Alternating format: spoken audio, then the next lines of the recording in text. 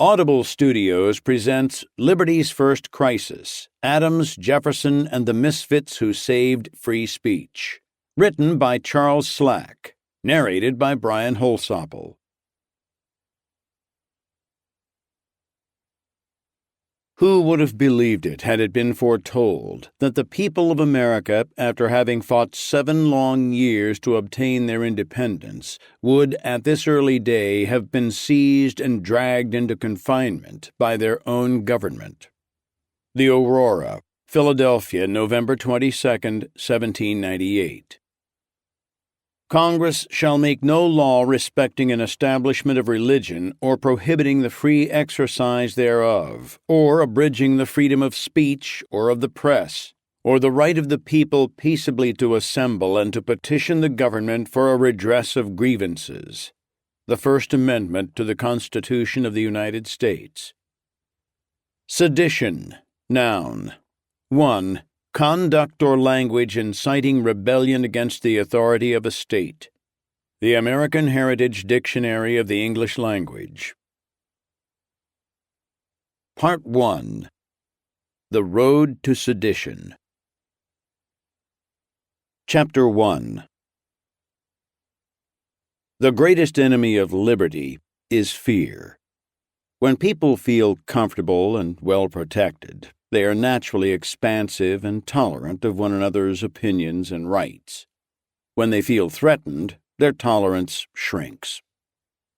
By 1798, the euphoria surrounding the American Revolution, the sense of a common purpose and a common enemy, was gone. Everyone agreed that the new nation founded amid high hopes and noble ideas was in danger of collapse. The one thing they could not agree on was who to blame. The Federalists, who dominated most of New England, as well as both houses of Congress, the John Adams presidency, and the Supreme Court, viewed themselves as the protectors of family, faith, education, and country. Though the term federalism refers only to the system of shared powers between individual states and a centralized government forged by the Constitution, under the leadership of men such as Alexander Hamilton, principal author of the Federalist Papers, it had come to imply a decisive tipping of the scales in the direction of centralized power. Hamilton and other Federalists believed in a strong national military to protect the fledgling country from foreign invaders, a centralized bank to stabilize and grow the economy, and a government with the muscle to tax and to direct the destiny of the nation. They had little faith in the intelligence or morals of average men. As such, they believed in liberty, yes, but liberty as informed and guided by a natural aristocracy consisting of themselves. Yet everywhere they turned, they saw their orderly utopia of English-descended freemen under siege, rapidly devolving into something more volatile and chaotic. For this, Federalists blamed an unofficial, disparate but growing collection of citizens referring to themselves as Republicans, or Democrats, or Democratic Republicans, or Jeffersonian Democrats. In the interest of simplicity, they'll be referred to henceforth as Republicans, but with no inference of a connection or lineage to the modern party of the same name. Indeed, the word party, now so firmly rooted in our political language that one might assume party structure was written into the Constitution, was an epithet in 1798. Men in power used party interchangeably with faction and interest to designate outliers, troublemakers, and enemies of good government. In their innocence, the founding generation assumed that a government chosen by the people would represent all the people. Federalists, who had controlled most of the national government from its inception, never considered themselves to be a political party. To oppose the Federalists was to oppose the very idea of America.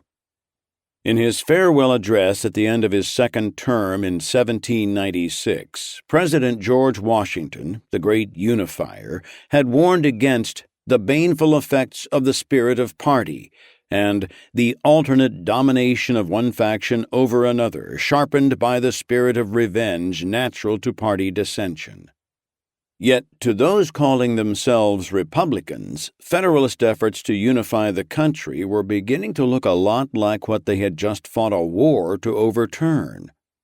Everything from Washington's fancy carriage to John Adams's thin-skinned reaction to criticism to Alexander Hamilton's emerging master plan for a muscular national bureaucracy had the whiff of privilege and elitism, if not incipient monarchism.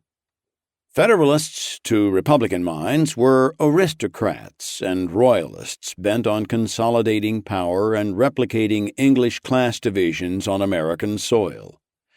Like the Federalists, Republicans believed their American utopia to be under siege, but their greatest fears surrounded the very measures that Federalists saw as the country's salvation. The idea of a powerful national military, a standing army in the parlance of the day, raised the fresh specter of British troops forcibly quartered in the homes of colonists. A federal government capable of taxing at will elicited memories of usurious taxes imposed by a distant monarch. Against this background of internal divisions, Americans were panicked over a possible imminent invasion by a great European power. The trouble was they could not agree on which European power, England or France, would do the invading. Fueled by hatred for the English monarchy, Republicans felt a spiritual connection with the French, who had not only aided the American Revolution, but also launched a revolution of their own. Federalists, for their part, had watched in growing horror as the French Revolution degenerated into a procession of rolling heads and bloodlust.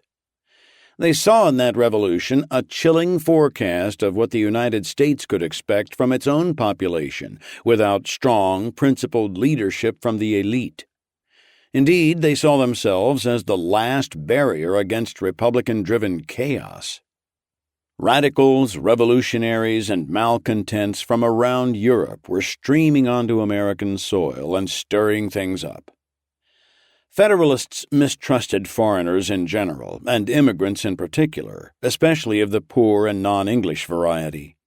Alarmed by the numbers of Germans, French, and Irish pouring each year into their cities and towns, Federalist politicians had proposed a ban on anyone born outside the United States holding government office, along with a $20 naturalization fee for immigrants. No small amount at a time when an American farmhand might get by on $6 to $12 a month. In July 1797, Congressman Harrison Gray Otis of Massachusetts sounded the alarm on immigration in what became known as the Wild Irish Speech, warning that while he had nothing against honest and industrious immigrants, the country could not afford to invite hordes of wild Irishmen. The mass of vicious and disorganizing characters who could not live peaceably at home, and who, after unfurling the standard of rebellion in their own countries, might come hither to revolutionize ours. Everything that Otis and his fellow Federalists feared, hated, and scorned could be summed up in 3 words: Congressman Matthew Lyon. A native of Ireland, Lyon had schemed and brawled his way from indentured servitude to the upper layers of business and politics in his adopted country. Everything about his life was outsized: his ambition, his intelligence, his enemies, and his flaws. He never let an insult pass without returning it twofold. Put simply, Matthew Lyon couldn't keep his mouth shut. It was this quality above all others that resulted in his greatest, albeit unintentional, contribution to the American experiment. His belligerence in the face of Federalist power would help push the United States into a constitutional crisis, forcing a generation that had soured from idealism to bitterness to confront a few epic questions. Would they live up to the words they themselves had forged, upholding freedom of expression as the highest form of liberty? Did they truly mean what they had said, that Congress shall make no law abridging free speech or freedom of the press? Records of his early life in Ireland are murky, so it's impossible to say for sure what prompted Lyon to leave his native country at age 15, alone and indentured. His descendants in America claimed that Lyon fled after English authorities hanged his father for agitating for the rights of farmers. If true, that experience would help explain Lyon's hatred for England, as well as his visceral contempt for anyone in his adopted country whom he believed to be putting on aristocratic airs. Lyon landed in Connecticut in 1764. His indenture seems to have changed hands several times. He ultimately arrived in Litchfield County in northwestern Connecticut, where a farmer purchased him for a pair of bulls. While such transactions were fairly common in colonial times, the particulars of this trade would serve as a source of pride and pain for the rest of Lyon's life. He often boasted of the bulls that redeemed me as evidence of just how far he had risen. Yet he was quick to attack anyone who used the tale to mock him, whether Litchfield County boys when he was still in his teens, or, much later, his Federalist enemies, who claimed he was untamed, uncouth, and unfit for office. Indeed, that this wild lion, having once been traded for livestock, was more animal than human. For a young man of sharp ambitions and no social standing, Connecticut in the early 1770s already felt too confining. So in 1774, the 25-year-old Lyon, freed from his indenture and with a young wife and a little savings to his name, headed north to a territory bounded by New Hampshire on the east and Lake Champlain on the west. If visitors today think of Vermont as a land of soft green fields and gently eccentric politics, the pre-statehood territory more closely resembled a Wild West frontier. The colonial governments of New Hampshire and New York simultaneously laid claim to the territory. They sold grants to prospective settlers, often to the same or overlapping properties, with predictable results. Settlers having staked their life savings to a plot of land would travel for weeks or months over crude or non-existent roads, prepared to carve a new life out of the forest, only to find someone bearing a title from a different colonial authority already building a homestead. With little recourse to law enforcement or courts, the settlers relied on frontier justice to settle such disputes. Ethan Allen and Seth Warner today are best remembered as heroes of the Revolutionary War, but the Green Mountain Boys they commanded fought their first bloody battles not against the English, but against bands of Yorkers. Geography added its own imperative in the form of the Green Mountains, which cleaved the Vermont territory into two starkly different worlds. To the east, residents were more like their cousins from Massachusetts or Connecticut, staid, conservative, with a steadfast belief in law and order as exemplified by English common law. West of the mountains, closer to the New York boundary, were a more varied lot of individualists. The West was an amalgam of immigrants from other colonies and from overseas, more likely to judge a man by his skill with a plow and a musket than by his family name or church affiliation. Settlers living under the daily threat of skirmishes with Yorkers regarded the Green Mountain Boys as heroes and protectors. Over to the east, residents took a dimmer view of such men. Removed by a mountainous barrier from the turmoil, they saw the Green Mountain Boys as lawless, uncivilized thugs.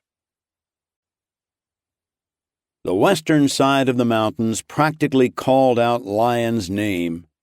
He paid the New Hampshire colonial government £20 for 90 acres near the hamlet of Wallingford, just a few miles from the New York line. There he fell in with the Green Mountain Boys. Within a few years, the militia's mission shifted to the more momentous fight for independence from England. Rising in the ranks during the Revolutionary War, Lyon led a company of the Green Mountain Boys in battle against the British at Fort Ticonderoga and Crown Point. Lyon's Revolutionary War service was marred by an incident in 1776 when men under the command of Lyon and other officers, hearing reports of an imminent attack by hundreds of Indians on their position near Lake Champlain, mutinied and fled. Lyon was among several officers arrested, tried, and cashiered for cowardice. Lion vigorously fought the charges, insisting he had done everything in his power to stop the revolt. Though the incident would come back to haunt his political career years later, Lion was reinstated within a matter of months and served out the remainder of the war. In 1777, he took part in the Continental Army's decisive battles of Saratoga, resulting in the surrender of British General John Burgoyne and more than 5,000 British troops, and a huge cache of arms and equipment, a major turning point in the war. Lion took special joy in being one of those responsible for relieving the surrendered British troops of their weapons. As the long war wound to a close and other veterans dreamed of returning to the peaceful rhythms of life on their farms, Lion was already plotting to grab a share of the victors' spoils. He parlayed his military prominence into a position as clerk for the Court of Confiscation, part of the Provisional Vermont government. Formal statehood would not come until 1791. As the draconian name implies, the Court of Confiscation's task was to seize and sell property held by Loyalist landowners. An order signed by Thomas Chittenden as president and Matthew Lyon as clerk shows the court seizing estates from 15 Tories on a single day in April 1778. Lyon and other court administrators were not shy about purchasing Tory property that they had taken part in confiscating. As evidence of Lyon's growing influence in the area, in 1782 the Vermont General Assembly named him one of 76 founding proprietors of a new town, Fairhaven, to be forged out of the wilderness along the New York border at the extreme southern tip of Lake Champlain. With a personal share totaling more than 400 acres, Lyon built a homestead on the north bank of the Poultney River, sold off small portions of his land to newcomers, and then set his attentions on manufacturing goods to sell to the swelling population. He built a dam and an ironworks and forge, where he produced axes, hoes, and other tools. He also built a slitting mill capable of turning slender rods of iron into finished nails, a rare commodity that traditionally had to be imported from England. To shore up his competitive position, Lyon petitioned the Vermont Assembly to impose a duty of 2 pence per pound on imported nails. The petition was denied. Lyon added a sawmill and a tavern, as well as a paper mill, helping to pioneer the use of wood pulp instead of linen or rags to make paper. Taken together, his budding empire came to be known as Lyon's Works. In the mid-1780s, following the death of his first wife, Mary, Lyon married Chittenden's daughter, Beulah. By this time, Thomas Chittenden was the first governor of pre-statehood Vermont. Chittenden, like Lyon, was a man of low birth and little formal schooling. He had left Connecticut as a young man and made his fortune through land speculation in western Vermont. Under Chittenden's tutelage, Lyon paired financial successes with growing political ambitions. He served as head of the Fairhaven Board of Selectmen, as an assistant county judge, and as a representative in the Vermont legislature. Lyon's ambitious, competitive nature meant that he always made enemies as well as friends. For years, he feuded with a Fairhaven Federalist named Joel Hamilton, who accused Lyon of fixing local elections by importing instant residents from just over the state line in New York to vote for him. Through protracted lawsuits, Lyon charged Hamilton with damaging his reputation, while Hamilton charged Lyon's supporters with stealing into his orchard and damaging his fruit trees. In addition to these local spats, Lyon was making enemies among powerful Federalist Vermonters who viewed the likes of Thomas Chittenden and Matthew Lyon as bumptious peasants who had gotten above their place. Lyon's greatest enemy was Nathaniel Chipman. Like Lyon, Chipman had arrived in the Vermont territory from Connecticut as a young man full of ambition. The similarities ended there. Unlike the self-taught Lyon, Chipman arrived in the wilderness armed with a degree from Yale and a tacit belief not just in the opportunities his education represented, but in the noblesse oblige it implied. Whereas Lyon had come to western Vermont to escape conservative Connecticut and the limitations of his humble background, Chipman had come to make it more like home, to convert a rugged backwater into the next bastion of New England morals and virtue. As he wrote to a friend, "Think what a figure I shall make when I become the oracle of law to the state of Vermont." Given their ambition and conflicting goals, Lyon and Chipman were destined to clash. In 1780, just a year after arriving in the territory, a 28-year-old Chipman issued a report to the Provisional Vermont Legislature favoring a return of confiscated land to its loyalist owners without consideration to the settlers who, in many cases, had been working the land for years. From the Federalist perspective, these settlers were little more than trespassers. Encountering Chipman in a law office in Westminster, Lyon announced that no man who had a spark of honesty could have presented such a report. Chipman responded that he had no intention of listening to the complaints of an ignorant Irish puppy. Lyon leaped from his chair and grabbed Chipman's hair, snapping the comb holding it in place. Chipman, who had been mending a pen with a whittling knife, waved the knife at Lyon.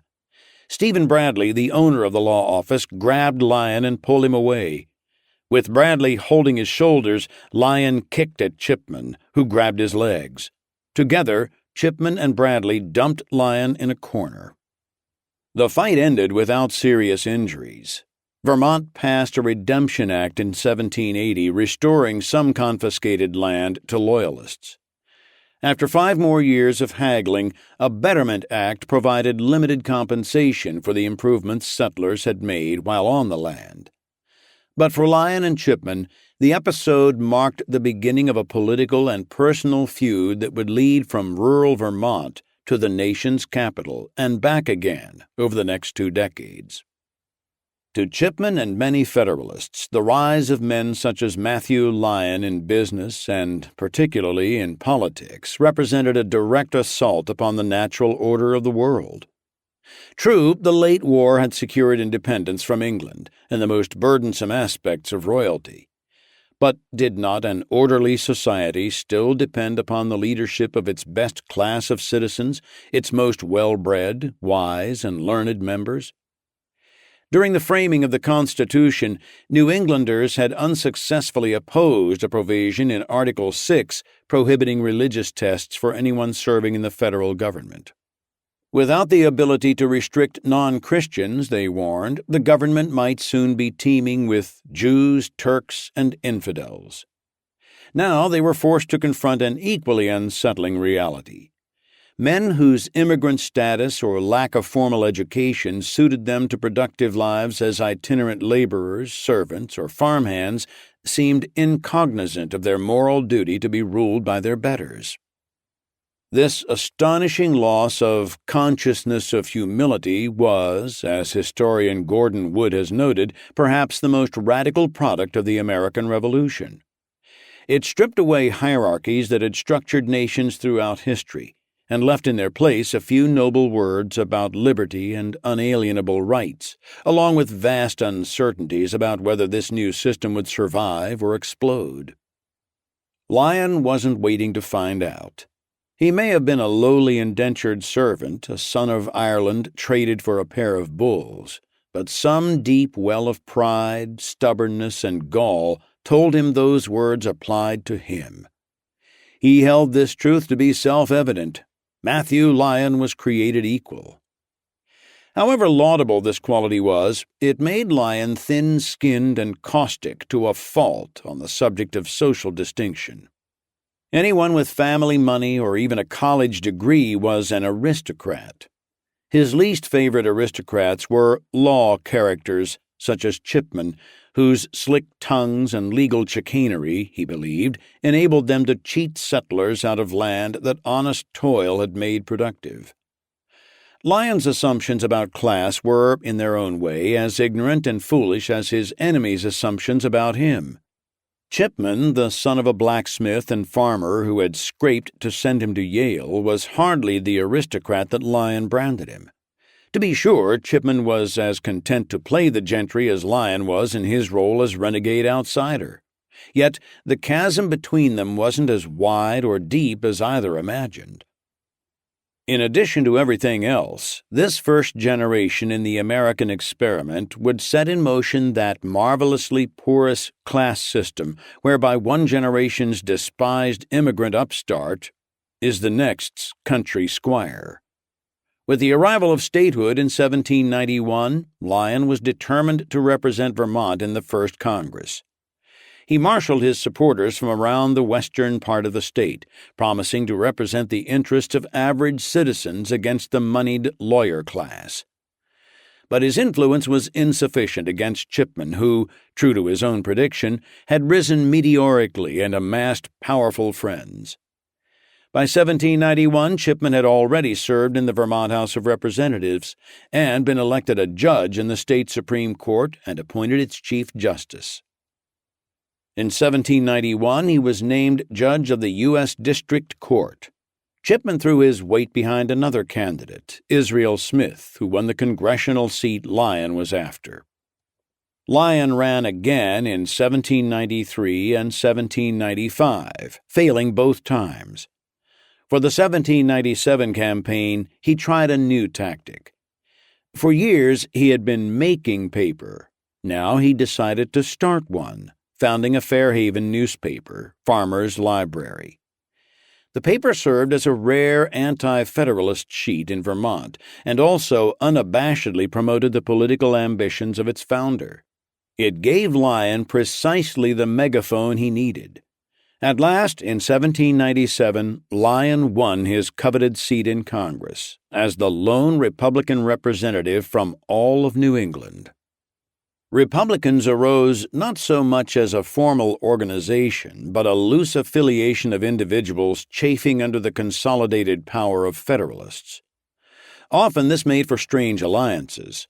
If aristocrat-hating Matthew Lyon was a Republican, so too were Virginia plantation owners and founding fathers Thomas Jefferson and James Madison, men whose claim on aristocracy was far greater than that of John Adams or Nathaniel Chipman. Jefferson and Madison feared the Federalists not for their elitism, but for what they perceived as their disdain for the rights of individuals and states. In any case, Republicans were sorely outnumbered in Philadelphia when Lyon set off for the capital city in 1797. Federalist editors, primed in advance by Lyon's enemies from Vermont, gave him a taste right away of the sort of reception he could expect. William Cobbett, the most vituperative of the Federalist editors, warned readers the day before Lyon took his seat. "Tomorrow morning at 11 o'clock will be exposed to the view of Lyon of Vermont. This singular animal is said to have been caught in the bog of Hibernia, and when a whelp transported to America. Curiosity induced a New Yorker to buy him, and moving into the country afterwards exchanged him for a yoke of young bulls with a Vermontese. He was petted in the neighborhood of Governor Chittenden, and soon became so domesticated that a daughter of His Excellency would stroke and play with him as a monkey. He differs considerably from the African lion, is more clamorous and less magnanimous. His pelt resembles more the wolf or the tiger, and his gestures bear a remarkable affinity to the bear. This, however, may be ascribed to his having been in the habit of associating with that species of wild beast on the mountains. He is carnivorous, but not very ferocious, has never been detected in having attacked a man, but report says he will beat women." Matthew Lyon was undaunted and ready for the national stage. At age 48, he was wealthy, seasoned, battle-hardened, yet still youthful enough to have lost none of his anger or ambition. Rather than being cowed by being surrounded by so many potential enemies, Lyon, characteristically, picked his first political fight on the national stage with the most powerful Federalist of all. Chapter 2. With about 40,000 residents, the Philadelphia in which Matthew Lyon landed in early 1797 was the nation's second-largest city, after New York, its capital, and a seat of culture and education. And it was deeply divided politically and seething with hostilities.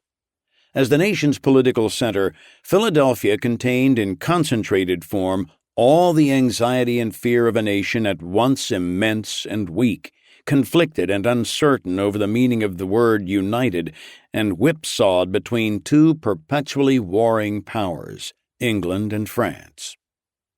Given the tangled, overlapping involvement of both countries in America's founding, it was inevitable that the United States would find itself drawn, politically and economically, if not militarily, into any major conflict between the two countries.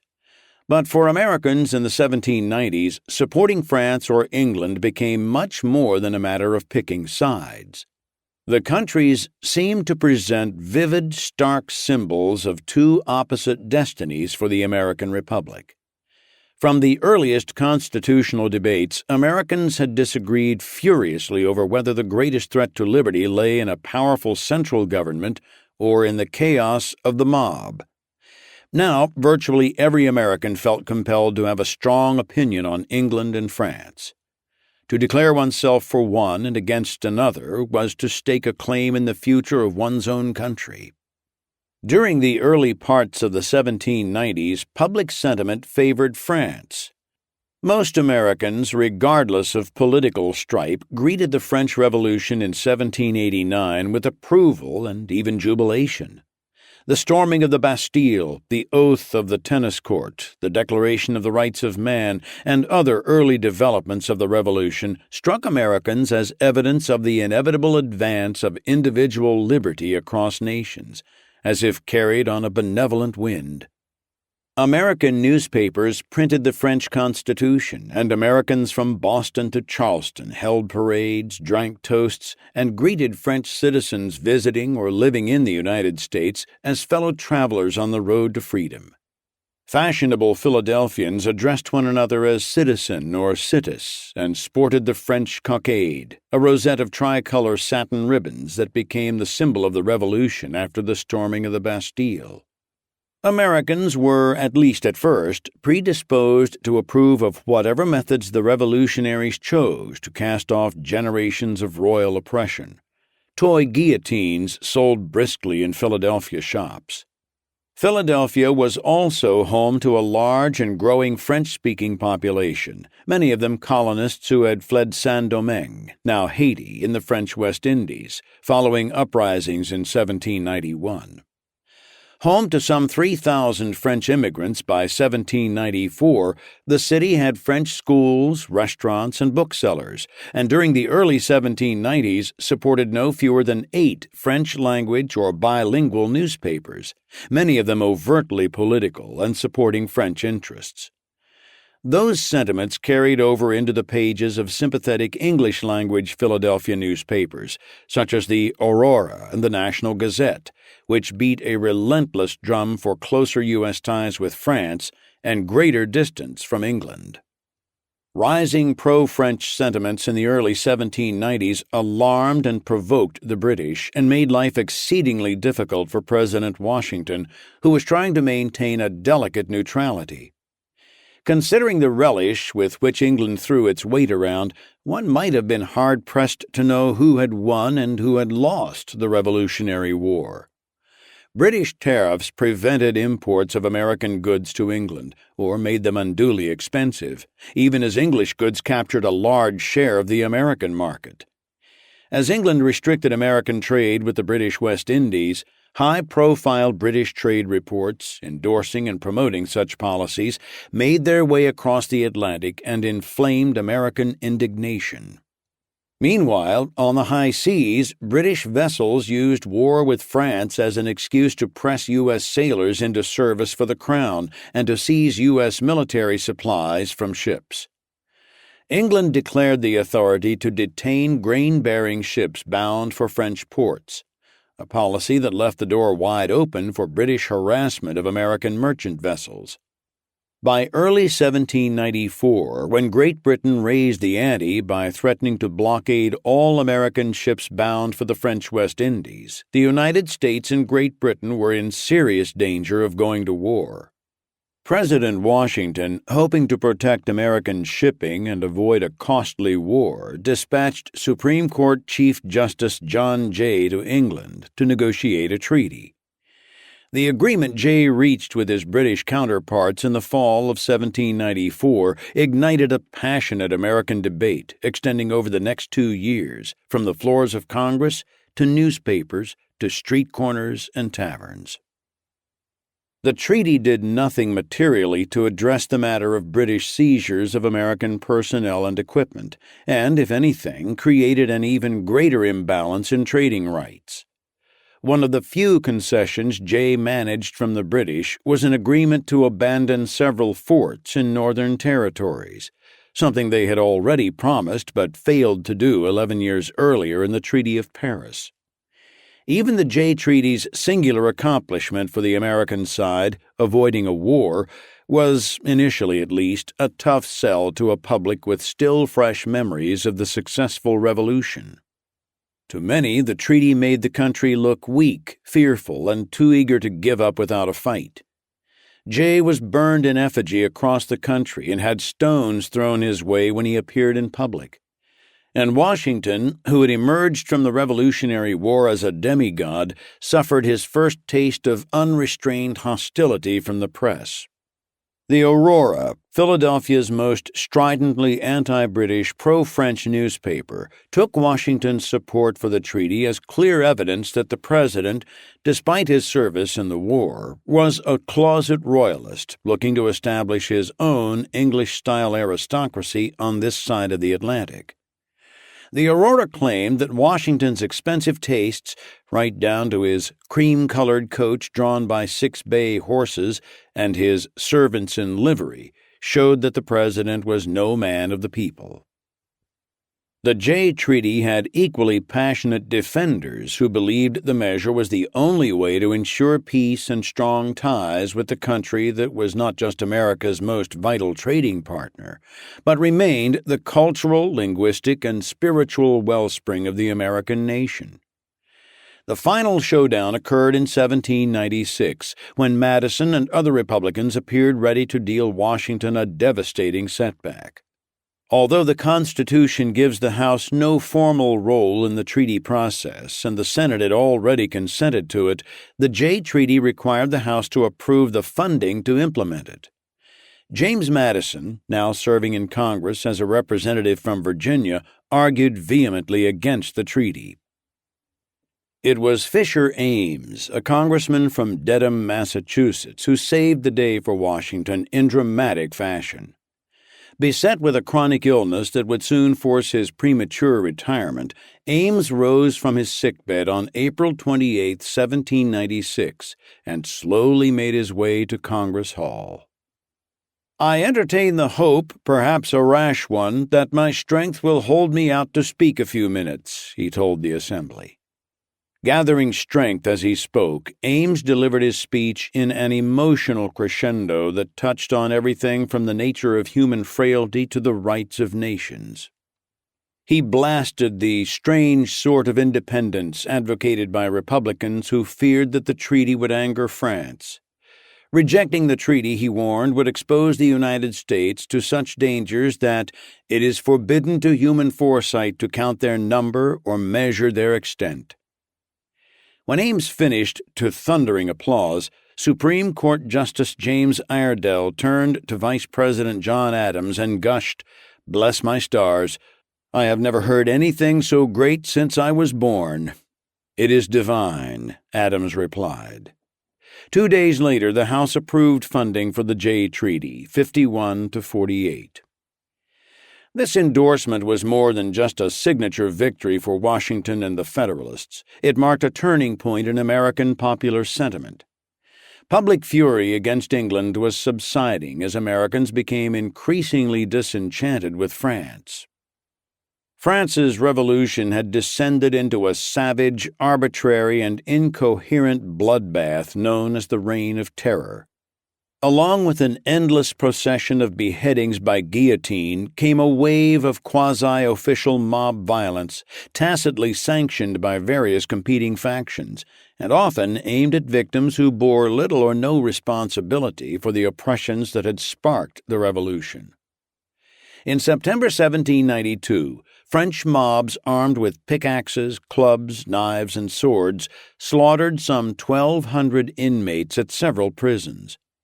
The traitors who met their deaths included low-level clergy, former servants to royal families, and justices of the peace, along with petty criminals, including adolescents being held for routine transgressions such as prostitution and begging.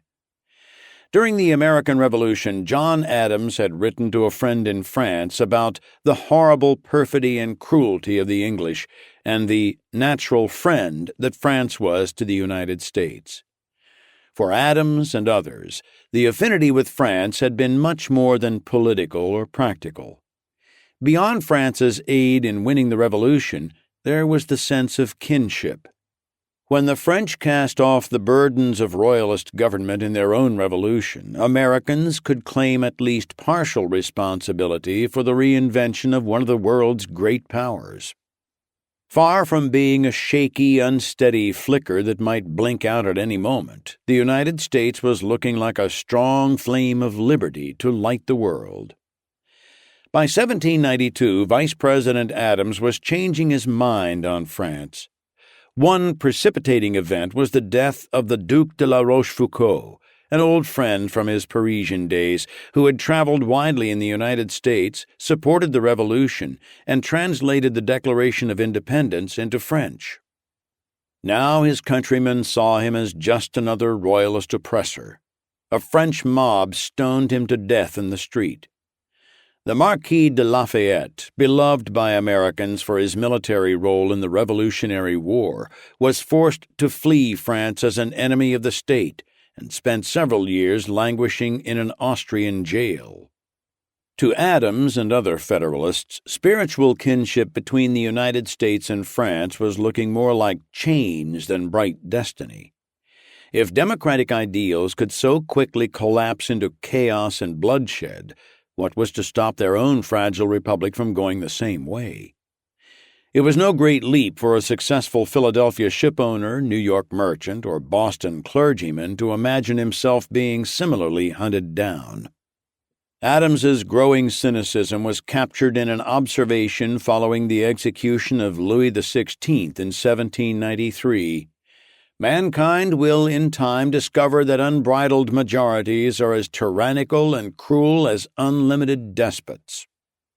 As American enthusiasm for the French wavered, the French themselves at times seemed determined to push the relationship off a cliff. In 1793, 30-year-old Edmond Charles Genet landed in South Carolina as the French minister to the United States.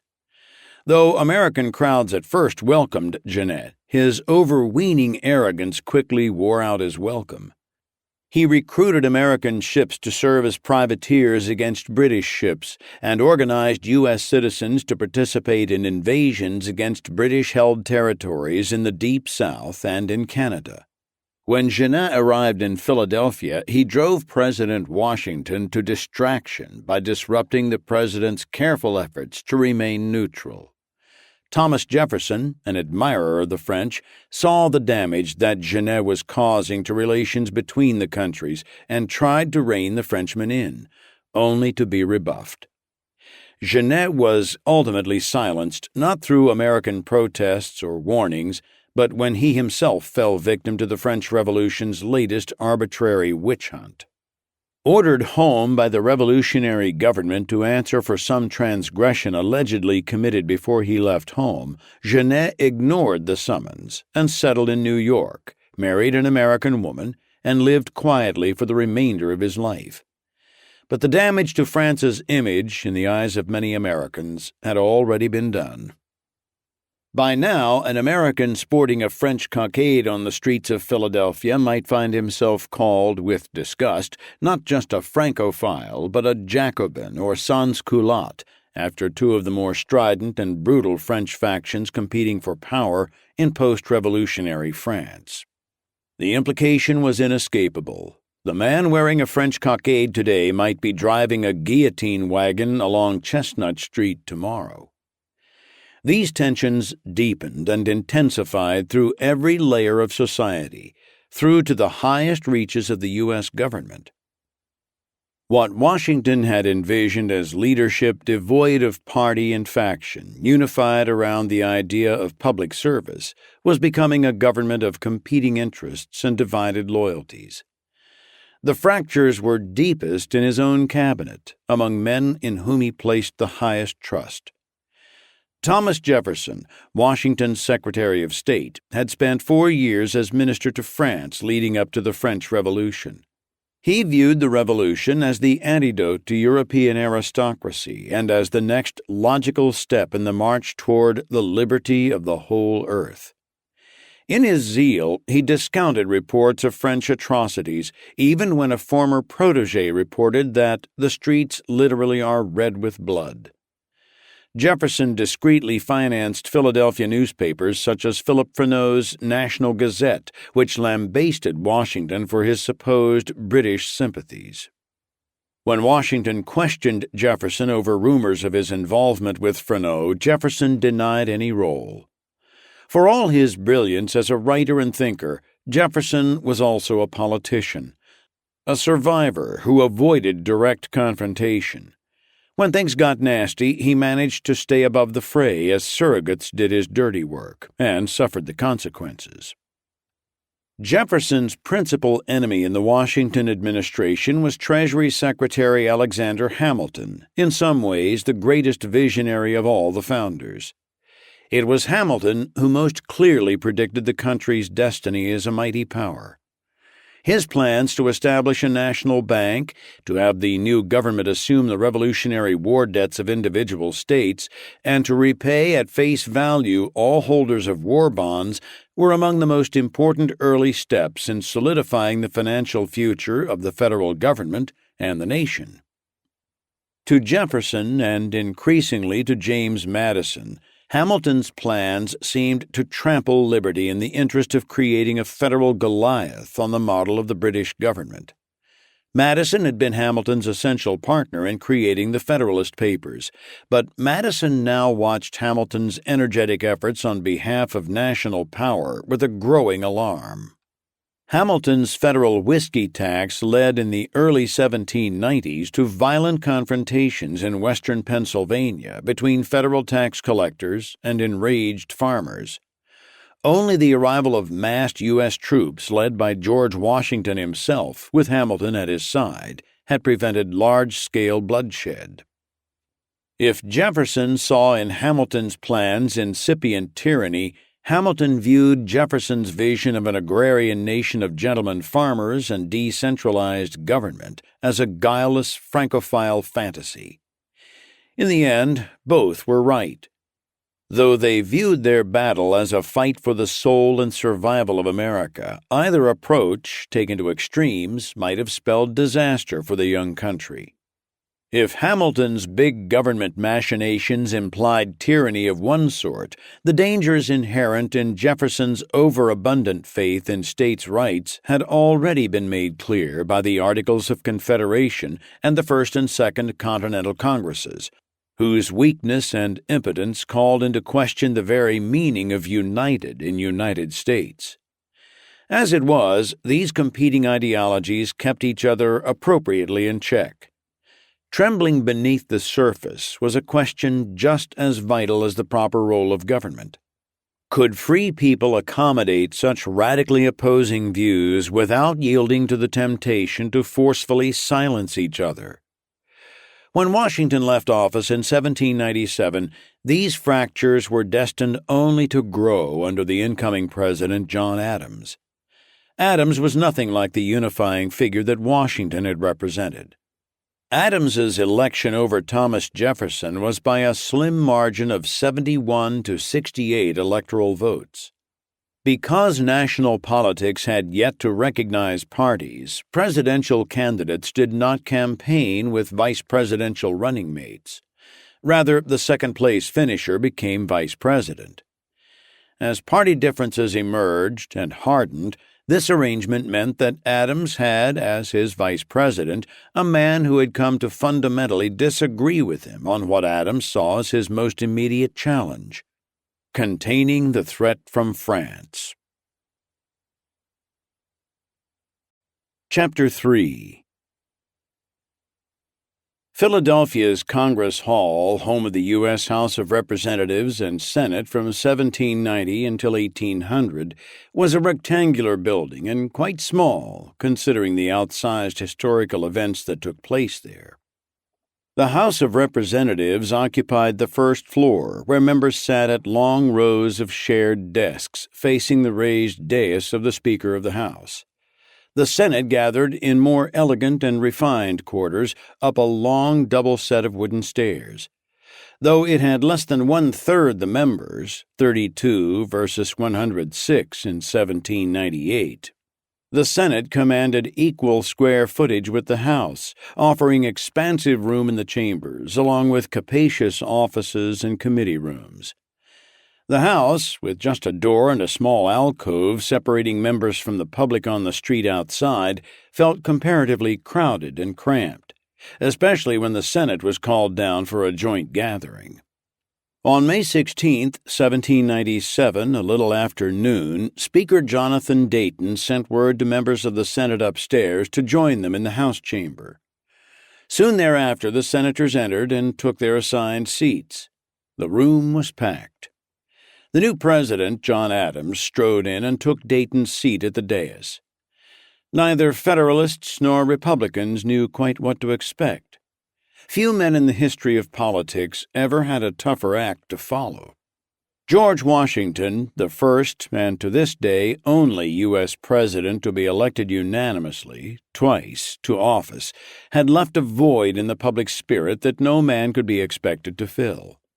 Adams had called this special meeting of Congress to address the subject on everyone's mind.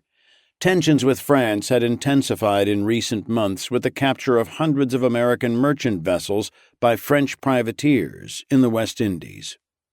Though not officially part of the French Navy, the privateers operated with tacit approval from the government. The West Indies represented vital trade for American ships, who supplied the islands with timber, fish, grain, and other commodities, and returned home with holds groaning with sugar. France, for its part, considered itself to be the aggrieved party in the deteriorating relations.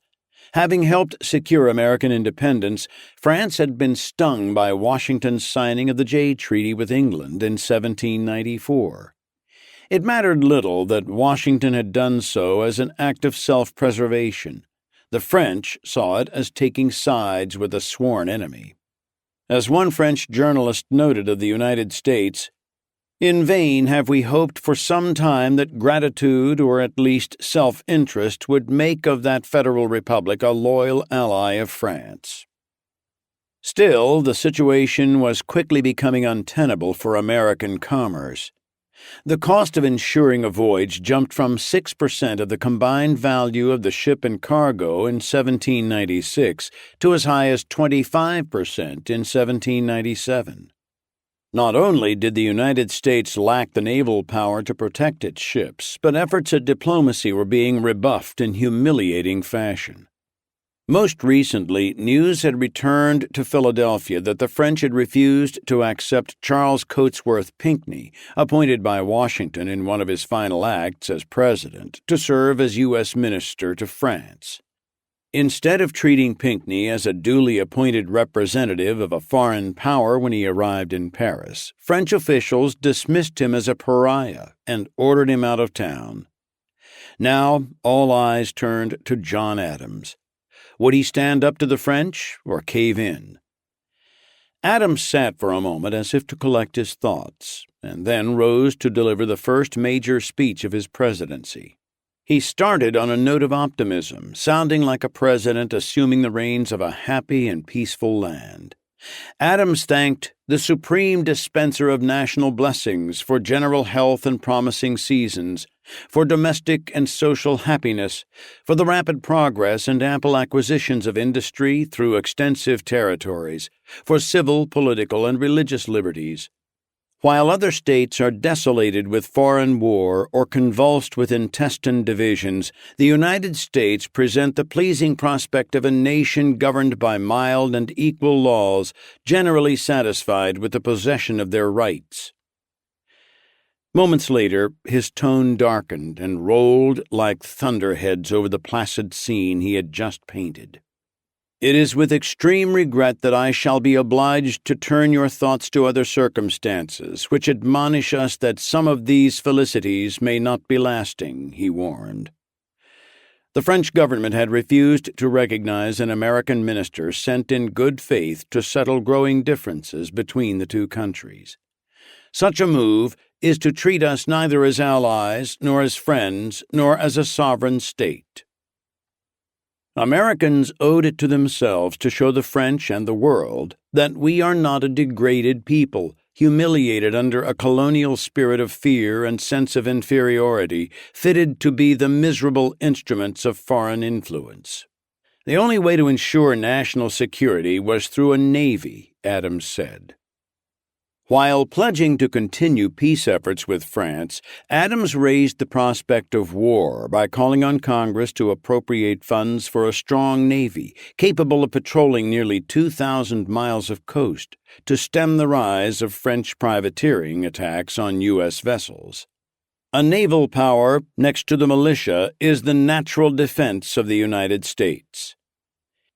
By the time Adams concluded, hardline Federalists who had doubted whether he had the backbone to stand up to France were overjoyed.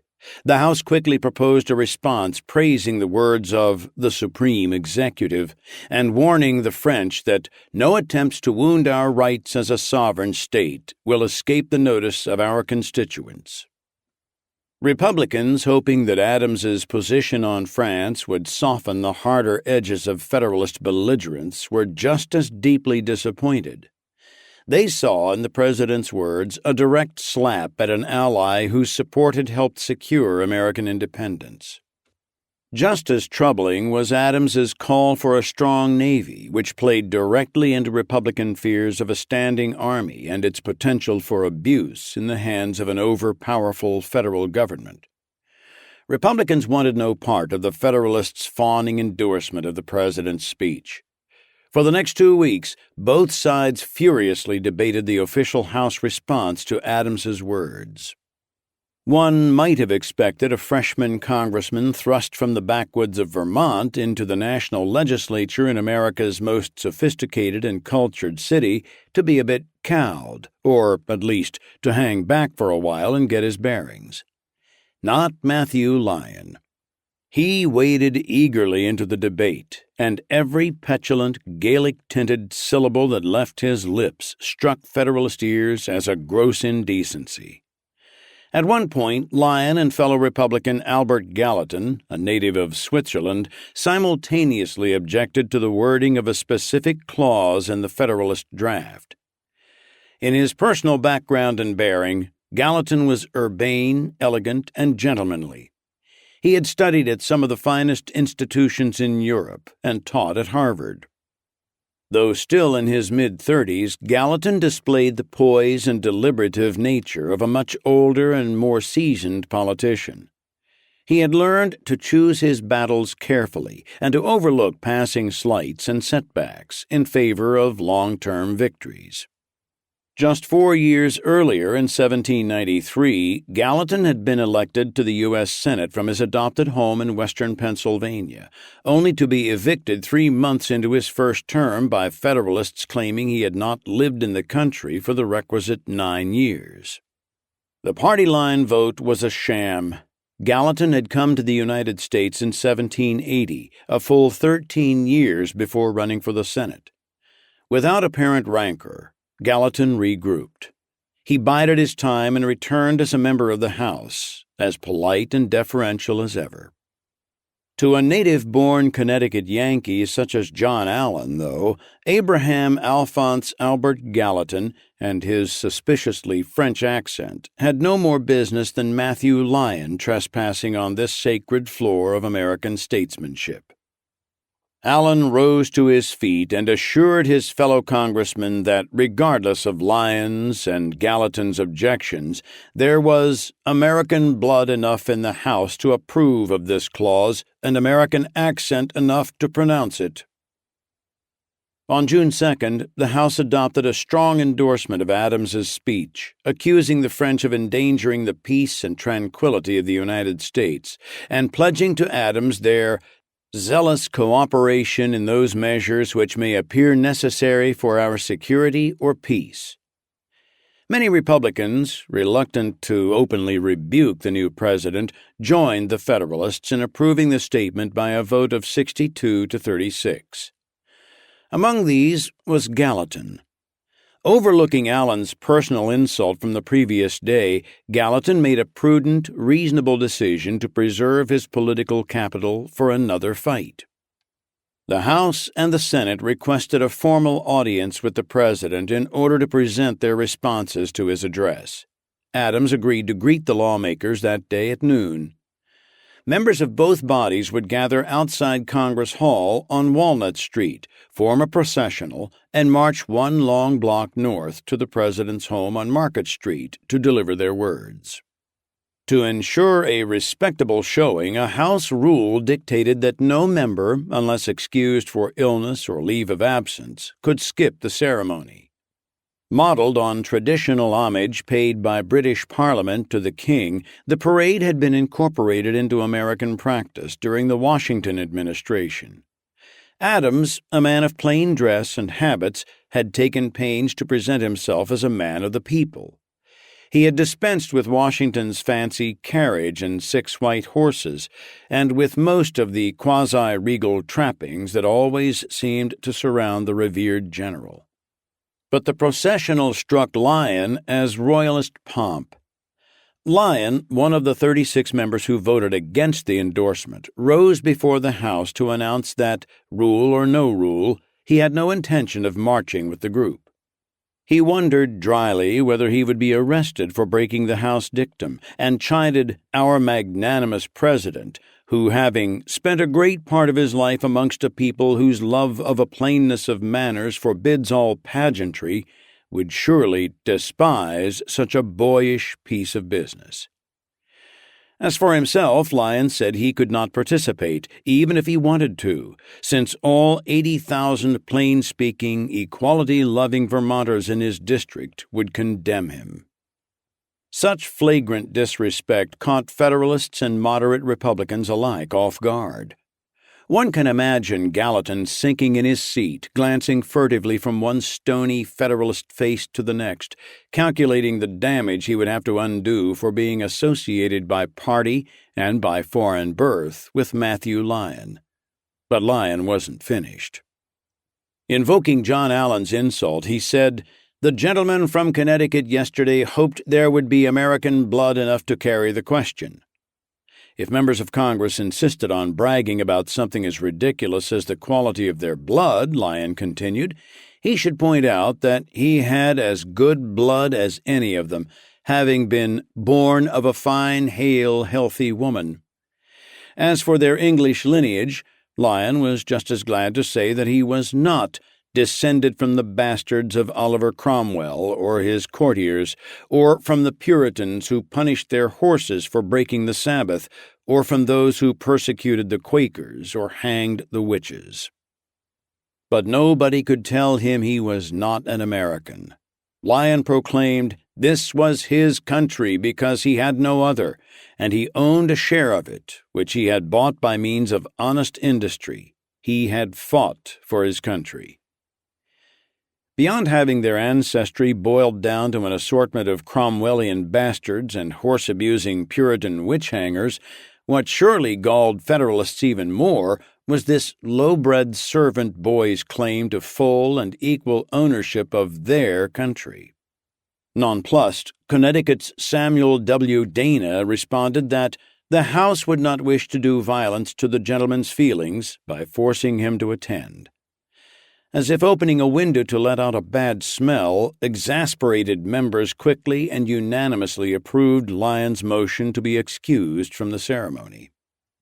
His public slap at the President and Federalist Congress made Matthew Lyon overnight the most controversial Republican politician in the United States. Nathaniel Chipman, newly elected senator from Vermont, wrote to Cephas Smith, Jr., a prosperous attorney back in Rutland, of Lyon's behavior in the Capitol. "You cannot, with all your knowledge of the man, easily conceive how ridiculous a figure he makes." But Chipman spotted a silver lining. "I think, however, he will be of use, as by aspiring to take the lead among the Jacobins, he will make many more decent men of that party ashamed of their association." Over the next several months, Lyon's notoriety only grew. He took every opportunity to highlight what he viewed as Federalist pretensions and hypocrisy. The more sensitive the issue, the more boldly he spoke. And if the flap over the Adams ceremony amounted to so much pomp, when the issue carried greater moral weight, Lyon proved capable of defending principled positions with eloquence and grace. That July, the House debated the $20 naturalization fee for new immigrants to stem what Federalists saw as an alarming tide of newcomers. Since the proposal was tucked in as an amendment to a revenue-raising stamp tax bill, Republicans accused Federalists of trying to reshape America's immigration policies on the sly. The arguments might have been ripped from a 21st-century debate on the same subject. John Swanwick, a Pennsylvania Republican and poet, argued that the tax unfairly targeted the poor, who were entitled to at least as much consideration as the rich, moneyed corporations upon whom the Federalists always seemed willing to bestow favors. Massachusetts Federalist Samuel Sewall shot back that no foreigner deserved to become a citizen who did not think the privilege worth $20. David Brooks of New York assured Republicans that he had nothing against foreigners in general, but wanted only to keep fugitives from justice and other undesirables out. And Robert Goodloe Harper of South Carolina questioned the wisdom of inviting immigrations from all parts of the world. The time for liberal immigration policies had come and gone, Harper said. There was a moment of enthusiasm in this country when this was thought to be right. But that moment had clearly passed. An experience of 10 or 15 years convinced us we were wrong. Harper proposed that foreigners be allowed in, but that no man should become a citizen of this country but by birth. But it was Matthew Lyon who rhetorically carried the day, calling the proposed fee injurious, cruel, and impolitic. The fee was, he said, injurious because we had dealt out a different kind of language heretofore. We had told the world that there was in this country a good spring of liberty and invited all to come and drink of it. We had told them that the country was rich and fertile and invited them to come and taste of our fruits. How could such a nation turn round to them and say, "You shall not be admitted as citizens unless you pay $20? At length, the Federalists tired of the debate. They lowered the proposal from $20 to $5, but the House adjourned before taking a final vote on the stamp bill, and the proposal died. As Lyon grew more strident, Federalist newspaper editors ramped up their attacks. Fed by Chipman and other Vermont Federalists, William Cobbett, editor of Porcupine's Gazette, dredged up the Revolutionary War episode in which Lyon's troops had deserted and Lyon been charged with cowardice. Cobbett included in his article the colorful but apocryphal tale that Lyon, as a symbol of cowardice, had been forced to wear a wooden sword. Rising tensions between Lyon and the Federalists finally erupted spectacularly on January 30th, 1798.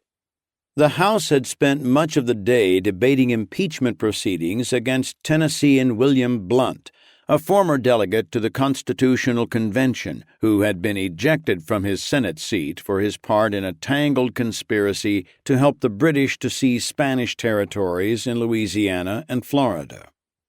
During a break in the debate, Lyon leaned against the House bar in conversation with Speaker Jonathan Dayton.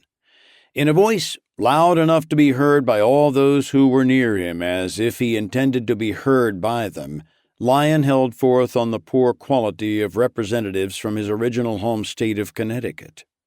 He accused them of acting against the interests and beliefs of their constituents and of seeking personal gain from public office.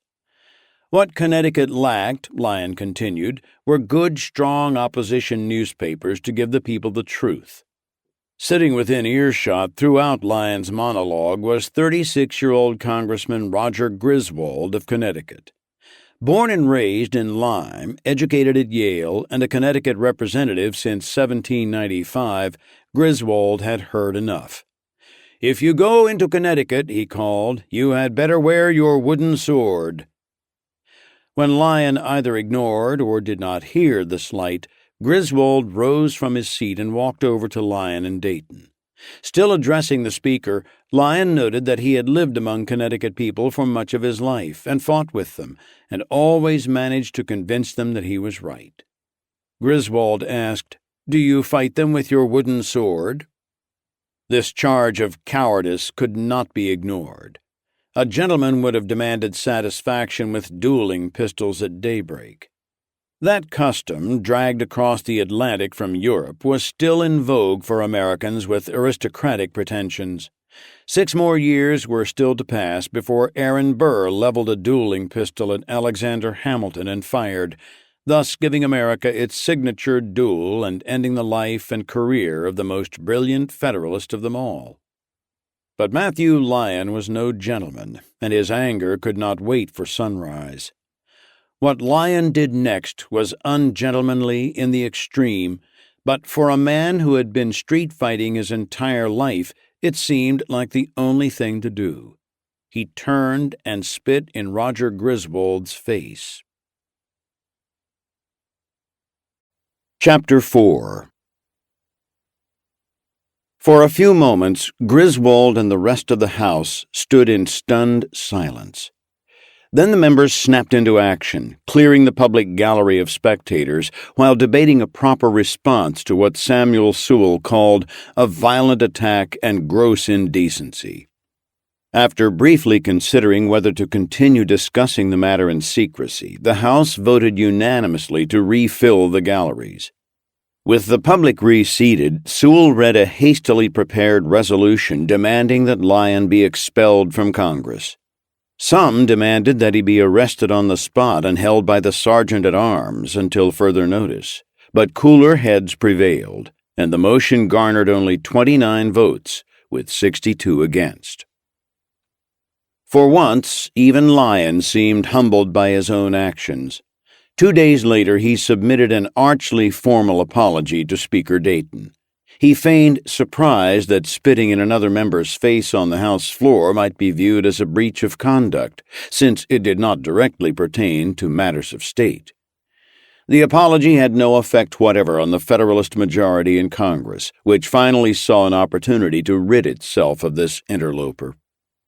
Despite the looming crisis with France, revenue and taxation matters, immigration bills, and the need to address any number of other issues before them, House members spent the next 2 weeks transfixed by Lyon's airborne gob of saliva.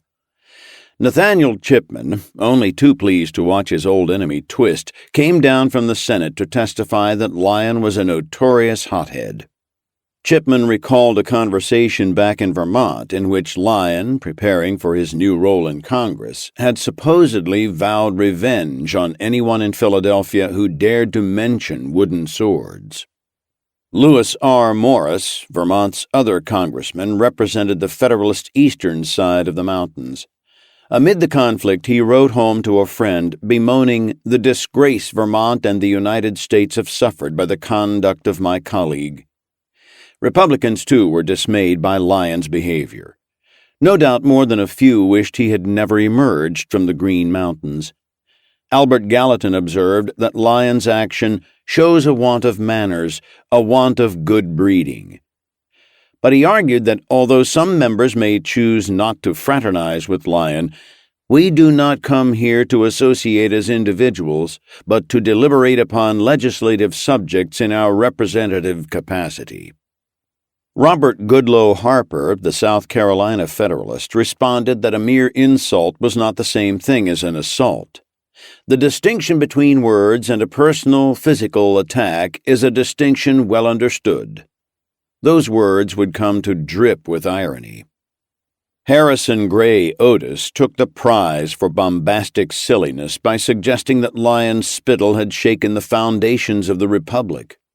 Permitting Lyon to remain in office, Otis proclaimed, would be tantamount to sealing the infamy of the national legislature. Lyon was guilty of conduct which could not be suffered in a brothel or in a den of robbers.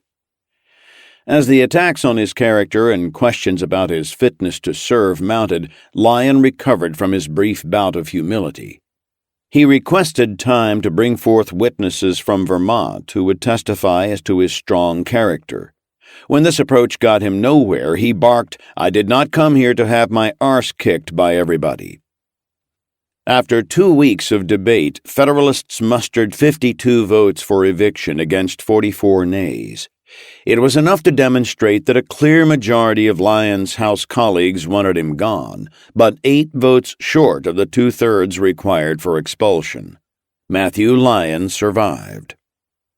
Griswold had remained largely silent throughout the hearings, but when the House failed to provide satisfaction, his personal honor demanded action. On a Thursday morning, shortly before the House was called to order, Griswold entered the chamber carrying a hefty wooden cane. Lyon, writing at his desk, looked up just in time to see Griswold striding toward him. Before he could react, Griswold swung and landed several blows. Bleeding from a gash on his head, Lyon fought his way to the fireplace behind the Speaker's desk and grabbed a pair of metal tongs. For the second time in as many weeks, the House of Representatives stood in awestruck silence. The tongs came crashing toward Griswold's head. Griswold diverted the blow and grabbed the tongs. Pulled off balance, the pair tumbled to the floor, with Griswold on top, as House members at last intervened. 2 members, each holding one of Griswold's legs, managed to pull the Federalist off the Republican and bustled them both from the chamber. As Speaker Dayton ordered members to take their seats, Lyon and Griswold again flew at each other in the outer room, only to be separated by the assistant doorkeeper and some onlookers. The next day, Thomas Terry Davis, a Kentucky Republican, moved to have both Griswold and Lyon ejected from the House for conduct so grossly violent and so notorious to most of the members of the House that there need be no hesitation in deciding upon it. But now that one of their own had made the leap from words to physical assault, Federalists lost their appetite for expulsion. As a compromise, Lyon and Griswold, bloodied but otherwise not seriously injured, swore not to fight any more under threat of arrest from the sergeant-at-arms. The motion to expel the pair garnered just 21 votes. Hardliners had to settle for an official reprimand of the two for riotous and disorderly behavior. If these extraordinary events mortified members of Congress, they came as a great gift to Philadelphia's newspapermen, who recorded every spit-streaked, blood-stained moment, as well as every syllable of pompous speechifying that followed. Congressmen claimed the journalists were deliberately trying to make them look like fools. Journalists countered that members of Congress had only themselves to blame. In one form or another, that same debate had been going on since Congress first opened its doors in 1789. Unlike the Senate, which for the first several years conducted its business sealed off from the press and the public, the People's House had always invited onlookers. Rank-and-file visitors packed a public gallery. Reporters sat in chairs on the floor itself or lounged next to the windows. The relationship was based on mutual need. Journalists, often doubling as their own printers, needed copy to fill their pages. House members, separated from their constituents by hundreds of miles of bad roads and treacherous river crossings, needed to stay current in the minds of folks back home. Reports from Philadelphia newspapers found their way into local newspapers in towns around the country. Yet the relationship was never easy. Journalists scribbled furiously to capture long-winded speeches, motions, and votes. They complained that House members mumbled, spoke too fast, turned away from them when speaking, and generally made their task impossible. Congressmen charged that reporters misquoted them through incompetence or malice, twisted and distorted their speeches, omitted key facts, and invented others out of thin air. On September 26, 1789, members debated a resolution introduced by Edinus Burke of South Carolina, charging journalists with having misrepresented these debates in the most glaring deviations from truth, and with throwing over the whole proceedings a thick veil of misrepresentation and error. The timing was ironic, to say the least. 2 days earlier, on September 24th, the House approved the final wording of what would become the First Amendment to the Bill of Rights, guaranteeing freedom of the press. Another irony is that our detailed knowledge of the debate comes courtesy of the very reporters who so angered Congress. The Annals of Congress, the single best resource on the workings of the early House, was compiled entirely from old newspaper accounts. The Constitution issues only a vague mandate that each House of Congress keep and publish a journal of its proceedings from time to time, while allowing exceptions for such parts as may in their judgment require secrecy, and with the yeas and nays of each member recorded only at the desire of 1/5 of those present. Thus, there was no official stenographer recording the most revealing and dramatic elements, the debates. When House members suggested hiring one, James Madison, serving as a representative from Virginia, pointed out that such a move would saddle members with the colossal homework assignment of correcting and amending each day's proceedings before the record could become official. Other arguments against a full-time stenographer included the expense, along with fears that whoever was in power at the moment would in essence have the power to write history. So the job of recording the history of Congress was left to reporters. And now, as the Lyon-Griswold feud unfolded, Congress was again stewing over a licentious, seemingly out-of-control press. The Federalists did most of the complaining, even though much of the reporting was favorable to their side. For all the caterwauling between 1797 and 1801, the years of John Adams's presidency, Federalists enjoyed an outsized advantage in the press. Of 318 newspapers published during those years in the United States, 171 leaned or were strongly Federalist, compared with 89 that leaned or were strongly Republican, with the rest either professing neutrality or devoting little or no attention to politics. In some states, the Federalist advantage was overwhelming. Of 23 Connecticut newspapers, 11 were strongly Federalist, compared with just one, the weekly New London Bee, which leaned strongly Republican. Pennsylvania, with its large numbers of Irish and German immigrants, presented a more balanced mix, with 16 solidly Federalist versus 14 solidly Republican papers. But there was no shortage of strident journalists lambasting the Republican bête noire, Matthew Lyon, whom Federalists had taken to calling the spitting lion. A Boston editor wrote that all true patriots should feel grieved that the saliva of an Irishman should be left upon the face of an American, and he a New England man. The Connecticut Gazette published an elaborate parody in biblical prose detailing the adventures of a member of the tribe of Irishites who carried a sword made of costly wood, even of the pine of the Green Mountains, and who, faced with battle, ran mightily. Still, Federalists were infuriated by one of the few stalwart Republican newspapers that came to Lyon's defense. For the past several years, the Aurora had been the most consistent thorn in the side of those in power. Its publisher, Benjamin Franklin Bache, was absolutely fearless. Attacks only strengthened his resolve to fight. Staunchly Republican, the Aurora was one of the most popular and, without question, the most controversial newspaper in America. If Matthew Lyon had competition at the head of the list of men the Federalists most wished to silence, it was Benjamin Bache. Bache's advocacy for Lyon amounted to an eloquent defense of the American immigrant experience. On February 5th, the Federalist Gazette of the United States had published a letter signed only by an admirer of the true American character. The letter derided Lyon as not a Native American but an imported patriot, whose election was a disgrace to his adopted land. Bache reprinted the letter in the Aurora and asked in response, "In reason and in fact, what is the distinction between the foreign-born and the native citizen? Truly, it is in favor of the former. He is the United States from choice, the latter from chance." Bache continued, "It surely is to the honor of Mr. Lyon that from a low beginning he has raised himself to competency by industry and acquired such a standing among those he lives with.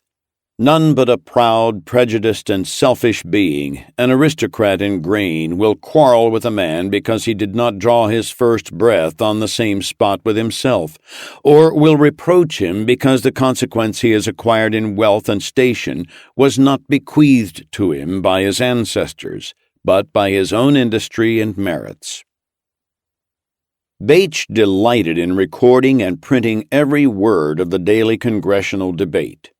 A few days after the spitting incident, Speaker Dayton, weary of the close coverage, proposed that journalists be required to submit their notes to members of Congress before writing their stories. Dayton insisted that he had no desire to censor the press and was merely demanding the opportunity of correcting notes in advance in order to ensure accuracy of statements that would be presented to the American public as fact. In one instance, Dayton said, his own words had been reduced to utter nonsense. David Brooks, a New York Federalist, declared a regulation of this kind would be extremely proper. The complaints only incited Bache, who counted proudly among his enemies George Washington, John Adams, Alexander Hamilton, and Secretary of State Timothy Pickering, strong men with powerful friends and long memories. He was hardly going to be intimidated by Jonathan Dayton and Samuel Dana. When Dayton ordered Bache from the House floor, the editor happily relocated from the floor to the gallery, where he whipped out his pen, craned his neck to hear, and took more notes. Chapter 5. Considering his deeply ingrained need to criticize those in power and his sympathy with the plight of poor immigrants, Benjamin Franklin Bache might be assumed, like Matthew Lyon, to be a born outsider, salving childhood wounds of poverty and low birth. On the contrary, as his first and middle names attested, Bache was the second grandson of perhaps the most celebrated founding father. Bache's mother, Sarah, called Sally, was Benjamin Franklin's beloved only daughter. His father, Richard Bache, was a mild-mannered, unsuccessful merchant of whom Franklin initially disapproved but later came to accept. Though Ben Franklin, the son of a poor soap maker, had started out as an apprentice printer, by the time his grandson Benjamin Bache was born in 1769, Franklin's celebrity was so firmly entrenched, his years of comparative poverty so far in the past, that even the old man himself might have been loath to say where actual life experience left off and poor Richard's aphorisms began. The Franklin that his grandson knew was a portly, wealthy man of the world, whom one historian would call America's first international celebrity. He was enjoying his golden age. A lover of bonbons and fine wines, he was as comfortable in a European salon filled with perfumed wigs as in a Yankee town hall meeting. In the epical year 1776, the 70-year-old Franklin sailed for France on a 9-year diplomatic mission to shore up French support for the American cause. He decided to take Bache, Benny, Franklin affectionately called him, and Bache's older cousin, William Temple Franklin, along for company. Bache was the perfect companion for a grandfather whom he would come to worship. His mother wrote of the boy, "I look upon Ben to be of a temper that will be easy to govern. He will do a great deal out of affection."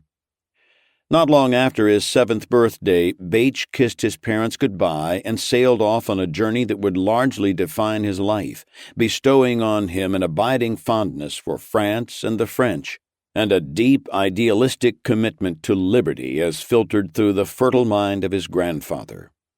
The journey started inauspiciously, to say the least. So as to avoid raising British suspicions, Franklin, Bache, and William traveled by night carriage out of Philadelphia without fanfare. South of the city, they boarded the warship Reprisal.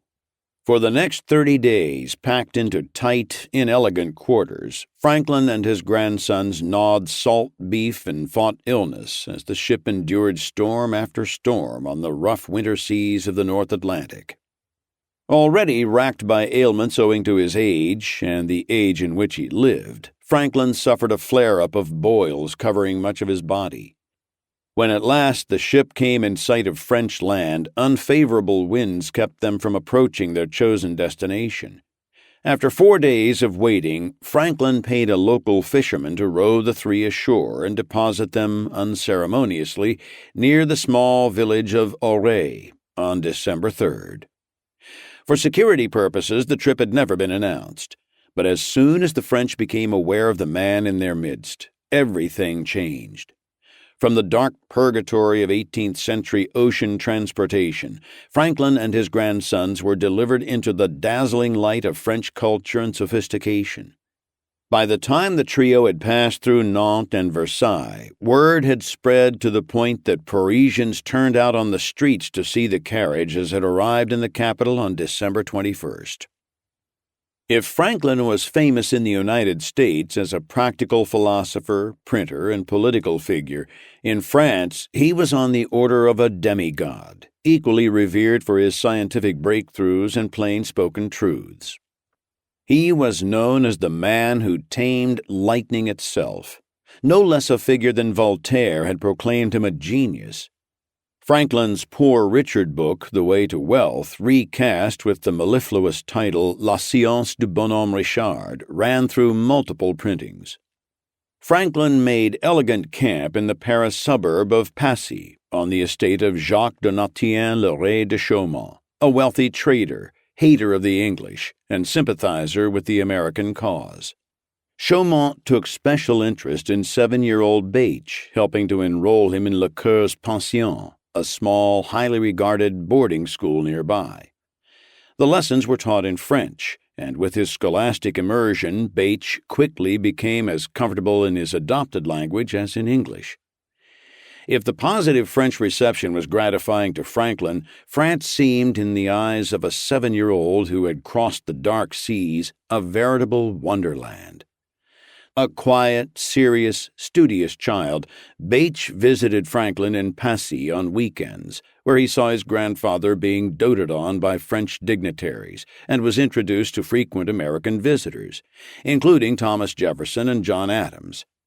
Adams's son, future President John Quincy Adams, was enrolled at the same school, 2 years ahead of Bache.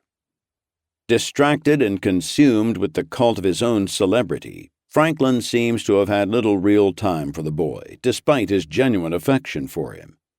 If he was, and is, sometimes portrayed by detractors as a bit of a fop and a dilettante, particularly during his Paris days, Franklin, in fact, faced an extraordinarily difficult task in helping to win the French over to the American side in the war during the late 1770s. Despite the long-standing antipathy of the French and English for each other, the two countries were maintaining a precarious truce. There were clear advantages to the French in providing military support to the colonies, should they emerge victorious. But reports of American defeats, such as British General William Howe's capture of Philadelphia in 1777, intensified the difficulties of Franklin's mission. Should the French commit themselves to a losing cause, They might hinder their own international diplomacy at a highly delicate time. When Bache was 9 years old, Franklin shipped him off to a boarding school in Geneva. During Bache's first lonely year there, letters from his beloved grandfather came like gifts. "I am very glad that you write to me very often," he wrote. "I pray you to continue it." The longer he stayed in Europe, the more Bache identified with European customs and the French language. "I try as much as I can to regain my English in writing to you," he informed his mother in a letter home. 3 years later, he blamed a sloppily written note on his bad pen and on having become a Franco-Anglois Anglois-Franco to the extent that you cannot expect good English. The claim of losing his English was overstated, a youthful attempt to emphasize his continental sophistication or excuse lazy letter writing. But his affiliation with Europe, and in particular the French, would remain for the rest of his life. If young Bache was missing extraordinary events of the Revolutionary War back home, it was nevertheless an exciting time for an alert, observant adolescent to find himself in Geneva, then an independent republic in the throes of its own revolutionary turmoil. In the spring of 1782, when Genevans revolted against an authoritarian local government, alarmed monarchs in France, Switzerland, and Sardinia sent some 12,000 troops to restore order. Bache's diary from these years intermixes boyhood hijinks with a growing awareness of politics and the violence of his age. Some entries find him enraptured with ice skating, bored with enforced attendance at balls, and pondering revenge on a neighborhood cat that had run off with one of his pet guinea pigs. Elsewhere, he chronicles a darker side of life in Geneva. With a natural reporter's eye for detail, Bache, still just 13 years old, roamed the city, detailing descriptions of drunken brawls and duels among the Swiss, French, and Piedmontese Sardinian troops occupying the city. In September, he attended the public execution of a Sardinian soldier convicted of stealing some copper coins. "This was the mode of procedure," Bache reported. "The regiment surrounded the criminal, who marched accompanied by a priest. Arrived at the place of execution, he was seated on a bank of turf and was tied to a picket. The priest continues to speak as he retires. The officer gives the sign, the soldiers fire, the regiment marches around the dead body, and they carry it away."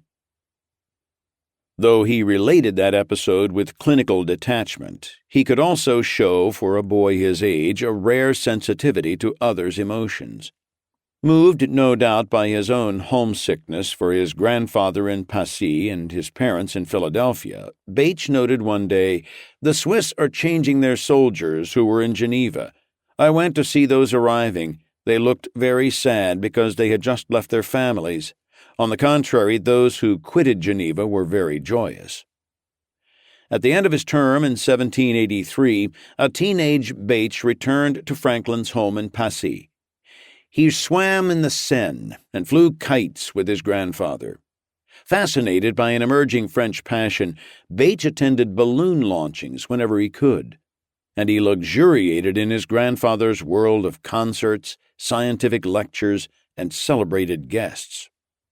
As Franklin began to consider a profession for his grandson, he naturally steered Bache toward the vocation that had consumed so much of his own life, printing. Despite all of his other pressures and involvements, Franklin had set up a printing house in Paris, producing bank orders, passports, and other documents. Franklin's French printmaster, Maurice Meyer, took Bache under his wing, showing him the intricacies of setting type and printing. Franklin, now in his late 70s and with the weight of endless diplomacy beginning to wear on him, took refuge from his cares in the reassuring smell of ink and the sound of the press. His relationship with his grandson matured into a more adult friendship. As Bache's skills developed, he recounted proudly in April 1785, "My grandfather has induced Mr. Didot, the best printer of this century, or that has ever been seen, to take me into his house for a time to teach me his art. I take my meals at his house and lodge at Mr. Leroy's, a friend of my grandfather's." Later that year, Franklin's diplomatic mission ended, and with it the happiest, most enchanting period of Bache's life. On the journey home in August 1785, the ship encountered a fierce storm. When a gale tore free the bowsprit sail, we remained without a single sail, driven at the mercy of the wind, which happily was not unfavorable. The sea was in a frightful state of agitation. The waves rose to such a height that the mainmast plunged 3 times into the water, and the water was so blown about by the wind that we could not see 50 feet ahead of us, Bache wrote, and the sailors and captain acknowledged they had never seen anything to equal it. The next day, thankfully calm and sunny, Bache was still animated by the experience, full of youthful enthusiasm and courage. "I was quite satisfied to have enjoyed such a beautiful scene and to have escaped from such peril. I believe that all my life I shall keep in remembrance that moment, rendered so interesting by its danger." Though Bache reunited joyfully with his parents upon returning to Philadelphia, he and Franklin had grown close enough that the two were never far apart. Franklin saw to it that Bache capped his European education by enrolling at the University of Pennsylvania, where he studied Euclidean geometry and moral philosophy. But there was never much question about what profession he would ultimately enter. After finishing his studies in 1787, the 19-year-old Bache took a direct role in building a printing business, financed by Franklin, in a series of buildings on Market Street. As Franklin's health by now was failing, Bache served as aide as well as companion and private secretary. Through his grandfather's eyes, he witnessed the birth of the Constitution in Philadelphia during the Convention of May 1787. Though Franklin's practical participation in formulating the document was limited due to age, he, like George Washington, provided enormous symbolic power to the proceedings. His closing speech, described by biographer Walter Isaacson as the most eloquent words Franklin ever wrote, expressed his own reservations about certain parts of the document as a means to encourage dissenters to overcome theirs. His words, added Isaacson, were perhaps the best ever written by anyone about the magic of the American system and the spirit of compromise that created it. A fall down his garden steps in 1788 left the 82-year-old Franklin in constant pain. That, combined with gout and kidney stones, left him unable to write. Bache patiently transcribed his grandfather's correspondence through the final months of his life. In April 1790, as Franklin lay dying, it was Bache who took down his final letter, an affectionate response to a letter from Thomas Jefferson. Though it was with great difficulty that he could breathe, yet he dictated a letter of a folio page and a half upon business that required every exertion of his memory and judgment, without once requiring me to read back what I had written or obliging me to correct more than one small error, Bache wrote to his future wife, Margaret Marco, 2 weeks after Franklin's death. The letter was as good a one as he ever wrote, notwithstanding the several difficulties he labored under at the time. Over the next several days, as Franklin slipped into semi-consciousness, Bache was a constant presence, quietly holding Franklin's hand to comfort him. When his grandfather died, Bache told Margaret, "He has left us, I hope, to live in a happier country." As for the 20-year-old Bache, he declared the pain of his loss to be irreparable. Franklin bequeathed to Bache his personal library and all of his printing equipment. By pedigree, education, and early life experience, Bache might have led a long, pleasant life of privilege. Having inherited his grandfather's wide range of intellectual interests, he could have been a gentleman property owner, spending his days dabbling in the arts and sciences. That he lived instead a short, tempestuous life, sometimes violent and always passionate, is one of the great ironies of the Sedition Act drama. Armed with these implements provided by Franklin, he was to become one of the most controversial and contrarian figures of his time, stirring up no end of trouble for the government. And that was nothing compared with the trouble he created for himself. Chapter 6. In October 1790, within 6 months of his grandfather's death, Bache launched the General Advertiser and political, commercial, agricultural, and literary journal. The newspaper proclaimed in its first issue, "The freedom of the press is the bulwark of liberty." The editorial office was on the first floor of 322 Market Street, a 3-story brick house built in 1787, part of the small complex of buildings Franklin had erected along the most prestigious and busiest thoroughfare in Philadelphia. The building, which had originally housed rent-paying tenants, featured the sort of architectural innovations, such as advanced fireproofing techniques, that one might have expected from Franklin. The framing was designed so that no woodwork from one room would touch the woodwork from another.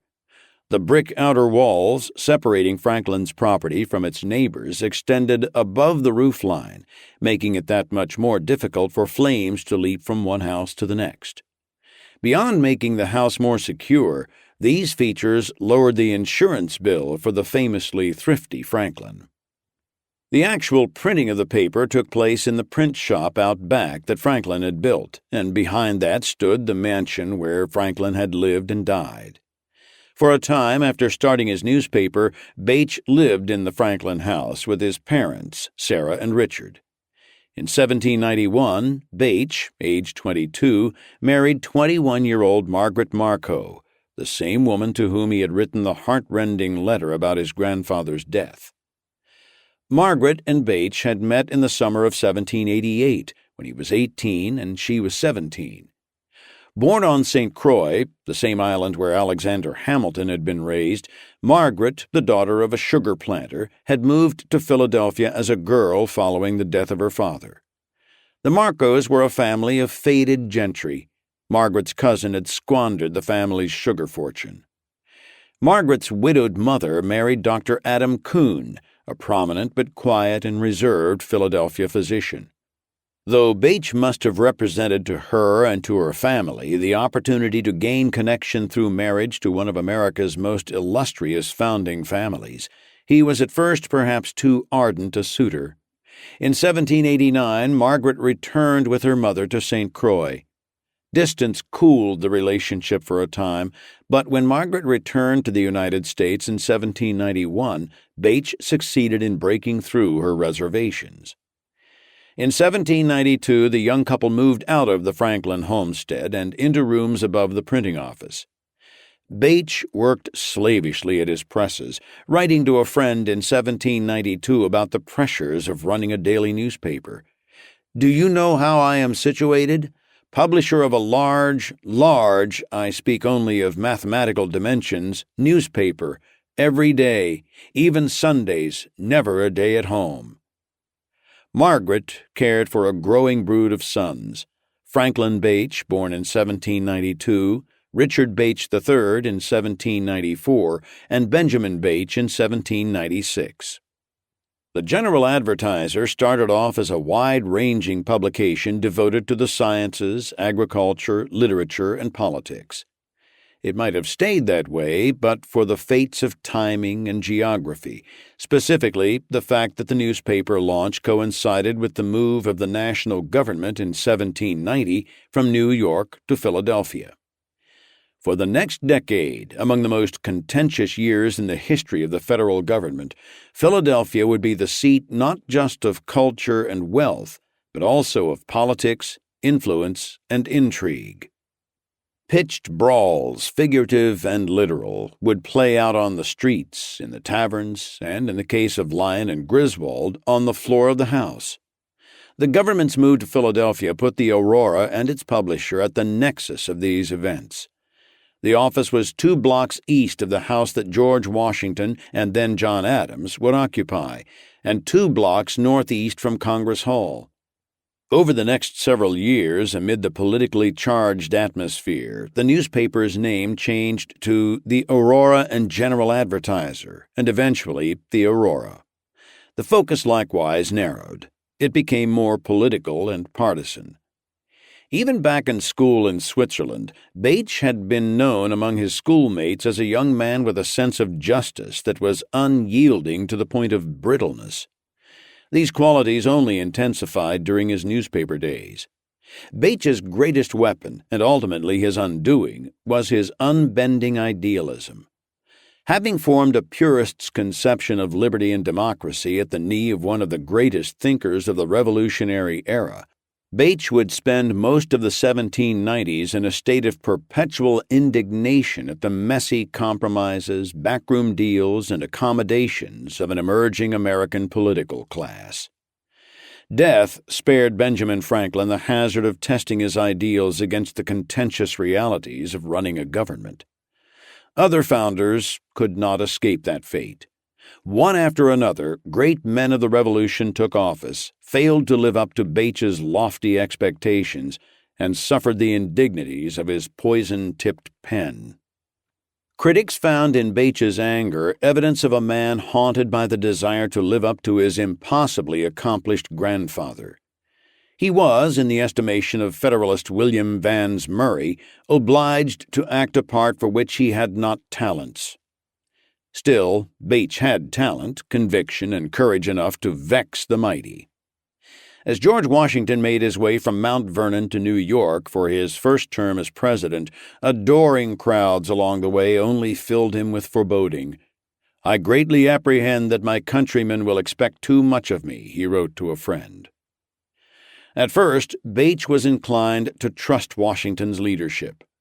His grandfather and Washington had not known each other well personally, but they shared a deep mutual respect. When Washington arrived in Philadelphia in May 1787 for the Constitutional Convention, his first act, before even unpacking his bags, had been to visit Franklin's home to pay his respects. During the early years of Washington's presidency, a 21-year-old Bache wrote optimistically, if not fawningly, that Washington presides over us with as much dignity and wisdom as man is capable of exerting. 5 years later, Washington was, in Bache's eyes, a weakling, a phony, and a cad.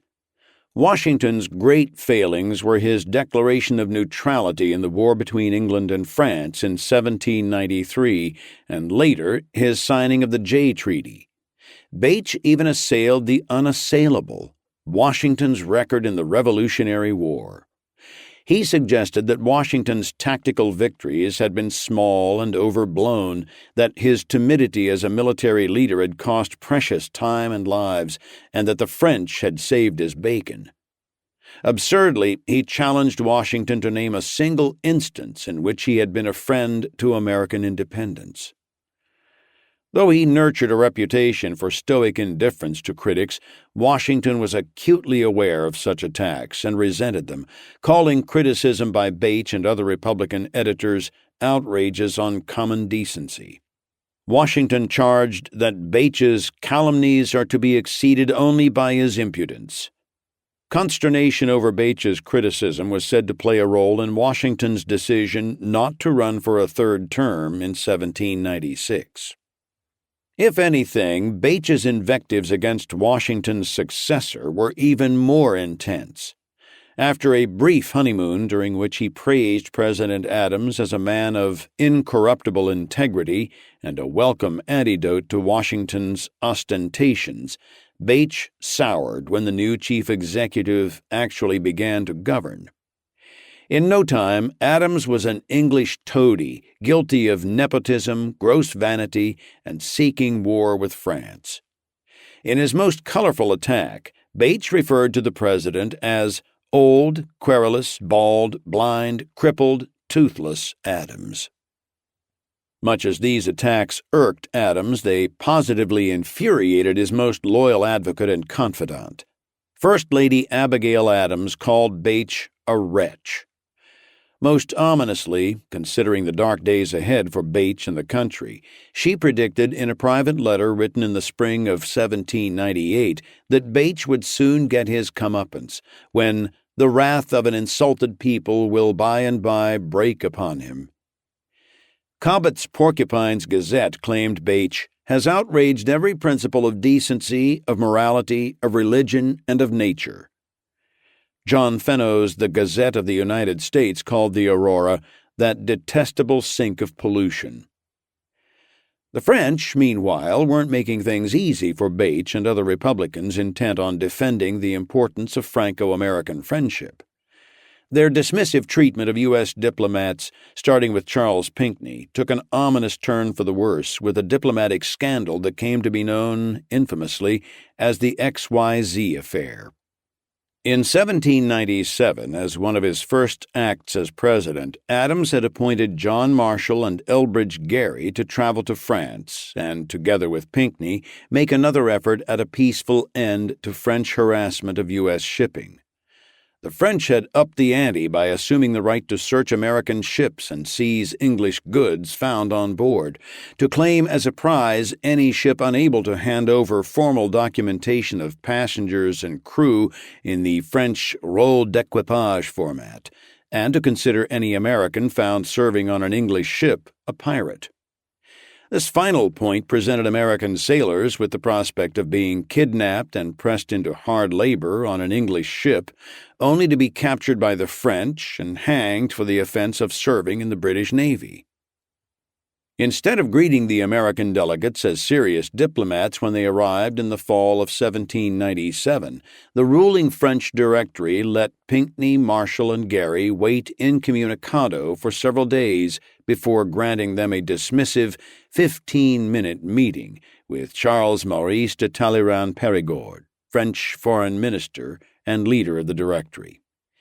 In the days and weeks that followed, 3 French agents delivered a series of progressively more humiliating demands as a pretext to further negotiations. The Americans would have to formally apologize for and disavow President Adams's stern speech to Congress the previous May, provide France with a sizable loan for pursuing its own wars, and even offer Talleyrand a $250,000 personal bribe. The Americans balked at the demands. In dispatches, the 3 French agents who had presented them were described only as X, Y, and Z. As details made their way through Philadelphia and around the States in the spring of 1798, the episode, soon dubbed the XYZ affair, stirred new and ever more intense waves of anti-French feeling among the population. The American envoys were greeted as heroes upon returning to the United States. Congressional Federalists hosted a dinner for Marshall. Among a series of toasts, one, "Millions for defense, but not 1 cent for tribute," became a potent rallying cry for Federalists around the country. For Republicans, the XYZ affair was a disaster. Not only did it damage their already weakening case for a U.S. alliance with France against Great Britain, it exposed them personally more than ever to charges of disloyalty to their country. In May, Bache published a conciliatory letter to President Adams from Talleyrand, the French Minister of Foreign Affairs. If Bache's goal was to show that the French had no desire for war, his plan backfired.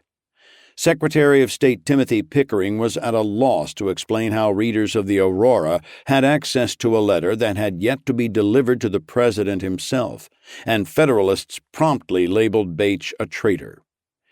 Republican newspapers came to the editor's defense, answering in particular the charge that Bache had committed treason by publishing the French minister's letter.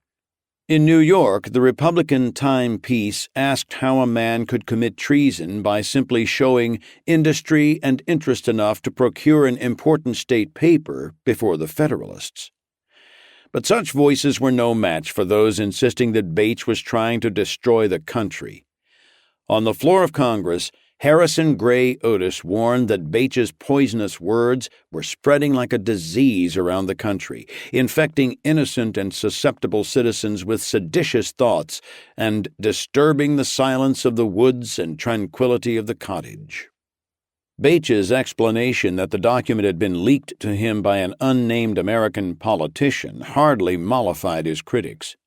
On June 18th, when President Adams delivered to the Senate and House the official copy of Talleyrand's letter, Massachusetts Federalist George Thatcher, on the floor of the House of Representatives, complained that the letter had already been printed in the French paper, that is, the Aurora, and accused its printer not just of being sympathetic to the French, but an agent of the French Executive Directory, an accusation tantamount to treason. When Republican Thomas Claiborne demanded proof, Thatcher responded that he hoped soon to lay before the House satisfactory evidence of the fact. Federalist Robert Goodloe Harper called Bache one of the secret agents in this country, trying to excite resistance to the measures of our government. Bache answered the charges with a 12-page 2-cent pamphlet with the long-winded title, "Truth Will Out, the Foul Charges of the Tories Against the Editor of the Aurora, Repelled by Positive Proof and Plain Truth, and His Base Calumniators Put to Shame." The pamphlet leveled some of the harshest words Bache had ever directed toward a politician. Thatcher was a man devoid of honor and spirit, whose cowardice stood upon record. As for Thatcher's promise to produce evidence of Bache's treachery, Bache wrote, "We dare him to the scrutiny, even before the tribunal he has chosen, and shall not cease to call on him for the evidence which he pretends to be in possession of." Bache published a sworn affidavit signed by Hilary Baker, the mayor of Philadelphia, stating that the Talleyrand letter had been delivered to Bache not by French officials, but by a gentleman of this city. Whether these represented journalistic coups or acts of treason was a debate as controversial in the 18th century as the Pentagon Papers were in the 20th, or WikiLeaks and Edward Snowden's NSA revelations in the 21st. But there is no question that Federalists had come to see Bache as a man intent on destroying the country. Worse still, every new and damaging article printed in the Aurora went viral, 18th century style, making its way into Republican newspapers from Georgia to Kentucky to Vermont, where the Federalist Rutland Herald accused Bache of being paid out of the French treasury for abusing the government of the United States, deceiving the public with artful lies. One day that May, some 1,200 young loyalists of John Adams appeared outside of the president's home in a show of support. Adams received them wearing a military uniform and sword. That evening, a smaller, mischievous remnant of that crowd, fueled by alcohol, arrived at Bache's home. "My doors and windows were battered, and the women and children in the house I happened to be from home, somewhat terrified," Bache reported. Intervention by neighbors and passers-by prevented the mob from doing further damage. Without naming Adams specifically, Bache blamed the incident on older Federalists for egging such mobs on and encouraging young men not of age to meddle in politics. Once bloodlust is unleashed, who will say where it would stop? At the same time, Bache vowed not to yield to threats and to remain true to the voice of my conscience, which tells me it is my duty to remain firm at my post when the liberties of my country are endangered. Chapter 7. Bache may have been the most controversial journalist in America, but he was not the most despised. That distinction belonged to James Thompson Callender, a native Scotsman who spent his career taking revenge with his pen for every indignity that life sent his way. His legion of enemies called him a nasty beast, that wretch Callender, and a dirty little toper. Abigail Adams, incensed by Callender's attacks on her husband, wrote that when such vipers are let loose upon society, all distinction between virtue and vice are leveled, all respect for character is lost. Given the fierce animosities between Republicans and Federalists, Callender's greatest mistake was to attack both sides at one time or another with equal fervor. A craftier, more ambitious journalist would have attached himself to one party or founder and basked in the reflected prosperity of the great man's political successes. But Callender was the opposite of a climber. He was a political faller. He recoiled from authority and was incensed by the very idea of political power. Though he harbored a special distaste for Federalists, his enthusiasm even for his fellow Republicans inevitably waned as their fortunes rose. In a reflective moment in the Richmond jail after one of his many scrapes with the law, Callender explained, "It is a part of my constitution, it is interwoven with my intellectual existence, that the greater opposition is, I become the more perfectly determined to strike it in the face." Whatever troubles this trait caused for his illustrious victims, invariably it redounded most severely on Callender himself, in the form of misery, poverty, and abiding loneliness. What is truly remarkable about Callender, though, is the extent to which modern historians and latter-day guardians of this or that founder's reputation have carried a visceral contempt for him into our own time, assailing the journalist as if he were still actively besmirching their hero's reputation from the grave. They've called him notorious, the most abusive and the most irresponsible of the Republican journalists, a scandalmonger, and an ugly, misshapen little man who made a career of spewing venom. One scholar wrote, "Few more unsavory and generally obnoxious figures than James Thompson Callender ever set foot on American soil." Another declared, "Of all the foreigners who were connected with journalism in the United States at the beginning of the 18th century, James Thompson Callender was easily first in the worst qualities of mind and character." Even the rare nods to Callender's journalistic skills have come wrapped in layers of invective, as when 20th century editor and scholar Virginius Dabney labeled Callender a drunken, vicious, and depraved, albeit talented, Scotsman. A man who excites such passions centuries after his death is worth knowing more about in any case, but it so happens that Callender was also an astute, fearless journalist, whose writing placed him at the center of the most important political events of his time. He was in his own tortured way a man of principle. According to biographer Michael Duray, author of the most complete and balanced portrait of the man, Callender was fueled by an inner rage which impelled him to risk all in vain attempts to cleanse society of what he perceived to be blatant wrongs.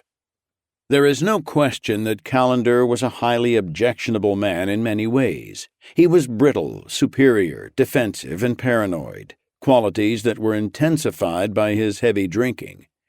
He turned on people with only the slightest provocation and used journalism as a way of settling personal scores.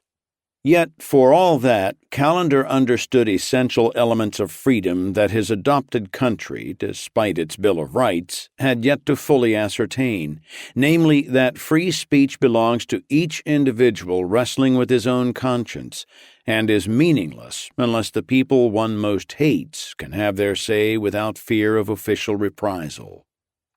William Cobbett, editor of the Federalist Porcupine's Gazette, berated Callender mercilessly, calling him a little mangy Scotsman, and speculating that Callender's nervous tic of jerking his shoulders was evidence of fleas and lice. Cobbett even published a mock will in which he bequeathed to Callender 20 feet of pine plank, which I request my executors to see made into a pillory to be kept for his particular use till a gibbet can be prepared.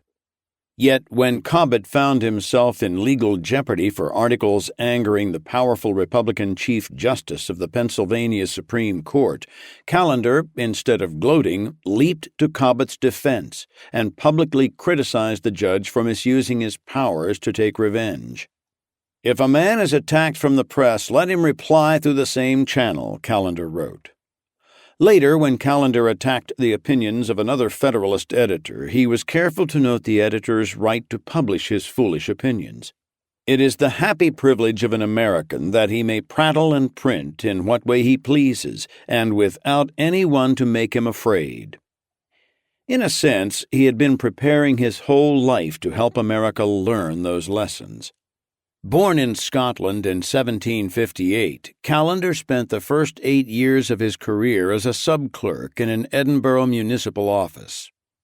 While other subclerks grumbled quietly about corruption and dishonesty, Callender openly accused his politically appointed boss of misusing public money. The boss threatened to kill Callender, but fired him instead. As an aspiring writer in an age when fawning patronage shaped careers, Callender declared war on one of the most revered authors of the 18th century. In a 63-page pamphlet entitled Deformities of Dr. Samuel Johnson, Callender, at age 24, showed no deference whatsoever to the 73-year-old Johnson, whose dismissive comments and writings about Scotland had infuriated him. Callender combed through Johnson's famed A Dictionary of the English Language, exposing errors and contradictions. By the early 1790s, Callender graduated from literary figures and provincial bureaucrats to a more dangerous foe, the British Crown. In 1792, he published The Political Progress of Great Britain, a compendium of British misdeeds intended to make the case for Scottish independence. The pamphlet tabulated the cost of England's foreign wars in lives and in treasure drawn from Scottish industries to pay for them. Beyond its copious facts and figures, the book showed Callender already honing his key eye for melodramatic detail. He wrote of a young wife whose husband had been pressed into military service and who, reduced to begging to support her infant children, was sentenced to hang for stealing a piece of linen from a shop. The hangman dragged her sucking infant from her breast when he straightened the cord about her neck, Callender wrote. Such were the fruits of what Englishmen call their inestimable privilege of a trial by jury. When the government responded with a warrant for his arrest, Callender fled first to Ireland, then to the United States, landing in Philadelphia in May 1793, when he was 35 years old. Having supported the American Revolution and admired the United States from afar, he settled in Philadelphia with his wife and children, about whom little is known. He quickly found a position as an assistant on a Philadelphia newspaper, the American Daily Advertiser, where he became an outspoken commentator on American policy and interests. In an infant government like ours, to hazard a foreign war unless from the very last necessity would be the height of madness, he wrote. Within a few months, Callender moved from the American Daily Advertiser to the Philadelphia Gazette, where he was assigned to report on the doings of the House of Representatives. Over the next several years, Callender wrote for several prominent Republican newspapers. While working for the Gazette, he moonlighted for Bache's Aurora, cranking out political pamphlets attacking powerful figures he viewed as too eager to instill British-style systems of class and political power in the United States. In 1797, he picked his first high-profile fight with Alexander Hamilton, the aristocrat that every Republican loved to hate. In terms of pedigree, Hamilton was, ironically, the least aristocratic of the leading founders. Born to an unwed mother in the West Indies with little social standing and fewer economic prospects, the precociously brilliant Hamilton attracted the notice of patrons who helped him immigrate to New York and gain admission to King's College, now Columbia University. Later, Hamilton distinguished himself as one of George Washington's most trusted officers in the Revolutionary War. By dint of his brilliance, courage, and deep ambition, he had reached the top levels of American power and society. His marriage to Eliza Schuyler, daughter of a leading New York family, brought him a level of happiness, stability, and social respectability that he had never known. Perhaps because of the things he had seen growing up poor in the West Indies, Hamilton harbored few romantic notions about the nobility or innate wisdom of everyday folks. His faith in Americans, notes biographer Ron Chernow, never quite matched his faith in America itself. Given a choice between the messiness of democracy and an orderly system with clear divisions between the rulers and the ruled, and a clear path to the prosperity he saw as America's destiny, Hamilton would have chosen the latter without hesitation. As lead author of the Federalist Papers and architect of the U.S. Treasury, Hamilton was a brilliant, indispensable advocate for a strong federal government. Yet his enthusiasm for class structures alarmed critics such as Callender, who viewed Hamilton as trying to recreate England on the American continent. In particular, Callender viewed Hamilton's plan for a Bank of the United States, modeled on England's central bank, as a dangerous step toward institutionalized aristocracy and centralized control of wealth.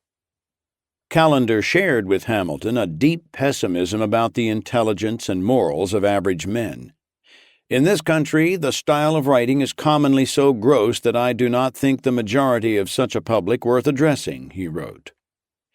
Yet where Hamilton found solace in the idea of a powerful central government run by a wise elite, Callender thought even less of the elite than he did of the rabble.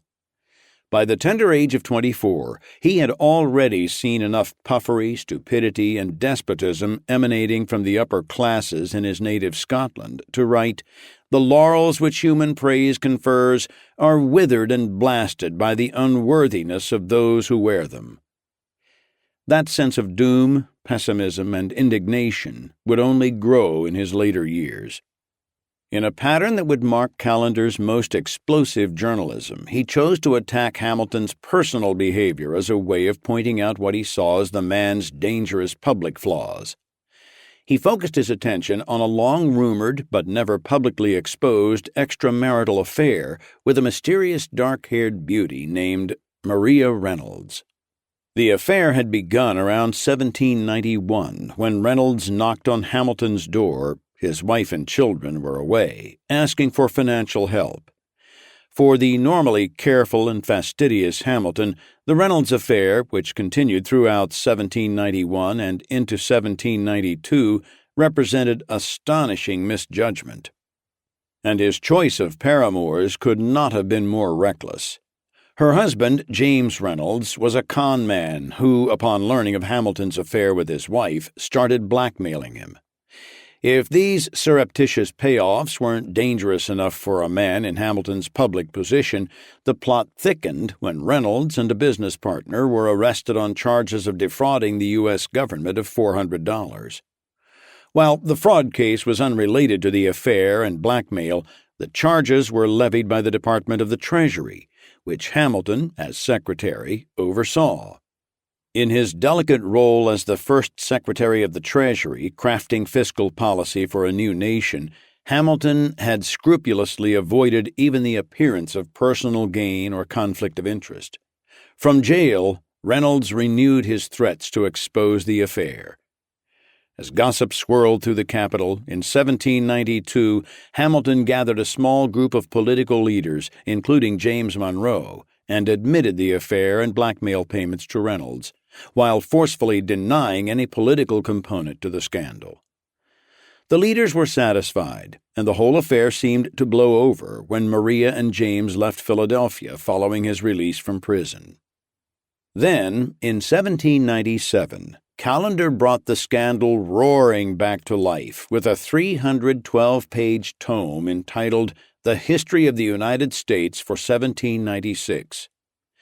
The first 200 pages offered a tedious recounting of government doings for the year, drawing heavily on his notes as a congressional reporter. Then came the bombshell, starting on page 204, a methodical, piece-by-piece description of Alexander Hamilton's affair with Maria Reynolds. This was no second-hand rumor, but a painfully documented exposé, including verbatim correspondence among Hamilton, Reynolds, and the three politicians who had met with Hamilton to resolve the matter 5 years earlier. Callender didn't stop at detailing what was easily the most embarrassing and humiliating chapter in Hamilton's career. The author suggested that Hamilton's infidelities were a mere smokescreen, hiding more serious crimes of bribery and financial misdealing involving James Reynolds, exactly the sort of innuendos Hamilton had hoped to avoid. To Callender, the volume of paperwork that Hamilton and others generated over the affair indicated something other than the purely carnal. So much correspondence, he noted, could not refer exclusively to wenching. Callender never revealed his sources, but the minute details and verbatim documents implied a source with direct access to sensitive information. Hamilton had no doubt about the culprit, Thomas Jefferson, his philosophical opposite and his chief rival for influence in the Washington administration. James Monroe, one of the three politicians to whom Hamilton had quietly confessed in 1792, was a fellow Virginian and close friend of Jefferson's. Not long before Callender's book appeared, Hamilton had publicly supported Monroe's recall as minister to France. Now Hamilton was convinced that Monroe had paid him back by giving Jefferson the documents related to the Reynolds affair. Considering the conclusive detail in Callender's reporting, there was no point in Hamilton's denying the affair with Maria Reynolds. Instead, he issued a lengthy rebuttal which came to be known simply as the Reynolds pamphlet. As he had in private, Hamilton conceded the affair but flatly denied any financial improprieties. The payments he made to James Reynolds, he insisted, were purely in the interest of keeping his sexual affair a secret. It was a painful admission both publicly and personally, especially since Hamilton was otherwise, by all appearances, happily married, and his wife, Elizabeth, the same year gave birth to the couple's sixth child. Although Hamilton was never charged with any financial wrongdoing and would continue to be a major voice in shaping policy from the wings, his hopes of returning to politics in a high elective office were essentially dashed, thanks to Callender. For a short time, Callender basked in his journalistic triumph against one of the most combative, powerful, and well-connected figures in the United States. He took special pleasure in having forced Hamilton to write his confessional pamphlet. "If you have not seen it, no anticipation can equal the infamy of this piece," he gloated in a letter to Jefferson. "It is worth all that 50 of the best pens in America could have said against him." Callender's reporting intensified the Federalist voices calling for formal restrictions on the wayward press. Clearly, something had to be done to silence Matthew Lyon, Bache, Callender, and others.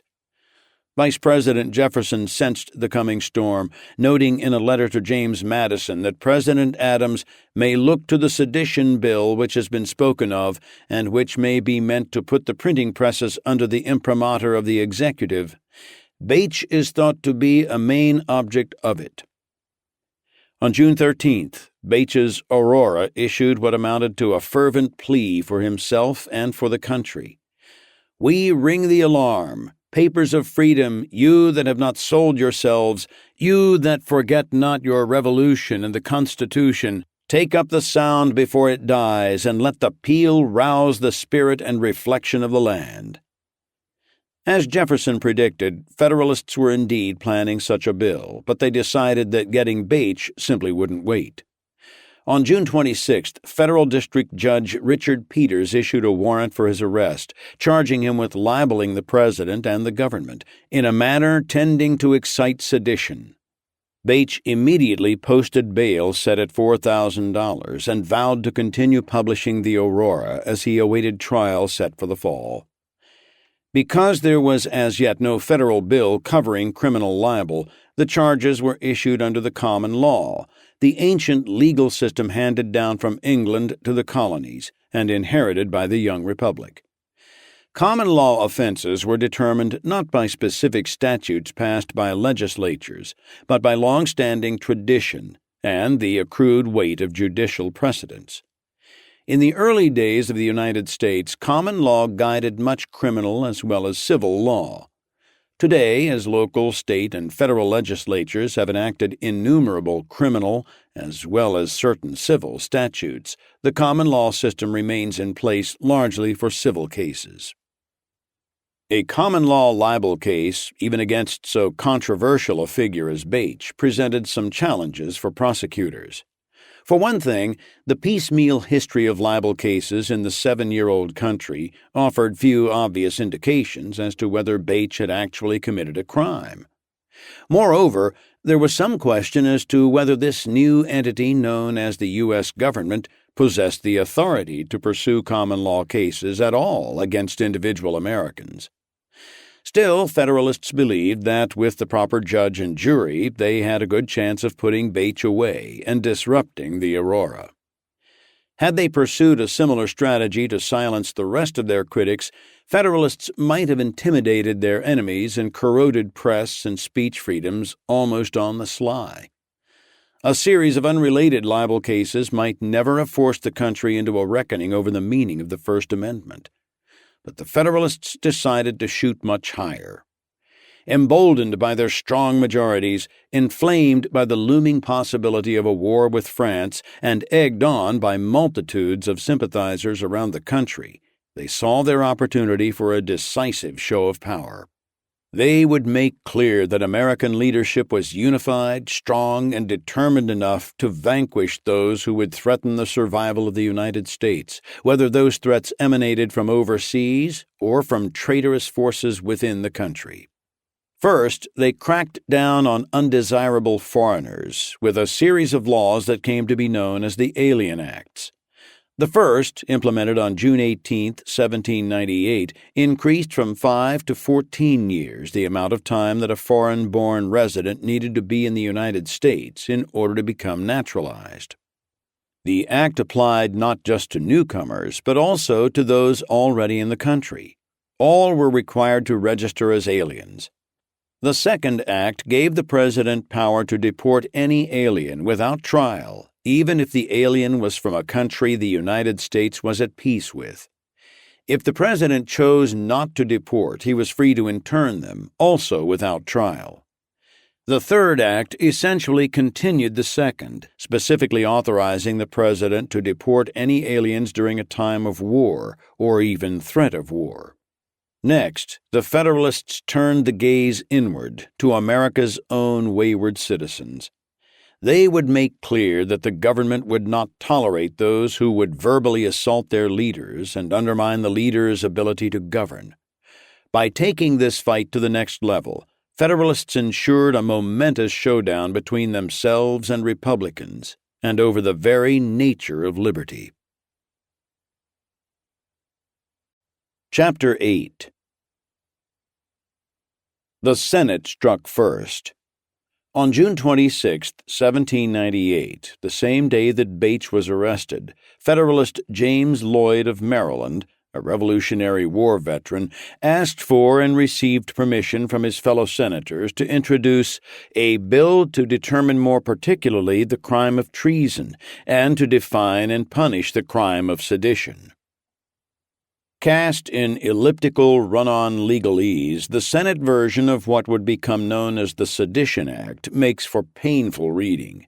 Yet it's worth wading into because beneath the arch language, the manner aforesaids, thereofs, and induces, lay a piece of legislation breathtaking in its capacity for tyranny and mischief.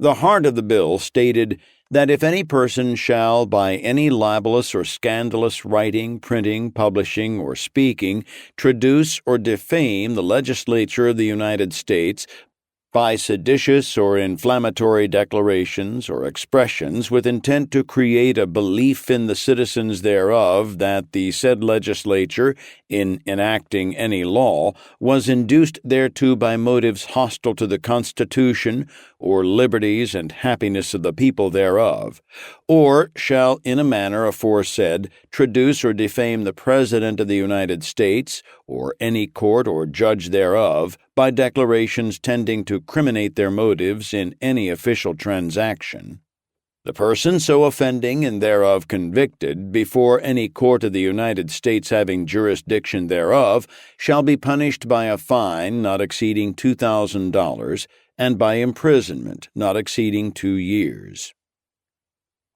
Defining libel in the context of criticizing public officials is hard enough.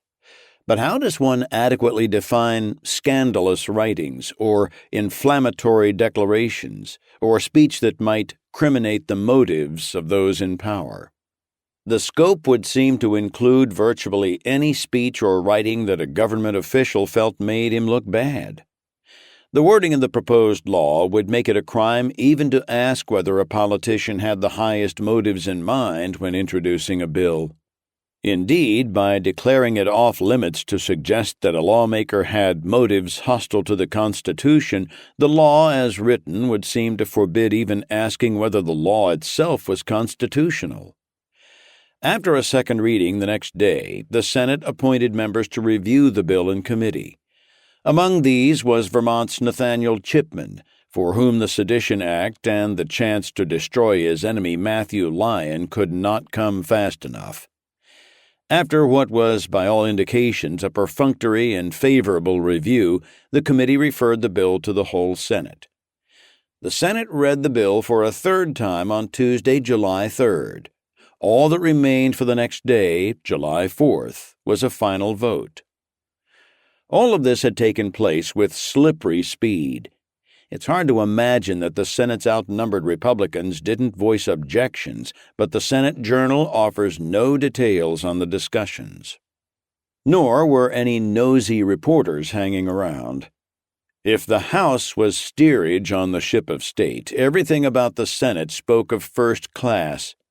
The senators sat in leather-bound chairs and each enjoyed a private desk, as compared with the long, bench-like desks shared by members of the House of Representatives.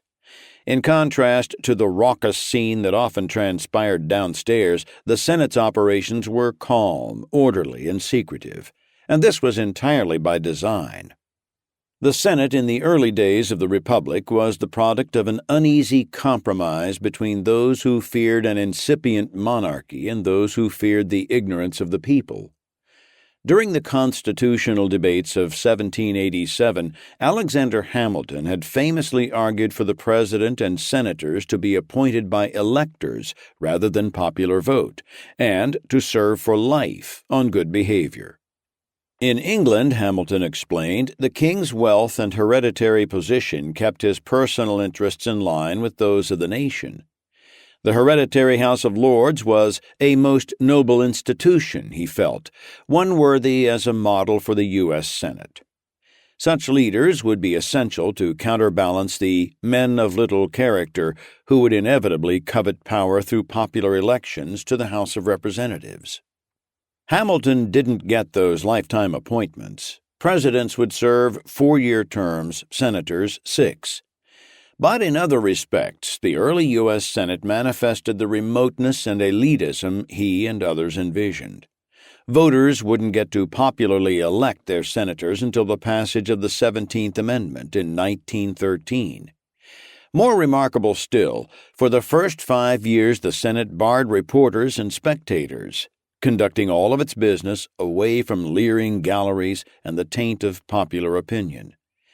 Senators would be wise men, answerable only to their knowledge and conscience, and rich men, above the lure of corruption, a body of carefully selected men who represented the country's wisdom and good judgment, and who would deliberate confidentially without regard for special interests. From the start, being governed by a band of would-be philosopher kings struck some Americans as downright undemocratic. Some newspaper editors smelled aristocratic pretensions, with one accusing senators of adopting the secret privileges of the House of Lords, and another blasting this patrician style, this concealment, this affection of preeminence. Republican editor Philip Freneau of the National Gazette urged his readers to demand public access, challenging them, "Are you freemen who ought to know the individual conduct of your legislators? Or are you an inferior order of beings, incapable of comprehending the sublimity of senatorial functions and unworthy to be entrusted with their opinions?" After defeating several internal resolutions over the years to open its doors, the Senate in early 1794 bowed to pressure, and then dragged its feet for nearly 2 years over construction of a modest public gallery. When the doors finally opened in December 1795 for some Senate functions, debates on treaties and nominations would remain secret until the 20th century, journalists soon found that listening in wasn't worth the trouble. Journalists weren't permitted to lounge on the floor as in the House, and catching details from the gallery was difficult at best. And anyway, the senators seemed to have made all of their important decisions behind closed doors in committee. So journalists continued to focus their limited manpower on the House of Representatives. What remains as a record of proceedings is the Senate Journal, crisp, businesslike, and dull. As rendered in the Journal, the Senate's deliberations carry all the drama of a private men's club deciding where to locate the new billiards room. This, too, was by design. Men removed from the storm and stress of public debate, protected from prying eyes, would be all the better equipped to make the wisest decisions on behalf of the people. And on July 4, 1798, 24 senators mounted the long wooden steps to their chambers on the second floor of Congress Hall. 8 members were absent. The first item on the Senate's agenda for the day was a proposal to establish an Office of Purveyor of Public Supplies for the War Department. After passing the proposal on for a second reading, the senators took up their second item of the day, final consideration of its sedition bill.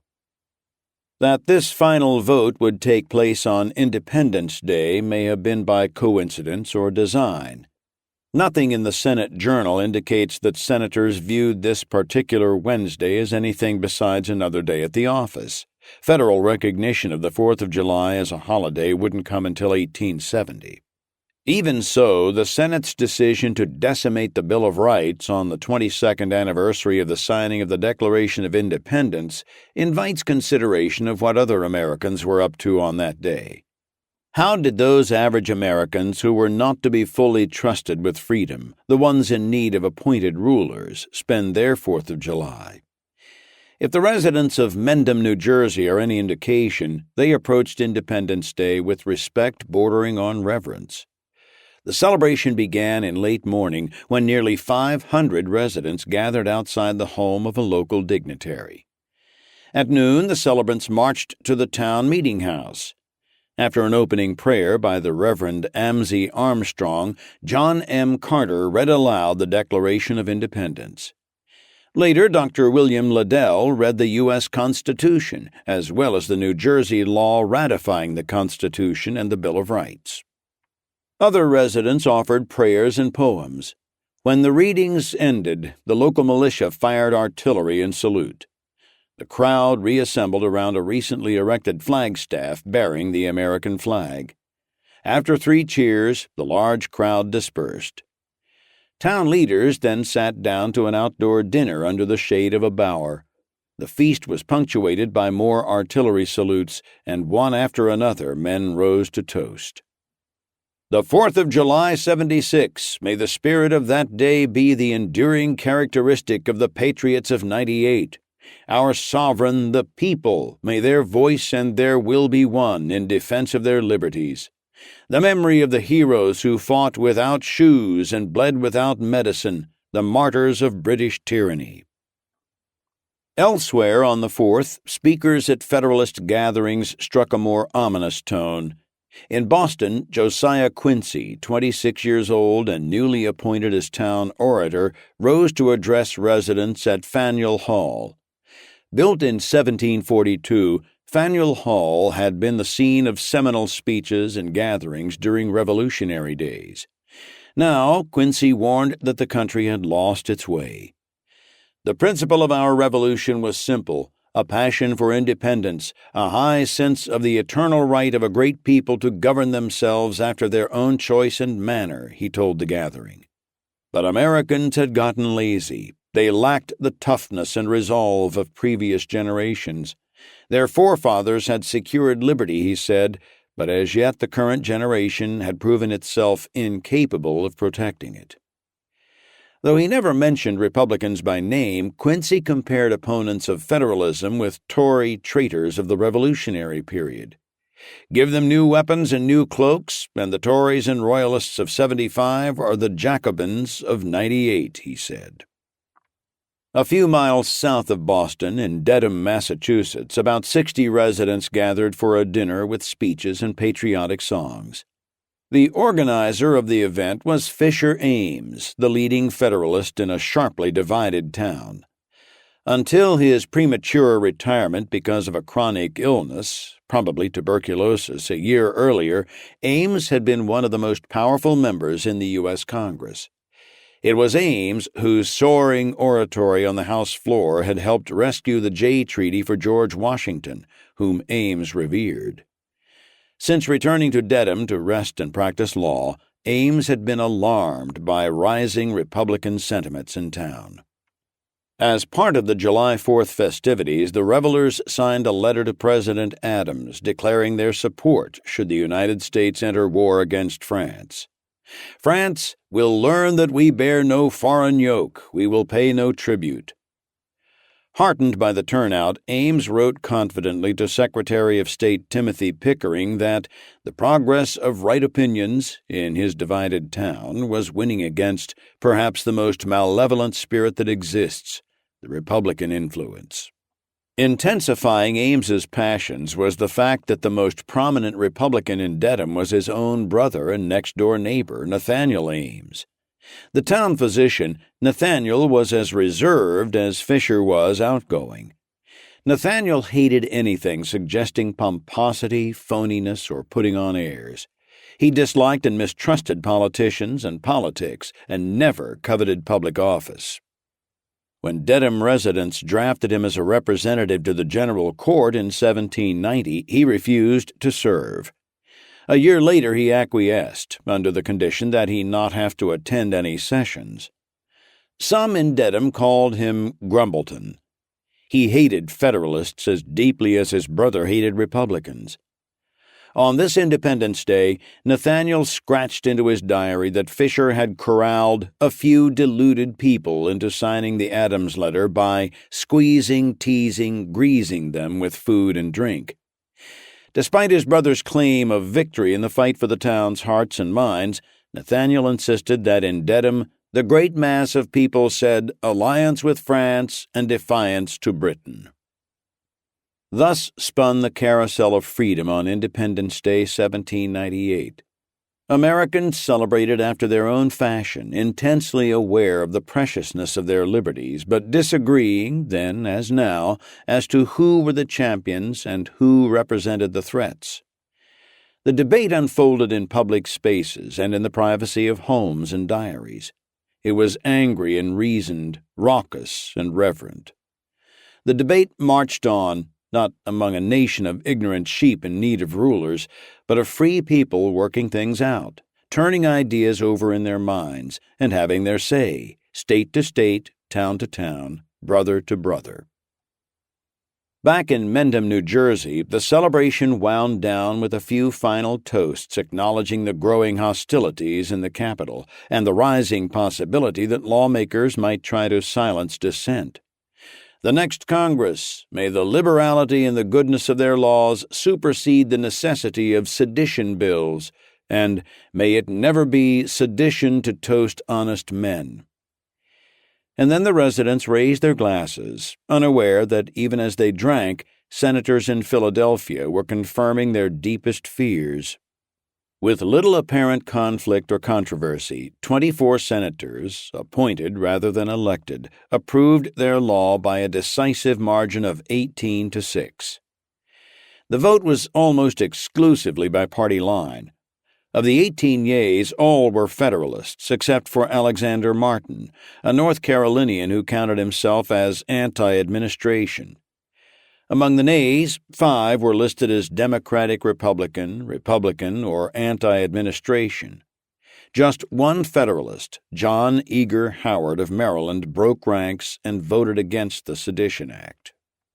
Given the rancor of the moment and the number of Federalists clamoring for Republicans' heads, it would be wrong to suggest that those 18 senators sank lower than the basest passions of their times. But certainly they rose no higher, these men who were to have been so wise. In the end, what separated them from the great swath of humanity was not a superior endowment of vision or wisdom, but the fact that they were enabled to do their work in the dark. Now the bill would move on to the House of Representatives, where at least it would get a full public hearing.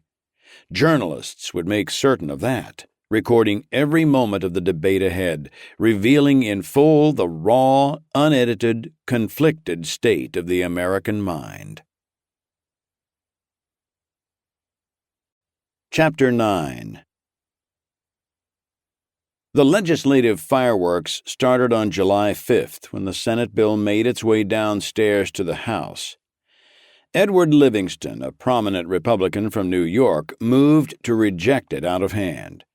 John Allen, the Federalist who a year earlier had taunted Matthew Lyon and Albert Gallatin about American blood and American accents, rose in defense of the proposed law. "If ever there was a nation which required a law of this kind, it is this," Allen told his colleagues. Something had to be done to stop the unwarrantable and dangerous combination of Republican newspaper editors and members of Congress. Allen, a 35-year-old lawyer from Connecticut, cited a recent article in Bache's Aurora accusing President Adams of seeking war with France for political purposes. Since pursuing a war for such reasons would amount to treason, Allen observed, the president should be hanged, if the charges were true, or Bache should be forcibly silenced, if they were false. For what kind of country, he wondered, allowed its citizens to destroy one another with vicious lies and call it freedom? Allen also discounted the argument by Bache and others that citizens should resist a sedition act, if passed, as unconstitutional. Americans could not just pick and choose which laws to follow and which to ignore, based on their own homegrown philosophies of constitutionality, he said. Rather, responsible citizens should be more concerned about stopping this infamous printer from spreading his toxin of insurrection. Bache's brand of liberty is calculated to destroy all confidence between man and man. Having spent himself in a flurry of adjectives and rising indignation, Allen yielded the floor to Republican William Claiborne of Tennessee, who noted dryly that Allen was a paid subscriber to the Aurora, thus voluntarily exposing himself to Bache's deadly toxins on a daily basis. Yet somehow the Connecticut representative's own ligaments to family, neighbors, society, and government remained remarkably intact. Might not other Americans have the fortitude to read or ignore the Aurora at will, recognize it as an opinionated publication, and make their own decisions without succumbing? How was it that John Allen alone possessed such rare strength? Allen responded indignantly, "I take the Aurora for the purpose of seeing what abominable things can issue from a genuine Jacobinic press." In hindsight, it's easy to dismiss Allen as an alarmist and a blowhard, in part because the issues that so inflamed the Times, fear of France, are so removed from our own experience. Still, his concerns were valid, his fears genuine. President Adams, his cabinet, and the Federalist Congress were dealing with enormous challenges. France, a global power, was disrupting U.S. commerce by seizing American ships. America was on the verge of being drawn into a terrifying conflict with France, and the Republicans who opposed the Federalists were indeed creating no end of trouble and consternation for men who, with their backs against the wall, were trying to do the right thing as they saw it. Robert Goodloe Harper, the moderate 33-year-old Federalist from Maryland, professed himself to be less concerned with the wayward newspapers than with his fellow members of Congress, who were egging them on, promoting insurrection from the floor of the House.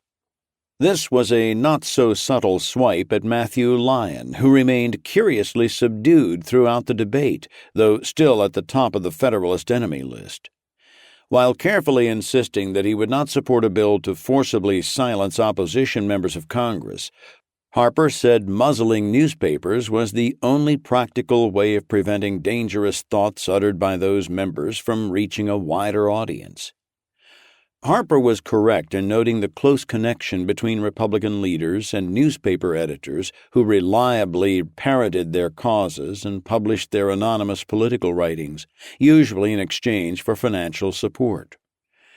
James Madison and Thomas Jefferson supported the founding of the first Republican political paper, the National Gazette. Editor Philip Freneau, an old friend of Madison's from the College of New Jersey, now Princeton University, was often sharply critical of Federalists. Bache counted Jefferson among his wealthy and powerful patrons. Of all the politicians of the era, it was Jefferson who mastered the sly art of quietly supporting writers and editors to promote his views and discredit his enemies and their policies. In personal encounters, Jefferson remained polite and carefully non-confrontational.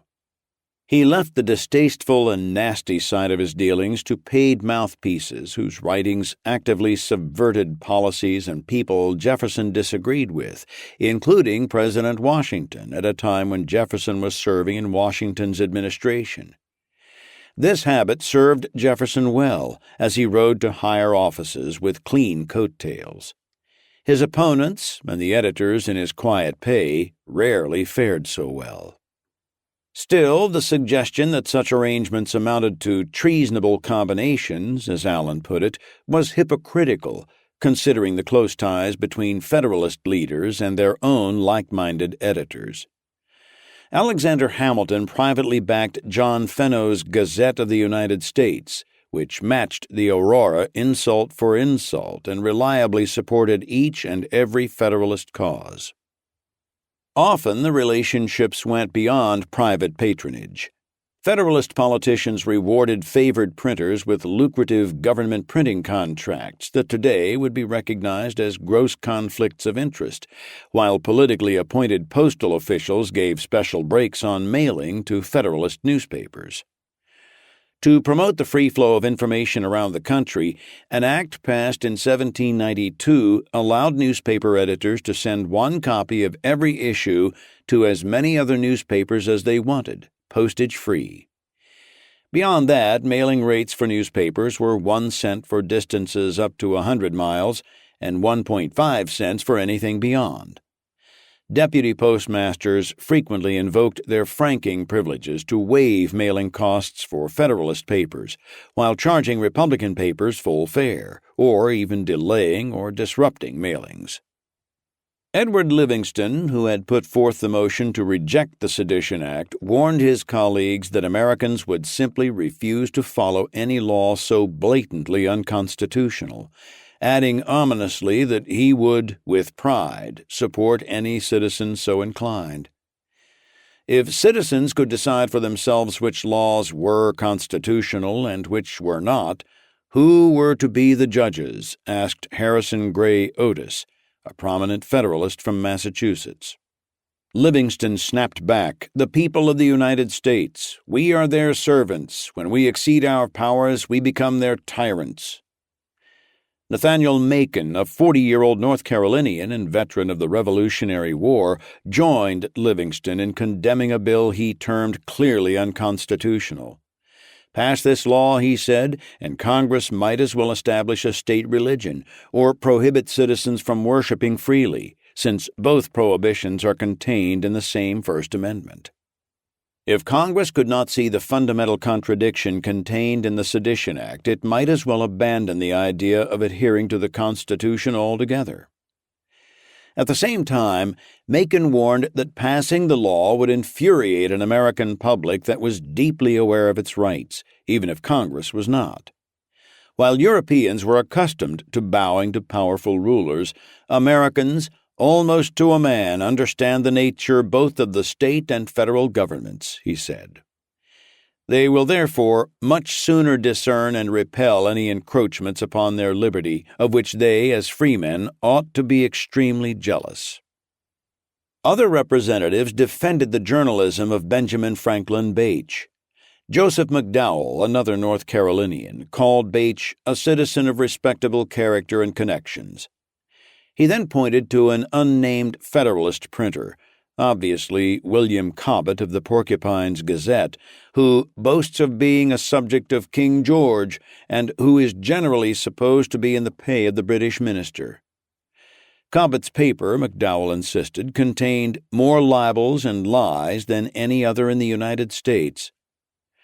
Cobbett was at least as objectionable to Republicans as Bache was to Federalists. Clearly, both, in the eyes of many people, were viciously, arrogantly wrong. So who was the outlaw? Did that depend only on who held the reins of power? The most eloquent defender of free speech and critic of the proposed act on that day was surely Albert Gallatin. The man who chose his battles carefully knew that this was a time to be heard. Gallatin attacked John Allen for implying that criticism of government debt amounted to sedition. Can it be a crime to suggest that wars drive up debt and taxes, or that politicians often seek to expand their own power, or presidents the power of the presidency? Gallatin understood American freedom at a level that many of his native-born compatriots did not. Although a Republican, he freely admitted the flaws in his side's argument. In particular, he referred to the timepiece article Allen had cited, which had been so contemptuous and personally insulting toward President Adams. The article was bad, Gallatin readily acknowledged, but Allen's solution was infinitely worse. What was the remedy proposed by the gentleman from Connecticut in order to rectify and correct error? Coercion, a law inflicting fine and imprisonment for the publication of erroneous opinions. Could the Federalists be so powerless as to lack the means of fighting erroneous opinions with the truth? Echoing Macon's warnings that Americans would openly rebel against abridgments of their rights, Gallatin said, "God forbid that we should ever see that day." He added, "But it is above all in the power of government to avert such an evil by refraining from unconstitutional and arbitrary laws." Not every member of Congress shared Gallatin's and Macon's concern over constitutional rights.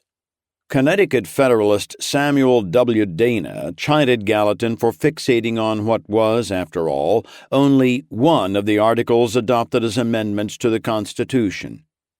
He wondered, why is the gentleman from Pennsylvania so very anxious on the subject?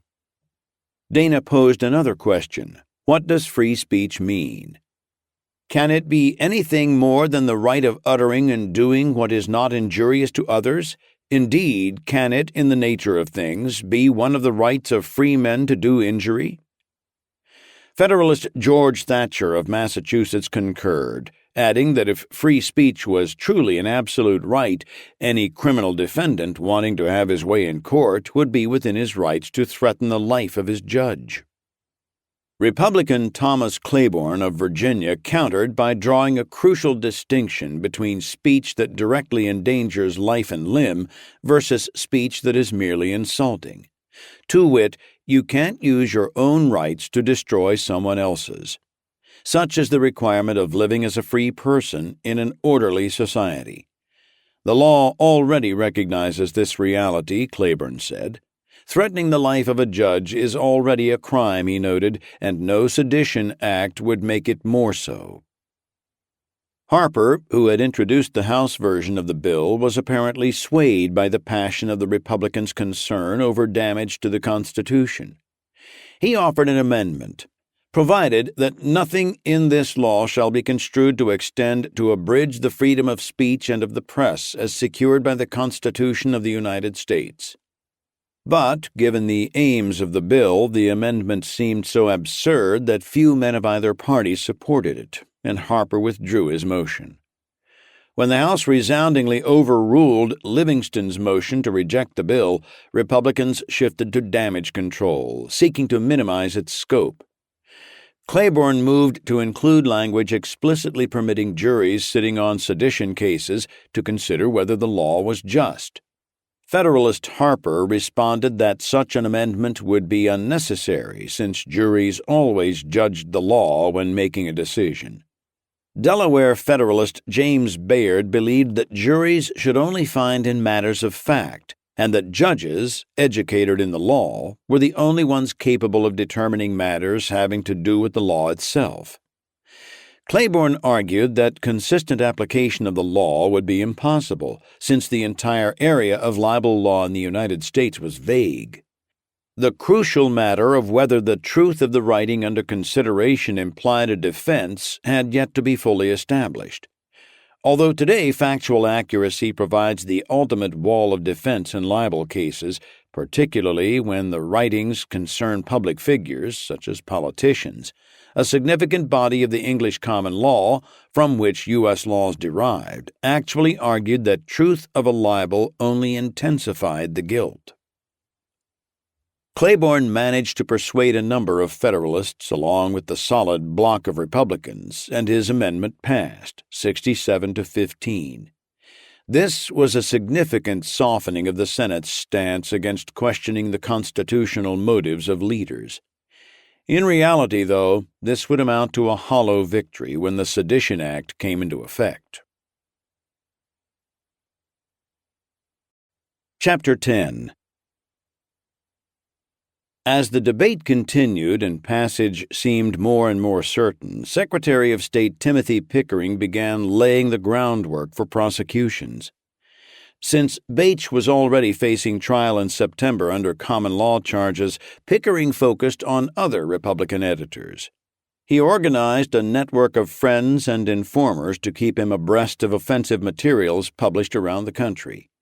When the incoming mail delivered a likely target from one of his sources, Pickering would write to the U.S. Attorney in that state, suggesting that he investigate and prosecute. Like most suggestions issued from powerful men to underlings, these were treated as direct orders. The son of a pious, unpopular farmer and church deacon in Salem, Massachusetts, Timothy Pickering graduated from Harvard at age 18 and made his way through life with a sense of moral superiority unmitigated by wit, irony, or the slightest awareness of his personal shortcomings. He was vain, suspicious, and thin-skinned, and when he suspected someone was against him, as often he did, he used every power at his command to destroy that person. Even the 20th century biographer who set out to rescue Pickering from his legacy as one of the principal villains of early American history realized partway into his research that the reputation was, alas, richly deserved. Among the most remarkable things about Pickering was his endurance, his ability to craft a long government career in spite of his many enemies. An officer in the Revolutionary War, Pickering had been chosen by President Washington as Secretary of War and then as acting Secretary of State following the resignation of Edmund Randolph. But his volatility and self-righteousness rubbed everyone the wrong way. Wherever he went, Pickering carried the whiff of paranoia and self-righteous double-dealing. Randolph's resignation enabling Pickering's ascension had come about in part through Pickering's own machinations. During the long deliberation on the Jay Treaty, Pickering provided Washington with captured French documents suggesting that Randolph sympathized with the French and might accept bribes in order to help advance French interests with the president. Pickering was not Washington's first, or even fourth, choice to fill the vacant post. At least 5 qualified candidates turned Washington down first. In the early days of the Republic, cabinet posts were not always sought-after assignments. Many viewed them as thankless roles involving low pay and arduous travel, and in the wake of Randolph's embarrassing resignation, such positions seemed personally risky and fraught with danger. Candidate Rufus King turned down Washington's offer to avoid being subjected to foul and venomous shafts of calumny from potential critics. At last, a desperate president offered Pickering the full-time position. Pickering repaid Washington by lamenting, behind his back, that the president was a weak administrator, an overrated general, and a man of only middling intelligence. Upon his election in 1797, John Adams kept Pickering on as his own Secretary of State, a decision he came to regret. Like many Federalists, Pickering believed himself and a few other leaders to be all that stood between the new republic and complete ruin. He hated and mistrusted the French and believed that equipping an army to stave off a French invasion was the highest priority of government. The second highest priority was weeding out the seditious elements within the United States who might support an invasion. Among Pickering's earliest actions was a letter to Richard Harrison, the U.S. Attorney for New York, alerting him to an offending item from June 19, 1798, in the Mount Pleasant Register in Westchester County. The Register was no hotbed of Republican unrest, but an obscure weekly printed by a man named William Durrell. The offending matter amounted to a single paragraph, not even original to the Register, but reprinted from another paper, the New Windsor Gazette of New York. Pickering enclosed the copy of the Register and instructed Harrison, if in your opinion it contains libelous matter, to enter a prosecution against the printer of that paper.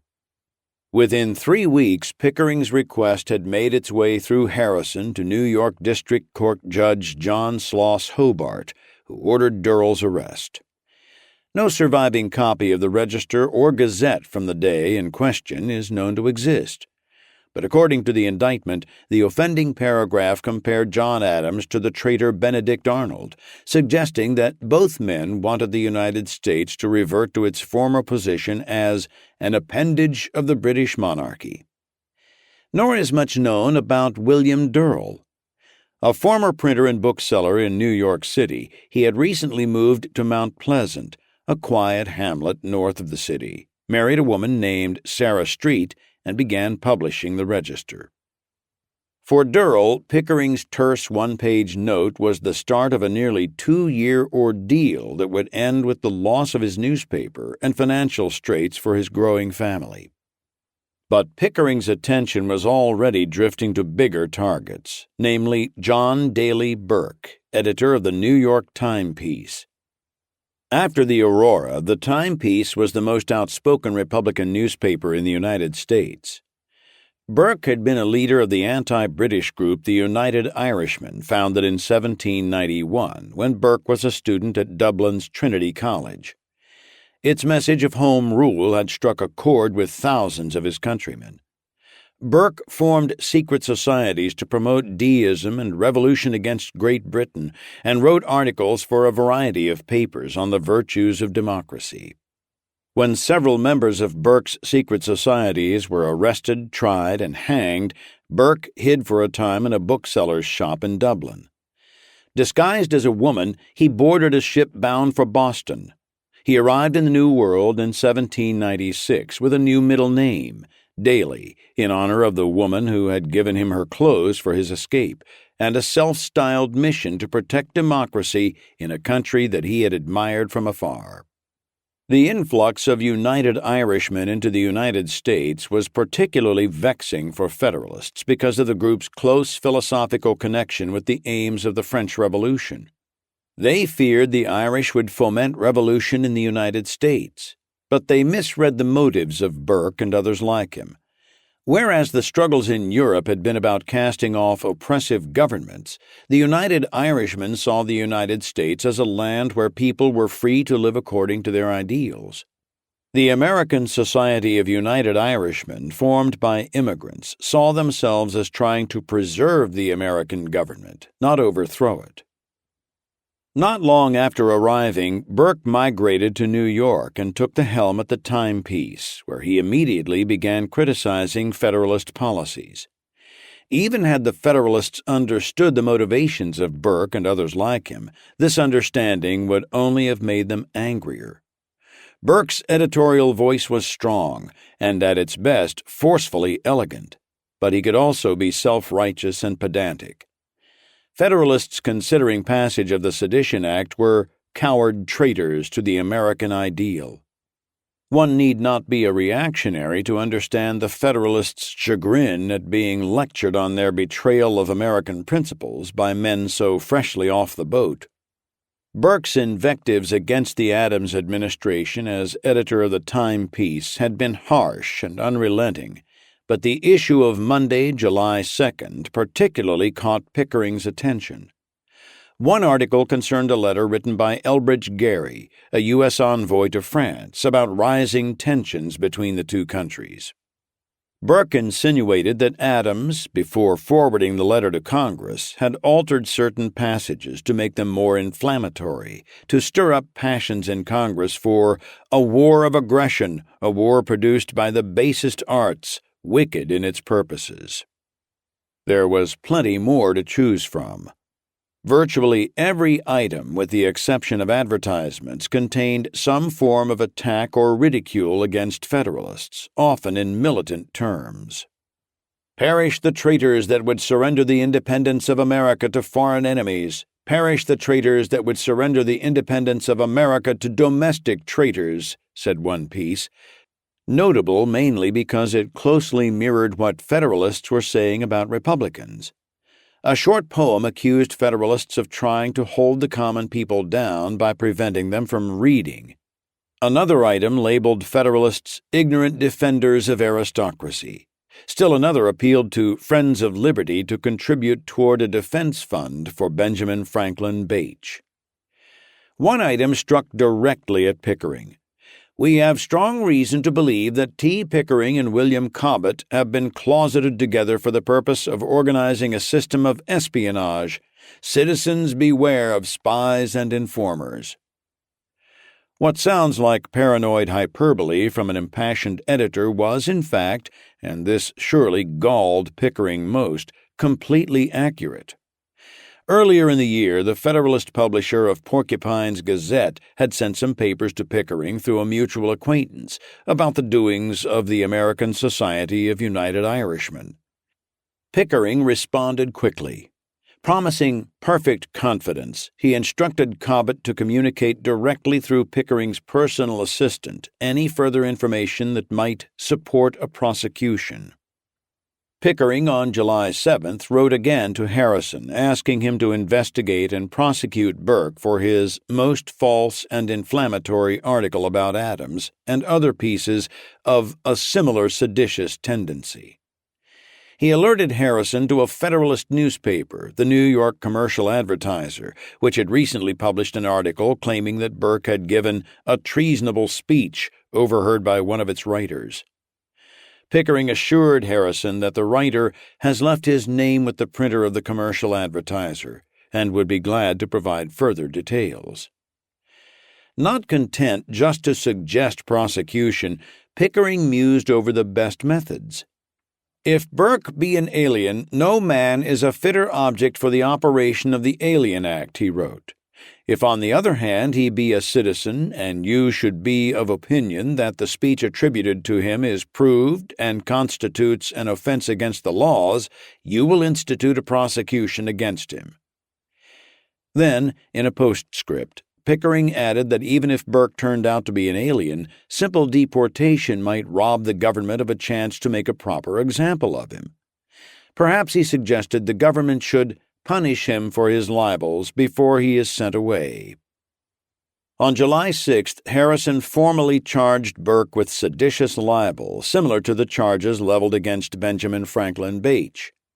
As editor of the timepiece, Burke had made some influential friends among New York Republicans, including Aaron Burr, the future vice president, and Alexander Hamilton, duelist.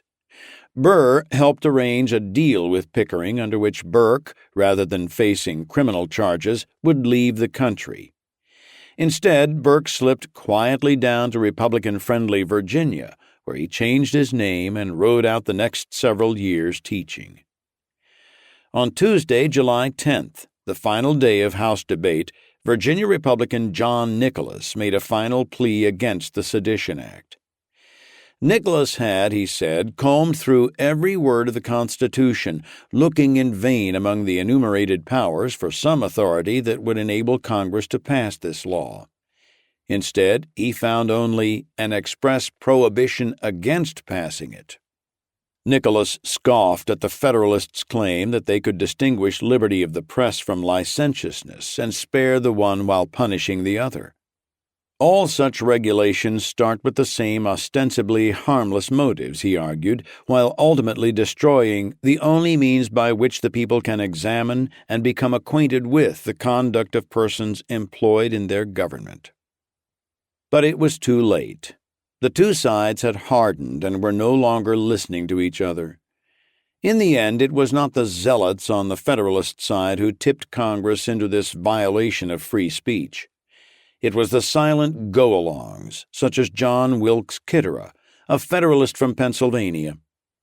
Representing a politically divided state, Kitterer said, "On one side it is said this bill is a violation of the Constitution. On the other, it is said to be founded on common law principles. If the latter is true, it may be wise and proper to pass this bill."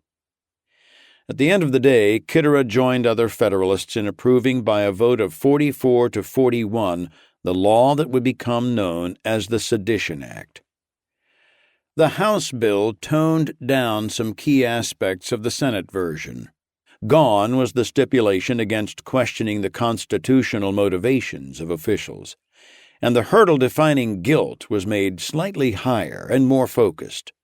The stricture against inflammatory writings was gone, along with prohibition of criminating motives.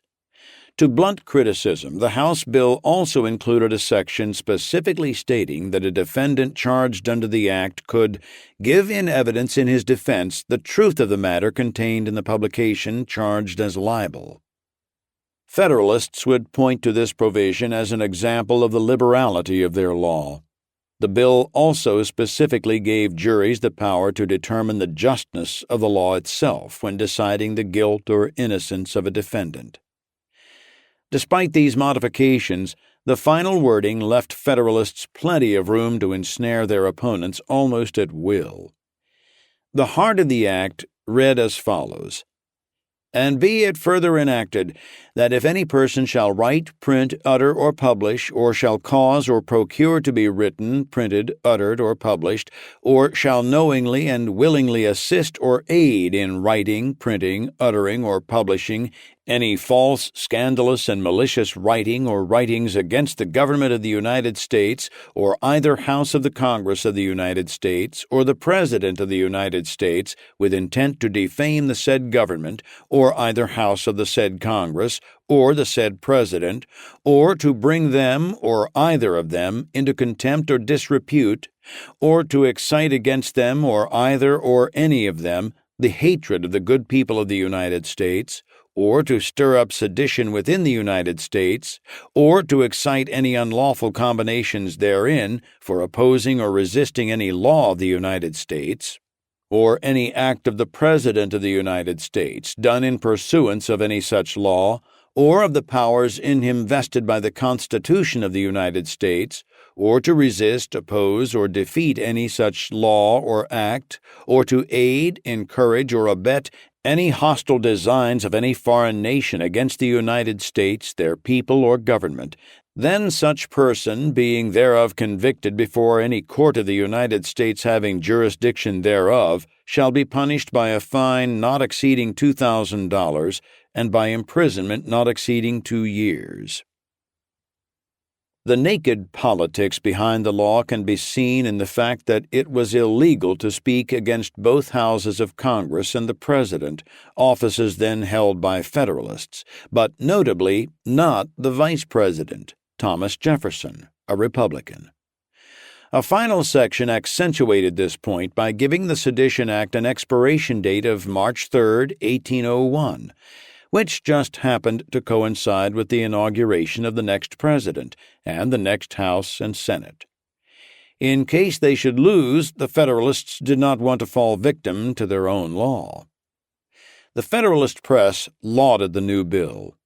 The Albany Sentinel assured its readers that the law would provide an effective check against the mad licentiousness of Republican editors. The New Hampshire Gazette trumpeted the bill's passage as a gag for Jacobinism. All that remained was the signature of the President of the United States.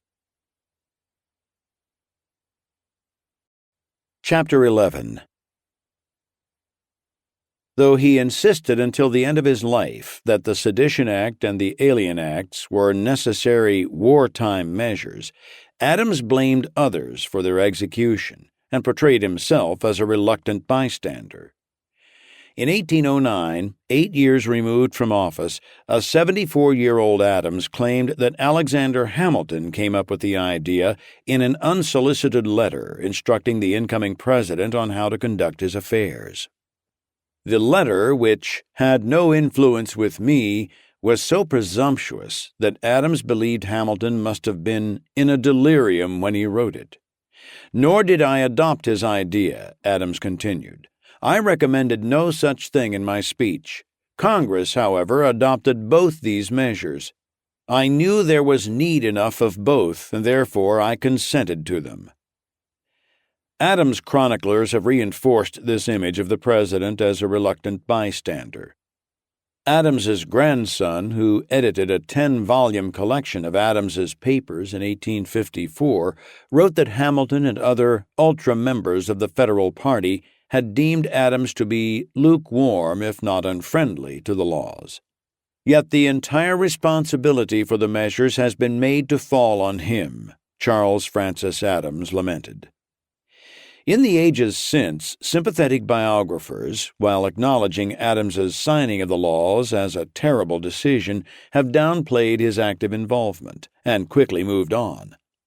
The website for the Adams National Historic Park in Quincy, Massachusetts, succinctly captures what has become the standard defense.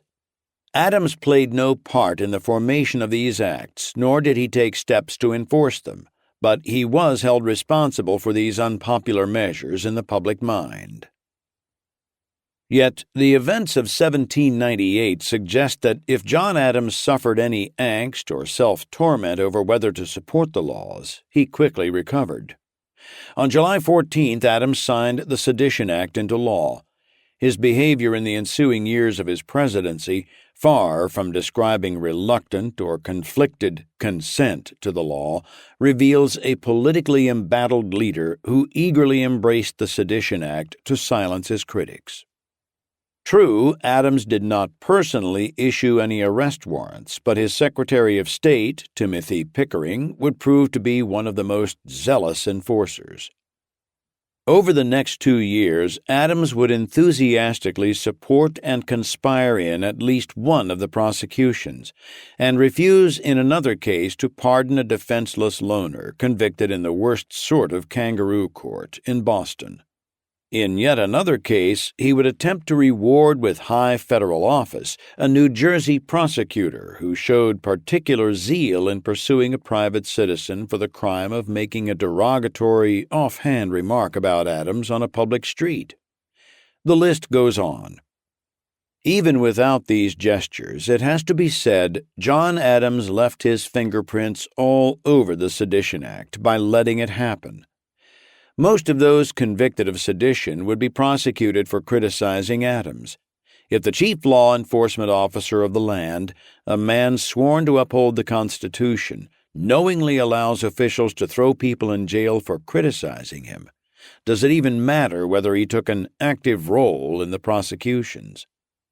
For another politician, signing the Sedition Act might have amounted to a political mistake. Adams's signature on this legislation rises to the level of tragedy because it represents a stark, personal betrayal of his deepest-held beliefs, one of those moments when a great man under pressure contradicts his conscience. Few, if any, of the founders had been as consistently forceful as Adams on the subject of freedom and on the corrosive potential of concentrated power to destroy rights. Few understood as viscerally that the essence of liberty lay in protecting the rights of besieged individuals against groups, whether an overpowerful government body or a vengeful mob. In 1770, he risked his career and his reputation by defending 8 British soldiers charged in the deaths of 5 citizens in the Boston Massacre. The public was in a hanging mood, and no other lawyer wanted the case.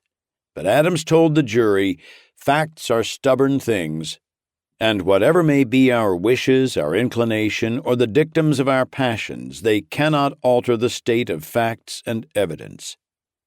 6 of the 8 defendants were acquitted.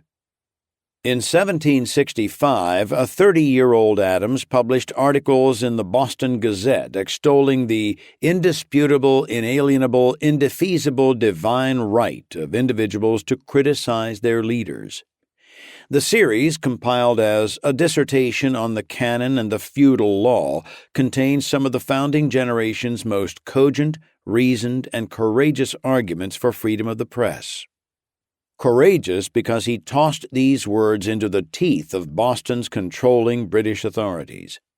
None of the means of information are more sacred or have been cherished with more tenderness and care by the settlers of America than the press, he wrote. Far from discouraging a free press, the government should encourage the free and unrestrained sharing of ideas. He added, it should be easy and cheap and safe for any person to communicate his thoughts to the public. Adams's praise for journalists eerily forecast the central conflicts of 1798. One passage addressed to printers reads like a fervent warning from a young, idealistic Adams reaching through time to his future self.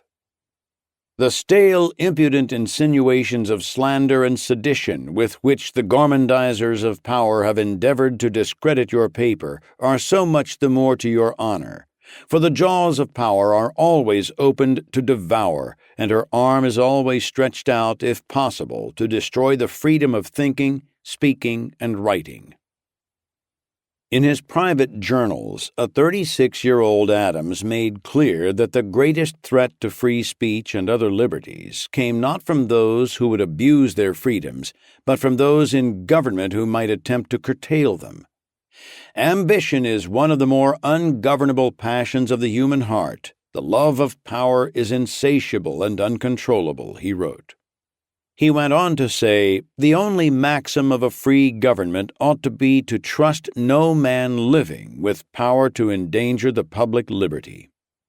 How, then, does one reconcile the firebrand in his 30s with the crabbed, dyspeptic 63-year-old president who now believed that it was not the people who needed protection from abuses by the government, but the other way around? Certainly, Adams had good reason for feeling besieged on all sides. He was caught in a pincer between hawkish Federalists, such as Hamilton, Pickering, and Secretary of War James McHenry, who pressed for conflict with France and openly or discreetly accused Adams of softness, and staunch Republicans who loved France, hated England, and accused Adams at every turn of leading an imperial presidency bent on making war. As he walked this tightrope, an increasingly bitter Adams felt Benjamin Bache and other Republicans always jimmying the line, trying to get him to fall. They were not just making his life and his job difficult, they were directly impeding his ability to govern the country through a precarious time. Never mind that this wartime measure lacked one crucial component, a war. The Sedition Act, Adams and others suggested, was an emergency procedure akin to martial law, a curfew imposed in extraordinary times to maintain order in the streets. But this is refuted by the overtly political nature of the law. Nowhere does the Sedition Act refer to any emergency. Nowhere does it suggest that the bill was necessary only to get the nation through a time of peril. True, the bill came with a time limit, but that was determined not by the nature of tensions with France, but by the dates during which Federalists were guaranteed to remain in office.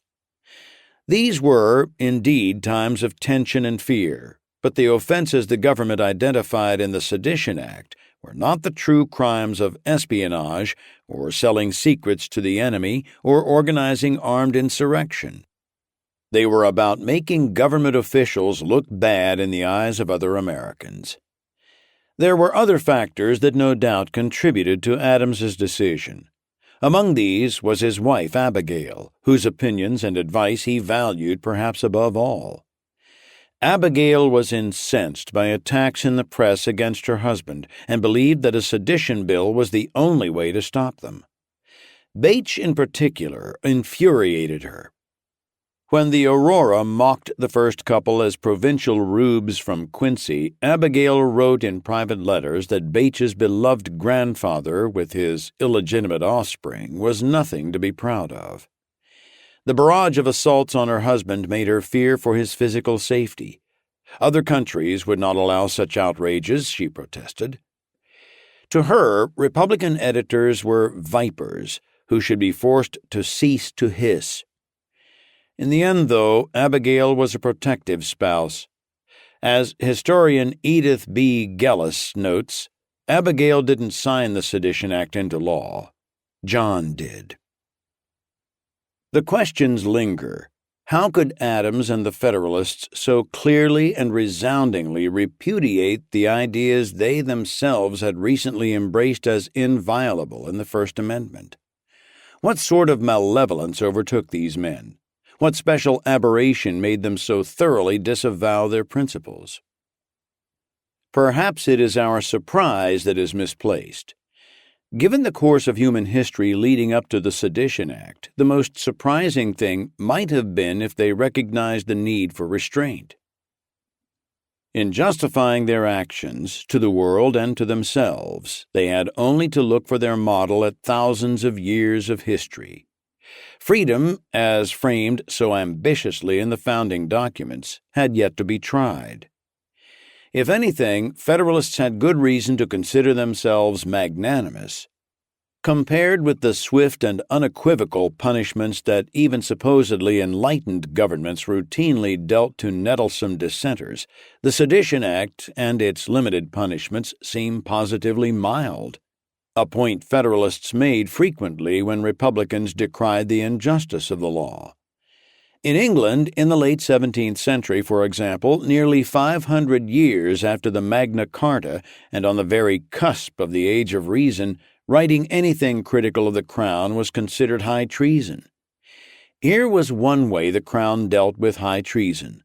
The condemned would be strapped to a hurdle, dragged to the place of execution, and hanged by the neck for a period long enough to cause excruciating suffering, but not death.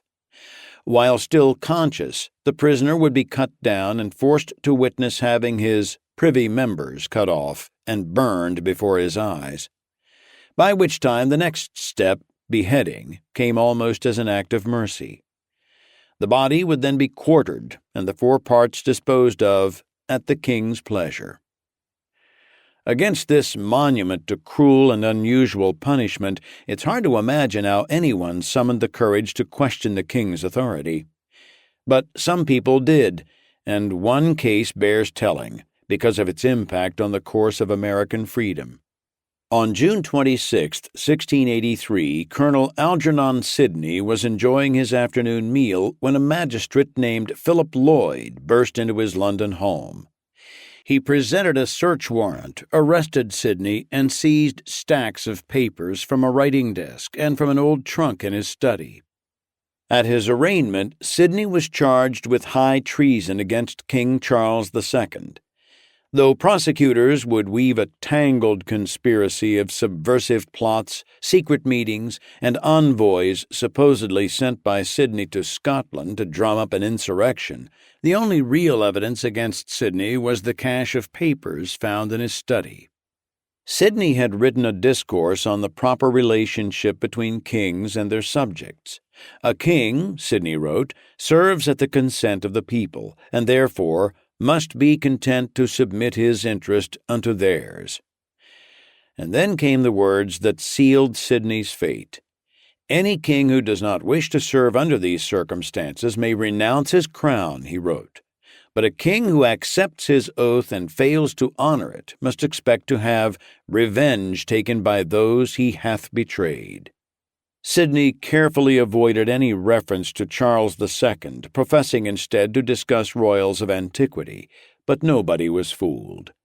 For this suggestion, Sidney was charged with compassing and imagining the death of the king. His trial transcript reads like a pre-Kafkaesque legal nightmare. After being read a rambling, invective-filled indictment at his preliminary hearing, Sidney was denied legal counsel and given 2 weeks to prepare his own defense in his cell.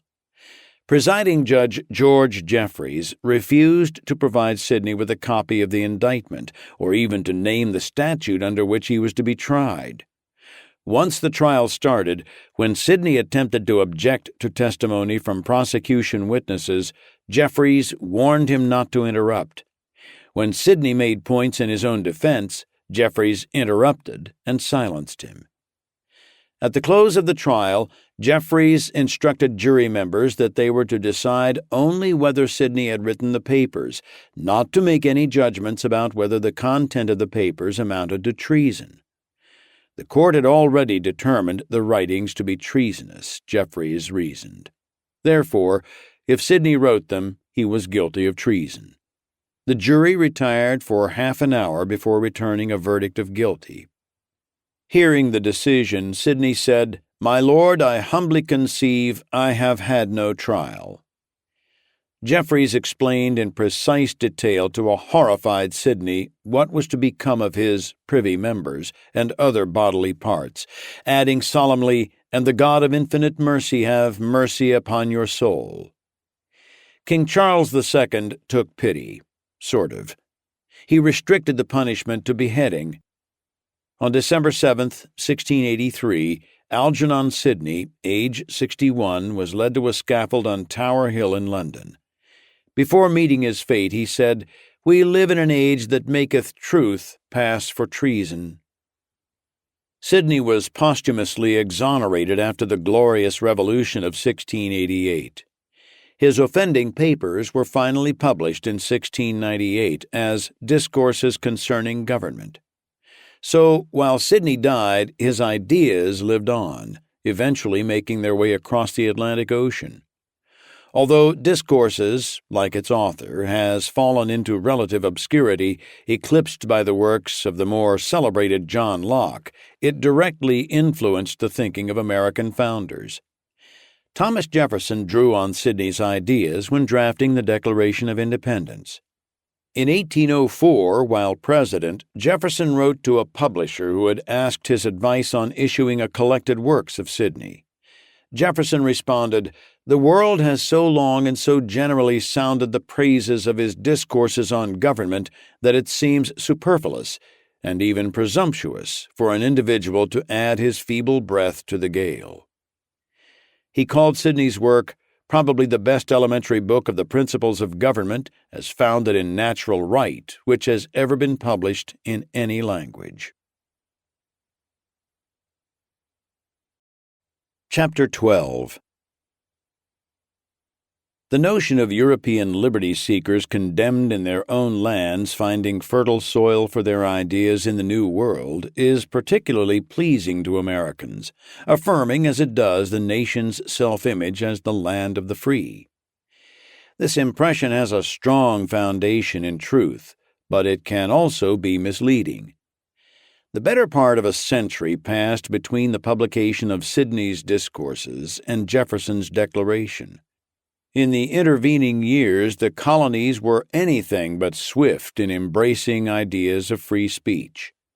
As historian Leonard W. Levy wrote in his landmark book from the early 1960s, Legacy of Suppression, the persistent image of colonial America as a society in which freedom of expression was cherished is an hallucination of sentiment that ignores history.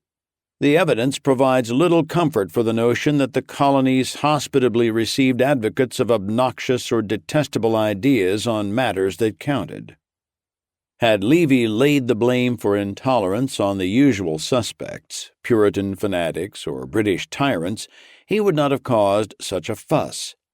But Levy's exhaustive study of colonial attitudes toward free speech found everyday citizens right up through the Revolution and Constitutional Convention and beyond to be deeply conflicted and often hypocritical on the subject.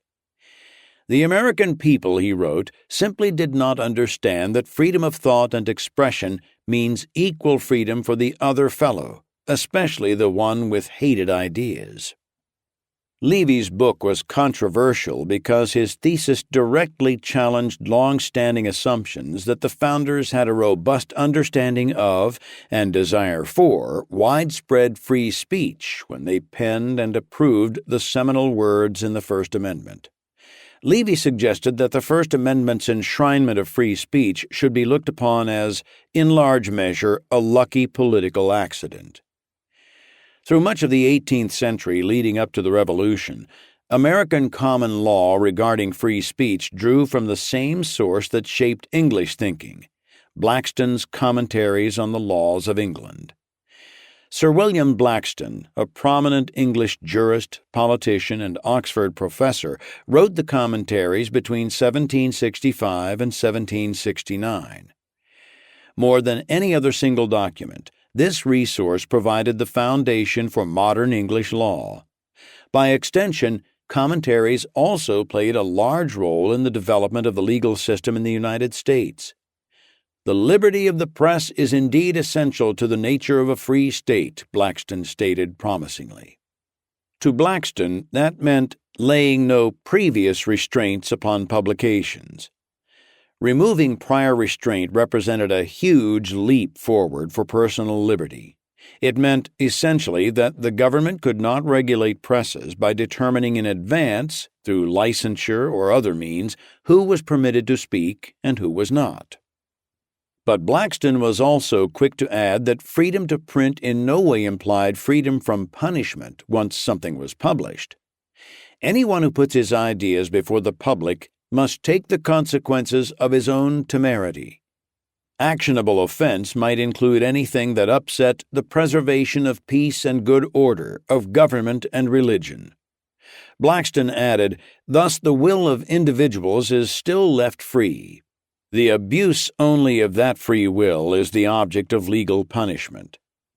But the lack of prior restraints does nothing to protect the printer from powerful people who don't like what's been printed. Indeed, Blackstone considered it a crime to write things that make discord between the king and nobility or concerning any great man of the realm. Also forbidden were false and pretended prophecies with intent to disturb the peace. Such prophecies raise enthusiastic jealousies in the people and terrify them with imaginary fears. As for libel, Blackstone forbade any writings, pictures, or the like of an immoral or illegal tendency when directed toward another person. In the American colonies, accordingly, printers were routinely hauled before juries and made to answer for the charge of seditious libel. In comparison with Blackstone's itemized exceptions and qualifications, the language of the First Amendment is clear, sweeping, and unequivocal in its protection of speech. Congress shall make no law respecting an establishment of religion or prohibiting the free exercise thereof, or abridging the freedom of speech or of the press, or the right of the people peaceably to assemble and to petition the government for a redress of grievances. But was the First Amendment, as Leonard Levy suggests, an accident? While Levy was a libertarian on speech, the First Amendment as accident proposition raises serious questions for free speech and freedom of the press. For if it can be said that the founders were not committed to such freedoms, then those rights might be negotiable, with each generation free to expand or limit the right according to its own desires. The Bill of Rights today figures so closely into the American discussion on everything from hate speech to the relationship between church and state to gun control that it's difficult to imagine the nation settling a serious debate without resorting first and last to that document. Yet original passage was by no means a certainty, and many founders felt a Bill of Rights would actually be dangerous to the country. The debate was intense and often heated. It would drive a wedge between two close friends, Alexander Hamilton and James Madison, who had collaborated on the Federalist Papers, the 85 essays in 1787 and 1788 that formed the single most persuasive argument in favor of a strong federal government. Hamilton was one of the most vocal opponents of a Bill of Rights. Among that elite circle of leading founders, Hamilton was the great pragmatist, the man who above all others relished the process of government, a bureaucratic genius who viewed a powerful federal government as the only way to prevent petty tyrants in each state from pursuing their own selfish agendas. We must not forget, he warned, that men are ambitious, vindictive, and rapacious. He spoke of the Constitution as a document so strong as to require no additional amendments outlining freedoms. Indeed, Hamilton insisted, the truth is, after all the declamation we have heard, that the Constitution is itself in every rational sense and to every useful purpose a Bill of Rights. By closely defining the federal government's duties and powers, the document would effectively prevent the government from seeking or exercising any powers not specifically mentioned. Any further elaboration of rights would thus be counterproductive, even dangerous, he insisted. Why, for instance, should it be said that the liberty of the press shall not be restrained when no power is given by which restrictions may be imposed? Yet even Hamilton, the progenitor of big government and the fundamental pessimist when it came to human behavior and motivations, declared individual rights as sacred. Rather than being a replacement for individual rights, he saw a strong federal government as the only means to ensure them. As Hamilton biographer Ron Chernow observes, Hamilton was as quick to applaud checks on powers as those powers themselves as he continued his lifelong effort to balance freedom and order. In the final analysis, he thought that the federal government, not the states, would be the best guarantee of individual liberty. Indeed, most of those who opposed a Bill of Rights did so on the grounds that it would limit freedom. Enumerating rights in a series of specific amendments, critics argued, might actually embolden the government to usurp other rights under the presumption that what was not mentioned was open to regulation. As one Federalist put it, a Bill of Rights would be at best useless, and if one right were to be omitted, it might injuriously grant by implication what was intended to be reserved. Other opponents derived their opposition from the fact that the United States would not be ruled by a king but by the people. Since the people would control the government, the only threats to liberty were if the people themselves proved to be unworthy of maintaining it. A Virginian writing as Civis Rusticus argued that the liberties of the people never can be lost until they are lost to themselves in a vicious disregard of their dearest interests, a sottish indolence, a wild licentiousness, a dissoluteness of morals, and a contempt of all virtue. North Carolina Federalist James Iredell argued that unless the country decided to establish a monarchy, the very idea of protecting the people's rights from the people themselves would be nugatory and ridiculous. Some opposition was practical rather than philosophical. A group of Boston tradesmen, including Paul Revere, worried that bickering over pretended amendments or alterations would slow down adoption of a document they considered crucial to reviving a slumped economy. One of the most consistent voices against the Bill of Rights was Noah Webster, which may surprise modern readers, since Webster's name is still synonymous in America with dictionaries and the use of words. Webster was one of the progenitors of an idea that would become known as the elastic Constitution, the idea that the document should be open to broad reinterpretation from one generation to the next, and that no generation could rightly assign moral absolutes for those to come. Writing as Giles Hickory in the American Magazine in 1787, Webster called the very idea of a Bill of Rights ridiculous in a nation where political power derived directly from the will of the people. The present generation have indeed a right to declare what they deem a privilege, he wrote, but they have no right to say what the next generation shall deem a privilege. In the end, the search for the founder's intent amounts to a sort of quest for a holy grail. The intents of the figures involved were so varied that parsing their pre-constitutional writings and speeches for specific intentions behind this or that phrase in the Bill of Rights becomes a game of post-colonial whack-a-mole. But in fact, there was broad consensus on the most important point of all. While they wrestled and haggled over specifics, all or most agreed that they wanted to found a country based on liberty. They wanted to be free. The yearning for liberty comes through in everything they said and wrote. In 1788, Samuel Bryan, a 29-year-old Pennsylvania state official and editor who opposed adoption of the Constitution without a Bill of Rights, wrote with youthful ebullience and optimism about his country, a land where happy equality and independency pervades. He declared, "It is here that human nature may be viewed in all its glory. The unfortunate and oppressed of all nations fly to this grand asylum where liberty is ever protected and industry crowned with success." Thomas Jefferson, watching the constitutional debates unfold from afar in Paris as minister to France, wrote home to James Madison in December 1787 his conviction that a Bill of Rights is what the people are entitled to against every government on earth, general or particular, and what no just government should refuse or rest on inferences. A few weeks later, he wrote to his friend Alexander Donald of the necessity of a bill stipulating freedom of religion, press, and other rights as fetters against doing evil, which no honest government should decline. That revolutionary idea that it was government rather than the people that needed fettering was by no means limited to advocates of a Bill of Rights or to Republicans versus Federalists.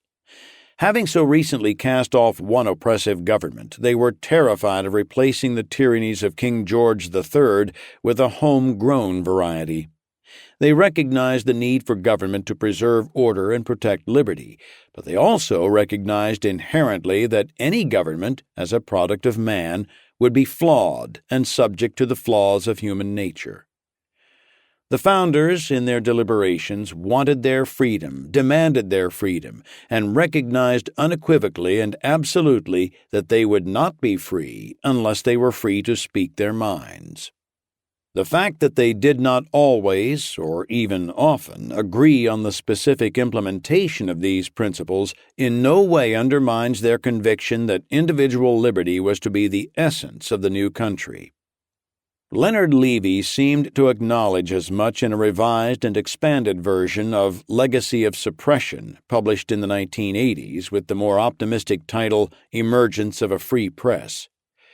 Though he held on to many of his earlier arguments, including the idea of the First Amendment as a lucky political accident, a closer reading of fractious, chaotic early American newspapers had convinced him that the American experience with a free press was as broad as the theoretical inheritance was narrow.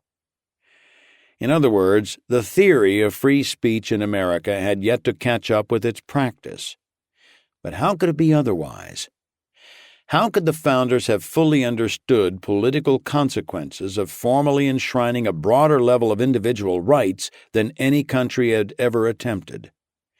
The essential gift the founders gave to themselves and to us was not a specific, unified theory behind the words contained in the First Amendment, but the words themselves.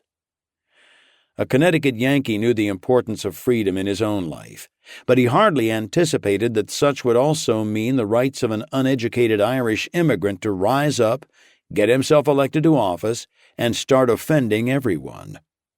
John Adams appreciated the rights of journalists to hurl insults at the British authorities, but he hardly anticipated Benjamin Franklin Bache and James T. Callender unleashing daily invective on him. By affixing his name to the Sedition Act, by betraying his better self, John Adams did more than create a mechanism for silencing political enemies. He set in motion a great national test of whether this first generation of independent Americans would understand, appreciate, and live up to the words they had adopted. Some modern scholars suggest that the very passage of the Sedition Act offers evidence that early Americans didn't much value speech and press freedoms, or that Americans didn't take the First Amendment seriously until the great Supreme Court cases of the 20th century, prior to which those words were essentially dead letters. But they weren't dead letters to the Republicans in 1798. The intended targets of the Sedition Act knew precisely what was at stake in the new law. Their objections, in newspaper articles, on the floor of Congress, in stump speeches, letters, and diary entries, reflected a vivid understanding of what free speech meant to them, and a clear conviction that their First Amendment rights were being torn asunder. They backed their arguments with constitutional principles. Congress shall make no law abridging the freedom of speech or of the press, one New Yorker wrote to the U.S. House and Senate shortly after the act was passed. A prohibition more express can scarcely be devised. The author was General John Armstrong, a Revolutionary War veteran and convert from Federalist to Republican. Armstrong wondered how the most enlightened nation upon earth could have come to a point that a man with reservations about the president must also conceal them with care. To hint them to a neighbor exposes you to fine. To breathe them to a brother subjects you to imprisonment. Armstrong's long, thoughtful letter also criticized the Alien Acts, but it was the Sedition Act that filled him with special foreboding. The former assails the few, the latter attacks the many. The former is directed at foreigners, the latter is leveled at ourselves. The former tyrannizes over men who in general have been born and bred under oppression, but it is the superlative wickedness of the latter to convert free men into slaves. Part 2. The Jaws of Power. Chapter 13. Despite his own looming court case and the new gag law, as he called it, Benjamin Franklin Bache vowed to fight his enemies with everything he had. On July 23rd, the Aurora chided the president over news of Alexander Hamilton's adulterous affair. "Thou shalt not commit adultery is one of the commandments of the deity himself," the article stated. Although President Adams wishes us to believe that he is a true believer and a very pious man, his appointment of a confessed adulterer as Inspector General of the Army proves otherwise, it continued. Mr. Adams ought hereafter to be silent about French principles. This insinuation of loose morals by association must have been particularly galling to Adams. He and Hamilton intensely disliked and mistrusted each other. Amid the XYZ affair and continued French harassment of U.S. shipping, some Federalist members of Congress were calling for an immediate declaration of war against France. Adams had chosen a more restrained approach of preparing for conflict by building the military. Congress in July responded to Adams's requests for funding by approving $2 million in property taxes and authorizing the president to borrow an additional $5 million to expand the nation's paltry complement of ships and soldiers. Adams added symbolic weight to the military buildup by luring George Washington from his Mount Vernon retirement to serve as commander of the armed forces. But the decision backfired on Adams when Washington asked him to name Hamilton, his former Treasury Secretary and Revolutionary War aide, as second in command. Adams wanted nothing more than to be rid of the arrogant, cocksure Hamilton. Hamilton, for his part, considered Adams to be a weak leader, especially on military matters. And because Washington was 66 years old and unlikely to lead forces in the field, Hamilton's appointment would make him, for all practical purposes, the leader of the army. Though Adams at first balked at the request, Washington had thrown the weight of his enormous prestige behind Hamilton. Hamilton had been out of government for 3 years, building his law practice in New York, and was eager to return to public life. He and his friends, including members of Adams's own cabinet, began a letter-writing campaign to build support for Hamilton's nomination. When Washington made clear that without Hamilton he would refuse to serve, Adams, feeling boxed in, had bitterly complied. It was a humiliating capitulation. And now, thanks to Bache, Adams was being publicly stained by Hamilton's marital infidelities. But 2 days after Bache's invective, when Adams left Philadelphia by carriage with Abigail for their farm in Massachusetts, it was to escape a danger more menacing than political battles or poison pens. Yellow fever killed with nonpartisan relish. The summer of 1798 would prove to be the worst outbreak of the disease in Philadelphia since 1793. Adams and many others who fled the city had vivid memories of the earlier epidemic, which killed more than 1 in 10 of the city's residents. Presidential travel in the 1790s bore no relation to the cocooned comfort to which modern-day presidents are accustomed. The carriage journey from Philadelphia to the Adams farm outside of Boston, a distance of more than 300 miles, took the better of 2 weeks, assuming things went well. Often they did not. Weather and washed-out roads could slow a journey to a crawl, particularly in rural areas. Horses had to be changed about every 12 miles. Travelers endured endless bumps and the discomforts of extreme heat or cold, depending on the season, not to mention the ever-present danger of food poisoning from even the best hotel kitchens and roadside taverns along the way. On top of these difficulties was a reality of presidential travel that both John and Abigail Adams despised. Endless rounds of salutes and fetes at every city, town, and wide spot in the road through which they passed. Unlike kings, these early presidents were expected to be accessible. Being honored and toasted, and worse, having to return each toast or speech with a toast or speech of his own, was something that Adams's predecessor, the private and reserved George Washington, accepted with, at best, grim forbearance.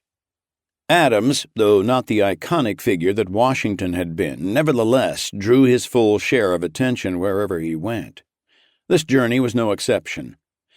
At every point along the way, enthusiastic crowds cheered them. There were dinners and addresses and replies by the president. But the most significant salute they would receive during this particular journey was one that neither John nor Abigail noticed at the time, and it was anything but fawning. On the morning of July 27th, 2 days after leaving Philadelphia, the president's carriage approached the bustling riverfront town of Newark, New Jersey. Although the Federalists held sway in many New Jersey towns, including Trenton, Newark was sharply divided. That only made local Federalists more eager to show their support to the president. Members of a local militia, called the Association of Young Men, stood at the flagpole on Broad Street, preparing to fire an artillery salute. Earlier that spring, the young men had sent Adams a proclamation full of bravado, promising their lives and fortunes to their country should a war with France arise. Adams had stoked the flames with his response. "You prefer war with all its concomitant evils rather than to be tributary, and you judge well. Tribute is an evil without end." Adams had responded in similar fashion to several militias around the country. Alarmed by these exchanges, Vice President Jefferson excused the militia's indiscreet declarations, but not Adams's. "We cannot expect a foreign nation to shew that apathy to the answers of the president," he wrote to Madison. "Whatever chance for peace might have been left us is completely lost by these answers." Anonymous Republicans, referring to themselves as several young men of Newark, matched Adams's bravado and belligerence with a warning, published in newspapers, not to use the possibility of war with France as an excuse to trample liberty at home. They vowed that if U.S. officials were to use the threat of war with France as a pretext to install a monarchy or subvert liberty at home, we will with equal readiness rally round our Constitution and oppose with all our energy the first strides towards domestic tyranny and oppression. The atmosphere was thus politically charged on both sides as the presidential carriage turned onto Lower Broad Street in Newark at around 11 a.m. Into this scene wandered 46-year-old Luther Baldwin, weaving unsteadily through the crowd. Already feeling a little merry after a morning of drinking, Baldwin and his two companions had little interest in the parade. Baldwin was not an admirer of the president, or of any Federalist for that matter. What the three men wanted was another drink. Just as they approached John Burnett's dram shop on Broad Street, the Adams supporters let loose their artillery, filled with harmless wadding, but plenty loud enough to let everyone know that the president's carriage had arrived. Bells from the local Episcopal and Presbyterian churches rang, and a chorus sang out, "Behold the chief who now commands." An onlooker, probably Baldwin's friend, Brown Clark, cracked, "They are firing at his arse." Baldwin replied, "I don't care if they fire through his arse." John Burnett had stepped outside to see Adams's carriage and overheard the exchange. Clearly, news of the president's newly minted Sedition Act had arrived in advance of the president himself, for Burnett turned to Baldwin and uttered three fateful words: "That is sedition." A crowd quickly gathered around Baldwin and Burnett. As the Republican Sentinel of Freedom recounted, the pretended Federalists, being much disappointed that the president had not stopped that they might have had the honor of kissing his hand, bent their malice on poor Luther, and the cry was that he must be punished, he must be punished. The carriage rolled on, the president and First Lady unaware of the commotion. The crowd's passions cooled, and it seemed the fracas would end right there. Burnett and others had expressed their anger. Baldwin's joke, while tasteless, could not in any sense have been seen as an actual threat to the president's safety. All concerned had had their say. Burnett went back to his dram shop, and Baldwin and his friends wandered off in search of a more congenial watering hole or a bed in which to sleep it off. Baldwin could not know that his drunken joke would soon make him the unlikeliest folk hero in the nation's first great crisis over the freedom of speech.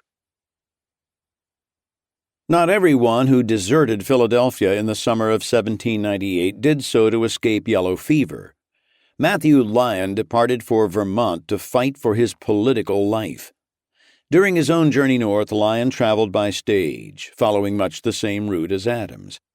But whereas Adams had seen mostly respectful crowds, Luther Baldwin notwithstanding, Lyon faced open hostility, derision, and abuse. The XYZ affair had been a public relations disaster for the Republicans, stirring waves of Federalist and Nationalist pride. According to William Cobbett's Porcupine's Gazette, Trenton residents had followed Lyon when he exited his stage, banging drums and serenading him with sarcastic chants about the wooden sword. Crowds in Brunswick, New Jersey, treated him much the same. When Lyon stopped in New York City, he shared lodgings with fellow Republicans Albert Gallatin and Edward Livingston. The three politicians got a taste of what it meant to be the opposition at a time of turmoil. About 10 p.m., a raucous crowd of youths gathered outside shouting Jacobins and singing English patriotic songs. As sitting members of Congress, the legislators were, according to the wording of the Federalists' own Sedition Act, supposed to have been immune to such abuse, for clearly the crowd's antics were intended to defame them, to bring them into contempt or disrepute, and to excite against them the hatred of the good people of the United States. Yet there's no evidence that anyone pointed a finger into the crowd and said, "That is sedition." The Aurora reported the abuse Lyon had faced on his way home, noting ruefully, "Were a posse of people to meet President Adams on the public highway and insult him for his public opinions, and in a manner that would disgrace even an English mob, we should never hear the end of it." But greater challenges awaited Lyon when he finally reached Vermont. It was a treacherous time to be seeking re-election. In addition to the XYZ affair, Lyon had his own personal public relations crisis to contend with, thanks to his feud with Roger Griswold. And beyond these political considerations, Lyon had good reason to fear for his own freedom. In the Sedition Act, the Federalists had a powerful new weapon to silence their foes by force. A few weeks before leaving Philadelphia, Lyon had written a letter to the editor of a Vermont newspaper excoriating the president. The letter, published in Spooner's Vermont Journal, was a response to an unsigned article that had attacked him. Lyon cited the president's unbounded thirst for ridiculous pomp, foolish adulation, and selfish avarice. Now, in a series of stump speeches in towns and villages around his district, Lyon went on the offensive against the aristocrats in Vermont and in Philadelphia. In the charged political atmosphere of 1798, his speeches sometimes led to brawls between his supporters and detractors. Lyon pressed on. As a standard feature of his speeches that summer, Lyon would read aloud a quote by Joel Barlow, a Connecticut poet and activist. Like Thomas Paine, Barlow, a fiery rhetorician, had transformed from beloved bard of the Revolution into a hated Jacobin because of his support for France.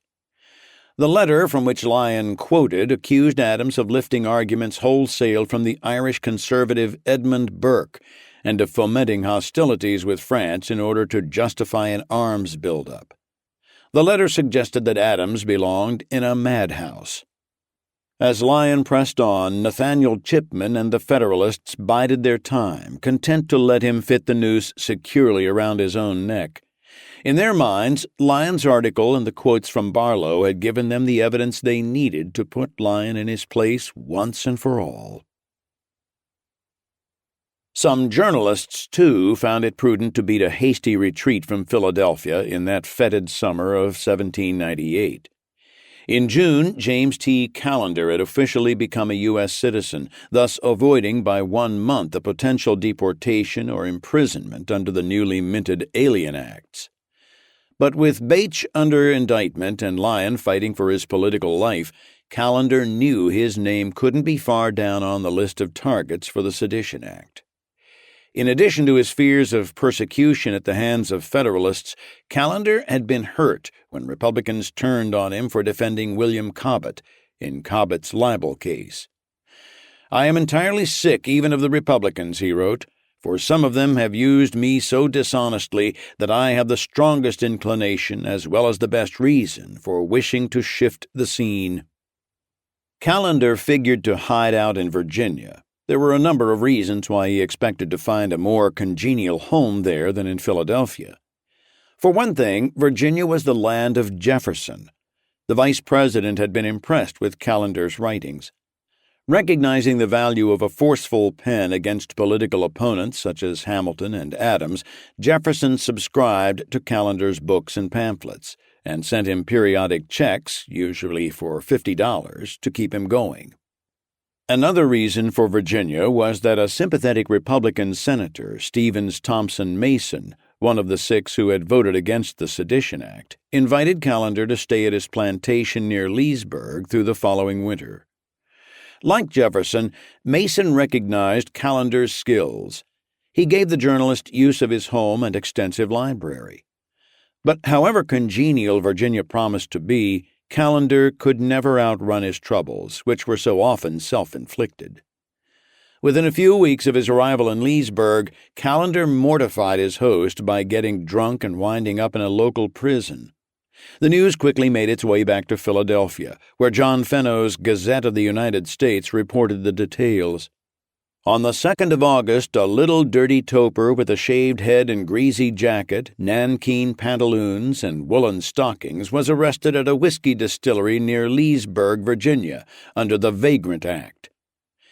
The report called Callender the notorious Scotch fugitive, the calumniator of Washington, Adams, law, order, government, God. When Callender was released, the accommodating Mason let his guest stay on, but Callender's troubles in the Old Dominion were only starting. Chapter 14. As the summer of 1798 deepened, Philadelphia was coming to resemble a ghost town. One English visitor noted, out of 50,000 inhabitants being the computation of the population of Philadelphia, not above 10,000 are said to have remained in the city. At the direction of Secretary of State Timothy Pickering, the entire Department of State, from records to furniture, was transported to Trenton, New Jersey, to temporary offices in the New Jersey State House. Many Philadelphians who stayed behind were simply too poor to go anywhere else.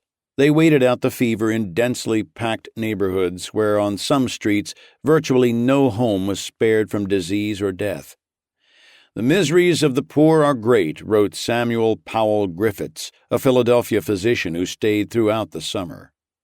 16 local volunteers appointed by the Health Board distributed money to the poor. From Quincy, President Adams sent an anonymous donation of $500 to help relieve the suffering. Dr. Benjamin Rush, the famed physician, educator, and signer of the Declaration of Independence, slept outside the city but returned each day to treat patients. The 1798 epidemic was, he pronounced, much more malignant than the 1793 outbreak. At the city hospital, I witness more suffering in 1 hour than I have been accustomed to see in common times in a year. Because of the prevalence of the disease in port cities, doctors had drawn a connection between yellow fever and ships arriving from the tropics. They believed the culprit was bad air belched from holds and clinging to the clothing of arriving passengers. The Academy of Medicine of Philadelphia cited a spoiled coffee shipment from Jamaica in July as one source of the city's putrid exhalations of alleys and gutters and docks. Bad air was a reasonable guess, but it was of course wrong. In his diary of the summer, Dr. Griffiths came tantalizingly close to the true cause when he noted mosquitoes tormenting, mortality greatest among women, children, and old people. It would take another century for researchers to establish that yellow fever is spread by the Aedes aegypti mosquito, a native of Africa that migrated to the New World with the slave trade. Aedes aegypti flourished in the warm, moist climate of the Caribbean and South America. By the late 18th century, ships from the tropics landing in Philadelphia, New York, and other port cities unloaded infected mosquitoes along with cargo. The insects quickly multiplied in abundant pools of stagnant water on the streets and alleys. The true villain in yellow fever isn't the mosquito at all, but an RNA virus approximately 1,000th the width of a human hair. With one bite, an infected female mosquito injects up to 100,000 virus particles into the skin of a human victim. The virus reproduces rapidly at the point of the bite and spreads to the lymph nodes and through the lymphatic system to the kidneys, liver, and other organs, and then into the bloodstream. Though the disease can't be coughed, sneezed, or excreted from one human to the next, an uninfected mosquito that bites an infected person when the virus is present in the person's bloodstream, known as the viremic phase, may subsequently transmit the virus to any other human on which it feeds, hence the rapid spread of yellow fever in crowded cities. It's easy to see why the disease caused such panic in Philadelphia in the summer of 1798. Yellow fever seemed to take perverse pleasure in taunting its victims, killing capriciously, and by all appearances at random. 3 to 6 days after a bite, victims developed a sudden fever and headache, often accompanied by chills, back pain, body aches, nausea, vomiting, and weakness. After that came a round of viral Russian roulette, during which the symptoms disappeared and the victim emerged into a wonderful, albeit depleted, post-fever euphoria. For many, that stage signaled the start of full recovery and lifelong immunity from recurrence. In other cases, after a few hours or perhaps a day of relief, the symptoms roared back with renewed vengeance. Victims unfortunate enough to enter this next and more serious phase had only a 50% chance of survival. Dr. Griffiths described a husband and wife in the city who nursed their 8-year-old daughter through the first round of fever, experiencing the nervous joy of an apparent recovery as the girl smiled and asked for food, only to watch, heartbroken, as she relapsed and died a few hours later. She was the fourth and last of the couple's children. All had died that summer in precisely the same manner. Given the ravages of yellow fever, it's a testament to the durability of the human body that anyone survived. And while physicians such as Dr. Griffiths were courageous in the extreme, the treatments they used were, at best, blister patches on the wrists, unhelpful, and at worst, frequent bleedings, calomel, and other purgatives simply hastened dehydration and death. As the death toll mounted, Health Officer William Allen kept the city's health office open day and night, trying to keep up with the sick who needed conveying to the hospital and the dead who needed burial. Soon, even physicians were fleeing the city. After watching a faithful servant die of the disease, Dr. Griffiths reached a moment of despair toward the end of August, noting in his diary, "I feel indeed alone." One of the few prominent Philadelphians who remained behind by choice was Benjamin Franklin Bache. Facing trial in the fall, he would not give up the one powerful weapon in his arsenal, his press. The Aurora tracked the progress of the disease, noting ruefully its disproportionate impact on the poor and helpless. In August, the newspaper published recommendations of the Philadelphia Academy of Medicine that ships and their cargoes be removed from the city wharves, that families be relocated away from the docks, and that the docks, dockyards, and city gutters be scrupulously cleaned. But the recommendations were ignored. As shipping continued unabated, Bache wrote that wealthy shipowners had left town with their families, noting the irony that the laboring poor should almost exclusively be the victims of the disease introduced by that commerce, which, in prosperous times, is a source of misery to them by the inequality of wealth which it introduces. Through the summer, as Bache and his wife Margaret remained in their home above the Aurora office, the newspaper's primary focus was politics, cranking out belligerent, defiant articles condemning President Adams and the Federalist government. Staying behind, while courageous, was also reckless, not just for Bache, but for his family. For Margaret, the summer of 1798 involved so many stresses that it's difficult to imagine which one she worried about first, or how she continued to function. It fell upon Margaret to hold her family of 3 young sons together as the lone steadying influence through weeks when residents died all around them and her husband waged his mad crusade. Now financial difficulties mounted as advertisers, afraid of angering the Federalist leadership, withdrew from the pages of the Aurora. Amid all of these pressures, Margaret was in the late stages of pregnancy with the couple's 4th child. This could not have been the life she imagined a decade earlier when she met the sensitive, intellectual boy with the impressive lineage and bright future. But she never wavered in her loyalty to Bache. On August 3rd, the Aurora charged that gangs of young men were roving the streets at night and harassing Republicans, certain evidence that it is the intention of the Federalists to introduce into this country the system of terror. A few days later, Bache intimated that the Sedition Act was but the first step in a campaign intended to wipe out opposition through actual violence. Gagging, though it be really an act of violence in itself, is more to be dreaded as being a prelude to greater and more atrocious villainy. After the victim is gagged appears the stiletto and bowstring. Though several Philadelphia newspapers had shut down for the summer to avoid the fever, one that stayed as stubbornly in print as the Aurora was the Gazette of the United States, published by John Fenno. Fenno's Federalist wrath and sharp pen matched Bache jab for jab. The feud between the two men escalated on the pages of their newspapers. Fenno responded to Bache's adultery article on Adams by noting the peccadilloes of the man Bache most admired.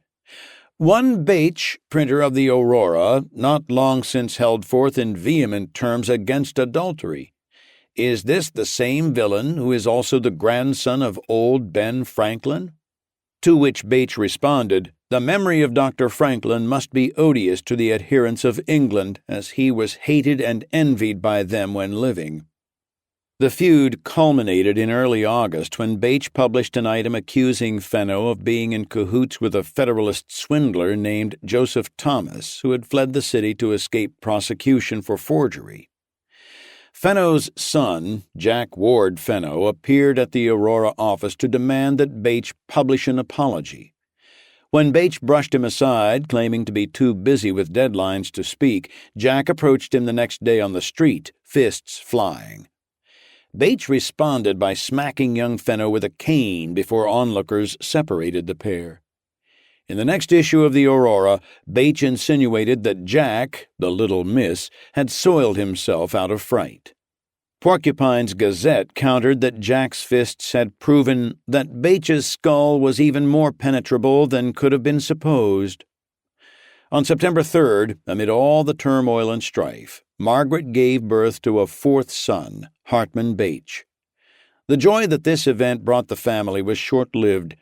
Bache was working on the next issue of the Aurora when he felt the first telltale symptoms, headache and fever. As Bache's symptoms progressed, a physician prescribed frequent baths for the weakened editor.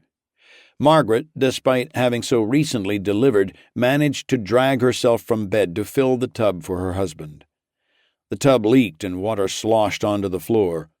Margaret kept it filled. Like other yellow fever victims, Bache must have experienced his remission, perhaps even feeling well enough to think about his next issue of the Aurora. But he had seen enough of the fever over the course of the summer to know he wasn't safe yet.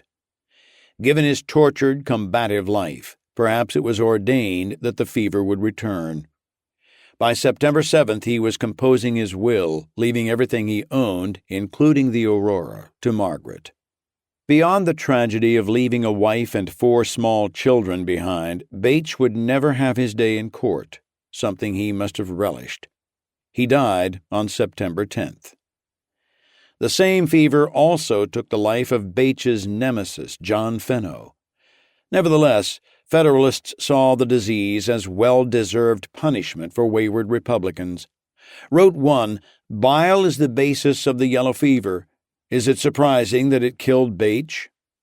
Secretary of State Timothy Pickering noted with satisfaction that the disease had killed not just Bache, but one of his employees, an old man who furnished, as I am informed, much of the matter his mischievous paper contained. Pickering added, "I am happy to hear this." Even 9 years later, President Adams could barely contain his satisfaction at Bache's death. Adams had grappled with Bache's famous grandfather when both were serving diplomatic missions in France during Revolutionary days. Adams wrote that Bache became, of course, one of the most malicious libelers of me, but the yellow fever arrested him in his detestable career and sent him to his grandfather, from whom he inherited a dirty, envious, jealous, and revengeful spite against me, for no other cause under heaven than because I was too honest a man to favor or connive at his selfish schemes of ambition and avarice. Indeed, for a short time the fever, however ghastly, seemed to the Federalists to spread on a divine wind dedicating to ridding the country of the Republican pestilence. As the fever made its way through one port city after another, from Philadelphia to New York to New London to Boston, Charles Holt, the publisher of the New London Bee, temporarily closed his newspaper after one of his staff succumbed. The Bee was a rare Republican newspaper in Connecticut. On September 10th, the same day that Bache died in Philadelphia, the Federalist Courant in Hartford reprinted the Bee's suspension notice with this comment, "It seems by the above paragraph that the yellow fever does some good, among the immense mischief it causes. It can kill the bee, at least for a little while. The probability is that it never will rise again." But if Adams, Pickering, and other Federalists thought that the fever would bring an end to the unfavorable press or to the hated Aurora, they were mistaken. Margaret, still mourning and ill herself from stress and grief and childbirth, served notice to Federalists about what they could expect from the Aurora and from its new publisher. At 1 a.m. on September 11th, just hours after Bache's death, Margaret published a handbill that read, "The friends of civil liberty and patrons of the Aurora are informed that the editor, Benjamin Franklin Bache, has fallen a victim to the plague that ravages this devoted city. In ordinary times, the loss of such a man would be a source of public sorrow. In these times, men who see and think and feel for their country and their posterity can alone appreciate the loss of a man inflexible in virtue, unappalled by power or persecution, and who in dying knew no anxieties but what were excited by his apprehensions for his country and for his young family." And Margaret vowed, "This calamity necessarily suspends the Aurora, but for a few days only, when such arrangements shall have been made as are necessary to ensure its wonted character of intelligence and energy, it will reappear under the direction of his widow." Chapter 15. Now that Mother Nature had laid Bache in the grave, Federalists concentrated on vanquishing their second great foe, Matthew Lyon, in Vermont's congressional race. In the eastern part of the state, Federalist Lewis R. Morris was a lock to win his congressional race and return to Philadelphia. But dislodging Matthew Lyon in the West was proving to be more of a challenge than Federalists had hoped. In a summer of tenacious campaigning, Lyon was drawing crowds, gaining momentum. With September's election rapidly approaching, and with no candidate strong enough to beat him, they settled instead on a divide-and-conquer strategy. Vermont law required that the winning candidate receive a majority of the votes rather than simply more than his opponents. If nobody took more than half the total, the top three contenders would face one another in a runoff election. Since there was as yet no formal recognition of political parties, and hence no primary system, ballots were open to multiple candidates, whether they called themselves Republicans or Federalists or anything else. In 1798, the Western District of Vermont included no fewer than 10 candidates vying for Lyon's seat, among them Nathaniel Chipman's 32-year-old brother, Daniel, an attorney. When the polls opened in September, the Federalist tactic worked by the barest of margins. Out of 6,985 ballots cast, Lyon drew 3,482 votes, or 49.8% of the total. He finished almost 2,000 votes ahead of his nearest rival, Samuel Williams, but 8 thin votes shy of a majority. The runoff was scheduled for December, leaving Federalists more than enough time to implement Part 2 of their plan, involving their newest and as yet untested weapon, the Sedition Act. Forcing Lyon to fight for his freedom in a criminal case would clearly disrupt his campaign. There would be no time for fiery stump speeches inciting the rabble. Better still, a guilty verdict, whatever the penalty, would brand Lyon a convicted criminal, which might convince even the wild voters of western Vermont to find another representative. On October 1st, Lyon launched a magazine called The Scourge of Aristocracy and Repository of Important Political Truths. Edited by his eldest son, James, the publication promised to strengthen the cause of republicanism and truth against aristocracy and falsehood. Beyond the usual attacks on villainous Tory prostitutes of the Federalist press, Scourge contained some of Lyon's most careful thinking on government and liberty, laid out in the fashion of a man eager to have his say while he still could. In a sort of backwoods Socratic dialogue with an unnamed neighbor, Lyon answered some of the Federalists' most familiar charges against him, starting with the assertion that he and other Republicans were anti-government for opposing the Federalist way of doing things. "I do not understand what people can mean by opposition to government applied to the representatives of the people in that capacity," Lyon wrote. Representatives are elected to vote according to their own conscience and to advance the beliefs of their constituents. While a representative may disagree with the president on matters of policy, how can it be said that such a figure duly elected to serve in the government is anti-government? Lyon wondered. While not seeking fights with the president, he explained, I am bound by oath as well as by every consideration of duty to oppose wrong-headed policies. According to Scourge, President Adams deserved full blame for the Sedition Act, and the publication didn't mince words about what Adams's support for the bill represented in its conspiracy of executive, legislative, and judicial power to silence critics. Its provisions are a refinement upon despotism and present an image of the most fearful tyranny. These words might well have formed the basis of a sedition charge against Lyon, but his enemies already had what they needed. On October 5th, Lyon learned that a grand jury had been called at Rutland, about 15 miles from his home. Lyon later remembered the grand jury as being composed of men who had been accustomed to speak ill of me. When a friend urged him to flee, my answer to all this was it could not be honorable to run away. I felt conscious that I had done no wrong, and my enemies should never have it to say that I ran away from them.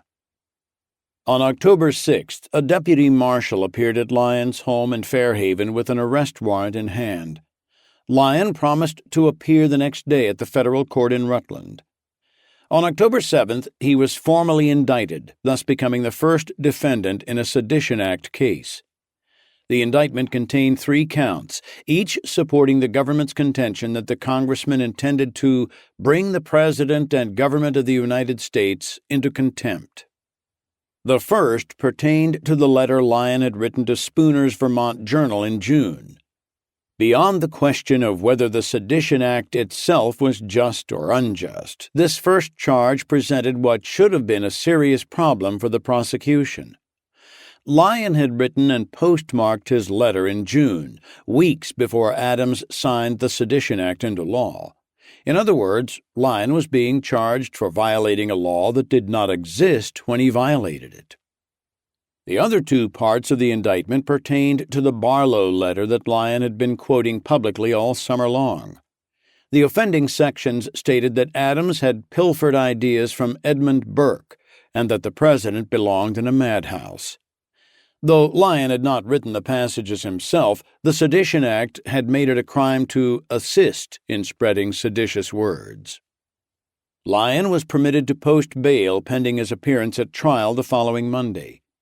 In a state as sparsely populated as Vermont, it would probably have been impossible to conduct a high-profile trial free from conflicts arising from personal or professional friendships and animosities. Yet the court made no effort to apply even a veneer of impartiality to Lyon's trial. The presiding judge was to be U.S. Supreme Court Associate Justice William Patterson, a former senator from New Jersey, a reliable Federalist, and a friend and sometime dining companion of President Adams. Today, the Supreme Court's role as the court of last appeals is firmly established. Justices hear only those cases that have passed up through various layers of the federal judicial system, and an appointment as Associate Justice of the Supreme Court is the signature and rarest honor of a distinguished legal career. But in the 1790s, an appointment to the High Court was generally considered neither a great honor nor a post of great influence nor a particularly good living. Compared with the Constitution's lengthy Articles 1 and 2, detailing the roles of Congress and the President, Article 3, calling for the formation of the Supreme Court, is relatively brief and mentions nothing about determining the constitutionality or unconstitutionality of laws. Not until 1803 and Marbury v. Madison, a complex dispute over political appointments, would Chief Justice John Marshall firmly establish the court's essential role of judicial review by declaring portions of a federal law passed several years earlier to be unconstitutional. In the late 18th century, the Supreme Court met only twice a year in Philadelphia and heard few cases as a body.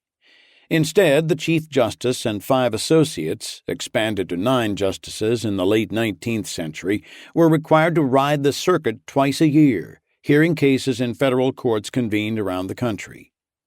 Long-distance carriage travel was arduous and frequently dangerous. Associate Justice Samuel Chase, who would figure notoriously in pursuing Sedition Act trials, nearly drowned one winter day when trying to cross the frozen Patapsco River in Maryland on his way to a case. The ice cracked beneath his feet, and only quick work by his son saved his life. When John Jay, the first Chief Justice, threatened to resign over the travel requirement, circuit riding was reduced from twice each year to once. But still the difficulties of travel encouraged some candidates to decline to serve. In each court case involving a Supreme Court justice, a federal circuit court judge from that state also presided. In the Lyon case, U.S. District Judge Samuel Hitchcock presided with Patterson. Hitchcock had personal reasons to settle a score. Lyon had beat Hitchcock in the congressional election of 1796. Meanwhile, the federal district attorney prosecuting the case, Charles Marsh, was a close friend of Lyon's principal enemy, Nathaniel Chipman. John Allen, the Connecticut congressman who had vocally supported both the Sedition Act and Lyon's ouster from Congress following the Griswold affair, made the long trek to Vermont just for the opportunity to witness the trial. Both sides challenged some jurors. Marsh challenged and dismissed one who had been overheard saying he didn't think Lyon would or should be convicted.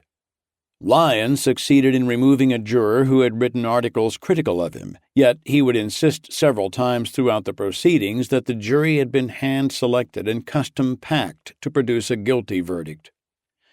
Judge Patterson waved off Lyon's objections, saying the juries had been called from a pool selected long before anyone knew on what case they would serve.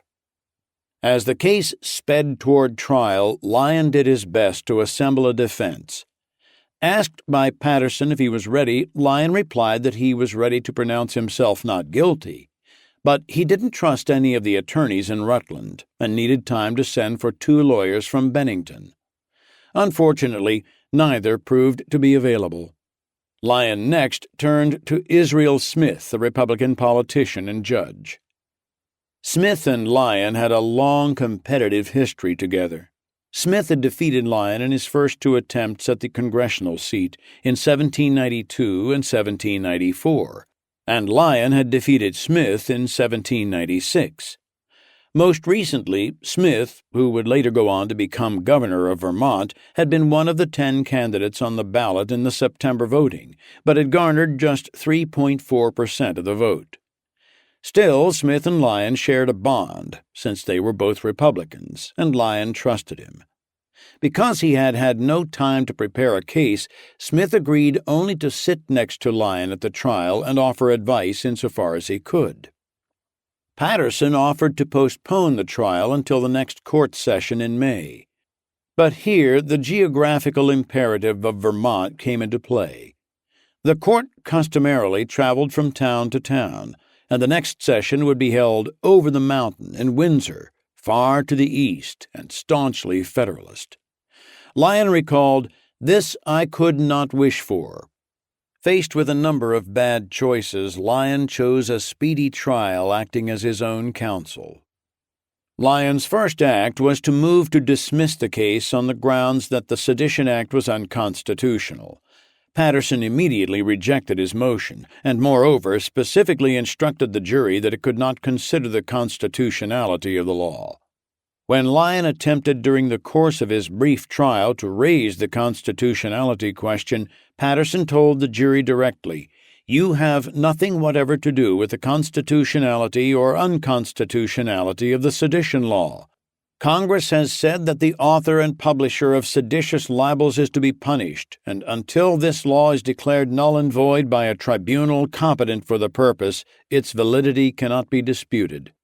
Thus, the central argument against the Sedition Act, that it had no business existing in a country whose citizens were protected by the First Amendment, was effectively off the table. This ruling, which would emerge as a standard feature of the sedition trials, set a perfect trap for the defendant. Among the few remaining issues for the jury to consider was whether the defendant had, indeed, written or published the offending item or items. Lyon openly conceded he had written the anti-Adams letter and quoted from Joel Barlow. How could he claim otherwise? The other 2 factors given to Lyon's jury to consider, while seeming to offer a possible defense, were every bit as constraining. The first concerned whether, in so publishing, the defendant had the intention, in the words of Judge Patterson, of making odious or contemptible the President and government and bringing them both into disrepute. If you find such is the case, the offense is made out, and you must render a verdict of guilty. Yet what is the purpose of political attack if not to bring the opposition into disrepute? By that standard, virtually any writer or public speaker engaged in vigorous debate might be guilty of sedition. Thus, free speech inevitably transforms from an unalienable right to a privilege granted by the powerful for approved opinions. Prosecutor Marsh summoned witnesses who reported having read Lyon's printed materials and heard him in person quoting from Barlow's letter on such and such occasion, in a manner that had frequently made use of language highly disrespectful to the administration. Lyon half-heartedly countered that on at least one occasion he had attempted to prevent publication of an offending document. But in the end, there was no disputing that Lyon had written and said critical things about the president. Wasn't that the point of dissent? Marsh also claimed that Lyon had created a threat to public safety and peace with his fiery campaign speeches. He called two Federalist witnesses who said they had attended a speech in Middletown where Lyon's reading of the Barlow letter caused a tumult, one said. On cross-examination by Lyon, both witnesses had to concede that if they had not appeared at the rally looking for an argument, no tumult would have occurred. In the end, the prosecutor was no more than a bit actor in the drama, his part rendered insignificant because it was so easy to play. As would become a pattern in Sedition Act cases to follow, the prosecutor had merely to prove that the defendant had written or said something that everybody already knew he had written or said. When defending the Sedition Act for its supposed mildness and leniency, Federalists made much of the fact that writers or speakers could only be convicted for spreading falsehoods. Yet according to judges who tried the cases, the burden of proof rested not on the prosecutor but on the defendant. This represented a vastly more onerous and vexing burden than a defendant today would face on charges of libel or slander. In a modern defamation case, the burden is on the plaintiff to prove the statement or statements false. Moreover, the law today offers special latitude to defendants when the plaintiff is a public figure, such as a politician. By contrast, Matthew Lyon, for criticizing the president, found himself in the position of proving to the court that his opinions were true. When Marsh rested, Lyon laid his defense on three arguments. First, in spite of Judge Patterson's instructions, Lyon persisted in calling the act unconstitutional. Second, he repeated the argument put forth in his recent article in Scourge of Aristocracy, that his statements were made in the spirit of vigorous debate rather than malice, another key word contained in the act. Third, he claimed that his opinions were true. To make his case, he called his one and only witness, the presiding judge, William Patterson. Since Patterson knew Adams personally, Lyon said he needed the justice's testimony to prove that Adams was a pompous man. Patterson reluctantly agreed to testify. Lyon asked whether, during his dinners with Adams, the president displayed ridiculous pomp and parade. Patterson responded that he had seen only plainness and simplicity. Lyon asked the judge whether he had seen more pomp on display when dining with Adams or when dining with Rutland residents at the tavern where he was currently staying. Patterson declined to answer. After a perfunctory summation by Marsh, Lyon explained at length to the jury why he believed the Sedition Act to be unconstitutional, hoping that they would look beyond Patterson's warning to ignore the question. But Patterson had the last word in his instructions to the jury before it retired. He sternly reminded members that no justice system can survive with juries questioning the constitutionality of every law in every case. The only question you are to determine is that which the record submits to you.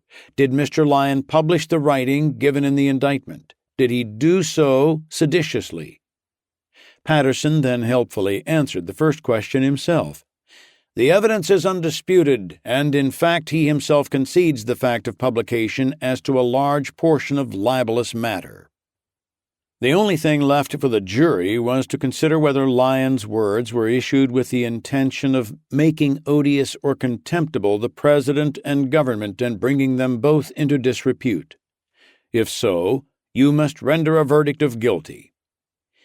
11 of the 12 jurors were prepared to find Lyon guilty immediately. A 12th held out for a while, but ultimately relented. It was impossible to acquit him, he later reported. The entire trial had occupied a single long day. By 8 p.m., after less than an hour of deliberation, the jury returned its unanimous verdict of guilty. Given that he believed from the start that the jury was packed with hand-picked Federalists, Lyon could not have been surprised by the verdict. But as a sitting U.S. congressman, he expected at most to be dealt some small fine and warned against further writings. The reality broke over him the next morning when Judge Patterson made clear from his opening words that he intended to make an example of Lyon. A member of Congress, of all people, must be well acquainted with the mischiefs which flow from an unlicensed abuse of government, Patterson said. He went on to say, "Your position, so far from making the case one which might slip with a nominal fine through the hands of the court, would make impunity conspicuous should such a fine alone be imposed." With that, Patterson slapped Lyon with a fine of $1,000 and 4 months in jail. Even for a man of means, $1,000 was serious money in 1798, when the median value of a house in U.S. cities was just $614. Lyon had explained to Patterson prior to sentencing that he had suffered business reversals of late that would make it difficult to pay a substantial fine. Nor was 4 months in jail the slap on the wrist it might appear to modernize. At a time when the average lifespan for an American was fewer than 40 years and death was an ever-present factor in life, 4 months in a dank jail cell was a prospect to be met with foreboding. Jails were notoriously dirty and cold, and between atrocious food and the spread of disease in cramped quarters, even a short stretch behind bars could very well amount to a death sentence. Lyon could hardly believe his ears. No one, he wrote later, expected imprisonment. But the worst was yet to come. No sooner had Lyon been sentenced than he found himself in the hands of one Jabez Fitch, a district marshal and his avowed enemy. A small-minded sadist, Fitch had long harbored bad feelings toward Lyon based on some business dealings from years earlier in which Fitch felt he had come up short. Whatever transpired in those dealings, the feeling was mutual. "I have ever since most heartily despised him," Lyon wrote. "This he has no doubt seen and felt." From the moment the sentence was handed down, Fitch treated Lyon like a violent criminal. When Lyon asked if he could stop by his lodgings in Rutland to retrieve some of his papers before heading to jail, Fitch refused. Instead of jailing Lyon near his home in Rutland, Fitch, granted full jurisdiction, chose to transport the convict 44 miles north to the town of Vergennes. Vergennes was Fitch's hometown and a rare Federalist stronghold in western Vermont. Although Lyon promised no resistance, Fitch enlisted 2 armed deputies to accompany them. Throughout the journey, Lyon rode in front with the deputies just behind, guns at the ready, as if guarding a murderer. Instead of taking the most direct route from Rutland to Vergennes, Fitch took his time, parading his prisoner like a circus animal in every village. Along the way, Lyon asked for and was refused a pen and paper. Vergennes was, at the time, the only official city in Vermont, though that was a big word for a hamlet comprising some 60 businesses and homes. The Vergennes Gazette assured its readers that despite Lyon's claims to the contrary, justice had been served, saying there seemed to be an unanimous approbation of the court, the attorney, and the jury. Fitch led the prisoner to a cell at the corner of Main and Green Streets. Although the prison had empty cells, Fitch placed Lyon in a common cell where, depending on the prisoner hall for the day, he shared quarters with horse thieves, moneymakers, runaway Negroes, or any kind of felons, as he wrote to a friend. "There is a half-moon hole through the door sufficient to receive a plate through and for my friends to look through and speak to me." The cell was just 16 feet long and 12 feet wide, Lyon reported, with a necessary in one corner, which affords a stench about equal to the Philadelphia docks in the month of August. Moreover, there was no heat. He stayed warm by wearing a coat and marching back and forth. Eventually, Lyon's friends took up a collection to buy him a stove. Federalists in the Vermont General Assembly rejoiced at Lyon's imprisonment. On October 20th, they sent a formal address to President Adams affirming the right of the honest, the pious, and the peaceable to protect themselves from the wickedness of the dishonest, the impious, and the unruly. The Federalist press hailed the Assembly's address as proof that Lyon was finished once and for all. Adams, for his part, couldn't resist a sort of symbolic victory dance, not to mention self-flattery, citing the leniency of a law that contained seditious wickedness without spilling blood. The law at last gave righteous, upstanding leaders the means by which to silence those who wanted to destroy the country from within, and a compliant legal system was committed to doing its part. After a few days in prison, Lyon again pressed Fitch for pen and paper. Fitch replied that he could have the materials, but that he would personally review any writings that left the prison. Should Lyon violate this rule, Fitch assured him, he would be clapped in irons to physically prevent him from writing. Fitch added a threat to send Lyon, should he misbehave, to a still more remote prison in Woodstock. One of Lyon's earliest letters from prison was to Stevens Thompson Mason, the 38-year-old Republican senator from Loudoun County, Virginia. The scion of an old Virginia plantation family, Mason had been a brigadier general in the Virginia militia and an aide to General Washington at the decisive siege of Yorktown during the Revolutionary War. By breeding, wealth, and circumstance, he was far more aristocratic than the Northeastern aristocrats, such as Nathaniel Chipman and John Adams, whom Lyon so heartily despised. But then, as now, political alliances made strange bedfellows, and the upper-crust Mason and roughneck Irish immigrant had become friends in Philadelphia. Lyon's letter laid out in exhaustive detail the trial and the prison conditions. My friends and the friends of liberty sensibly feel the injustice and indignity done to me and themselves, Lyon noted defiantly, adding, they will be neither idle nor bashful in the next election. But then his thoughts turned melancholy. Weary, cold, and for one of the few times in his life perhaps a little afraid, Lyon thought of his old comrade in spirit, Benjamin Franklin Bache. I mourn with you the death of our good friend Bache, he wrote. He was too good a man to be tortured with the sedition law. God saw in that light and took him to himself. Chapter 16. One October morning, the town of Dedham, Massachusetts, awoke to a mystery. A large wooden pole erected during the night loomed over the Hartford Road, a main highway running through Dedham's 2nd District. A sign atop the pole contained a hand-painted message. No Stamp Act, no sedition, no alien bill, no land tax. Downfall to the tyrants of America. Peace and retirement to the President. Long live the Vice President and the minority. During Revolutionary days, such displays had sprouted like instant trees on town squares and roadsides from Concord, Massachusetts to Savannah, Georgia. Liberty poles, they were called. Each time British authorities chopped one down, two seemed to spring up in its place. Liberty poles helped galvanize revolutionary spirit and served as an important communication device. A red flag hoisted atop a Liberty pole might signal a secret meeting that night. In 1780, when 23-year-old Lieutenant Colonel Alexander Hamilton of the American Revolutionary Forces, already forming his conception of a powerful federal government, wrote a long letter outlining the defects of the Continental Congress, he date-lined the letter with the name of General Washington's temporary headquarters, Liberty Pole, New Jersey. But now that the Liberty poles were being aimed at the U.S. government rather than the British, Federalist enthusiasm for this form of free speech had cooled. The Columbian Sentinel of Boston suggested that those who put up Liberty poles to protest government policies were certainly born to be slaves or to be hanged.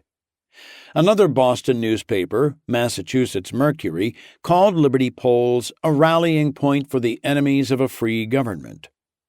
When the Dedham pole appeared, nobody was more incensed than the town's most famous son, Fisher Ames. While Massachusetts as a whole was solidly Federalist, Dedham was divided and contentious. Within a day or two of the poll's appearance, Ames's friend, Circuit Court Judge John Lowell, dispatched a federal marshal from Boston, Sam Bradford, to destroy it. But by the time Bradford arrived at the scene, locals had already taken matters into their own hands, dismantling the poll and removing the handwritten sign as evidence. Ames had fretted that Federalists would be too gentle, too slow to embrace the priceless opportunity the Sedition Act offered to any leader with the moral strength to push the country back from the edge of populist chaos. Cast in the mold of Alexander Hamilton, he fundamentally doubted the competence of average Americans to run a country. He believed in a meritocracy, if not aristocracy, to keep the republic on its course. And he lived his entire life in fear of populist bogeymen lurking in every dark corner of the republic, including now his own hometown. He wrote to a friend, "There is at least the appearance of tardiness and apathy on the part of government in avenging this insult on law." Somebody had to pay for this affront. The first arrested was Benjamin Fairbanks, a prosperous local farmer who was one of about 40 people said to have helped erect the pole. An impressionable, rather excitable man descended from one of Dedham's original founding families, Fairbanks was allowed to post bond.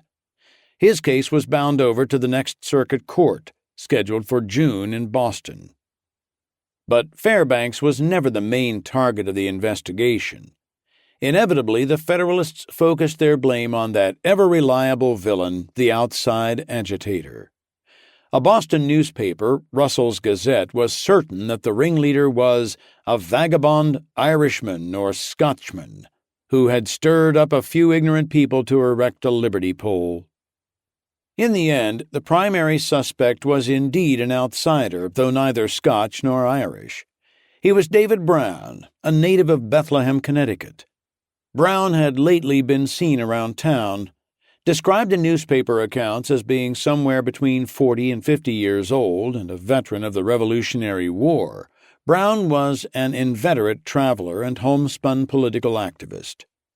Prior to arriving in Dedham in October 1798, he had spent 2 years traveling from one Massachusetts community to the next, 80 in all, by his own estimate. He preached politics to anyone who would listen, drumming up subscribers for a series of crudely written pamphlets.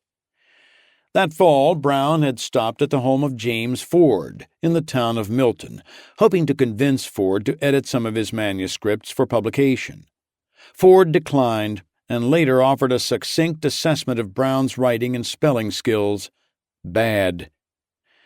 A sample of Brown's writing confirms the diagnosis. It is a rambling, disjointed attack on government, covering everything from the Jay Treaty to government land policies. The Land Tax, Stamp Act, and Treason Law and the exorbitant taxes Britain were about to fetch on us without representation are now brought on us by representatives of speculators and not of the people, which it is to be feared that the majority of the House of Congress are at this day, and have been for a number of years, who have represented the new lands into their hands, the soldiers' pay, and are determined to represent the stock and farms of the yeomanry, to bring the country into lords, tenants, and boroughs. The first stratagem which the fiends of darkness made use of was to make a new treaty with Britain to overturn the Republican government of America. Little is known about David Brown's personal life, or what real or perceived wrongs he suffered that led him to so thoroughly mistrust his new government. Perhaps after the privations of the Revolution and the subsequent promise of the newly free United States, he found his pursuit of happiness led only to reversals and frustrations. Many revolutionary soldiers had been paid in war bonds that they subsequently sold to speculators for pennies on the dollar. Perhaps Brown was one of those soldiers who watched bitterly as the federal government stabilized and speculators made a killing by cashing those bonds in at par value. Or, perhaps as a farmer, he had been stung by land taxes that had led to Shays' Rebellion several years earlier. Maybe he was just a crank. Whatever the reason, Brown harbored a deep and abiding mistrust of government, particularly of John Adams and Fisher Ames. Brown made up for his lack of rhetorical elegance with a passion and zeal that others found inspiring. Stopping one day at a store in the town of Medfield, Massachusetts, Brown attracted a small crowd with his message that the government's primary occupation was to plunder and steal the business of the people and to secrete their property by fraud. He quoted a passage from Joel Barlow, the same thinker whose words had led to the arrest of Matthew Lyon. Horatio Townsend, a Medfield resident, noted that Brown's oratory seemed to make impressions on several of the bystanders. Brown carried his message to Dedham in October, drawing enough adherents to help him put up the Liberty pole. He paid a local sign painter named Amariah Chapin to paint the message on a board. A witness, Luther Ellis, later testified that Brown held a ladder while another man, presumably Benjamin Fairbanks, affixed the board to the top of the pole. By the time Fairbanks was arrested, Brown had moved on from Dedham. With the pole torn down and the ringleader departed to places unknown, one might have assumed the authorities would stand down. Surely the message affixed to the top of the pole was mild by any standards of insult and invective. Had they simply let the matter drop, Dedham officials probably would never have seen or heard from David Brown again. In some 79 other towns he had simply spread his message and departed, leaving the town and its citizens none the worse for wear. But he stepped into this, his 80th town, like a blind man into a minefield.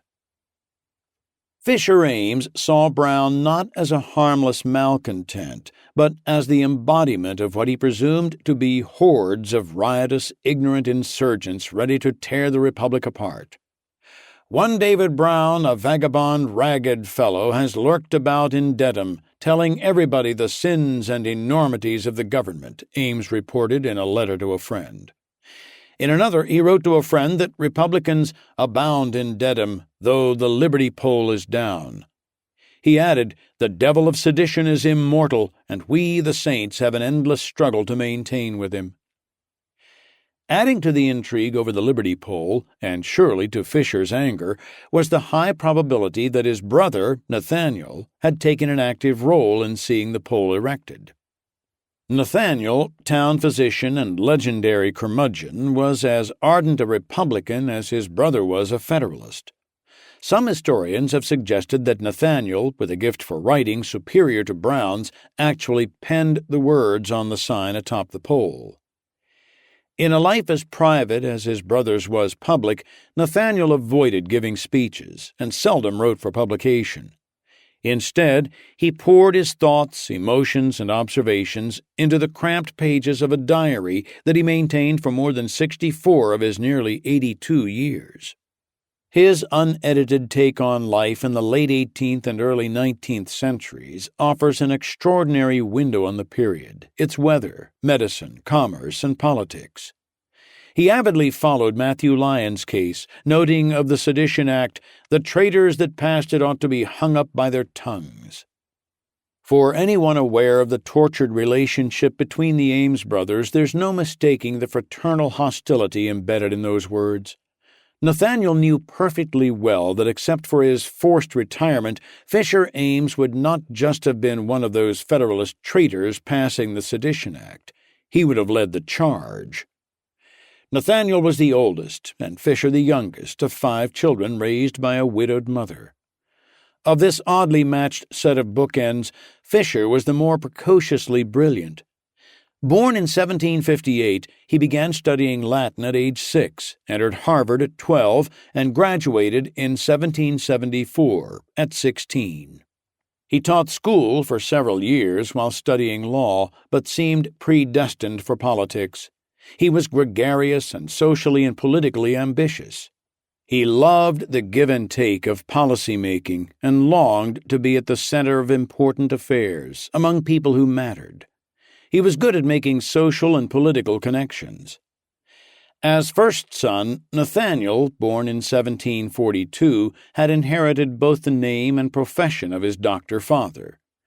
Nathaniel Ames Sr. had founded Ames' Almanac in 1726, predating Benjamin Franklin's Poor Richard's Almanac by 7 years. Between the brothers, there was always friction. For a while after passing the bar exam in 1781, Fisher operated a law office out of a room on the first floor of Nathaniel's home, but this was a difficult arrangement at best and did not last. The relationship degenerated into outright hostility in 1787 regarding a dispute over the property left by their father. Fisher, who was ambitious, organized, and businesslike, hoped to buy up most of the property. But first he had to get past his unambitious, disorganized, and unbusinesslike brother, who, as oldest sibling, was trustee. When Nathaniel failed to reply to Fisher's letters of intent, Fisher wrote an arch, stiff letter to Dr. Ames, threatening a lawsuit. When Nathaniel refused to respond, Fisher wrote a still more threatening letter. Nathaniel at last replied, but promised nothing, and pointed out that his embers of affection for his brother were burning low. Fisher made good on his threat with a summons to appear at the probate office in Boston. By the time the case wound down at the end of May, with Fisher getting his way, the relationship had been thoroughly soured. The brothers' disdain for each other's politics hardened along with their personal battles. As early as 1786 and 1787, they took opposite views of Shays' Rebellion, when farmers in western Massachusetts, led by former Revolutionary War Captain Daniel Shays, rebelled against land taxes, shut down courts, and rioted against state government. In his diary, Nathaniel sided with the rebels, calling taxes that ran as high as 50% as extortion and usury. When state militia suppressed the rebellion by force, Nathaniel bitterly accused authorities of staining their hands with human blood needlessly. Fisher Ames heartily approved of the show of force, noting, "No sooner is the standard of rebellion displayed than men of desperate principles and fortunes resort to it. The pillars of government are shaken, the edifice totters from its center, the foot of a child may overthrow it, the hands of giants cannot rebuild it." Elected to the Massachusetts House of Representatives at age 30, Fisher was a part of the Massachusetts Convention called in 1788 to ratify the Constitution. A year later, he headed to Philadelphia as a member of the First Congress. During 4 terms, despite chronic ill health, he became a pillar of the Federalist Party, culminating in his stirring speech to save the Jay Treaty for President Washington. If Nathaniel felt any pride in his brother's pivotal role in such a major event, such did not find its way into his diary. Months earlier, when Washington first approved the treaty, Nathaniel had recorded his dismay. Better his hand had been cut off when his glory was at its height before he blasted all his laurels.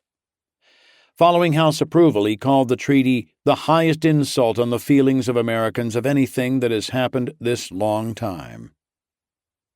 Nathaniel admired Jefferson and hated Adams. "The first party strive for John Adams, who favors the Britons our enemies," he wrote. "The second party strive for Thomas Jefferson, who is a friend to the French, who are friends to the human race, and helped us out of the paws of the British government." He subscribed to Republican newspapers and corresponded personally with editors such as Charles Holt of the New London Bee, a rare Republican newspaper in Federalist Connecticut. Nathaniel was an acerbic, hard-bitten Yankee who could spare only this cryptic reference to describe his own wedding in 1775, "Connubo junctus," joined in marriage. He grumbled about his extended family, in particular an ungrateful niece, Betsy Shuttleworth, who lived with him and his wife Melatiah for years and seems to have given them no end of trouble. He betrayed a sense of alienation from all of his relatives. "My family combined against me worse and worse, must dismiss some as every day the contempt increases," and despite a long and apparently faithful marriage, was not above observing, "Of all the foolish things you ever do, let marriage be the last," is one of my favorite sayings. Despite these rough edges, or perhaps because of them, Nathaniel comes off as an oddly endearing character. He rarely traveled far from home, yet he was endlessly intrigued by new ideas. His diary is ornamented with passages in Latin and French and reflects careful perusal of national and international events. At the same time, it offers a fascinating glimpse of small-town New England life from the mid-18th through early 19th centuries, during which time the doctor presided over innumerable local births and deaths and recorded weather patterns, sleighing and road conditions, the cost of labor for work done to his house, local gossip, floods in his meadows, the price of nails, and any number of other details. His brother, by contrast, traveled widely and lived and moved among the most celebrated figures of his time. Yet for all of his worldly experiences, he seems to have suffered an acute provincialism of the spirit. Fisher was so convinced of his rectitude that he never so much as peeked over the hedge at the other side of life or an opposing opinion, except to frown. He was a hard-working, highly disciplined teetotaler who counted among his favorite sayings, "He who holds parley with vice and dishonor is sure to become their slave and victim." Fisher seems to have skipped from prodigal son to productive sober adult without sowing so much as a single wild oat. Happily, he did not need the smart of guilt to make him virtuous, nor the regret of folly to make him wise, his friends recalled in a memoir published several years after his death. His friends were over-generous. The absence of personal guilt and folly didn't necessarily make Fisher Ames strong and wise. Beneath his worldly, self-assured exterior, he was brittle and intransigent. Fisher seems to have lived with the express purpose of painting himself into an oil portrait over the fireplace, that proverbial long-dead ancestor staring with disapproval upon the living. As Dedham historian Robert Brand Hansen, editor of the Nathaniel Ames Diary, observes, both the brothers were brilliant, but Nathaniel somehow seems more human. Fisher Ames had returned to Dedham in 1797, still shy of 40, an exalted figure, famous and respected enough to have sat for portraits by not one but two of the era's most famous portrait painters, Gilbert Stuart and John Trumbull. He moved into a fine new home, built 2 years earlier on family property next door to his brother, and resumed his law practice. His hospitable mansion was the resort of friends at home and abroad who gathered around him to enjoy the surpassing beauty and richness of his conversation, a 19th-century Dedham historian gushed. The brothers carefully avoided direct confrontation with each other, venting instead against alternative targets.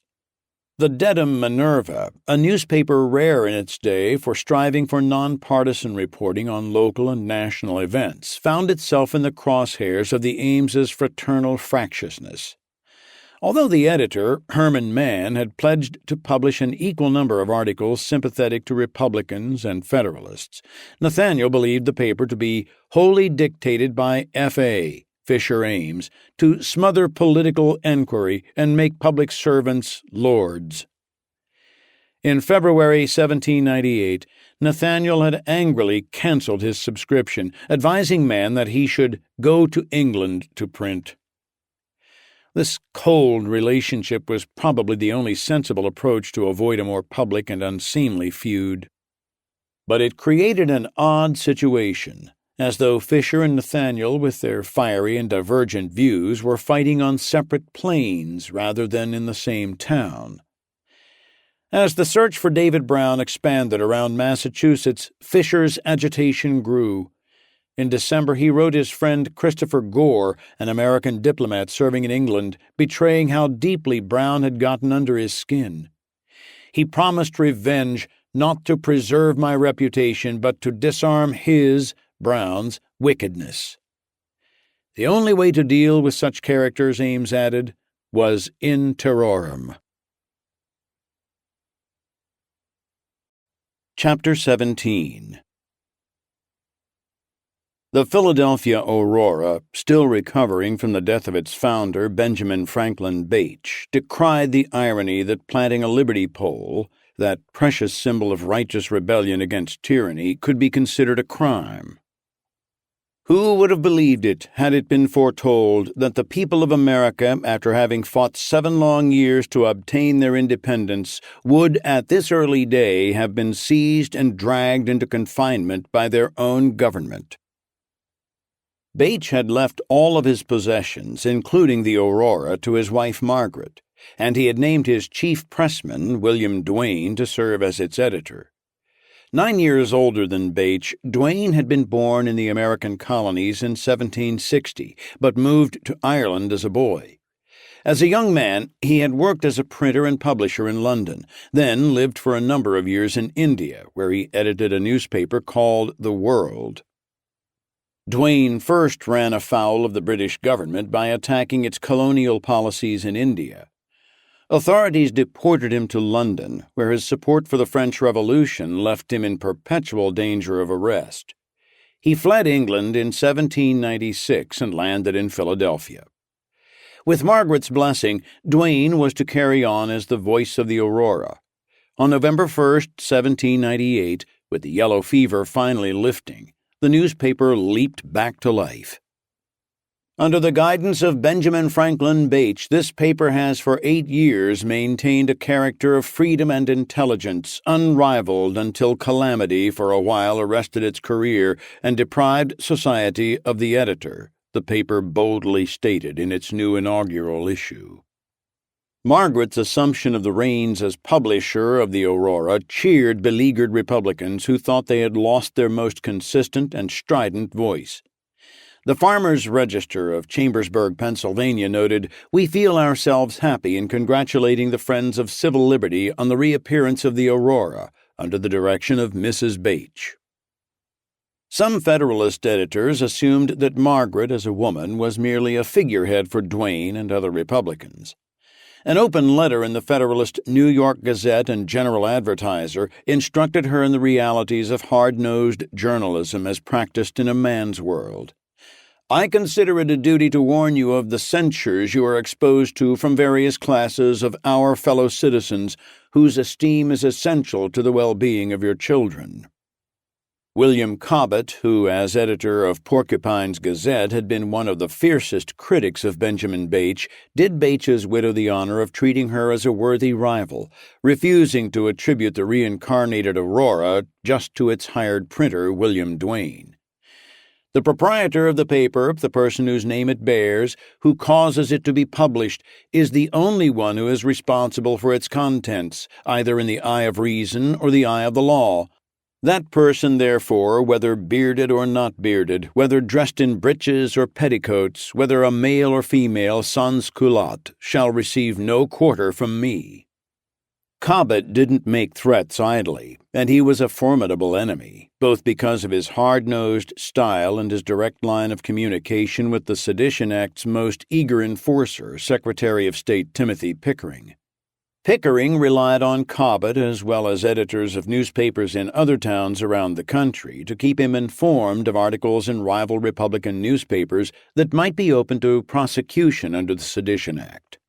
And he kept U.S. attorneys busy with suggestions to investigate suspicious characters.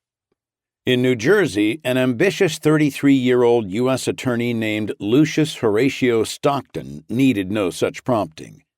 He was eager to demonstrate his loyalty to the man who had appointed him only a few months earlier, John Adams. Stockton was the well-connected scion of an old New Jersey family. His father, Richard Stockton, had signed the Declaration of Independence. His brother, Richard Jr., though just a year older than Horatio, was already a U.S. Senator. As such, he had been one of the 18 who the previous July 4th had approved the Senate's draconian version of the Sedition Act.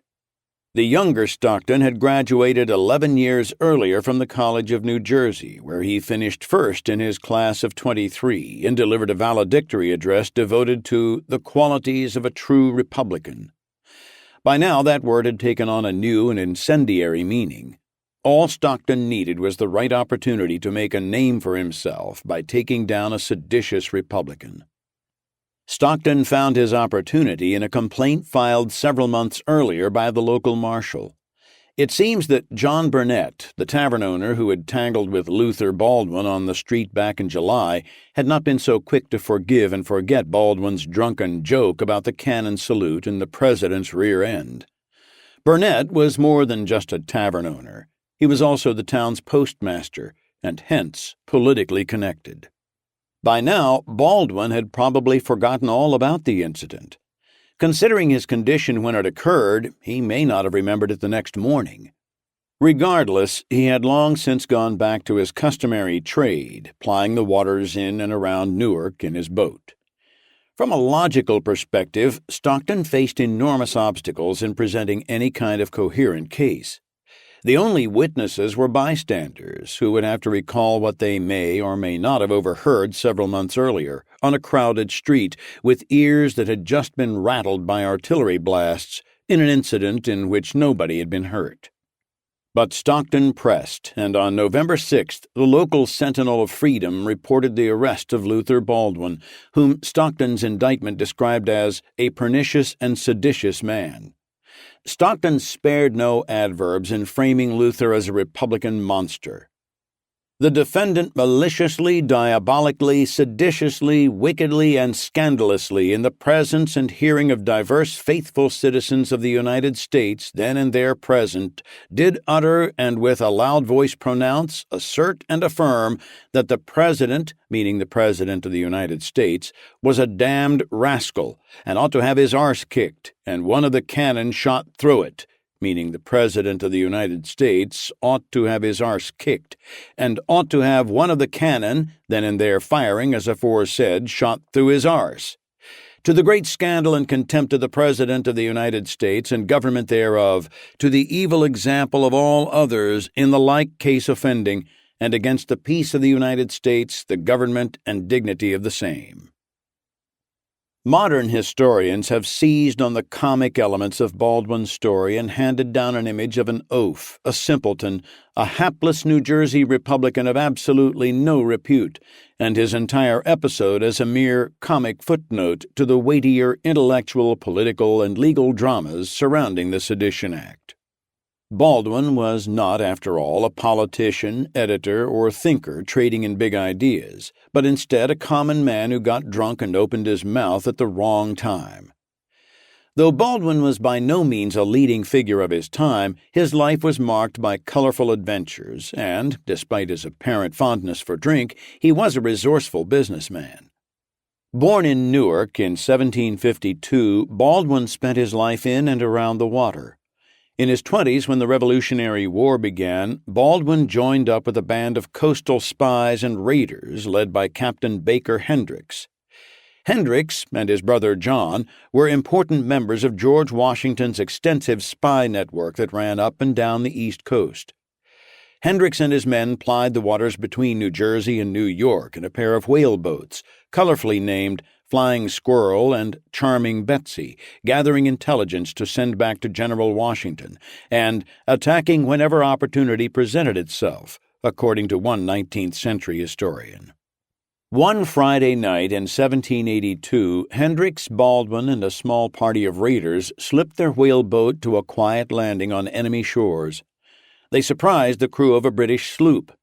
Unable to make off with the vessel itself because of the small size of their party, the raiders took a pair of 3-pound guns, 2 blunderbusses, and other arms, along with the sloop's sails, rigging, cable, anchor, and longboat.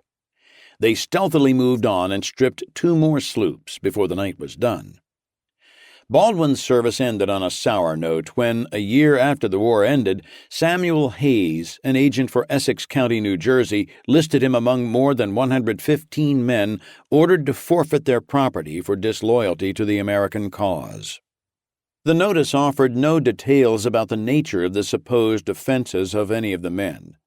Much later, after Baldwin had become an accidental celebrity courtesy of the Sedition Act, Federalists resurrected the charge to discredit him, much as they had with Matthew Lyon and his wooden sword.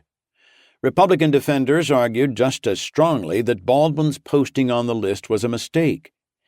As a spy for Washington, they said, Baldwin had sold chickens, eggs, and other provisions to British forces, but only as a means of gaining valuable information on the movements of enemy troops, for which he was even imprisoned when the British became suspicious.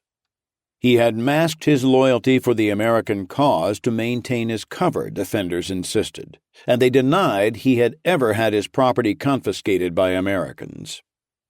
Whatever the case, Baldwin had little trouble in re-entering the mainstream of civilian life in Newark in the years following the war.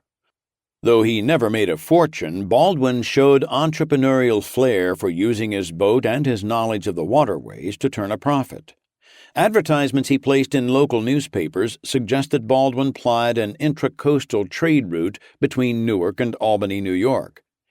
He promised Newark farmers top dollar in cash for English hay, then sailed up the long trough of the Hudson River to Albany, a distance of approximately 140 miles, where he sold or traded the hay and loaded up on New York lumber. Sailing back down river with his heavily laden vessel, he offered boards and planks on the Newark town dock in exchange for money or good strong shoes, the latter presumably for sale at the end of yet another voyage. When winter ice made the rivers impassable, Baldwin stowed his sloop in favor of sleds, ferrying travelers across the frozen Passaic and Hackensack rivers at half the fare charged on local toll bridges. Outside of the obvious distaste for President Adams that Baldwin displayed on that day in July 1798, the only clue to his Republican leanings is that he chose to advertise in the strongly Republican Sentinel of Freedom. He wasn't a vocal force in local or national politics, and indeed seems to have expected, even after the confrontation with John Burnet, that life would go back to normal and stay that way.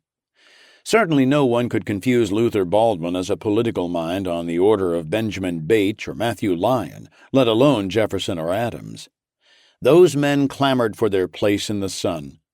Yet it is precisely because Baldwin was a rather average example of late 18th century American humanity that his arrest deeply alarmed Republican editors of his day, and they, rather than history, seem to have gotten it right about Luther. They understood that beneath the drunken hijinks lay a deadly serious matter. His arrest showed how quickly and ominously such a law could reach its icy fingers into the general population, and how quickly and arbitrarily rights can disappear with the unleashing of coercive powers to punish dissent.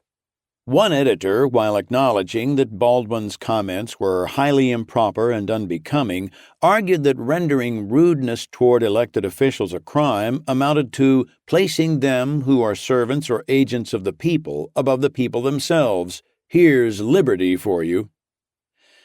Federalists, too, saw little humor in the Baldwin case. As descriptions of the incident made their way around the country in papers from Albany, New York, to Georgetown, South Carolina, the message was condensed and evolved into a sincere wish that the President of the United States was dead. The Northern Sentinel of Salem, New York, declared that sedition by all the laws of God and man is and ever has been criminal. Because the ceremonial artillery discharged powder and wadding rather than actual cannonballs, one might reasonably argue, as some Republicans did, that the worst Baldwin wished upon the president was a singed bottom. But even accepting the worst, that Luther Baldwin had truly wished for the president's demise, was expressing such a wish a crime? Recall the political philosopher Algernon Sidney, who in 1683 had gone to the executioner's block for imagining the death of Charles II. The Sentinel of Freedom, Baldwin's strongest defender, hearkened back still further to the 16th century.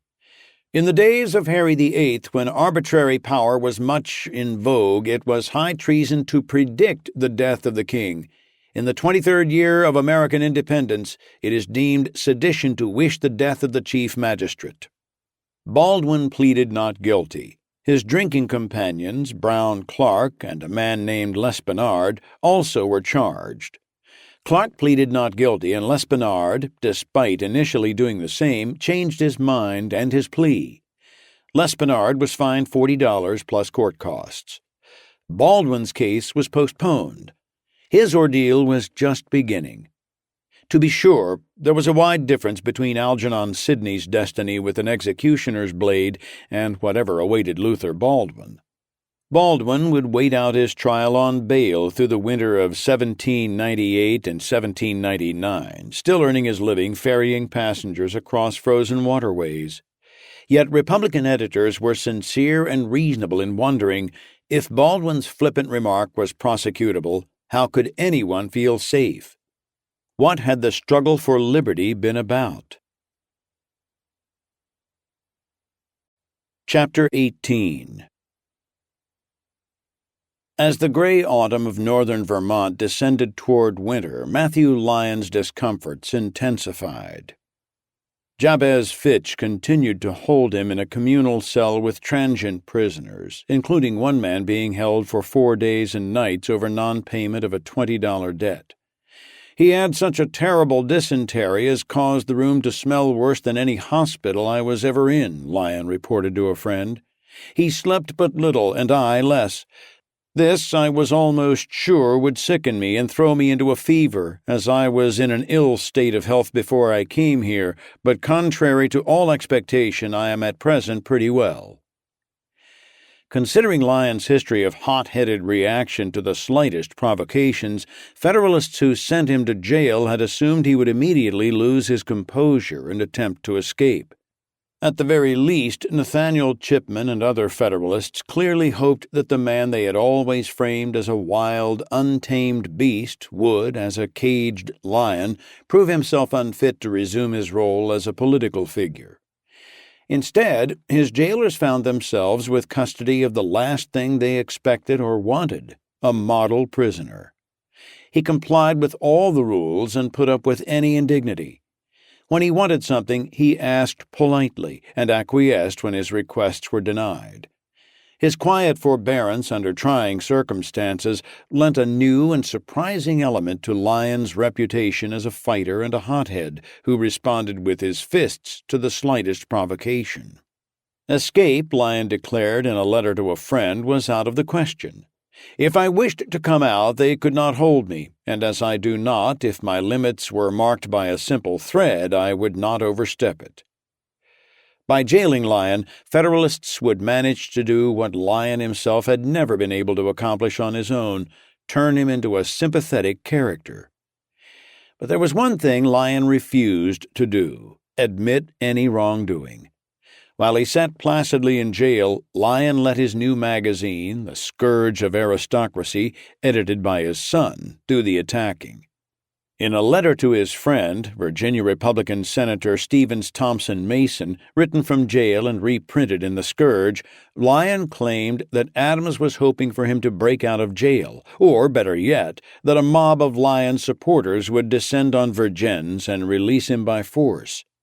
Such would give the president cause to do something he was as yet too timid to do, but desperately wanted to: call up and commission a standing army. Lyon wrote, "The appearance of an insurrection of 1,000 men to break this jail, I dare say they, the administration, think would be cause for issuing 500 commissions." 3 weeks into Lyon's confinement, Jabez Fitch at last affixed a glass pane over the empty window, keeping out the draft and some of the chill.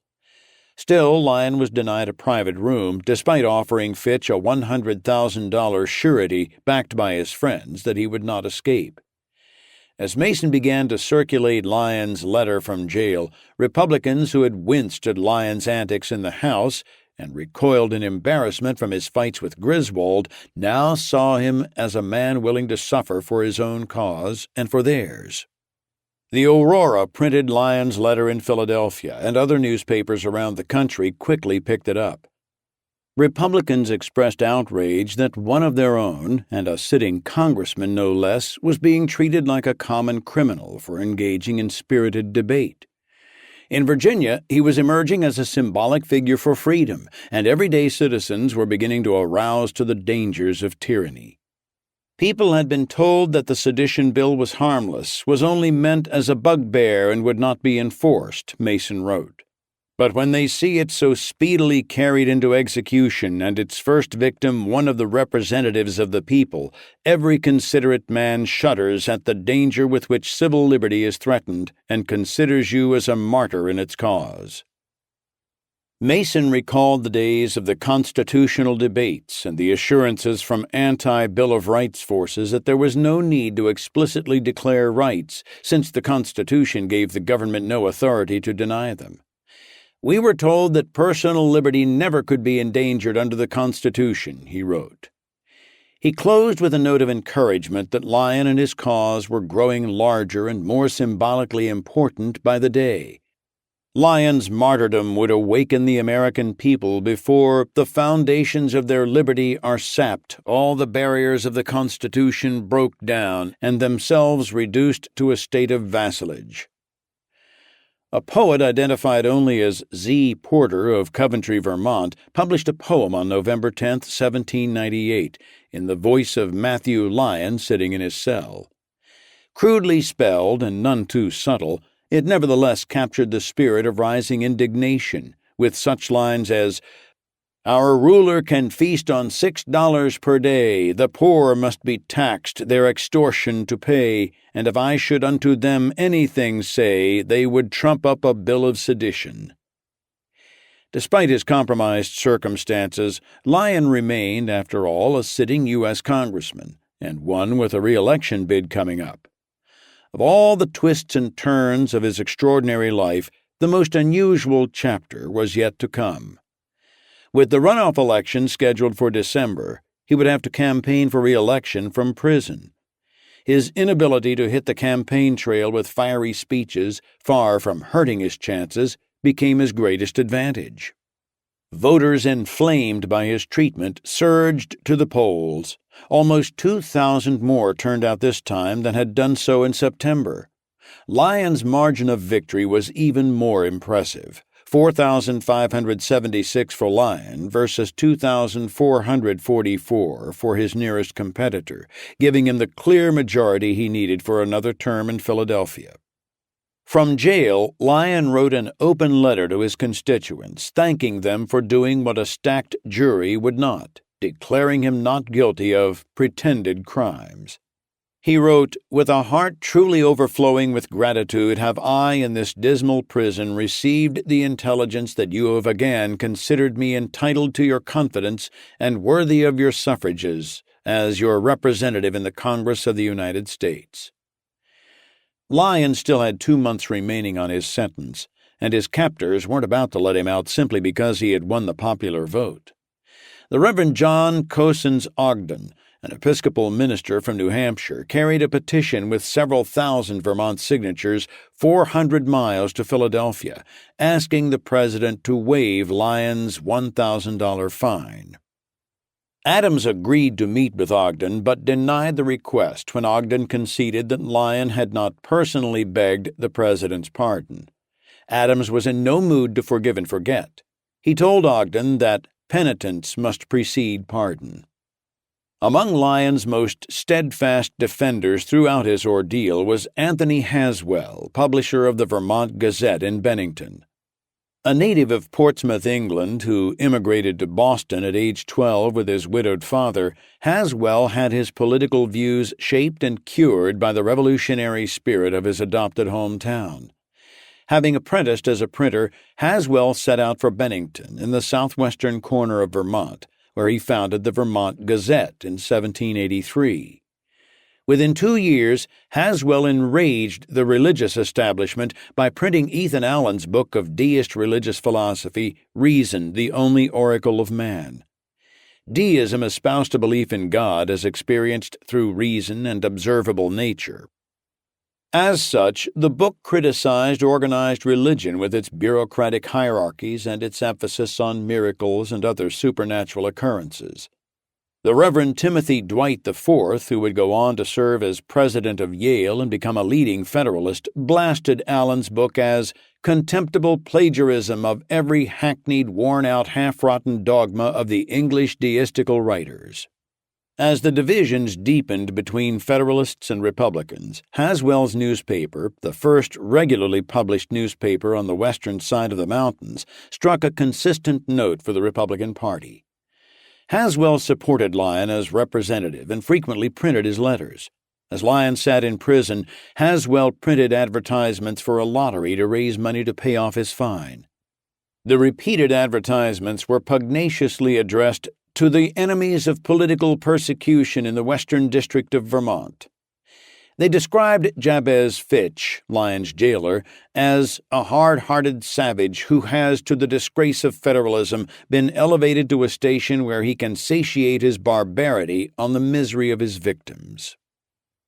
Lyon's sentence expired at last in February 1799.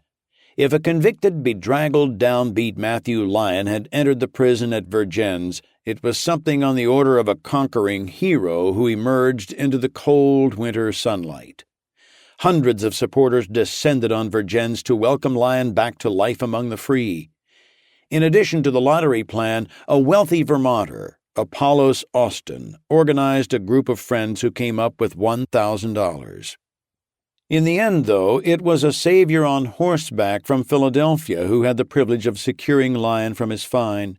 His old friend, Senator Mason, bore $1,060 in gold coins in his saddlebags. He had collected the money from wealthy Republicans around the country, including Thomas Jefferson, James Madison, and Albert Gallatin, and traveled all the way to northern Vermont to deliver the money himself. The supporters who appeared in Vergennes had more on their minds than simply cheering Lyon. They were there as a show of force. Lyon's writings from prison, which had so stoked Republican sympathies, had in equal measure inflamed Federalists. Lyon now faced the very real threat that his nemesis Fitch would rearrest him moments after his release, under fresh charges of sedition based on those jailhouse letters, or his articles in The Scourge of Aristocracy. Yet it was not protesters, but the Constitution that saved Lyon from a second arrest. To prevent senators and members of Congress from being waylaid and missing crucial votes, the framers included a provision in Article 1, Section 6, protecting members of Congress from arrest while traveling to or from sessions. Immediately upon leaving his cell, Lyon proclaimed his intention to proceed to Philadelphia to take up his seat. He boarded a coach drawn by 4 horses and brandishing an American flag. Friendly crowds lined the road virtually the entire 11-mile journey south to Middlebury, toasting his health. At the town of Teignmouth, school children stood in line to watch Lyon pass. One child offered a salute to our brave representative who has been suffering for us under an unjust sentence, and who this day rises superior to despotism. Lyon's enemies could only look on in consternation. As one Daniel Church grumbled to a friend in Brattleboro, "No doubt you have heard that Lyon went out of prison with great pomp." Even as Lyon journeyed southward across the frozen landscape, rumblings of rebellion against the Sedition Act were bubbling up in Congress. On February 13th, Andrew Gregg, a Republican, presented 270 signatures from his district in central Pennsylvania, demanding repeal of the Sedition Act and the Alien Acts. A day earlier, Edward Livingston of New York had introduced a similar petition on behalf of a group of Irish-born citizens. Federalists, insulted by the idea of outsiders questioning the constitutionality of their bill, said in no uncertain terms that they would not waste time on such a petition when there were pressing concerns of our citizens to be tended to. Gregg avowed that the signers of his petition were reputable, hard-working, law-abiding American citizens, many of whom had served their country during the Revolution. For most, it was the first time in their lives they had petitioned the government with a complaint. These were not political people spoiling for a fight, he said. They were average folks content to go about the business of their lives and to leave the debating and legislating to others. But they knew right from wrong, Gregg believed, and that the government had overstepped its authority. The following Wednesday, February 20th, the Annals of Congress noted simply, Matthew Lyon from Vermont appeared and took his seat in the House. Those few sedate words belied the fact that Lyon had lost none of his ability to inflame passions in the People's House. Yet this time Republicans were more eager to directly embrace the Vermonter. He was no longer the party's wild, unpredictable poor relation, but a champion. After Lyon took his seat, Livingston announced that he had received a number of petitions from Vermont residents praying for a repeal of the alien and sedition laws. While Republicans celebrated Lyon's re-election, Federalists greeted his return to Congress as an affront, and one more example that foreign influences and Republicans were destroying the American experiment in self-government. William Cobbett saw in Lyon's re-election proof positive that the rabble was too ignorant to be entrusted with the vote. Happy must the nation be where it is but a single step from the dungeon to the legislature. Throughout Lyon's first day back, Federalists in Congress bided their time through a lengthy discussion of a report by the Committee of the Whole, encouraging the capture of French privateering vessels by U.S. ships by offering a bounty on guns taken. Then, just prior to the session closing for the day, James Baird, a Delaware Federalist, rose and introduced a motion to expel Lyon for having been convicted of being a notorious and seditious person, and of a depraved mind, and wicked and diabolical disposition, and of wickedly, deceitfully, and maliciously contriving to defame the government of the United States. Of course, calling a sitting U.S. congressman wicked and diabolical might in its own right be seen as a violation of the Sedition Act. Anticipating that charge, Baird brought with him the record of Lyon's Vermont trial as proof that his description of Lyon was true. "Will anyone say that a man who does not keep the laws ought to be allowed to make them?" Baird asked. Republican John Nicholas responded by reading aloud the entire Joel Barlow letter over which Lyon had in part been tried.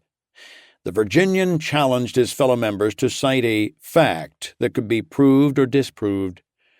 Lyon was not only within his rights to express opinions against the administration, it was his duty to do so, Nicholas continued. If the people of Vermont choose to have a person possessing these opinions to represent them, who have a right to say they shall not? Lyon, largely subdued during the discussion, offered only the assessment that he had received an unjust trial and a hard sentence. When at last the expulsion came down to a vote, the count fell strictly on party lines, 49 in favor, 45 opposed. Once again, a simple majority wanted Matthew Lyon out, yet once again his enemies failed to muster the required two-thirds. Lyon remained a member of the House of Representatives. Chapter 19. Among those keeping a close eye on the resurrection of Matthew Lyon was Vice President Thomas Jefferson, who sensed in the results an incipient shift in the political winds. "Lyon is rechosen in Vermont by a vast majority," he wrote excitedly to James Monroe. "It seems agreed that the Republican sentiment is gaining ground fast in this state and in Massachusetts." Republicans had long looked to Jefferson as their philosophical leader. Certainly he was the highest-ranking Republican in the land, even though, as an opposition vice president, his practical power was nil. Despite his professed dislike for politics and suspicion of federal government, Jefferson was a consummate politician with long-term ambitions for higher national office. And he possessed the skilled politician's most valuable asset, an acute sense of timing. From the early debates on the Sedition Act through the first several months of its implementation, Jefferson confined his deep misgivings to letters to friends. Though he quietly supported opposition journalists, publicly he had remained neutral on the bill. But by late 1798, Jefferson was growing alarmed. He wrote to John Taylor, a member of the Virginia House of Delegates, "Our general government has, in the rapid course of 9 or 10 years, become more arbitrary, and has swallowed more of the public liberty than even that of England." The time was right for a declaration of the power of individual states, Jefferson believed. He envisioned strongly worded resolutions that might be adopted by state governments, declaring the alien and sedition laws to be against the Constitution and merely void. With Federalists in control in most states, the two likeliest choices for Jefferson's plan were Kentucky and Virginia. Jefferson decided to write the Kentucky resolutions himself. Though he would not acknowledge authorship until decades later, putting pen to paper in such a way represented a real risk, especially by Jefferson's careful, cautious standards. Should he be discovered as the author, essentially suggesting that states could repudiate federal law, he might be opening himself to charges of sedition. To write the Virginia resolutions, Jefferson tapped his old friend James Madison. Madison had been even more withdrawn than Jefferson from the Sedition Act drama. As Federalists consolidated power in the capital, Madison had left the House in 1796 and retreated to self-imposed retirement on his plantation in Montpelier, Virginia. He concerned himself with the management of his estate, running the farm, worrying about his crops, and declaring himself to be through with the political life. Only the cajoling of his good friend Jefferson was enough to finally convince him to rejoin the battle. Although both the Kentucky and Virginia resolutions aimed at the same general purpose of undermining the Alien and Sedition Acts, the two documents were markedly different. Jefferson's, written in September and October and passed by the Kentucky legislature in November, was notably darker and more petulant. Constructed as a series of 9 resolutions, it opened in the negative with an ominous, almost combative note. Resolved that the several states composing the United States of America are not united on the principle of unlimited submission to their general government. Rather, the states created the federal government for special purposes and gave the government certain definite powers. Much of the rest of the document was devoted to a careful explanation of why the federal government lacked the specified authority to punish any crimes outside of a narrow, well-defined spectrum, including such offenses as counterfeiting and treason, and that if any limits needed to be placed on speech and the press, the right to do so belonged to the states. Allowing these acts to stand would, Jefferson warned, open the door to innumerable federal abuses in the future by allowing the government to punish any behavior it disapproved of. Compared with Jefferson's reflections on human liberty in the Declaration of Independence, his draft of the Kentucky resolutions was rather limited in scope, focusing on the processes of government and the relationship between one governmental body and another. Moreover, while the document extended a friendly hand to the other states, offering assurances that Kentucky valued the esteem of their friendship and union, it suggested an affiliation of independent states rather than a single, inviolable nation. The message running just below the surface was of the reserved right of any state to leave the Union if its rights were to be violated. Madison's Virginia resolutions, adopted by the Virginia General Assembly in late December, strove toward the same end, declaring the Alien and Sedition Acts unconstitutional, but did so in a way that was at once more expansive, optimistic, and hopeful about the future of a united republic. Madison had been a compatriot of Hamilton's and his co-author in the seminal Federalist Papers. He had argued forcefully for a strong union and helped recalcitrant Virginians to overcome their doubts. And while he had broken with what he perceived to be the excessive nature of Federalist ambitions, he still believed strongly in the necessity of a powerful federal government. Indeed, just a few days after introducing his Virginia resolutions, Madison wrote to Jefferson, worried that his fellow Virginians might overreact. "It is to be feared their zeal may forget some considerations which ought to temper their proceedings," he fretted. Madison concurred with Jefferson that Congress had overstepped its bounds, but if the states had the right to guard against federal overreach, where did it say that state legislatures per se had the authority to make such determinations? Where did that authority come from? This distinction was pure Madison, evidence of his overriding belief that the founding documents, if they were to have any staying power, must be respected most carefully in times of crisis. What would be the advantage in having state legislators, in their zeal to correct an unconstitutional power grab by Congress, assume an unconstitutional authority in order to do so? With this question, Madison was of course raising the broader issue of the proper system of constitutional oversight and review. If not the state legislatures, then who should be in charge of determining whether a given law was unconstitutional? That question would be established during the 1803 lawsuit bearing Madison's name, Marbury v. Madison. Madison's ambivalence and hesitation, far from weakening his Virginia resolutions, made the document stronger, more resilient, and more forward-looking than Jefferson's Kentucky counterpart. Instead of opening with wronged states declaring a right to reject federal legislation, and by implication rejecting the very underpinnings of federal authority, Madison described states as fervently interested in preserving and jealously protecting the sanctity of the Union. It's no accident that the document opens with a resolution by the Virginia General Assembly to maintain and defend the Constitution of the United States.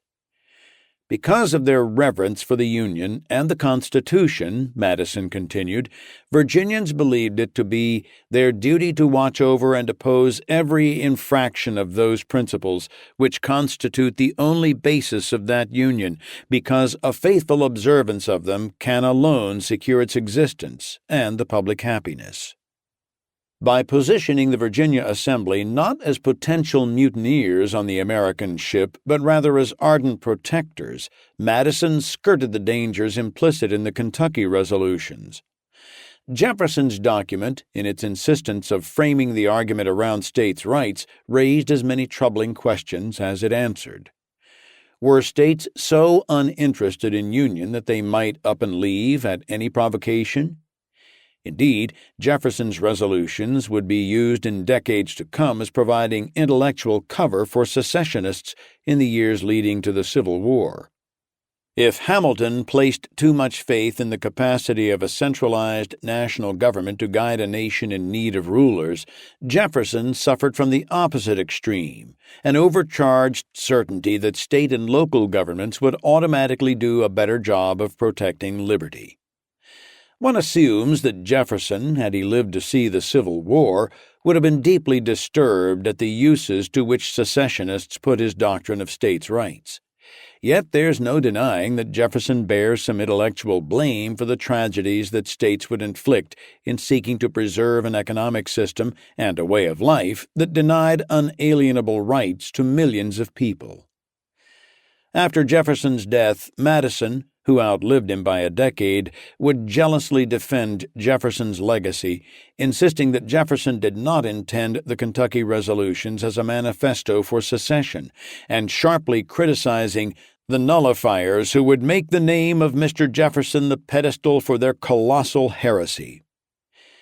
Federalists, though, weren't to be bothered with the subtle distinctions between the Kentucky and Virginia rebellions against overreaching federal authority. To them, both documents were seditious. New York State's Albany Sentinel declared the Virginia document Virginian folly and impudence, and the New York Daily Advertiser noted, "It appears more and more evident that the Kentucky resolutions are part of a concerted plan to embarrass the measures of government and dismember the Union." While the Federalist Gazette of the United States accused Kentucky of being a puppet for the French, Cobbett's Porcupine's Gazette struck a note of metropolitan snobbery by framing Kentuckians as semi-literate hicks who do believe that our liberty is in danger. The U.S. House of Representatives, alarmed by the resolutions, ordered extra copies of the Sedition Act to be printed and distributed around the country. Robert Goodloe Harper, the Maryland Federalist, believed that Virginia legislators had the more draconian Senate version of the act rather than the toned-down final version. Harper believed the Kentucky and Virginia legislatures had made their votes based on gross errors. Anybody who actually read the measures, he reasoned, must surely be convinced of their wisdom and propriety. Nor did the Virginia and Kentucky resolutions find a warm reception in the other state legislatures.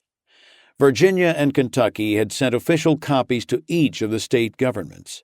The rebukes came one after another. By a majority of 58 to 14, the New York State legislature declared the documents unwarranted and highly improper. Assemblies in Maryland, Delaware, Rhode Island, Massachusetts, New Hampshire, and even Matthew Lyon's Vermont issued rebukes. Virginia's neighbor, Maryland, attacked the Virginia resolutions on two fronts, reaching the opinion that no state government by a legislative act is competent to declare an act of the federal government unconstitutional and void, it being an improper interference with that jurisdiction which is exclusively vested in the courts of the United States. The Maryland response did not address how courts whose judges were actively hearing Sedition Act cases and passing judgment on defendants would be capable of determining the same law unconstitutional. No matter, the Maryland politicians also specifically addressed the laws themselves, arguing that, viewing the present crisis of affairs, any effort to repeal the laws would be unwise and impolitic. A few months later, the Connecticut Assembly declared that it views with deep regret and explicitly disavows the principles of resolutions it believed were calculated to subvert the Constitution and to introduce discord and anarchy. The Assembly sent copies of its rebukes to the Assemblies of Virginia and Kentucky. Despite such strong rhetoric, Republican leaders were beginning to get their backs up. Madison, energized by his involvement with Jefferson in the Kentucky and Virginia resolutions, had emerged from his plantation in Montpelier and was out of retirement for good. In February 1799, the same month that Lyon returned from his Vermont prison cell, Madison published a long article in the Aurora, offering a bold defense of France. Signed only "A Citizen of the United States," the article charged that most news of France is brought to this country chiefly from England and Germany, and is consequently adulterated with all the exaggerations and perversions which the most raging hostility can infuse. A month earlier, in the same newspaper, Madison, writing as enemy to foreign influence, turned the table on France's critics by laying out step by step why England, not France, ought to be dreaded and watched as most likely to gain an undue and pernicious ascendancy in our country. In particular, he wrote, England sought to strangle U.S. manufacturing in order to preserve the former colonies as a market for its own manufactured goods, and to restrict the growth of U.S. shipping in order to maintain mastery of the seas. Most particularly, Madison added, England feared and wished to stifle American republicanism before its influence spread to its own shores and threatened the monarchy with popular revolt. Even stronger than the defense of France were the article's warnings about the corrupting and liberty-destroying potential of war. The fetters imposed on liberty at home have ever been forged out of the weapons provided for defense against real, pretended, or imaginary dangers from abroad, he wrote. And in a clear jab at Adams, he added that the greatest threats came in the way that war concentrated power in the executive branch of the government. Even as the Sedition Act shook James Madison from his Montpelier retirement, it provoked lesser-known Americans into reflecting on the meaning of freedom. Freedom, of course, had been at the forefront of the American mind since before the Revolutionary War. But now the conversation was changing from bold declarations against a ruling foreign power to subtler reflections on what liberty means in a functioning society, whether it can survive, and why objectionable voices must be permitted to speak. In January 1799, a Virginian named George Hay published an essay on the liberty of the press. Hay, a 34-year-old attorney with a private practice in Petersburg, south of Richmond, addressed his essay to the Republican printers of the United States.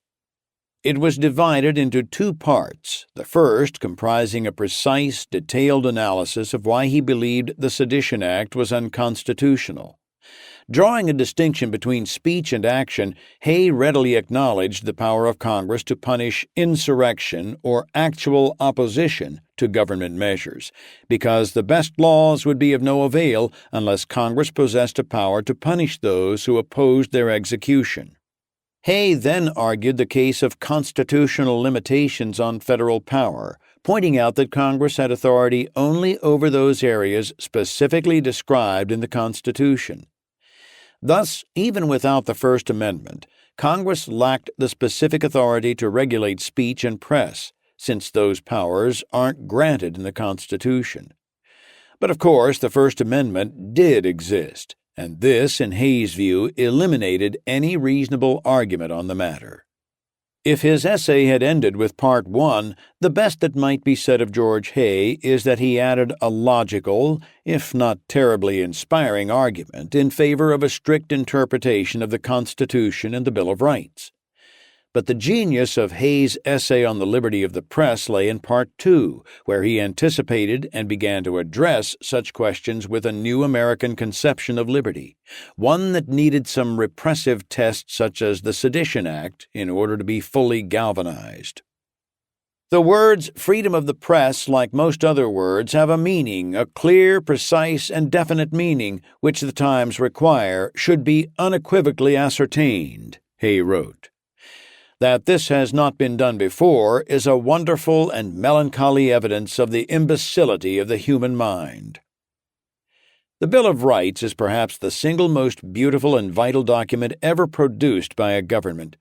You can get goosebumps just thinking what it meant against the long, grisly train of human tyranny through the ages for a government to set about declaring the limits of its own power.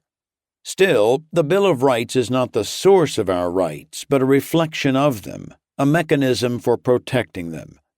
This is, of course, what the founders meant by unalienable rights being derived from nature or the Creator, as distinct from privileges, which can be granted or revoked by men.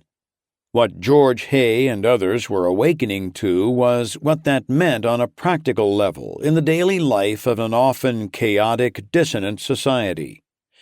Hay drew a distinction between absolute freedom, which belongs to man previous to any social institution, and the other that qualified or abridged freedom, which he is content to enjoy for the sake of government. Speech, Hay asserted, belonged firmly in the former category. If this definition of freedom be applied to the press, as surely it ought to be, the press, if I may personify it, may do whatever it pleases to do, uncontrolled by any law, taking care to do no injury to any individual. This injury can only be by slander or defamation, and reparation should be made for it in a state of nature as well as in society. Should the press be ascribed to the abridged category, it would cease to be true freedom at all, Hay observed. It will amount precisely to the privilege of publishing as far as the legislative power shall say the public good requires, that is to say, the freedom of the press will be regulated by law. Hay continued, this argument may be summed up in a few words. The word freedom has meaning. It is either absolute, that is, exempt from all law, or it is qualified, that is, regulated by law. If it be exempt from the control of law, the sedition bill which controls the freedom of the press is unconstitutional. But if it is to be regulated by law, the amendment which declares that Congress shall make no law to abridge the freedom of the press, which freedom, however, may be regulated by law, is the grossest absurdity that ever was conceived by the human mind. If Federalists sought to emulate British society with its love of orderliness and social strata in which every member knew his place and function, Hay argued for a more wide-open society in the United States, even at the price of disorder. In Britain, a legislative control over the press is perhaps essential to the preservation of the present order of things, but it does not follow that such control is essential here. Equating a free press to freedom of religion, he argued that even hateful ideas must be permitted in any society that wishes to live in freedom. The evils arising from the toleration of heresy and atheism are less, infinitely less, than the evils of persecution, Hay wrote. Likewise, if the words freedom of the press have any meaning at all, they mean a total exemption from any law making any publication whatever criminal, since the only way to stifle objectionable voices would be to exercise a power fatal to the liberty of the people. Indeed, for a society to remain free, A man may say everything which his passion can suggest. He may employ all his time and all his talents, if he is wicked enough to do so, in speaking against the government matters that are false, scandalous, and malicious. The best way to counter such maliciousness is with truth, as discerned by free reasoning minds, Hay added. The truth cannot be impressed upon the human mind by power. Chapter 20. The course of the Sedition Act, whether it would presage similar actions defining the relationship between citizens and their government, or be recognized as a colossal blunder, would in the end have to be determined not by professional thinkers, but by everyday people. Would Americans wake up in time to recognize what they stood to lose before they lost it? Republicans had taken to collecting signatures of average Americans opposed to the Alien and Sedition Acts. At first a trickle, the signatures grew into streams and torrents, flooding the floor of Congress to the great annoyance of Federalist leadership. On February 21, 1799, Albert Gallatin presented a petition containing 755 signatures from residents of Chester, Pennsylvania, and 78 more from Washington County. Robert Brown, another Pennsylvania Republican, presented petitions containing 1,940 signatures from Montgomery County and 1,100 from Northampton County. From the Northern Liberties neighborhood of Philadelphia came 587, courtesy of Representative Blair McClanahan. To that single-day total of 4,460 Pennsylvania signatures, David Bard, the next morning, added nearly 1,487 from Franklin County, for a grand total of 5,947. On February 25th, there were 2,500 signatures from New York, more than 700 from Delaware, and an additional 2,676 from around Pennsylvania. Had the Federalists been more astute politically, they might have caught the message contained in such an outpouring. The combined 8,623 Pennsylvania signatures, for example, equaled 12.3% of the voters who would turn out for the state's gubernatorial election that year, and more than 1.4% of Pennsylvania's entire population of 600,000. Proportionately the same as if a congressman marched into Congress today and dropped 180,000 Pennsylvanian signatures on lawmakers' desks. At first, Federalists called the petitions an atrocious libel against the courts and juries, in the words of Robert Goodloe Harper. Harper blamed Republican members for spreading poisonous lies and inciting an uninformed population. Gallatin, the even-spoken voice of reason among the Republican Party, asked whether, as part of their assault on liberty, Harper and the Federalists intended to thwart the right of people to petition the government as well. The right to petition the government for redress of grievances was an English tradition dating to the Magna Carta and before. American colonial assemblies had recognized petitioning as a legitimate way for all members of society to voice concerns about government action. The Massachusetts Body of Liberties, adopted in 1641 and viewed as an early precedent to the Bill of Rights, included petitioning among its essential rights. With independence, Delaware and Pennsylvania included the right to petition in their state constitutions, and the new federal government followed suit by guaranteeing the right to petition as part of the First Amendment. The Constitution does not stipulate how, if at all, the government must respond to such petitions. Yet to the early Americans, petitions were, according to legal historian Gregory A. Mark, a cherished and sacrosanct part of the political process, carrying more force than they do today. Gallatin brought forth yet another petition from 678 more Pennsylvanians demanding repeal. The tide of signatures began at last to draw the Federalists' attention. House leaders appointed a special committee to review the petitions. Having passed the Sedition Act with an air of imperial arrogance, Federalists felt for the first time the need to officially explain themselves. Their resulting report was by far their most cohesive, complete, and thoughtful argument on behalf of the Sedition Act. In contrast to the smug assuredness of their arguments in passing the bill, this time the Federalists honored their opponents by treating objections to the Sedition Act seriously, rather than dismissing them as the ramblings of un-American misfits. And they did posterity, the rest of us, the honor of finally laying out their most cogent arguments for why a government must control malicious and angry speech if it is to maintain security and order. Petitioners had claimed that Congress had no authority to pass such a law, since no such powers were granted in the Constitution. The Federalists responded that without such a law, they could have no hope of carrying into effect the power vested by the Constitution in the government of the United States.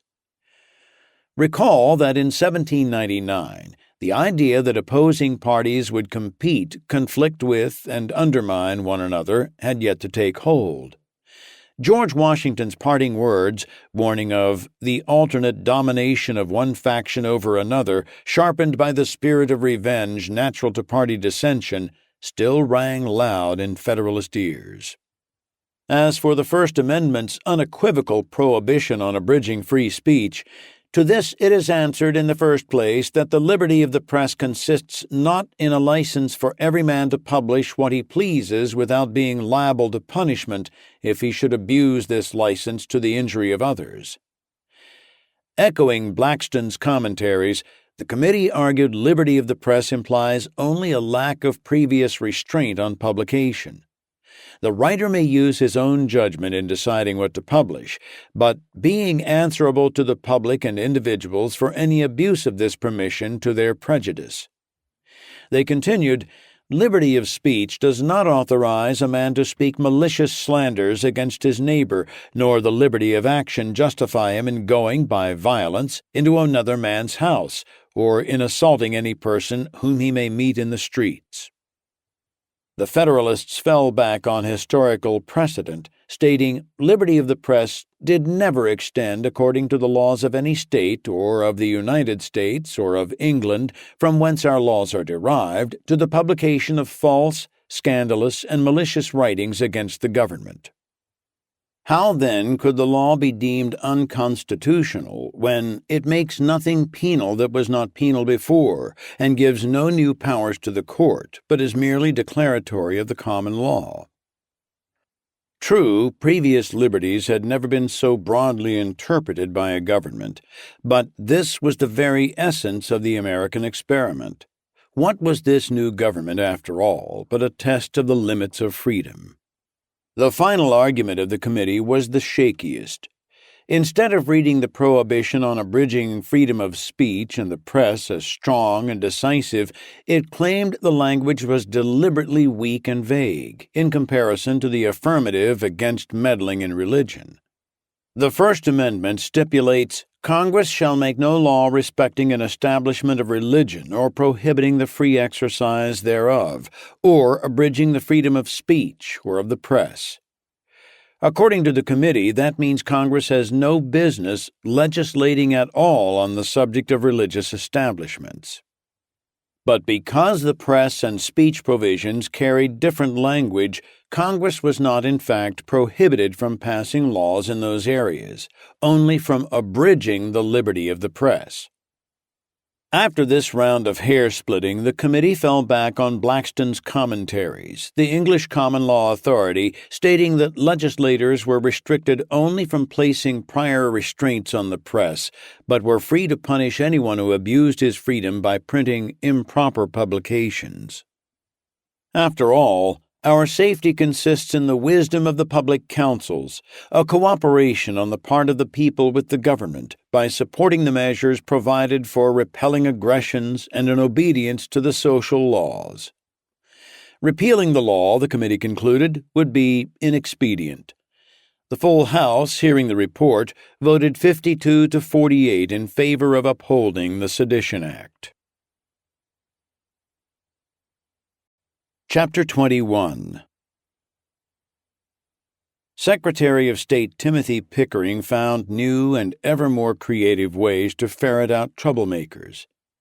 He asked Robert Wharton, Philadelphia's mayor, to investigate a seamstress in the city who was rumored to be making military uniforms in the French fashion. In a note marked confidential, Pickering wrote, "It is not easy to conjecture what can be the destination of such clothing. Certainly none of the kind is providing by the government of the U states. You will render a very acceptable service by tracing the matter to its source. I beg you to do it." Having thus struck a blow against seditious tailoring, Pickering next instructed William Rawle, the U.S. Attorney for Pennsylvania, to scrutinize a German-language newspaper printed in Reading by one Schneider. A friend of Pickering's had sent him the newspaper containing a translation into German of a recent speech addressed to German immigrants living in Cumberland County. Fearful the Germans might be spreading anti-American messages, Pickering asked Rawle if any passages in the address do, in your opinion, make the printer liable to a prosecution. I pray you to direct its being commenced. For Fisher Ames, stewing away in Dedham, Massachusetts, only one sedition case really mattered: finding and prosecuting David Brown, the fugitive who had led the Liberty Pole Brigade. To Ames's delight, Brown was at last apprehended in March 1799 in Andover, Massachusetts, about 28 miles north of Dedham. At the time of his arrest, authorities also seized some of his writings, including a poem entitled A Dagger for Tyrants. Brown was taken to Boston, where he and Benjamin Fairbanks, the Dedham farmer who had been arrested as his accomplice, were scheduled for June trials at the U.S. Circuit Court in Boston. The treatment they received was markedly unequal. Fairbanks descended from a fine old Dedham family, predating even the Ames family. Town records list one Jonathan Fairbank as an original land grantee of 12 acres when Dedham was founded in 1636. Fairbanks posted bond and was permitted to await trial from the comfort of home. David Brown was hauled to a jail in Salem, north of Boston, the hometown of Timothy Pickering and the site of the original American witch hunt. Bond was set at $4,000, twice the maximum allowable fine were he to be convicted of sedition. By conservative estimates, $4,000 in 1799 would be equivalent to well over $73,000 today. The fine would have been well beyond the means of most Americans, let alone the itinerant David Brown, so he sat alone in jail, awaiting trial. Powerful forces were arrayed against the defendants. Supreme Court Associate Justice Samuel Chase, a Federalist, would hear the case. As the trial date approached, Benjamin Fairbanks's rebellious spirit withered along with his confidence and his desire to fight the charges. He switched his plea and began apologizing to anyone who would listen. "It is true that I was present when the Liberty Pole was set up," he wrote, "but it was not then known by me, nor perhaps by others concerned, how heinous an offense it was." Fairbanks claimed that he had initially refused to take part, then had been misled into doing so. "I am now fully sensible of my offense," Fairbanks noted. "I am in my heart a friend to my country, its liberty and independence, and will try to conduct so in the future as to shew my sincerity and duty as a good citizen in support of the laws and the government of the United States." To help his case, Fairbanks had asked Fisher Ames to serve as his counsel. Though Ames declined, he did appear as a witness on Fairbanks's behalf, one Dedham townsman to another.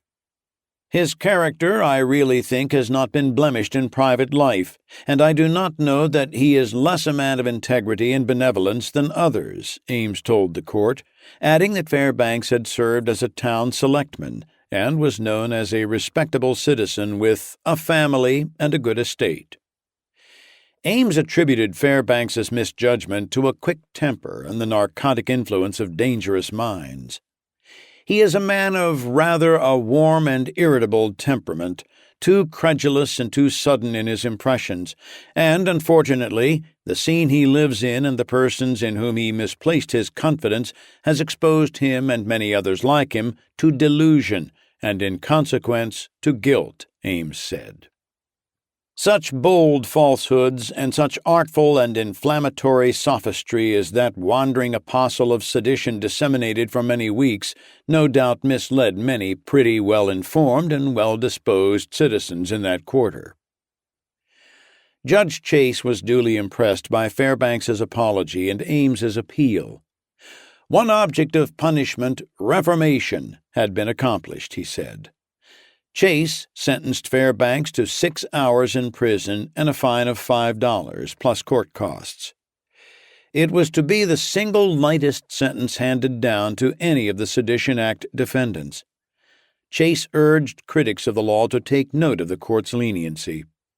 The decision proved that the government of the United States was not, as they might have conceived, arbitrary and unfeeling, but mild, dispassionate, and considerate, and exercised its authority with humane and liberal views. Now it was David Brown's turn to face justice. He appeared before the court on June 8th, the day after Fairbanks. After 3 lonely months in his Salem jail cell, he too was having second thoughts. Perhaps encouraged by the leniency shown to Fairbanks, Brown pleaded guilty. But this wandering apostle of sedition could expect no warm character references from Fisher Ames, nor mercy from Judge Chase. Chase had once been a rebel, a revolutionary, and a radical for freedom. Born in Maryland in 1741, he had by 1765 joined the Sons of Liberty, inciting mobs to destroy British buildings in protest of the Stamp Act.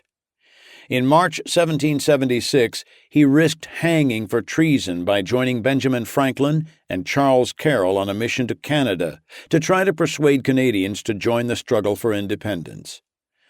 A few months later, in July, he compounded his risk by affixing his signature to the Declaration of Independence.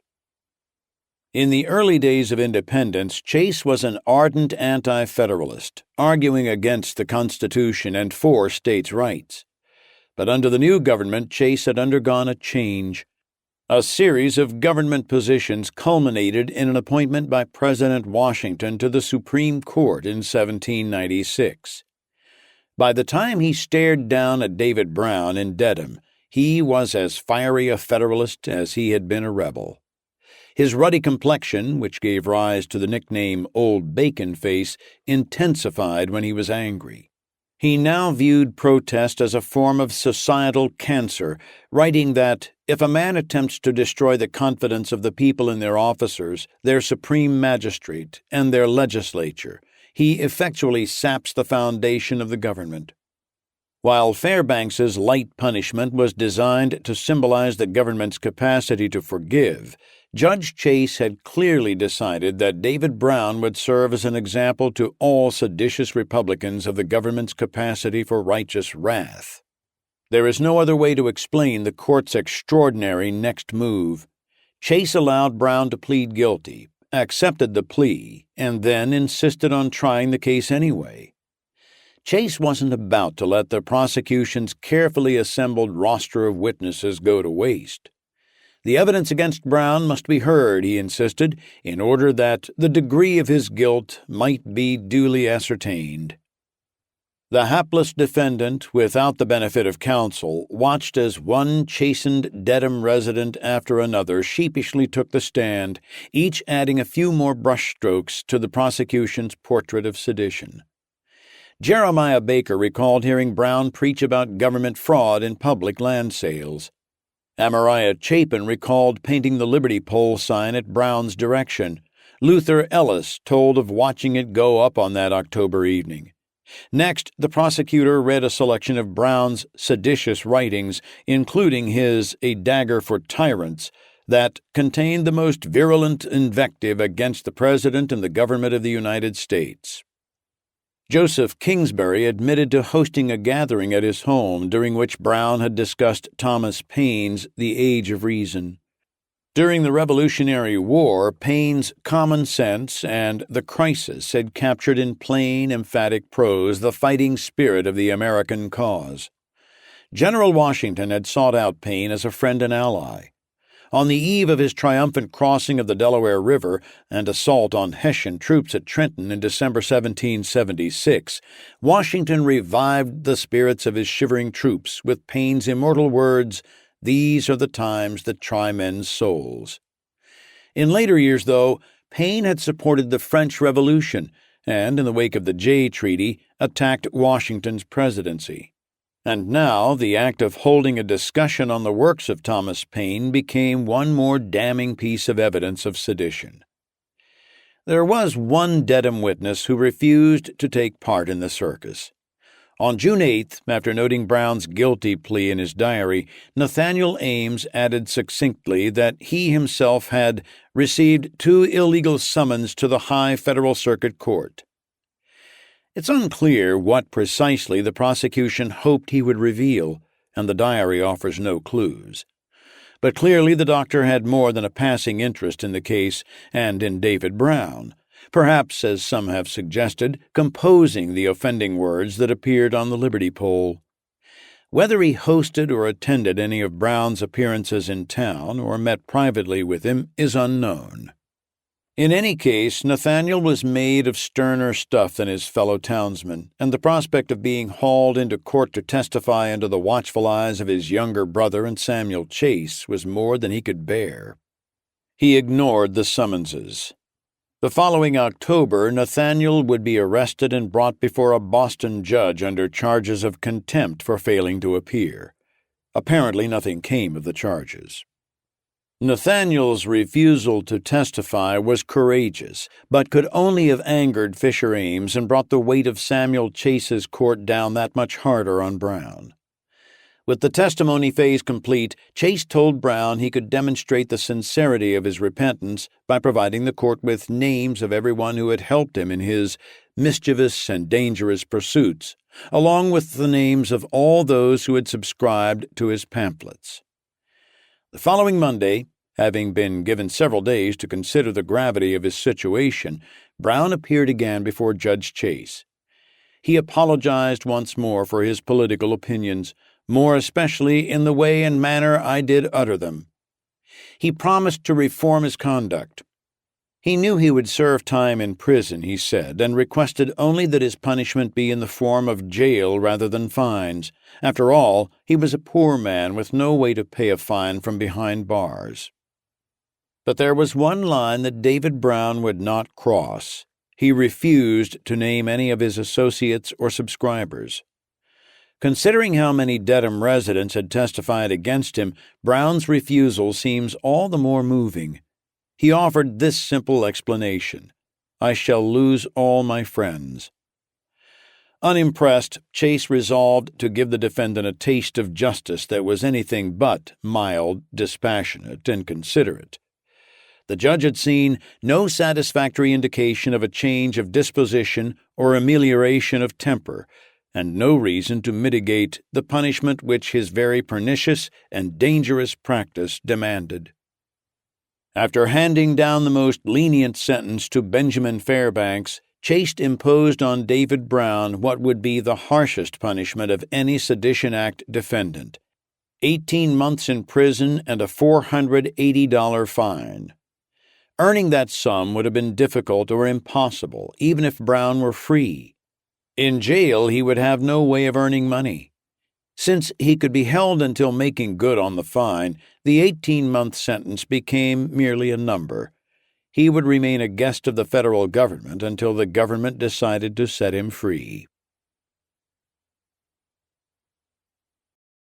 Chapter 22.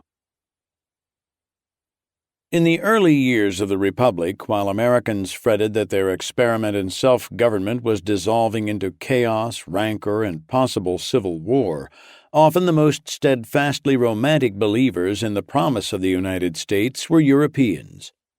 To them, America's troubles seemed quaint and small, and the physical space in which to roam indescribably large. Today, the town of Northumberland emerges from the endless rolling hills of rural Pennsylvania like a mid-Atlantic brigadoon, with neat blocks of brick and stone homes and parks nestled snugly into a fork of the Susquehanna River. The isolation is charming. But in the 1790s, it was stark. Northumberland comprised just 100 or so houses, most of them crudely built of logs rather than brick or stone. The town was more than 100 miles west and north of Philadelphia, 5 arduous days of travel. Diversions were few and rudimentary, and even in the better of the town's 2 inns, rain seeped through gaps in the roof and drenched guests as they lay in bed. From this modest hamlet of rough-hewn buildings rose one house altogether out of place in its elegance, size, and craftsmanship. It was a white Georgian estate meticulously built not from logs, but from thousands of straight boards painstakingly sawed and planed from local timber, then kiln-dried in trenches for 2 weeks. The house, which gazed down on the north branch of the Susquehanna, featured a spacious hallway, elegant dining room, and a library capable of holding hundreds of volumes devoted to science, theology, history, and politics. But the most important feature was the addition to the north side of the house. A spacious laboratory outfitted with the latest scientific equipment and 2 furnaces for conducting chemical experiments. The owner of this house was as unlikely to the location as the house itself. He was the famous English scientist Joseph Priestley, one of the most important thinkers of his age. A polymath on the scale of his close friend, the late Benjamin Franklin, Priestley had made major contributions to science, theology, and political theory in England, contributions that are still felt today. He was also a free thinker and a political and religious radical. When his views made him a pariah in his home country, he looked for the farthest place he could find from Europe's crowded cities, repressive monarchies, rigid class structures, and intellectual intolerance. He envisioned a sort of utopia for fellow European intellectuals on the run. By all rights, his native England should have lionized him. Born near Leeds in West Yorkshire, Priestley is best known by the label discoverer of oxygen.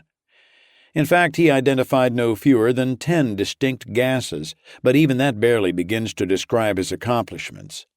Experimenting with mice and mint plants in sealed glass containers, he was first to notice and describe the exchange of oxygen and carbon dioxide between plants and animals, the fundamental relationship for sustaining life on Earth.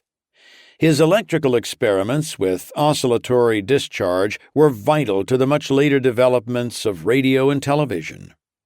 And the next time you crack open a soft drink, thank Joseph Priestley.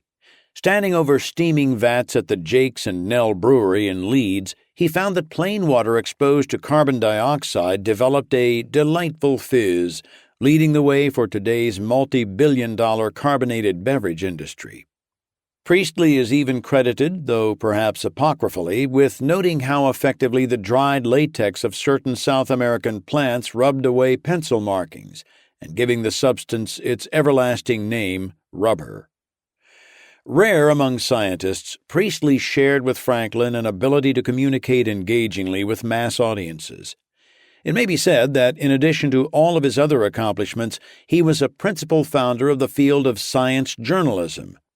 His History and Present State of Electricity with Original Experiments, published in England in 1767 when he was 34 years old, helped popularize scientific discovery.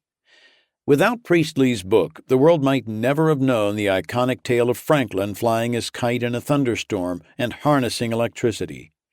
Franklin had described the event to Priestley, but never written about it himself. Had he confined himself to performing and writing about scientific experiments, Priestley might have lived comfortably amid his laboratory equipment and enhanced his legacy as a great English scientist. Yet for all of his breakthroughs, Priestley thought of himself first and foremost as a minister, theologian, and political philosopher. And it was his views in these areas, rather than his science, that made him one of England's most controversial figures. A religious free thinker, he espoused the supremacy of the material over the spiritual world. He and other materialists questioned the existence of souls and the divinity of Jesus Christ, whom they saw not as the Son of God but as a prophet. In 1774, Priestley helped his friend Theophilus Lindsay found the Unitarian Church in England. At a time when religious dissenters, that is, anyone not a member of the Church of England, had only limited rights, and Catholics and Jews practically no rights at all, Priestley argued that members of all religions should be able to participate equally in the public life of England. He was fully aware how incendiary his comments were. He and other dissenters were, he wrote, laying gunpowder grain by grain under the old building of error and suspicion. Powerful enemies in the religious establishment took to calling Priestley Gunpowder Joe. He was just as strident in taking on entrenched political powers. Starting in the early 1770s, he began to see independence of the colonies as necessary for global freedom. His 1774 essay, An Address to Protestant Dissenters of All Denominations, warning England of the dangers of trying to keep the colonies in chains, deeply angered conservatives. The essay had been published with the encouragement of Franklin, his philosophical as well as scientific compatriot. Priestley and Franklin met frequently in London coffee houses until the time Franklin sailed home for Philadelphia in 1775. But Franklin was expected to hold these views. In England and on the continent, he was the rustic Yankee, the outsider, and he knew how to play the part well. Priestley, on the other hand, not only lacked Franklin's sense of humor and showmanship, but as an Englishman espousing such views, he could be considered a traitor. Priestley's life in England grew precarious with his support of the French Revolution. In 1791, a group calling itself the Constitutional Society planned a dinner at a Birmingham hotel to celebrate the second anniversary of Bastille Day. A mob stormed the hotel and then trashed the group's regular meeting house. Priestley hadn't attended the dinner, but as one of the group's more celebrated members, he was a natural target. The mob made its way to Priestley's home, Fair Hill, and burned it to the ground. Priestley and his wife, Mary, managed to escape, but Priestley lost most of his scientific equipment, rare tools, and most precious, thousands of pages of writings. It was about then that Priestley began to imagine a settlement in the United States. In 1793, he sent two of his sons, as well as his friend and fellow radical Thomas Cooper, to scout likely locations. Cooper had good reasons of his own for wanting to put an ocean between himself and Europe. Born in 1759 into a prosperous family, Cooper, like Priestley, had a long history of rubbing those in power the wrong way. At Oxford University, Cooper studied law, medicine, and philosophy, but was denied a degree for refusing to sign the 39 Articles, the official doctrine of the Church of England. At least that's how Cooper's family explained things. Cooper believed that people act appropriately out of an enlightened self-interest and chafed at the idea of one person asserting authority over another. Influenced from a young age by the thinking of Priestley and other materialists, Cooper adhered to a rational scientific approach to religion and rejected out of hand any aspect of Christianity that he considered mystical or opaque. He believed that everything from a tree crashing in the woods to the more psychic realms of human experience answered to physical, observable laws of nature. Like Priestley, he therefore believed it impossible for a human soul to exist after the body died. While he prudently accommodated a supreme being into his beliefs, the alternative could be hazardous. Religion probably meant very little to Thomas Cooper, his biographer observed. The God he worshipped was truth, and his creed was freedom. Like many intellectuals on both sides of the Atlantic, Cooper had been enthralled at first with the French Revolution. But a visit to France in 1792 gave him a first-hand view of liberty by the bayonet and freedom by the guillotine. Thus, for Cooper, as for Priestley, America represented the last best hope for free thinkers. In 1794, Priestley, his wife, and their grown children, as well as Cooper and his family, set off for their Pennsylvania paradise. Although the intellectual commune they envisioned founding there never panned out, Priestley, now in his early 60s, went about designing and building his fine home on the river. He preached Unitarian principles to curious local residents, identified carbon monoxide as a distinct gas, and wrote a multi-volume history of the Christian faith. Cooper took up editorship of a local newspaper, the Sunbury and Northumberland Gazette. In no time, these two men who had caused uproars everywhere they went would find themselves doing the same in the United States. Even from this remote outpost in the hills, they found their way into America's crisis of ideas at the forefront of the battle over free speech. Both Cooper and Priestley were dismayed by what they saw as Federalist attempts to impose the same sort of order and oppression on the United States that they themselves had come so far to get away from. Cooper could not resist weighing in on American politics. In England, Cooper had been, in addition to a political agitator, an industrialist with a fabric printing and dyeing company, a chemist, an attorney, and an aspiring physician. He was a man of striking physical appearance. According to his biographer, it was said that he was less than 5 feet tall and that his massive head dominated a tapering figure, making him look like nothing so much as a wedge with a head on it. Another way of saying that in him the intellectual was supreme. When President Adams declared Thursday, April 25th as a National Day of Humiliation, Fasting, and Prayer, businesses in Northumberland and elsewhere around the country dutifully shut down in observance. Where others saw a leader trying to unite a nation in uncontroversial thanks, Cooper, the individualist and constitutional idealist, saw a politician crossing the boundaries separating church and state. Where in the Constitution, he asked, was the President granted authority to declare a day of fasting and prayer? A politician, he reasoned, should have no more power than any other citizen to declare a national day of fasting and prayer. Less, in fact, because when an elected official makes such declarations, it has more than a semblance of uniting two subjects that ought never to be joined together, politics and religion. While the day of prayer irritated Cooper, he viewed the Sedition Act as a direct threat to the liberty of thought and expression that he had crossed an ocean to experience. It had been passed, he declared, in defiance of the plain and obvious meaning of the words of the Constitution. Not only did the Sedition Act open the door for any subsequent law that Congress might wish to pass in violation of the Constitution, it threatened the foundations of sound government by denying people the right of investigating the characters of public men. Yet, to Cooper, freedom of speech had a deeper meaning and purpose than just ensuring open government. At stake was the right of each individual to his own life, to form his thoughts and express them as he pleased. The most insidious aspect of the Sedition Act, he believed, was its direct transferal of rights from the speaker or writer to a faceless, unaccountable mob. Cooper saw in the law an invitation to tyranny in which unaccountable ignorant men would pass judgment on the most elegant writer. Cooper added, "They may find him guilty of what they cannot understand." It's no leap to suggest that Cooper had himself in mind when describing that unnamed writer of prose too refined and elegant for the rabble to comprehend. Never one to underestimate his own intellectual powers, Cooper moved through his combative life with the assumption that he was always the smartest man in the room. Self-confidence was his strongest asset, but also his greatest liability, since he lacked any balancing humility.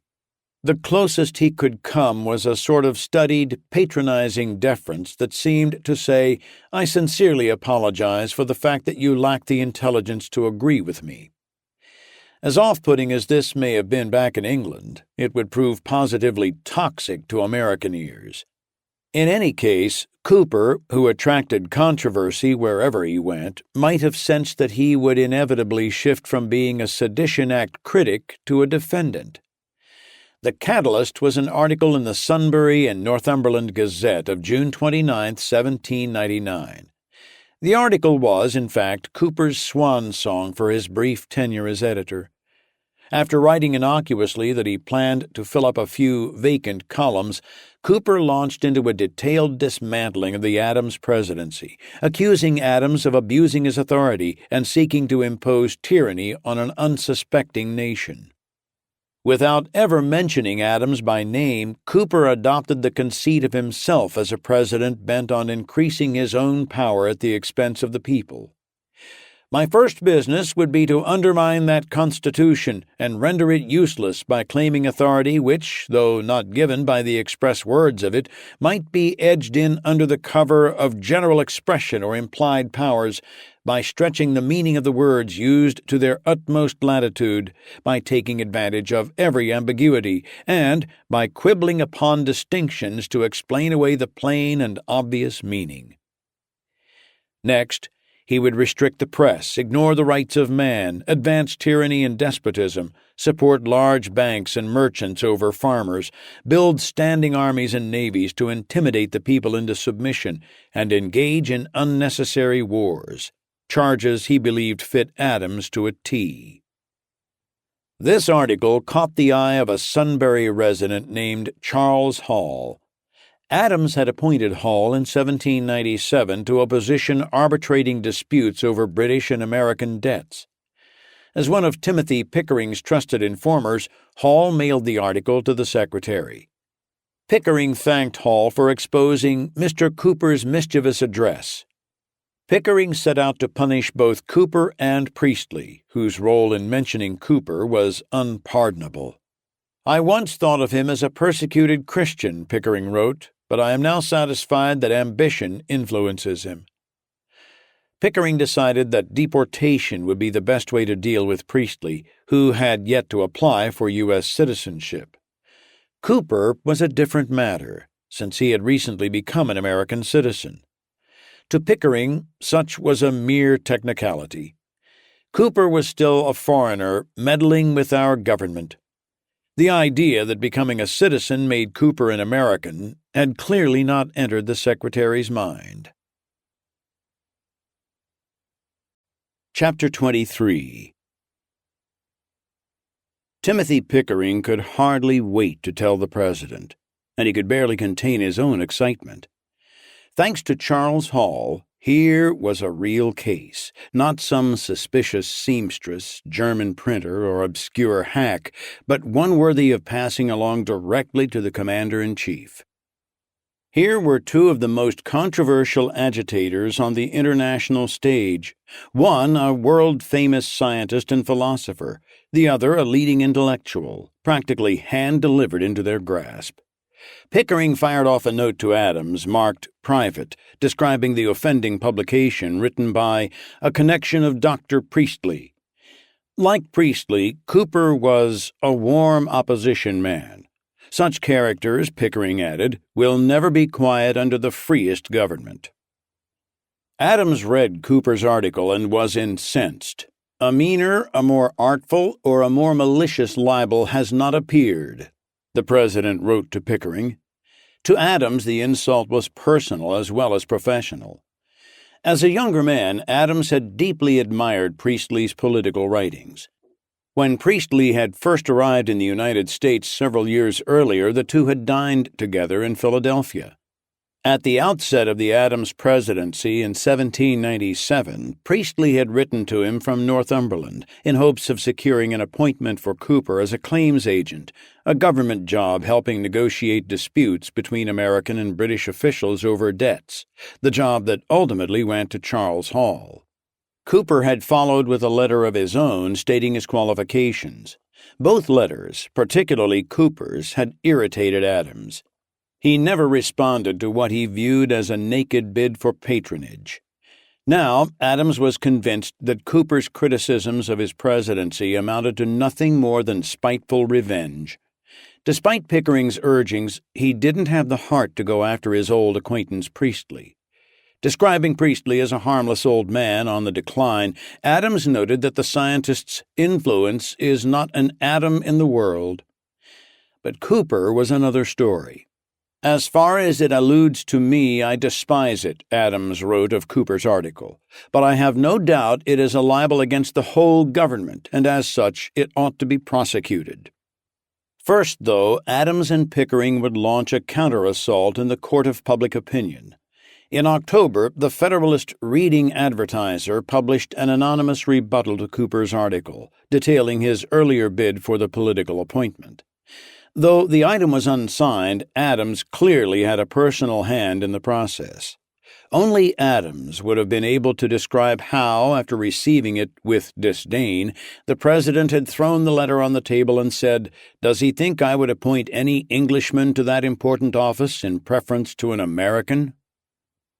Cooper responded a few days later with a fresh pamphlet in his own defense. In the end, it was this pamphlet, rather than his original article, that formed the basis of the Sedition Act case against him. The pamphlet contained his original application letter, Priestley's letter, and a new essay even more vigorous than his previous article. Branding the anonymous Reading Advertiser correspondent a cowardly propagator of anonymous falsehoods, Cooper claimed that his own article had been born not out of revenge fantasies, but deep and sincere disappointment with Adams's record as president. At the time he applied for the job, Cooper wrote, he had entertained high hopes for Adams. The president had not yet sanctioned the abolition of trial by jury in the alien law or entrenched his public character behind the legal barriers of the sedition law, nor were we yet saddled with the expense of a permanent navy or threatened under his auspices with the existence of a standing army. Our credit was not yet reduced so low as to borrow money at 8% in time of peace, while the unnecessary violence of official expressions might justly have provoked a war. The reference to Adams dismantling the idea of trial by jury referred to a recent case in which the United States, bowing to diplomatic pressure, had turned an American sailor named Jonathan Robbins, accused of killing a British naval officer, over to British authorities. William Rawle, Pennsylvania's U.S. attorney, sprung into action, ordering Cooper's arrest on November 2, 1799, as a person of wicked and turbulent disposition. Cooper was released on bail after he and his attorney, Israel, each posted $1,000 bond. The trial was set for the following April. The Federalist press applauded Cooper's arrest and approaching trial. The Philadelphia Gazette called him a hypocrite for demanding protection for his own rights while denying the right of the government to protect itself from the unbounded licentiousness of private citizens. True freedom, the Gazette argued, comes from the security provided by a strong government. If a state has a government and laws, every citizen is a subject of the Constitution and laws. There is no middle way. The freedom of citizens consists in their subjugation to the Constitution and laws. This article laid out with absolute clarity the dangers that Federalists perceived in allowing citizens to freely criticize those in power. Such freedoms place citizens above their rulers, the Gazette warned, an arrangement that has made France for 10 years past a great slaughterhouse of human victims, and which is upon the verge of commencing the same horrible scenes in this country. Cooper had no intention of playing the meek or repentant defendant. Something in this diminutive man relished the opportunity to stand up tall. It's not hard to see why Federalists found Cooper infuriating with his Oxford accent, polished rhetoric, and self-assured manner. The more Federalists got to know this imported expert, the less they liked him. To ensure his place at center stage, he decided to represent himself. His defense would be precise, logical, and impeccable, and only deepen Federalist determination to see him punished. As Cooper set about preparing his defense for a trial scheduled for the next spring, the case of Luther Baldwin and his drunken joke was at long last to be resolved. Baldwin's day in court was set for October 1799, some 15 months after he announced he didn't care if the ceremonial cannon fire hit John Adams in the rear end.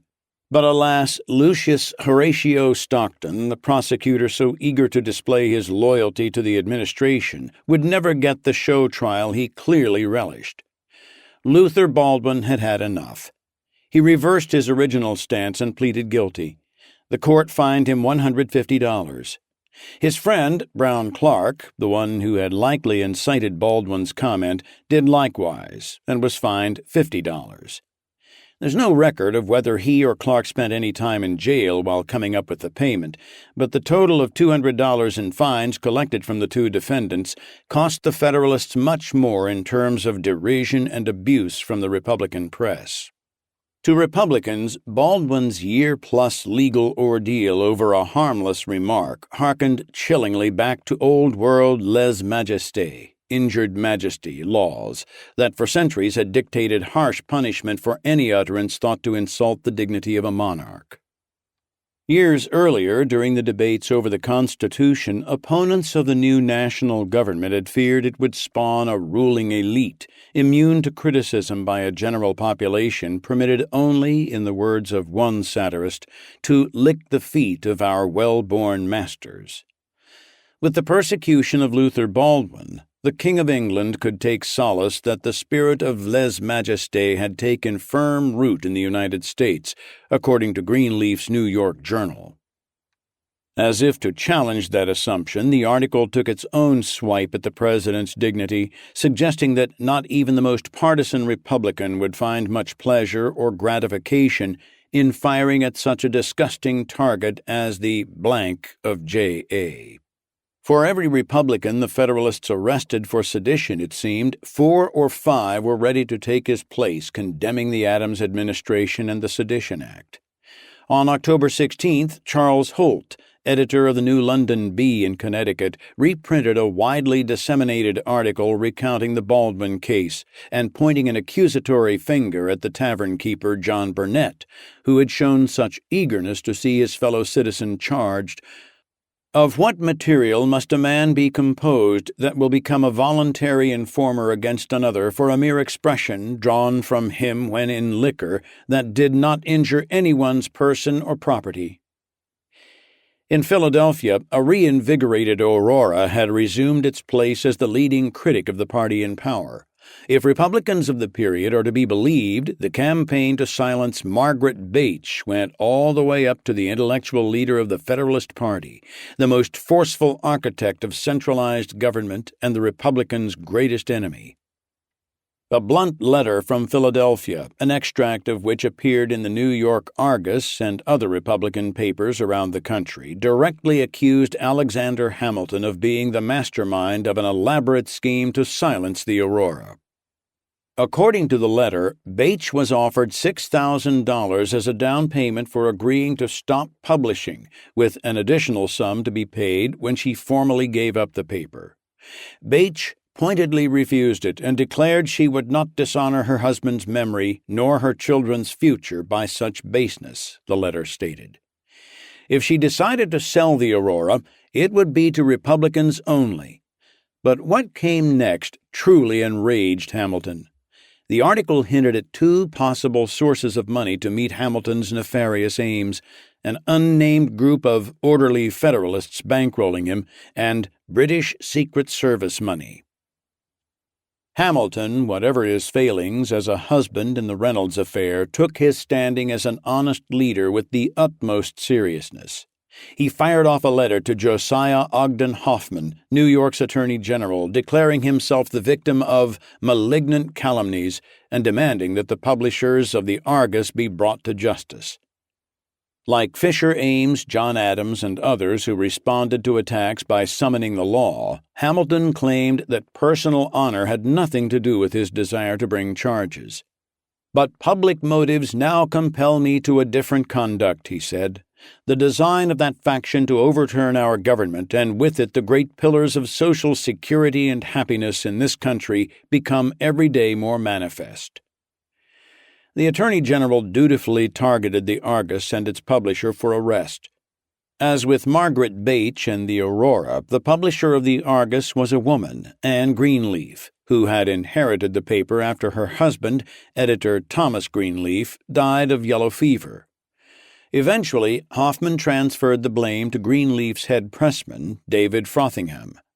When Greenleaf and Frothingham argued that the offending letter, including the commentary linking Hamilton to British Secret Service money, had first appeared in a Boston newspaper and merely been reprinted in the Argus, Hoffman was unmoved. Because the state attorney general had no power to press charges regarding violation of federal law, Frothingham was charged under New York common law. The law made no exception for whether an item was published as an original or reprinted.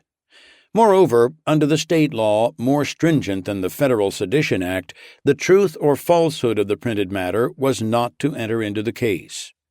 The charges were that Frothingham acted with a design to injure the fame and reputation of General Hamilton and to expose him to public hatred and contempt, and to cause it to be believed that he was hostile and opposed to the Republican government of the United States. Though Frothingham's defense attorney, B. Livingston, argued that Greenleaf, not Frothingham, should be the defendant, the cards were clearly stacked against Frothingham. Hamilton himself sat in the courtroom during the brief trial and at one point testified in the case. The jury required just 2 hours to return a verdict of guilt. Frothingham was sentenced to 4 months in jail and fined $100.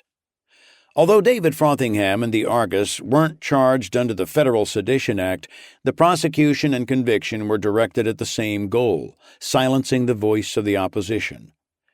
Within months, Greenleaf had sold the paper, and David Frothingham, once released from jail, was scarcely heard from again. Margaret Bache, William Duane, and the Aurora stuck by the Argus throughout its ordeal.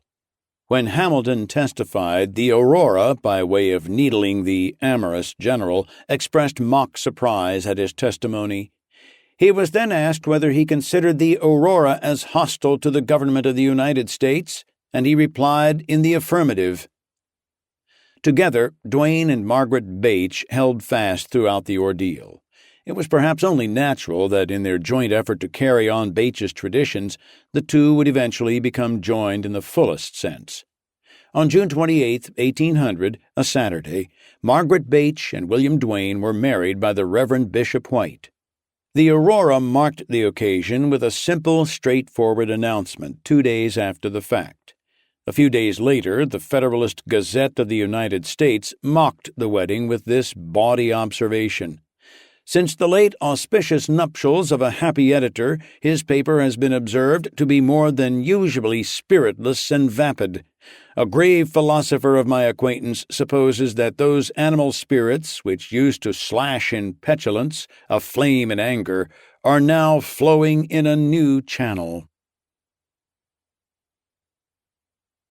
Chapter 24.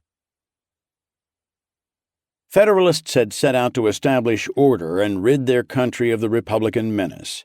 What they discovered instead was a remarkable facility for creating martyrs. With Matthew Lyon unshakably installed back in his congressional seat, Federalists set their sights on one of his defenders, Anthony Haswell of the Vermont Gazette. The charges stemmed from an advertisement Haswell had printed in his Bennington newspaper during Lyon's imprisonment in 1798 for a lottery to pay off Lyon's $1,000 fine. Marshals rousted Haswell from his home on a cold, rainy night and forced him to ride by horseback more than 50 miles to Rutland, where he was tossed into a cold prison cell to await formal charges. Haswell's jailer was the same notorious Jabez Fitch who had guarded Matthew Lyon. The lottery advertisement in Haswell's newspaper had pointed out Fitch's sadistic behavior, and now Fitch set out to prove Haswell correct. Deprived of heat and decent food, the inmate contracted a chronic illness that he claimed impaired his health for the rest of his life. In the spring of 1800, he was convicted after a brief trial and sentenced to 2 months in jail and a $200 fine. Despite the short sentence, his sufferings were real. Poignantly, Haswell was unable to comfort or attend the funeral of his 12-year-old daughter, Mary, who fell suddenly ill during his sentence and died. Haswell remained deeply bitter about the experience for the rest of his life, but news of his sufferings turned him from a journeyman printer into a state hero. The entire town of Bennington delayed celebrating the 4th of July that year, pending Haswell's release from jail a few days later. When he arrived home, the town erupted in raucous celebration of independence, the nation's and Anthony Haswell's. Thomas Cooper likewise found himself transformed through his ordeal from an annoying know-it-all into an able and admirable man who, one Republican editor predicted as the trial approached, will pass through the fiery ordeal of persecution with the resolute spirit which has at different times rendered the persecuted assertors of civil rights the saviors of freedom. Cooper had decided to represent himself. The case may have been stacked against him, but at least he would go down fighting. Shortly before his trial began in Philadelphia on April 16, 1800, he requested that the court clerk issue subpoenas to Timothy Pickering, Jacob Wagner, a clerk in Pickering's office, and assorted members of Congress, plus one other witness, President John Adams. After all, Cooper reasoned, President Adams was responsible for leaking the contents of Cooper's 1797 job application to the Reading correspondent, which in turn prompted Cooper to write his offending pamphlet. How could Cooper hope to defend himself in court without the opportunity to examine a man so materially involved in the events? On the opening day of his trial, Cooper found himself face-to-face with Supreme Court Justice Samuel Chase, the same hard-nosed judge who had presided over the Liberty Pole case of David Brown in Dedham. Cooper asked if his subpoenas had been served. No, the judge responded. The very idea of issuing a subpoena to the President of the United States was very improper. Cooper countered that government officials, up to and including the President, are first and foremost citizens. It is the duty of every good citizen for the furtherance of justice to give his testimony when duly called upon for that purpose, he said. Having carefully examined the Constitution for any wording that specifically exempted the President from testifying in court, Cooper had found no such exemptions, he argued. If the prosecutor or judge will be kind enough to point out any such exemption, I shall most willingly retract my error, he added sanctimoniously. Otherwise, it is not in the power of this court to create exemptions out of whole cloth.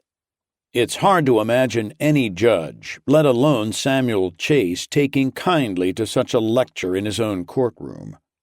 Chase warned Cooper that he was only tolerating such nonsense because Cooper was representing himself. No actual attorney would be permitted to advance such foolishness. Did Cooper seriously intend to ask a sitting president to take the witness stand and defend his presidential decisions? "Sir, this cannot be permitted," Chase said, "and if you had been a lawyer you would not have made the request." And Chase was surely correct. How could a president be expected to endure courtroom cross-examination and justify his policies before every private citizen who happened to question his wisdom and motives? Yet Chase was, in effect, making Cooper's larger point, exposing the capricious and absurd quality of the Sedition Act itself. For if the president could not be compelled to appear in court, how could any defendant accused of criticizing the president hope for a fair trial, having thus been denied the opportunity to face his accuser? Federalists claimed that the defendants were on trial for subverting the government, and by implication the American people, rather than for criticizing specific officials. But under the veneer in each case, there lurked thin-skinned politicians using the coercive power of government to punish their critics. Judge Richard Peters, hearing the case alongside Chase, refused likewise to summon Pickering or the members of Congress. "If the gentlemen will voluntarily appear, it is well," he said. "If not, we cannot compel them."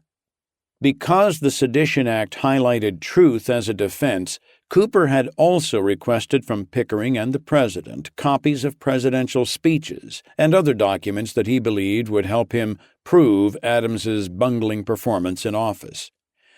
When Pickering claimed that he had none of the documents, and Adams did not reply, Cooper had written to William Shaw, the president's nephew and private secretary. Shaw, too, declined to help. "Under the circumstances I have related, I do not think it possible for me safely to go on while the person who may fairly be considered in some degree as my prosecutor holds in his possession the legal evidence on which I must rest my defense," Cooper told the court. He asked to delay the trial until he could procure the necessary documents on his own. "You are mistaken in supposing the prosecutor of this indictment is the President of the United States. It is no such thing," Chase replied. Cooper's prosecutor was the United States. Chase also refused his request for an extension. In denying Cooper's right to gather evidence from his accusers, Chase cited a remarkable legal requirement that he seems to have invented out of whole cloth. Anyone criticizing a government official, Chase said, should anticipate being prosecuted for sedition and prepare a defense, including all documentary proof, before setting pen to paper. Gathering supporting evidence prior to writing is a basic part of responsible journalism. But here was Chase essentially arguing that the defendant had a legal responsibility to anticipate every conceivable objection, and once charged, had no right to demand further evidence from his accusers, nor help from the court. In his opening statement, Prosecutor William Rawle invoked the now familiar position that an attack on individual politicians was an attack on those who elected them, and in turn on the United States itself. Cooper, Rawle said, must be made an example of, so that others with a tolerable facility at writing would think twice before using their skills to destroy public confidence in the men whom the citizenry had chosen to represent them. Such writing stood in direct opposition to the duties of a good citizen. Cooper denied that his writings were malicious or seditious. "Have we advanced so far on the road to despotism in this Republican country," he asked, "that we dare not say our president may be mistaken?" He added, "I know that in England the king can do no wrong, but I did not know till now that the President of the United States had the same attribute." Stripped of his witnesses and documentation, Cooper argued as well as he could for the truth of his writings. Regarding his assertions that Adams had sought to build a standing army and navy, he said, "Is it necessary that I should enter into a detail of authorities to prove that the sun shines at noon today?" For all of its build-up, the trial lasted less than a day and featured a lone witness called by the prosecution. A Northumberland resident testified that Cooper had showed him the pamphlet shortly after publication, establishing a point that Cooper already acknowledged. He, and not someone else, had written the pamphlet. In the end, that was all the prosecutor felt he needed for conviction, and his summation was perfunctory.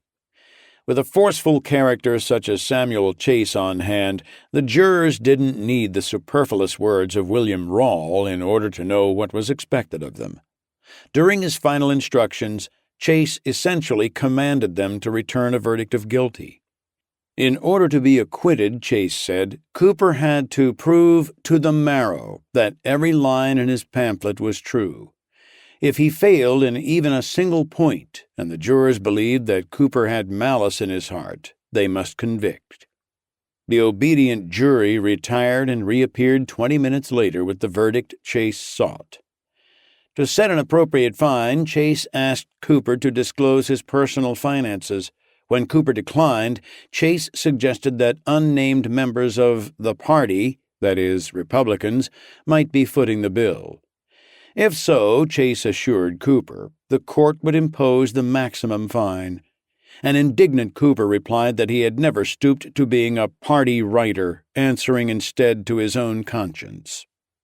The next day, Chase sentenced Cooper to a $400 fine and 6 months in prison, with the further command, as an inducement to good behavior in jail, that he post a surety of $1,000 for himself, plus 2 $500 sureties from others. Federalist editors applauded the justice system for its wisdom and the fairness it had showed to this imported incendiary, as one editor described Cooper. Everyone is happy that we have courts which do justice on such culprits, and everyone must be convinced of the mildness and impartiality of that justice. In the Columbian Minerva of Dedham, Massachusetts, a correspondent identified only as Reflector praised Chase's handling of the proceedings. Had Cooper faced a judge under similar charges in his own country, chains and confinement would have been his lot for years to come. Happy country where culprits can escape so well. Chapter 25. Samuel Chase had no time to waste gloating over Thomas Cooper's conviction and imprisonment. Only 2 weeks after the end of that trial, Chase traveled to Virginia intent on eliminating one of the most nagging of all the Republican voices, that of Scottish-born journalist James T. Callender. Callender had been a thorn in the side of Federalists virtually from the moment he arrived from Scotland. From the relative safety of Republican Richmond since 1798, he had continued to hurl invectives their way as editor of the Richmond Examiner. Earlier in the year, Callender had collected and amplified his anti-Adams screeds into a book called The Prospect Before Us. From the very first sentence of his preface, Callender made no effort to hide his intentions. The design of this book is to exhibit the multiplied corruptions of the federal government, and more especially the misconduct of the president, Mr. Adams. Though Callender, at his best, could be a dogged and incisive reporter, the prospect before us contains one over-the-top statement after another. Secretly funded and egged on by Thomas Jefferson, Callender seems to have emptied his notebooks of every vile thing he could think of in relation to the president. Toss a dart just about anywhere in Callender's dense, 184-page treatise, and you will strike something that could be framed as actionable under the language of the Sedition Act. Here he lambastes Adams's December 1798 speech to Congress as distinguished by vague and virulent invective against the Republic. There he accuses Adams of padding the personal coffers of his son, John Quincy Adams, by sending him on successive missions to Europe on the taxpayer's tab. Among the more irresponsible and unfair charges was Callender's claim that Adams desired not just a war with France, but a civil war within the United States. Such assertions understandably infuriated Adams and his supporters. But once again, Federalist overreaction helped create a martyr. Chase would do more than just preside over the trial of James T. Callender. He was one of its chief orchestrators. Preparing for his trip to Richmond, he boasted to an acquaintance that he would teach the people to distinguish between the liberty and licentiousness of the press. With the proper jury of good and respectable men, Chase vowed that the court would certainly punish Callender. The prosecution hinged on quotes from Callender's book that, while inflammatory, were no more or less outrageous than the sum of the document itself. He had written, for example, "The reign of Mr. Adams has been one continued tempest of malignant passions. As president, he has never opened his lips or lifted his pen without threatening and scolding.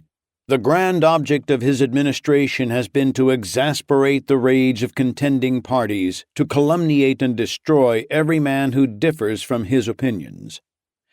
Adams was, in Callender's judgment, a professed aristocrat who had proved faithful and serviceable to the British interest.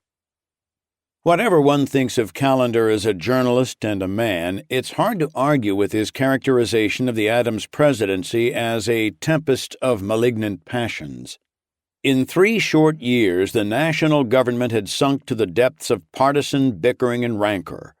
And while conflicting relations with the English and French made things endlessly difficult, there was no getting around the depressing fact that the rancor involved Americans against Americans. Just a decade earlier, George Washington had inaugurated his presidency on a promise of unified purpose. Citizens would express their preferences when voting, and once they had made their choices, leaders would govern in the interest of all the people. 3 years into the Adams presidency, that vision seemed like a distant and hazy memory. Generations of historians have pointed to Adams's personal shortcomings, his thin skin, his quick temper, his inability to form strong alliances within his own party, let alone with opponents, and a cold, distant persona that meant, as one historian noted, he was not the kind of politician admired by the masses. Yet it's hard to imagine things turning out differently under anyone else. By the end of Washington's presidency, the idea of national unity, at least the way Washington had envisioned it, was already crumbling. Washington was frequently despondent over the rivalries and bad blood flowing not just among the citizenry and in the press, but in his own cabinet. Even an Adams hater such as Callender believed that Adams only completed the sense of ignominy which Mr. Washington began. Washington's presumption that free people charged with governing themselves would do anything but bicker and fight and jockey for position had proven to be hopelessly flawed. Any man consigned to the thankless role of second president was doomed to preside over the expulsion of 3 million Americans from Eden. The mistake that Adams and the Federalists made was not in the rancor itself, but in their response to it, their intransigence in the face of dissent and criticism. As they saw the vision of national unity on important issues slipping away, they held ever more furiously to the ideal. On the journey south to Richmond by stage, Chase discussed Callender with a fellow passenger, a Virginian. Chase remarked, "It is a pity you have not hanged the rascal." But if Samuel Chase was going to operate yet another sham sedition trial, he would not have the luxury of doing so against another hapless defendant piecing together his own case, not here in Republican Virginia. That message came from the very top. Vice President Jefferson wrote to Virginia's governor, James Monroe, advising, "I think it essentially just and necessary that Callender should be substantially defended." Jefferson raised the possibility of public demonstrations against the trial and of private contributions to Callender's defense. He urged Monroe, who would go on to become the nation's 5th president, to whip up support for the defendant among state legislators. Jefferson had more than a passing interest in Callender's case and the prospect before us. In September 1799, Jefferson had sent the author $50 to help him complete the book, an act that by itself could have exposed the vice president to charges of sedition. After all, the law had declared it illegal even to willingly assist or aid in the creation of seditious materials. Jefferson asked Callender to send him 2 or 3 copies when it appeared, and more upon request. Callender frequently mailed Jefferson advance pages from the book as they were written. In October, when Callender apparently requested some research information, Jefferson responded with a long letter containing his personal recollections of negotiations with France dating to 1786 and observations about the electoral voting system in various states. Jefferson didn't sign the letter, and his explanation speaks volumes about the tense, if not paranoid, tenor of the times and what he saw as the sensitive nature of his communications with Callender. "You will know from whom this comes without a signature, the omission of which has rendered almost habitual with me by the curiosity of the post offices. Indeed, a period is now approaching during which I shall discontinue writing letters as much as possible, knowing that every snare will be used to get hold of what may be perverted in the eyes of the public." As a Republican, Jefferson was virtually alone in the Adams administration. Framers of the Sedition Act had conspicuously isolated the vice president by omitting him from the list of governmental leaders whom it was illegal to criticize. If he was concerned enough about his security to believe postal officials were opening his mail, it's fair to wonder if Jefferson now feared becoming a target of the Sedition Act. Federalists had already shown themselves willing to try and imprison a sitting member of Congress. Why not the vice president? Whether Jefferson entertained such fears, he was clearly eager to see that Callender receive a vigorous defense. Indeed, Callender went to trial with by far the strongest defense team of any Sedition Act defendant. Philip N. Nicholas was the state's attorney general. William Wirt was the clerk to the Virginia House of Delegates.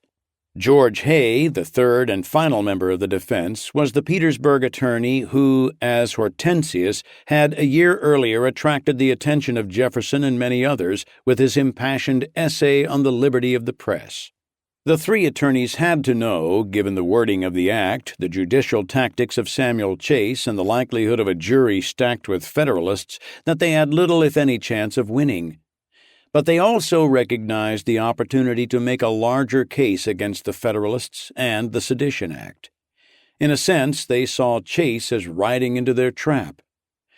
During the trial, prosecutor Thomas Nelson questioned why people would ever want to say mean things about someone else. He asked, "Cannot a good thing be said of one individual without saying black and damnable things of another?" It was a weak and silly platitude on which to rest a federal prosecution.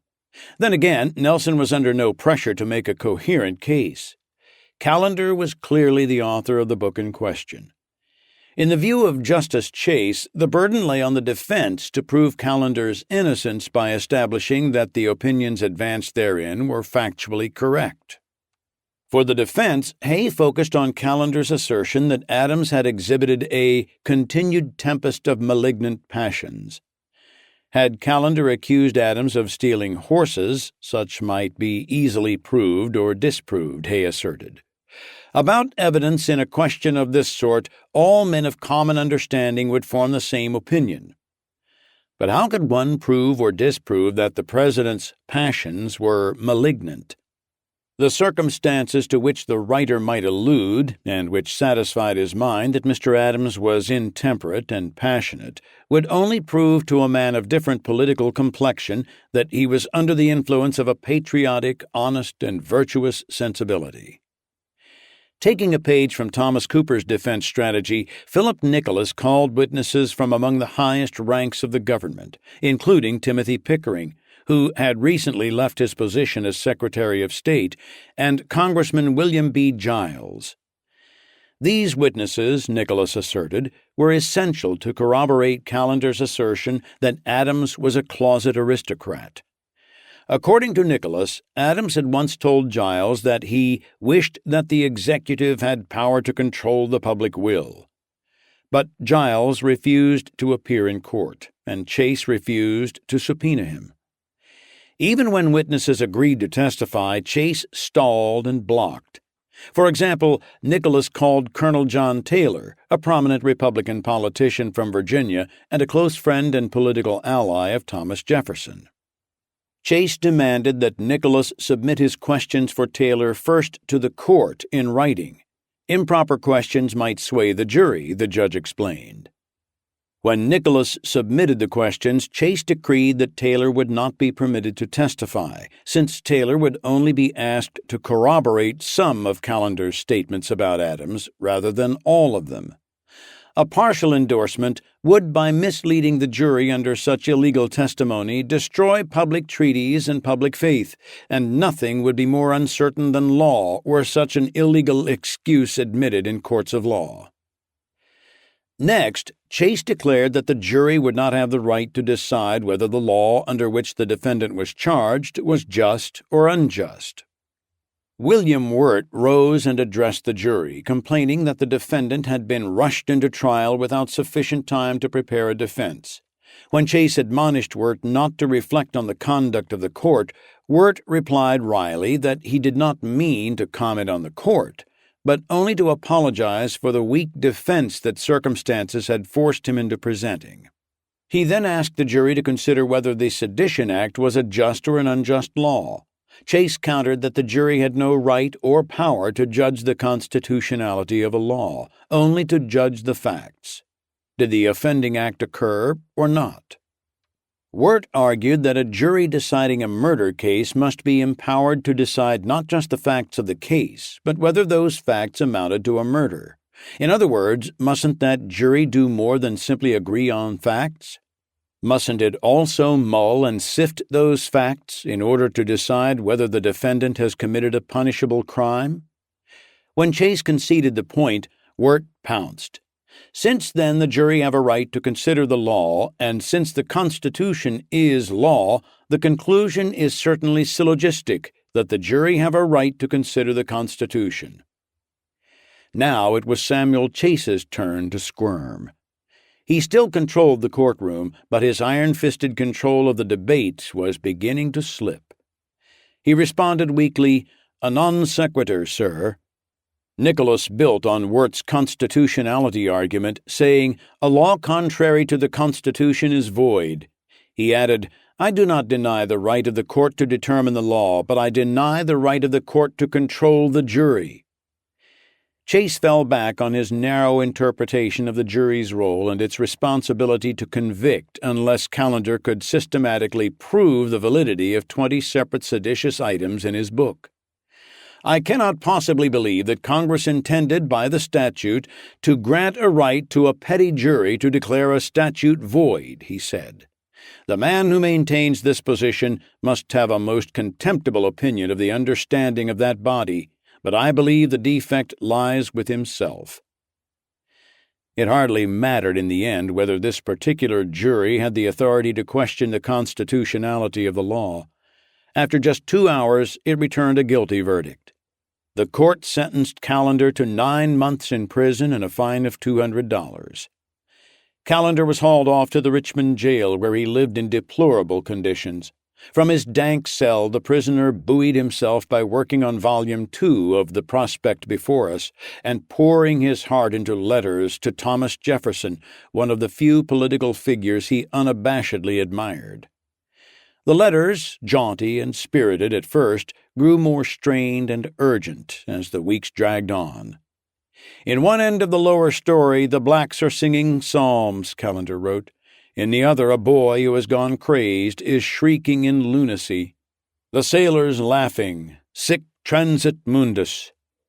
Brave vows of vengeance against Federalist enemies were intermixed with naked despair, made more poignant by his handwriting, small words conserving precious paper, sentences snaking around tears and splotches.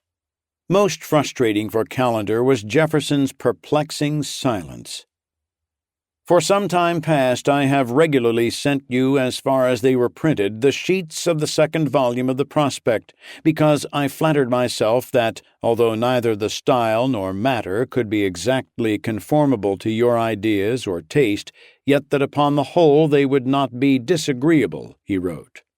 Whether I was right or wrong, or whether indeed you received my letters, I do not know. Chapter 26. As resistance to the Sedition Act mounted, one of the principal Federalist justifications for oppressing opposition Republicans, fear of a full-scale war with France, was beginning to fade. Armed with 3 new powerful frigates, the Constitution, Constellation, and United States, and a host of smaller ships, Americans were at last finding some parity on the high seas. They chased French privateers away from U.S. coastal waters and provided greater protection for merchant ships bound for the West Indies. Insurance rates began to return to affordable levels. A string of naval battles that came to be known as the Quasi-War gave the country a bona fide naval hero in the person of Thomas Truxtun, commander of the Constellation. In a dramatic standoff in early 1799, Truxtun had chased and ultimately captured a larger French frigate, the Insurgente. As vital as such victories were to U.S. maritime interests and American morale, a quasi-war was still a quasi-war, fought sporadically and distant from the daily experience of most U.S. citizens. With each passing month, it became clearer that the French had too many troubles of their own, from containing rebellion in Saint-Domingue to fighting on multiple fronts in Europe, to be planning any invasions of the U.S. mainland. It was, practically speaking, impossible to maintain a nation on indefinite alert in the absence of a full-blown war. John Adams ultimately brokered peace with France. It was perhaps his finest act of statesmanship and his greatest display of political courage. While being goaded toward war by Federalist hawks and berated daily as a warmonger and monarchist and British toady by the Republican press, Adams had walked the finest of lines. In 1799, he opened a clear path to peace by nominating William Bands Murray, the U.S. minister to The Hague, as minister plenipotentiary to France. The move, greeted cordially by France, opened the door to a gradual warming of relations between the two countries and eased fears of an imminent war. Murray, with 2 other Adams representatives, Oliver Ellsworth and William R. Davie, reached a peace agreement with France. The agreement, known as the Convention of 1800, called for firm, inviolable, and universal peace between the countries, and for the return of confiscated property. By bringing the French threat to a close, the president ironically undermined the strength of his own party, even as it made the country safer and more secure. Federalist hardliners, who had been so cheered by Adams's provocative opening speech to Congress in the spring of 1797, were appalled, none more so than Secretary of State Pickering. Adams's diplomacy only confirmed Pickering's worst fears, that the president was weak and incapable of leading the country through crisis. Republicans, by contrast, were happily surprised by Adams's efforts, but none of this did anything to improve the president's flagging prospects come his re-election bid in the fall of 1800. Everywhere there were rising signs of Republican popularity. In 1799, Republican Thomas McKean had defeated a Federalist hardliner to become governor of Pennsylvania. In the spring of 1800, Republicans captured the state legislature of New York, practically assuring, because of the electoral system, that Adams would lose New York in the coming presidential election. Adams and Pickering had never really liked or trusted each other. Pickering felt Adams too insular and reliant on his own judgment rather than the opinions of experts such as himself. Pickering had undermined Adams when he resisted appointing Hamilton second in command of the army under George Washington and had openly advocated for hostilities against France. The breaking point came when Pickering, doubting Adams's ability to be re-elected, began scheming for an alternate candidate. When Adams got wind of this, he wrote to Pickering on May 10, 1800, asking for his resignation. Pickering responded 2 days later, informing Adams that because of several matters of importance requiring his diligent attention, he had no intention of doing so. Considering that Adams was his direct supervisor and had specifically asked him to leave, the response was not just arrogant, but a direct challenge to the president's authority. To this he added a further insult. I had indeed contemplated a continuance in office until the 4th of March next, when, if Mr. Jefferson were elected president, an event which in your conversation with me last week you considered as certain, I expected to go out, of course. After receiving Pickering's notice, Adams had no choice but to fire him, which he did the next day. When R.G. van Polanen, the U.S. minister from the short-lived Batavian Republic, the Netherlands, wrote Pickering a letter of sympathy, Pickering sniffed that he was in no need of consolation. Pickering attributed his dismissal to his own excessive honesty and candor. I confess that the manifestation of villainy, whether private or public, has ever been wont to excite my indignation, and I am not used to conceal what I feel. With the removal of Pickering, the Federalist anti-sedition machine lost its most enthusiastic enforcer. It was about that time that William Rawle, the Federalist U.S. District Attorney who had so eagerly done Pickering's bidding, resigned. In New York, the Republican American Citizen headlined its article about these developments, "The Hydra Dying." The Pickering episode only put more distance between Adams and the hardline Federalists. Federalist newspapers mourned the loss of a man whose firmness has withstood the storm which threatened for the last few years to lay waste the fair inheritance of his countrymen. Republicans rejoiced. The Aurora noted, "If ever a man went out of a public station loaded with the universal execrations of an injured country, it is Mr. Timothy Pickering. He is an uncommon instance of the mischief that may be done in a country even by small and contemptible talents and a narrow mind when set on fire by malignity." To the New York Daily Advertiser, the Aurora's brazenness was disheartening evidence that Federalists were losing their fighting spirit. How can a government expect to be permanent that has not the power of protecting its worthiest citizens from such villainous abuse as this? The next fissure was more serious still, for it involved a clash of titans, Adams and Hamilton. The relationship had, at the best of times, been strained, but by the summer of 1800 any pretense of cordiality was gone. The two plainly detested each other. In September 1800, Hamilton wrote a 54-page pamphlet, Letter from Alexander Hamilton Concerning the Public Conduct and Character of John Adams, Esquire, President of the United States. When he imprudently mailed the document to some 200 prominent Federalists, the letter inevitably made its way into the Republican press, including the Aurora and other newspapers. The letter, which would ultimately help cripple Adams's re-election chances, aired all the dirty laundry between the two men, and then some. Much like Thomas Cooper in his own pamphlet, Hamilton claimed to have been an admirer of the president at the outset of Adams's term. My imagination had exalted him to a high eminence as a man of patriotic, bold, profound, and comprehensive mind. But his vanity, anger, and lack of judgment, or so Hamilton believed, had helped convince Hamilton of Adams's unfitness for the station of president.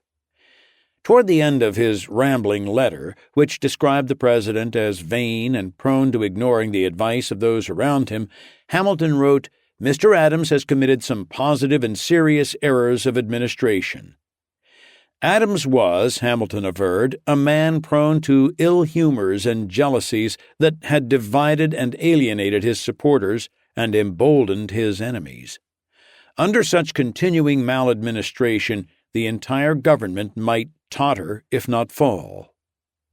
In tone, malice, and tendency to undermine the president and his ability to function in office, Hamilton's letter was at least as strident as the writings for which Sedition Act defendants were being hauled up on charges. And while Hamilton paid lip service to his intention to keep his letter out of the hands of Republicans who might use it to damage the president, the fact that he had the document printed and sent it to some 200 Federalists virtually assured it would quickly reach a mass audience. From the confines of his Philadelphia jail cell, Thomas Cooper recognized the publicity value to be had from this internal Federalist struggle. Cooper had continued to speak out from prison. His account of his trial, to this day the most complete record, appeared in mid-May.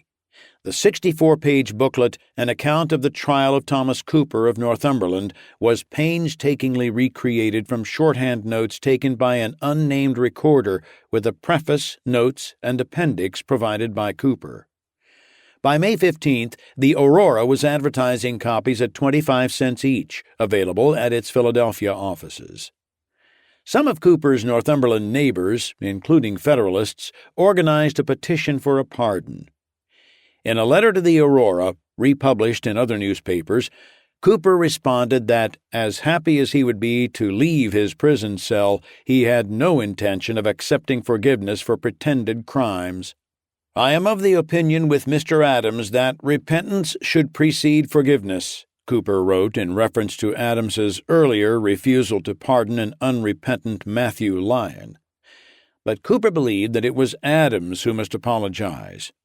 And until I receive myself and hear that Dr. Priestley has received a satisfactory acknowledgment from Mr. Adams of the impropriety of his conduct to us, I may be turned out from hence, but I will not leave the place under the acceptance of a favor from President Adams. Although Adams had never and would never pardon a Sedition Act defendant, Republican editors preemptively ridiculed the very idea. It is too late, it is forever too late, wrote one. The Whig, that is, patriotic, spirit is roused to action, and when roused it never has, it never will fail to accomplish its object. We hope it will not be many months before Mr. Adams will retire. While Cooper put a brave face on his imprisonment, his inability to practice law or teach for 6 months put his wife and children in financial straits. In Richmond, Virginia, printer Meriwether Jones solicited donations for the Coopers. The family of this gentleman relied upon his industry for their support, and at this fatal moment, while his children may be wounding the feelings of a distressed mother for their daily bread, his body is immured in the cell of some gloomy jail, Jones wrote in an article that was republished around the country. The printer promised to collect any contributions sent to Richmond and forward them to Cooper and his family. Jones, as it turned out, was not overstating the difficulties the distressed mother, Cooper's wife, faced with her husband in jail. Sometime not long before Cooper's release from prison on October 8, 1800, she died. History does not record the circumstances or cause, so it is impossible to know to what extent the stresses on holding her family together hastened her demise. Yet what is undeniable is that when she died, her husband of 21 years, for the crime of using his First Amendment right to criticize the President of the United States, was unable to be by her side. Cooper emerged from prison as belligerent and as convinced of the rightness of his positions as ever. His logician's mind enabled him to find and exploit inconsistencies in his enemies, and to turn their own words against them. In the weeks after his release, infighting in the ranks of the Federalists gave him the perfect opportunity to drive a wedge within the party in power and demonstrate his conviction, in no uncertain terms, that the Sedition Act was at heart a political law rather than a necessary measure to protect the public. By the end of October, Cooper was on his way to New York City to drum up sedition charges against Alexander Hamilton. If Cooper could be found guilty of seditious written attacks on the president, why not Hamilton? Cooper personally visited Hamilton's home, intent on asking if he had, in fact, written the anti-Adams screed that bore his name. It was the same standard of guilt that Chase and other judges had applied to the Sedition Act defendants, which is to say, proof of authorship was proof of guilt. Discovering that Hamilton was in Albany at the time, Cooper sent him a letter the next day by stage. Having suffered prison time and a fine for sedition, Cooper wrote, he was curious to find out whether the law applied equally to Federalists such as Hamilton, whose own writings about Adams were at least as disparaging about the president and almost certainly more damaging. I therefore have determined that in one way or other you shall be brought before the public on this account, Cooper wrote. Hamilton ignored Cooper's letter, and no prosecutor in the land was going to haul the chief architect of the Federalist Party into court. The Federalist New York Gazette ridiculed the effort, saying Cooper has an experimental knowledge of the nature of the Sedition Act and would willingly see it put in force against one of the best friends of the government. But Cooper had logic on his side, if nothing else. During his visit to New York, Cooper was feted at a hotel dinner by a meeting of Republicans. They hailed him as the conspicuous victim of the sedition law, the friend of science, and the able advocate of universal liberty. Chapter 27. The presidential election of 1800 was the first that officially recognized party politics not as an aberration to be blotted out, but as a reality to be reckoned with and accommodated, a tacit admission that a free country is also, by definition, a fractious one. Republicans still believed Federalists were royalists, trying to sell the country to the British. Federalists still believed Republicans were Jacobin traitors. But by now, fewer people were suggesting that their political opponents could be legislated out of existence or their critics thrown in jail. The campaign lasted for months. Jefferson won the popular vote over Adams and Charles Pinckney by 61.3% to 38.7%. Yet, because of peculiarities of the electoral system, Jefferson and Aaron Burr wound up tied with 73 electoral votes apiece. Adams and Pinckney finished with 65 and 64, respectively, while John Jay garnered 1. The House of Representatives was charged with breaking the tie. Each of the 16 states had a single vote, with 9 needed to name the next president. The tension dragged on through 35 ballots, as Federalists, determined to stall the Republican victory, insisted on supporting Burr over Jefferson. Alexander Hamilton, who hated Jefferson but hated Aaron Burr even more, used his political capital to help sway the vote toward Jefferson.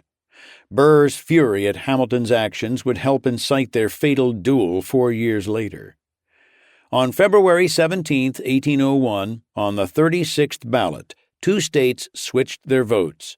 One was Vermont, Through the previous 35 ballots, the state had split its one vote, with Lyon supporting Jefferson and Morris, the Federalist representative from the eastern side of the mountains, stubbornly pushing for Burr.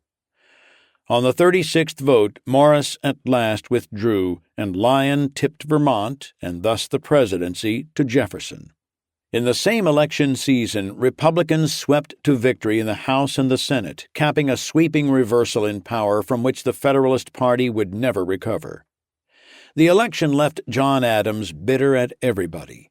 Federalists, Republicans, and the whole world had seemed to conspire against him.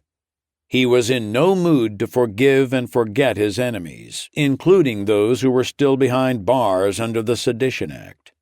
James T. Callender remained locked up in his cell in Richmond throughout the election season. So too did David Brown, the longest-serving prisoner of all, the forgotten and powerless wanderer who had offended the wrong Federalist in Dedham, Massachusetts. Brown's sentence ran out in December 1800, but that didn't make him a free man. There was still the matter of his $480 fine, which he had no way to repay from his jail cell. He had applied to President Adams for a pardon in July 1800. Adams denied the request. Now, with his sentence expired, Brown continued to stew in jail for want of $480. In February 1801, he again applied to Adams. Counting the time he spent in jail before his trial, he had been incarcerated for a month shy of 2 years. He explained to Adams that since he had no way to pay off the fine in jail, he might never be released. Adams, with just a few weeks left as president, again refused. It was about that time, in early 1801, that Adams delivered a parting shot to President-elect Jefferson with a slew of last-minute appointments for government positions, including 16 judges to federal courts. These midnight judges were Federalists and no friends of Jefferson. Historians debate whether Adams's appointments were the actions of an embittered man desperate to make life difficult for his foe, or natural and prudent steps by a principled man to fill important posts while he still had the chance. No doubt there is an element of truth to both assessments, and some of Adams's choices, such as John Marshall as Chief Justice of the Supreme Court, were inspired. But the moves, hastily approved by a lame-duck Federalist Senate, infuriated Republicans, and Jefferson in particular. It was, he later told Abigail Adams, the one action in their long, complex relationship at which he took deep offense.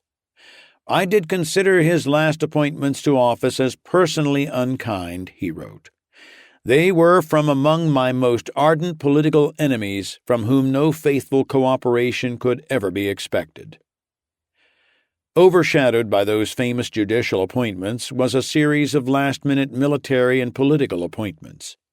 Adams used his final days to name a surgeon's mate for the 1st Regiment of Infantry, a collector of the port for Bristol, Rhode Island, and register of wills for Alexandria, Virginia. While patronage appointments certainly didn't begin or end with John Adams, one of these in particular raised a fury, as smelling of direct quid pro quo for one of the more contemptible characters of the Sedition Act. On January 14, 1801, Adams sent the following letter to the Senate. "Gentlemen of the Senate, I nominate Lucius Horatio Stockton, Esquire of New Jersey, to be Secretary of War in the place of the Honorable Samuel Dexter, promoted to be Secretary of the Treasury."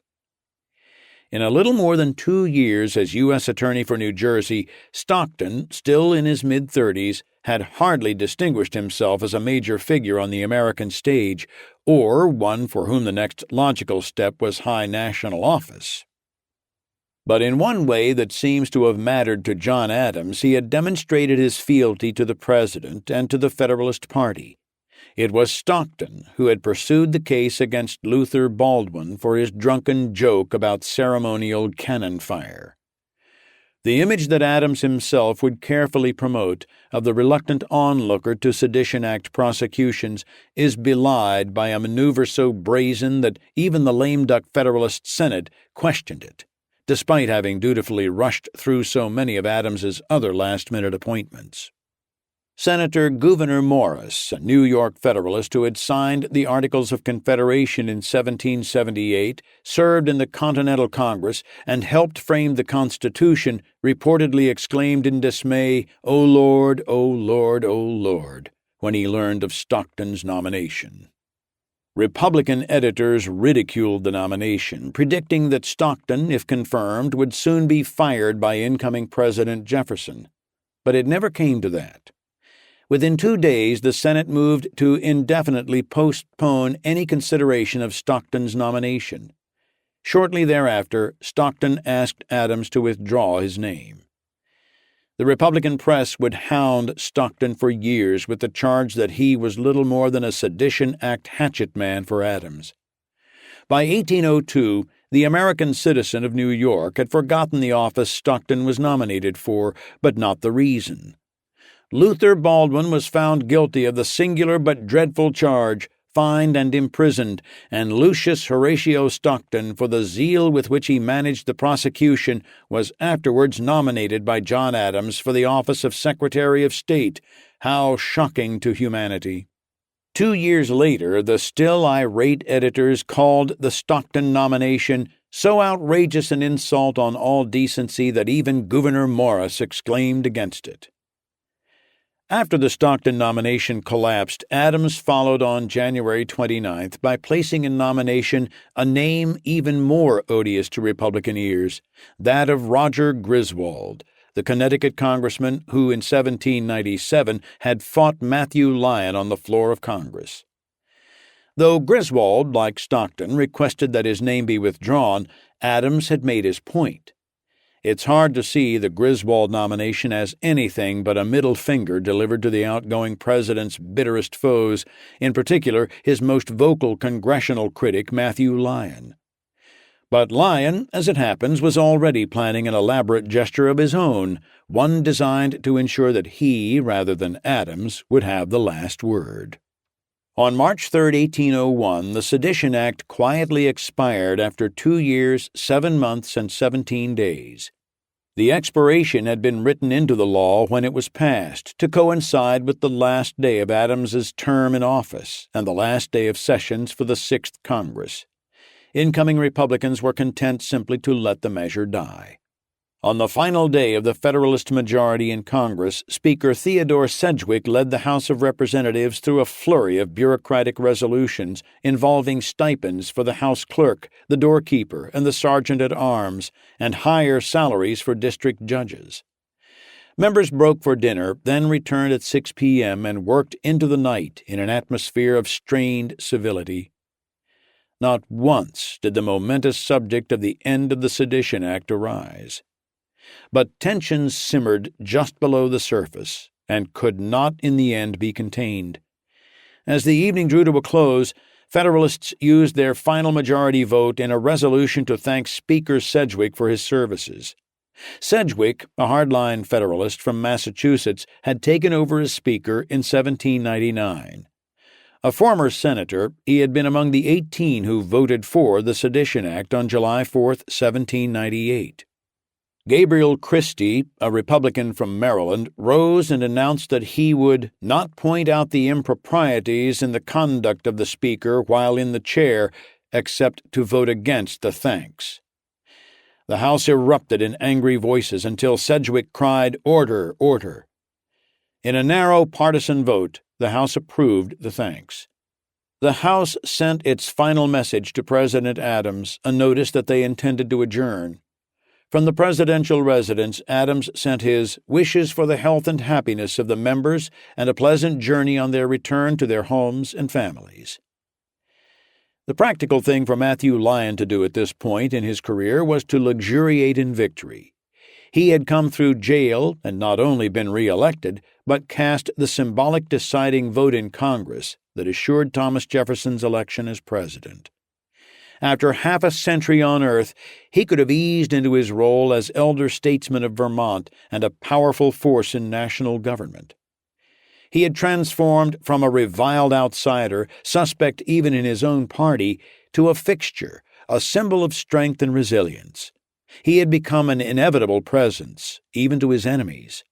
Matthew Lyon had won. But something in him remained the rebellious pioneer. The western side of the Vermont mountains was becoming civilized in spite of itself. New settlers brought churches, schools, and order. It was all becoming safe and pleasant and perhaps too much like the eastern side of the mountains. As he had as a young man in Connecticut, Lyon began looking for a new frontier. While campaigning for Jefferson in the presidential election, Lyon had visited Andrew Jackson in Tennessee and marveled at the benevolent climate and wild spaces, with nary a fence to be seen. "Your country is far superior to any I have ever seen, and it has never been long out of my thought since I saw it," Lyon wrote to Jackson. "To enjoy the blessings of such a country, such a soil, and such a climate in a good neighborhood is what is most wished for by your devoted friend." Lyon began wrapping up his business affairs in Vermont and selling his remaining mills in Fairhaven. He purchased nearly 6,000 acres in Kentucky and mobilized family, friends, and workers for a massive trek southwest. He would, however, remain in office long enough to attend in person the Jefferson inauguration. Perhaps politics had lost its essential edge for him now that his enemies were in the minority. In parting, Lyon could not resist sending a letter to his old foe, John Adams, conspicuously postmarked, "City of Washington, 59 minutes before 1 a.m., March 4, 1801. The timing was to pointedly note that, as of precisely 1 minute earlier, both he and the president had become mere citizens. "Fellow citizen," the letter began, "4 years ago this day you became President of the United States and I a representative of the people in Congress." He bid the president a hearty farewell, noting deliberately that while they both were retiring, Lyon was doing so of my own accord. He was heading, he announced, to the extreme western parts of the United States, where I had fixed myself an asylum from the persecutions of a party, the most base, cruel, assuming, and faithless that ever disgraced the councils of any nation. That party are now happily humbled in dust and ashes before the indignant frowns of an injured country, but their deeds never can be forgotten. Lyon savaged President Adams over taxes, the naval buildup, corrupt judges, and the supposed proliferation of useless and expensive embassies. Yet he was only warming up to his inevitable discussion of the Sedition Act. "Perhaps in no one instance has our Constitution, our sacred Bill of Rights, been more shamefully, more barefacedly trampled on than in the case of the passage of the bill called the Sedition Law, which Lyon described as Adams's darling hobby horse. By this law you expected to have all your follies, your absurdities, and your atrocities buried in oblivion. You thought by its terrors to shut the mouths of all but sycophants and flatterers, and to secure yourself in the presidency at least. But how happily have you been disappointed! The truth has issued from many a patriot pen and press, and you have fallen, never, never to rise again." Part 3. The Fever Breaks. Chapter 28. On March 4, 1801, Thomas Jefferson entered the expansive new Senate chamber in Washington, D.C. to take the oath of office. He was the first president to be inaugurated in the new capital, located a little over 100 miles from his Virginia hilltop home, Monticello. Chief Justice John Marshall, a Federalist and fellow Virginian, administered the oath. John Adams chose not to attend. With the oath complete, Jefferson turned to the audience of about 1,000, including members of Congress and guests. He began tenuously, with a perfunctory declamation of his small abilities, his unworthiness in the face of the momentous task ahead, and the help he would need from those in the audience in order to have any hope of success. Jefferson did not enjoy public speaking, and was, by all accounts, not very good at it. His voice was thin and wavering. Many of the guests struggled to make out his exact words. And yet the rest of his speech was a wonder. 210 years later, the words remain vibrant, optimistic, and young. For years, Federalists and Republicans alike had felt the Republic to be on the verge of breaking apart. The rancor had been so strong, so angry, and so constant that many people doubted that the form of government laid out so recently in the Constitution could survive. It was not the Federalists' fault per se. In a sense, they simply had the misfortune to be the first party in power, and as such, they responded to criticism and opposition the way the powerful had throughout history, by vilifying it and doing everything in their power to stamp it out.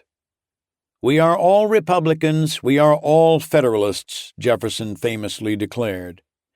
But he was not, in the brittle Federalist fashion, calling for national unity around shared political views. In a more mature conception, America was to be a nation unified by its disunity, a country that had been through fire and been tempered and proven strong enough to accommodate the seeming danger and disorder of clashing ideas. The speech contained no declarations of Republican victory or plan, nor any suggestion that, with the Federalists vanquished, the country could finally move forward in the correct Republican way. Just 4 years had passed between Washington's farewell address in 1797 and Jefferson's inaugural. But the leap forward spanned light years. Washington's address, the heartfelt reflections of a man who had shepherded the infant country into and through its earliest days of independence, had warned against the overriding dangers of faction and argued for a country governed by wise leaders unified in their purpose, unified in their philosophy of government, disagreeing only on particularities of implementation. His farewell address resembled nothing so much as a world-weary lecture to wayward sons from a loving father who had done everything he could but was losing hope that they would ever get along. Jefferson's speech, by contrast, implicitly recognized that the ideological struggles would continue as long as the nation continued, and that this was a good thing rather than bad. At the heart of this was the principle that free speech meant, perhaps most important, freedom for the other guy to speak. Jefferson even left room under that broad umbrella for true radicals. "If there be any among us who would wish to dissolve this Union or to change its Republican form, let them stand undisturbed as monuments of the safety with which error of opinion may be tolerated where reason is left free to combat it," he said. Where others saw fractious, chaotic voices as cause for alarm, Jefferson found reassurance. "I believe this, on the contrary, the strongest government on earth." With subtle confidence, he diminished Hamiltonian pessimism about the competency of average men. "Sometimes it is said that man cannot be trusted with the government of himself. Can he then be trusted with the government of others? Or have we found angels in the forms of kings to govern him? Let history answer this question."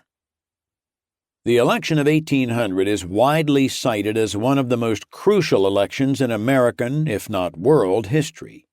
That's true not so much because of the specific personalities involved, but because it represented for the first time the peaceful, orderly transition of power from one political faction to another.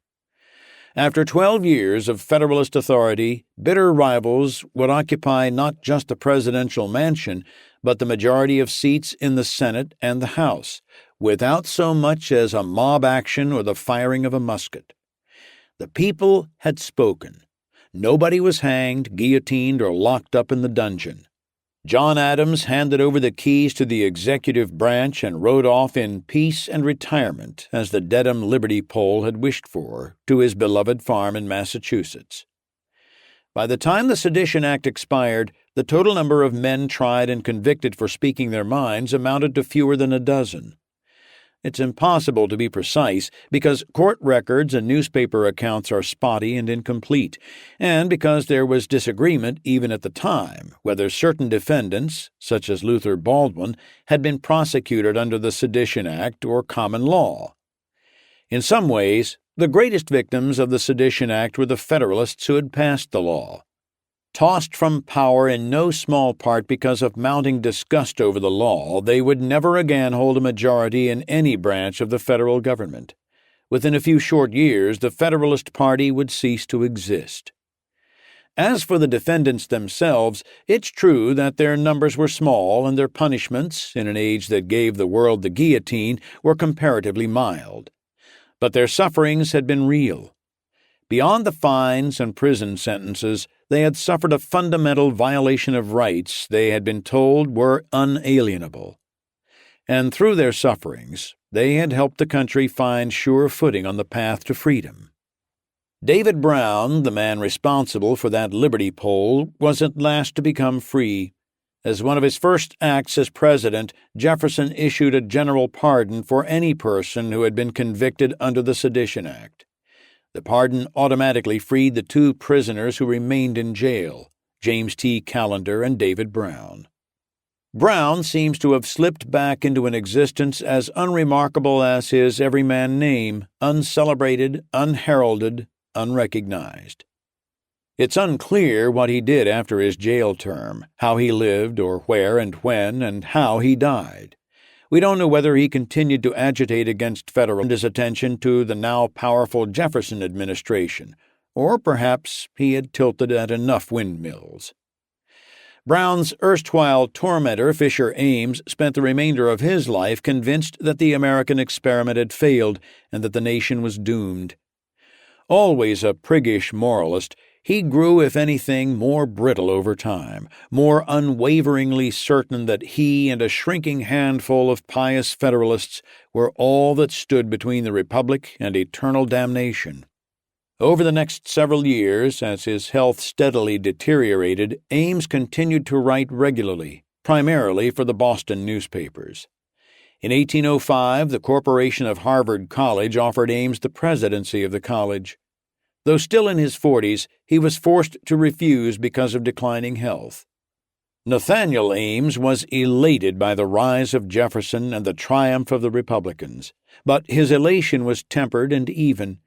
He remained a crotchety country doctor, faithfully recounting in his diary the endless change of seasons, gathering apples and winter pears in October, sleighing in January. He praised Jefferson and wondered at the lingering resentments toward him and the Republicans in the remaining Federalist strongholds. Nathaniel recorded in minute detail medical conditions of countless patients, among them his brother Fisher Ames. Throughout their bitter political and even personal differences, the bonds of brotherhood were never entirely broken. They seemed to have maintained a sort of love or affection at some level. They were remarkably circumspect when it came to criticizing each other in public. And as Fisher's condition inevitably worsened, it was Nathaniel he turned to. As would Thomas Jefferson and John Adams 18 years later, Fisher Ames left the world on the symbolic day of July 4th in 1808. Fisher died at 5 a.m. Even through Nathaniel's typically unsentimental writing, it's impossible not to note a touch of emotion in his record for the day. Fisher Ames, my only brother, died this morn at 5. Atrophy. The next day, when Fisher's Federalist colleagues convinced his wife to allow the body to be taken to Boston for a proper Federalist service, Nathaniel was incensed. My brother's body snatched by the junto, deluding the widow to order the funeral at Boston. A few days later, an article appeared in Boston's Independent Chronicle, assailing the move by the Federalists. Though the article contained no byline, historians have suggested the author was Nathaniel Ames. Pageantry may answer the purposes of party, but when it is displayed to the outrage of every domestic sensibility, we pity those who sincerely mourn the loss of friends that they are made subservient to such cruel exhibitions. Nathaniel would continue his diary for another 14 years. On July 21, 1822, he died of pneumonia at the age of 82. The death warranted a rare obituary in the local newspaper, which usually noted deaths with a single line, but Dr. Ames was not an ordinary man, the article acknowledged. In the end, the piece noted, Nathaniel Ames was driven by one overriding passion. He always showed a strong predilection for that government which allows the greatest degree of popular freedom, and any unnecessary restraint and attack upon that met in him a high-spirited opposer.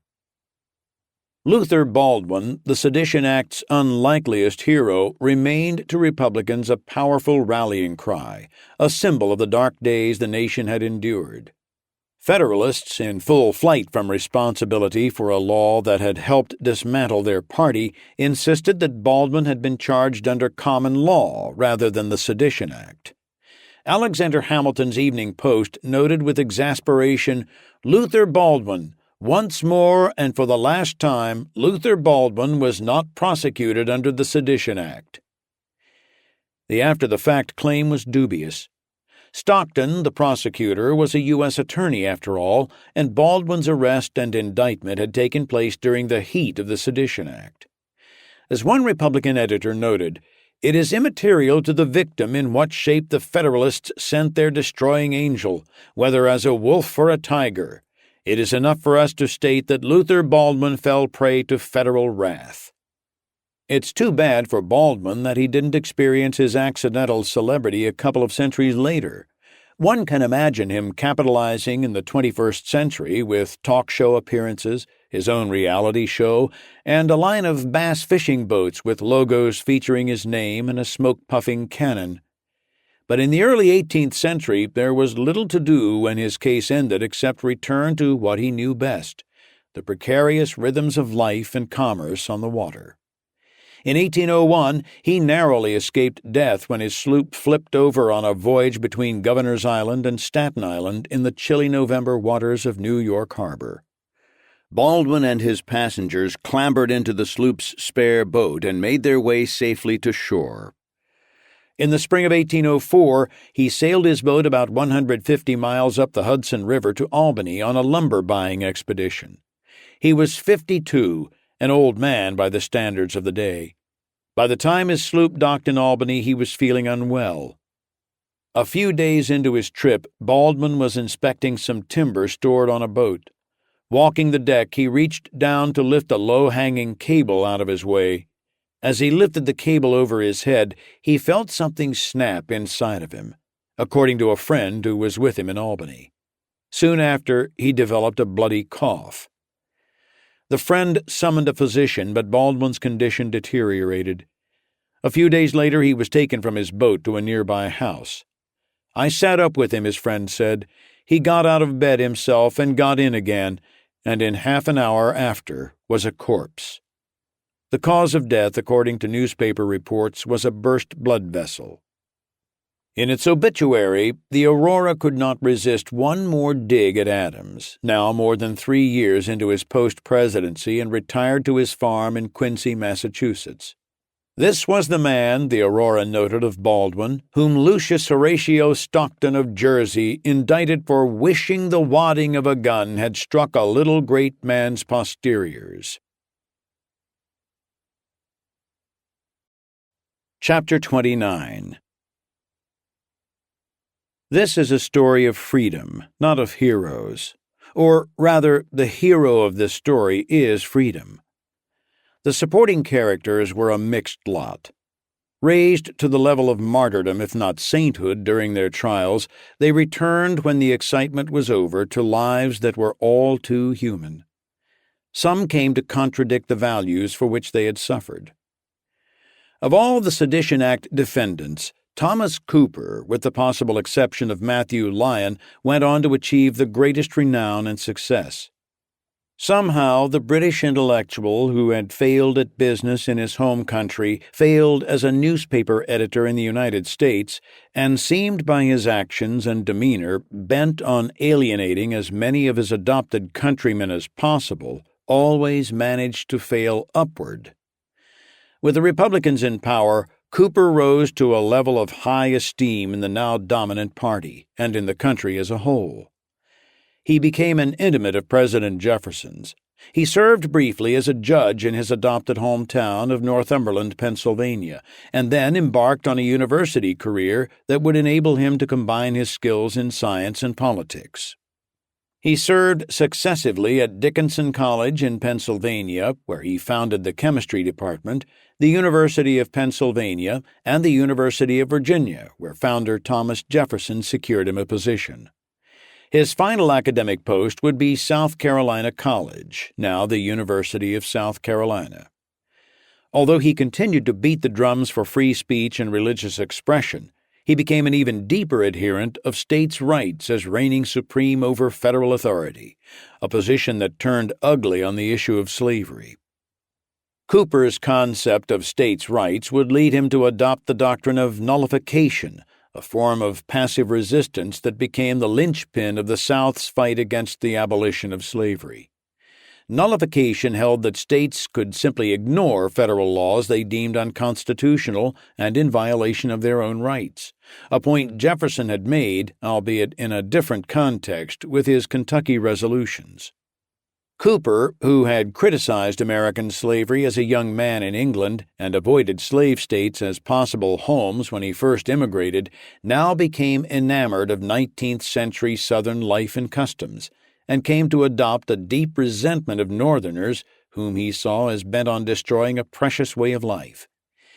In his zeal to protect states and the agrarian South, he ultimately came to see slavery not as a necessary evil, a regrettable institution without which the economy would collapse, but as a force for good. And he insisted that slaves were better treated in the United States than in most other countries, including those of Africa. His newfound views on race and slavery were more than just personally hypocritical, they were deeply damaging, because from his perch at the university, and because of his celebrated background, his outspoken views gave Southern slaveholders intellectual cover. His ideas, published in historical and political journals and republished in daily newspapers, were influential among Southern thinkers and gentry who welcomed the opportunity to attach their own thinking to his.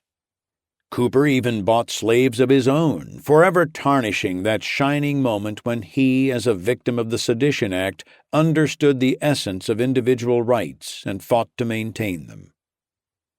When James Callender emerged from the Richmond jail in 1801, he must have imagined that he was at last embarking on a bright new phase of life. He expected to be greeted as a returning hero, one of a handful of brave souls who, in his own words, had promoted the restoration of American liberty.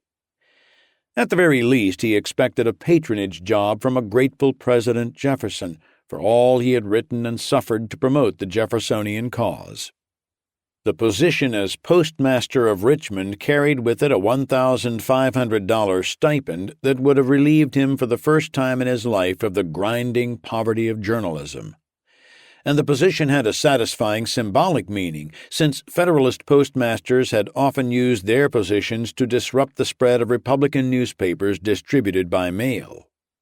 Jefferson had been only too happy to have Callender's poison-tipped pen on his side when he was the challenger, the outsider to Adams's Federalist administration. But he was the president now, a man who in his inaugural address had declared, "We are all Republicans, we are all Federalists." For Jefferson, there was no advantage in appointing a ragged, unhinged alcoholic with a history of combativeness to a position requiring management skills, and at least a modicum of diplomacy. Jefferson unceremoniously cut Callender, his half-mad Falstaff, loose. When Callender's entreaties to Jefferson went unanswered, he traveled the 100 miles north of Richmond to press his case in Washington. Unable to arrange a face-to-face meeting, Callender did manage to call on Jefferson's Secretary of State and close friend, James Madison. Madison let Callender down as gently as he could, but there were only so many ways to say nicely that Callender would get no appointment, as postmaster of Richmond or anything else. Madison noted in a letter to James Monroe after the meeting that Callender seemed implacable on the subject. Jefferson later recalled, "I knew him to be totally unfit for it." In a gesture that could only have deepened Callender's bitterness, Jefferson arranged to give Callender $50, the same amount he had once paid to keep the journalist writing his anti-Adams screeds. Callender stewed and boiled on the long ride back to Richmond. Though his disappointment was real, it's hard to imagine things turning out any other way for him. It was not in his makeup to become a loyal foot soldier of the party in power. He chafed at power, fought it, and was suspicious of those who had it. Jefferson's snub confirmed his suspicions, simmering since his days as a lowly clerk in Edinburgh, of the corrupting influence of power. Primed for another righteous fight, Callender broke from his old newspaper, the Richmond Examiner, which had published so many of his attacks on Adams and defended him through his trial. He joined a moribund newspaper called the Richmond Recorder, and in no time he converted it into a fire-breathing anti-Republican sheet. Here in Jefferson's home state, Callender and the Recorder became one of the president's fiercest critics.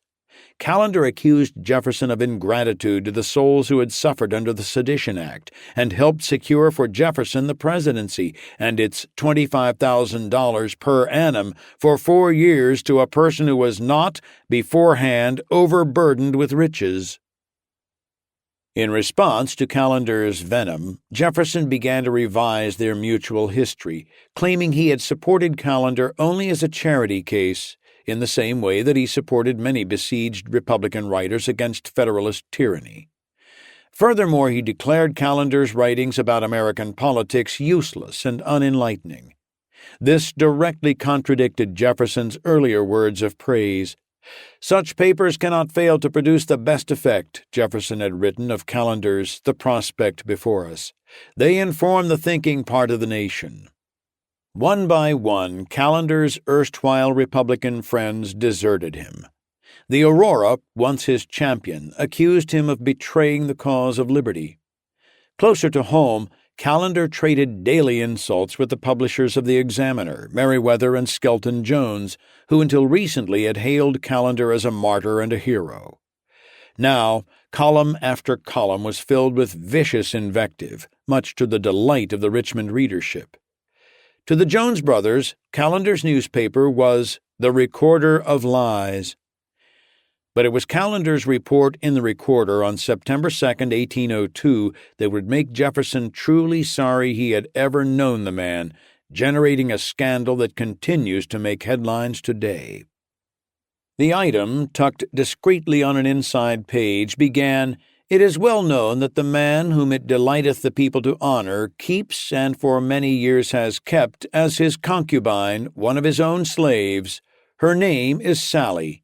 The name of her eldest son is Tom. His features are said to bear a striking resemblance to those of the President himself."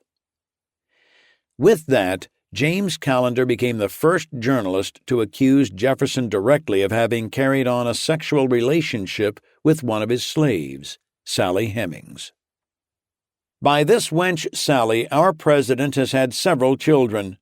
There is not an individual in the neighborhood of Charlottesville who does not believe this story, and not a few who know it," Callender wrote. He poked fun at Jefferson, whose Notes on the State of Virginia had described in great, and to modern eyes, excruciating detail what he saw as the inherent inferiority of slaves. "'Tis supposed that at the time when Mr. Jefferson wrote so smartly concerning Negroes, when he endeavored so much to belittle the African race, he had no expectation that the Chief Magistrate of the United States was to be the ringleader in shewing that his opinion was erroneous, or that he should choose an African flock whereupon he was to engraft his own descendants." The story had previously been hinted at, though never explicitly, in Federalist newspapers. As a good Republican and a believer in Jefferson, Callender claimed, he had initially discounted such rumors, but mounting evidence had changed his mind. "The African Venus is said to officiate as housekeeper at Monticello," Callender wrote. He added, "When Mr. Jefferson has read this article, he will find leisure to estimate how much has been lost or gained by so many unprovoked attacks upon J.T. Callender."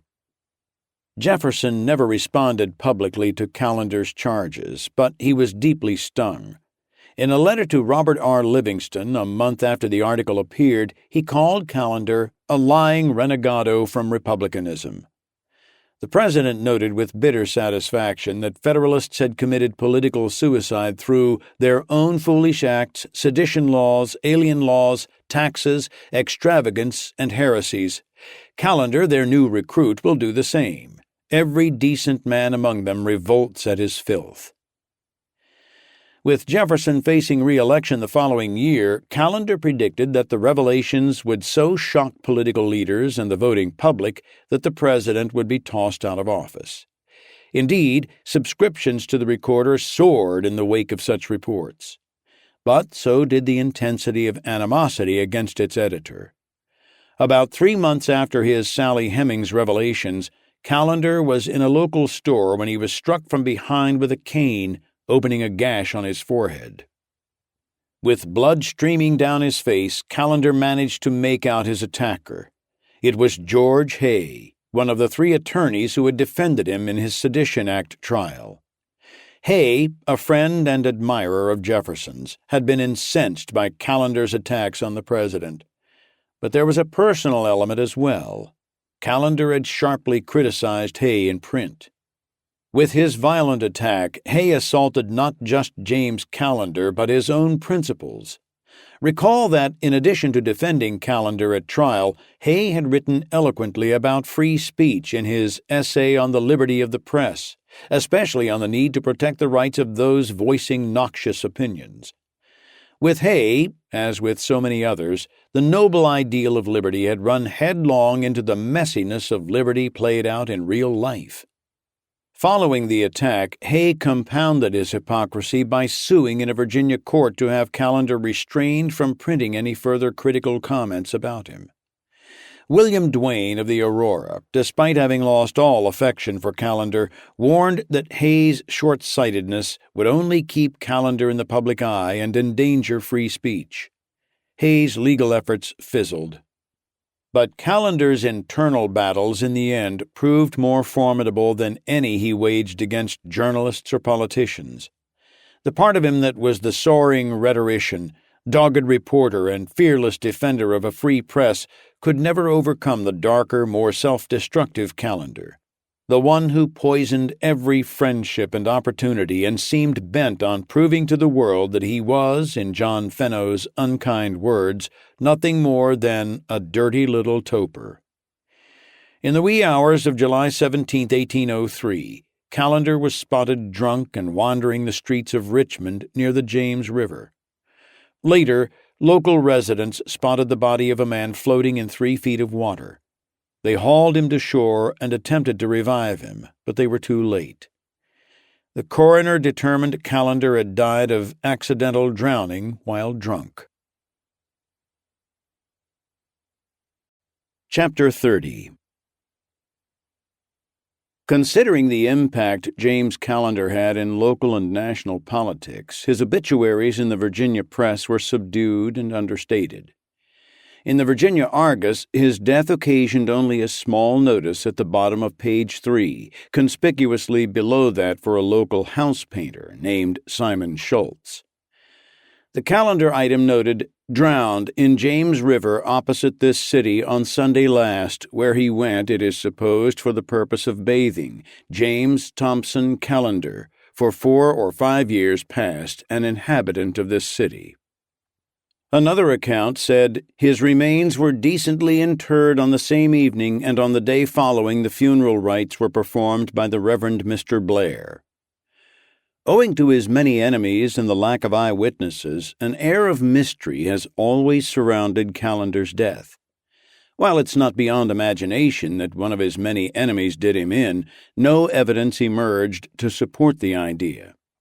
At the Richmond Examiner, his friends-turned-mortal enemies, Meriwether and Skelton Jones, could not help suggesting, with barely concealed satisfaction, that the long list of those unable to abide James T. Callender had at last come to include Callender himself.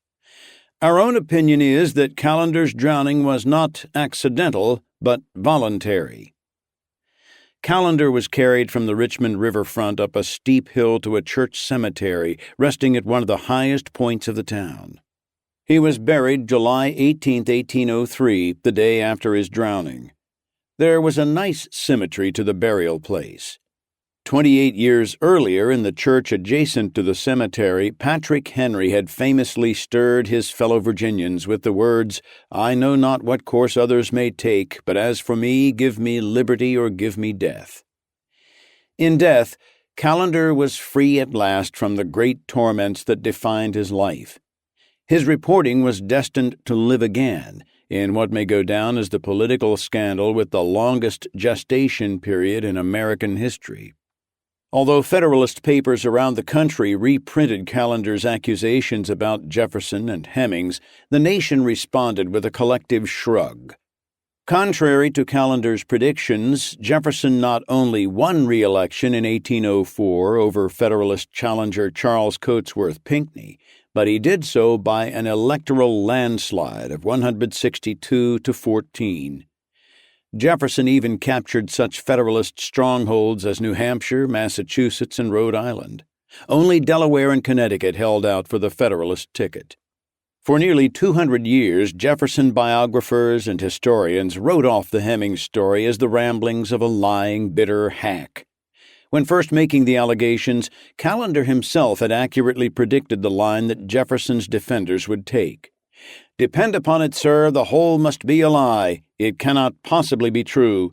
A thing so brutal, so disgraceful, a thing so foreign to Mr. Jefferson's character. The scoundrel, that is, Callender, has been disappointed and affronted, you know, and this way he seeks revenge." Among African Americans, stories of offspring from the Hemmings-Jefferson relationship have had much stronger credibility. In 1873, James Madison Hemmings, one of Sally's children, published an as-told-to memoir in a newspaper in Ohio, where he had settled as a carpenter and farmer after being freed by decree of Jefferson's will in 1826. In a long, dispassionate, and detailed account, Hemmings described his mother's long-standing relationship, which started a few years after the death of Jefferson's wife, when Jefferson was serving in Paris as minister to France. Sally Hemings was just 16 years old, Jefferson 43. "During that time, my mother became Mr. Jefferson's concubine," Hemings recalled. He later added, "Of my father, Thomas Jefferson, I knew more of his domestic than his public life during his lifetime." Through much of the 20th century, Jefferson historians dismissed such claims as a bid by African Americans to bask in the reflected light of an iconic figure.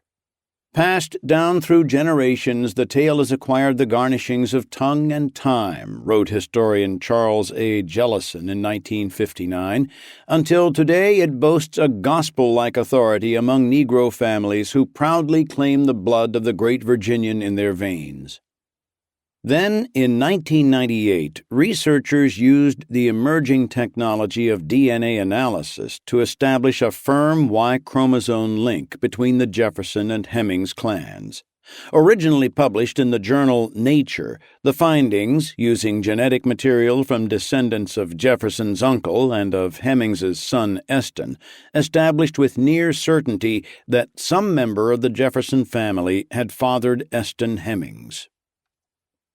The evidence doesn't prove conclusively that the third president was the Jefferson. Dissenters point out the many possibilities for other males of the line to have connected with Sally Hemings.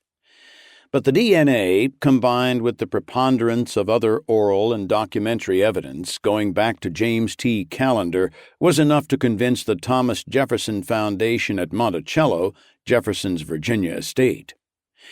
TJF and most historians believe that years after his wife's death, Thomas Jefferson was the father of the 6 children of Sally Hemings mentioned in Jefferson's records, the organization concluded. New books, such as John Meacham's admiring biography Thomas Jefferson, The Art of Power, Henry Winseck's critical Master of the Mountain, and Annette Gordon Reed's The Hemmingses of Monticello, attain a richer complexity and meaning by embracing the Hemmings story and dealing openly with its implications, while still presenting Jefferson as a figure worthy of our enduring fascination and respect. Callender has had no such luck.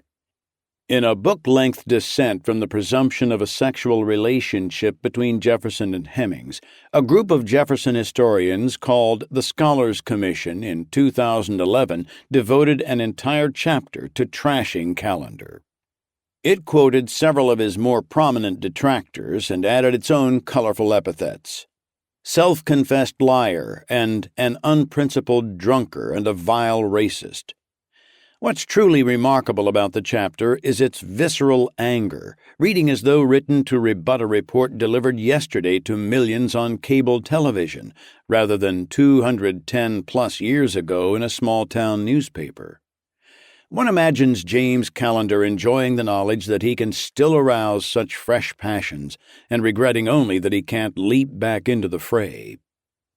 There was another posthumous development in which Callender played a key role. On February 4, 1805, Supreme Court Justice Samuel Chase, the Sedition Act's most notorious judge, sat down for another trial, this one his own. After debating through late November and early December, the Republican-led House of Representatives, on December 4, 1804, approved 8 articles of impeachment against Chase, 5 of them pertaining directly to Chase's behavior during Callender's sedition trial in Richmond. It's fair to ask why Republicans who had so come to loathe Callender during his life would go out of their way to avenge his honor in death. The answer lies not in latent regard for the journalist, but in the expert defense that his 3 high-powered attorneys had laid down in the trial 4 years earlier. The impeachment articles communicated little real concern for injustice done to the defendant. As always, it seemed, Callender was useful when he was useful and despised when he was not. The Chase impeachment was more about the Republicans pressing for political advantage than concern over righting Sedition Act wrongs. The motivation can be found tucked away in the 8th and final article of impeachment, citing an intemperate and inflammatory political harangue that Chase had delivered in 1803 before a Baltimore grand jury. Republicans, including Jefferson, were still smoldering over Adams's midnight judge appointments and the corresponding Judiciary Act, which had created a layer of Federalist judges across the states. Eager to best the one remaining branch of government still dominated by Federalists, the Republicans decided to go after the loudest and most brazen Federalist they could find. Chase's 1803 charge to the grand jury had held the stubborn Federalist line that the people were largely unfit to govern themselves, for the bulk of mankind are governed by their passions and not by reason.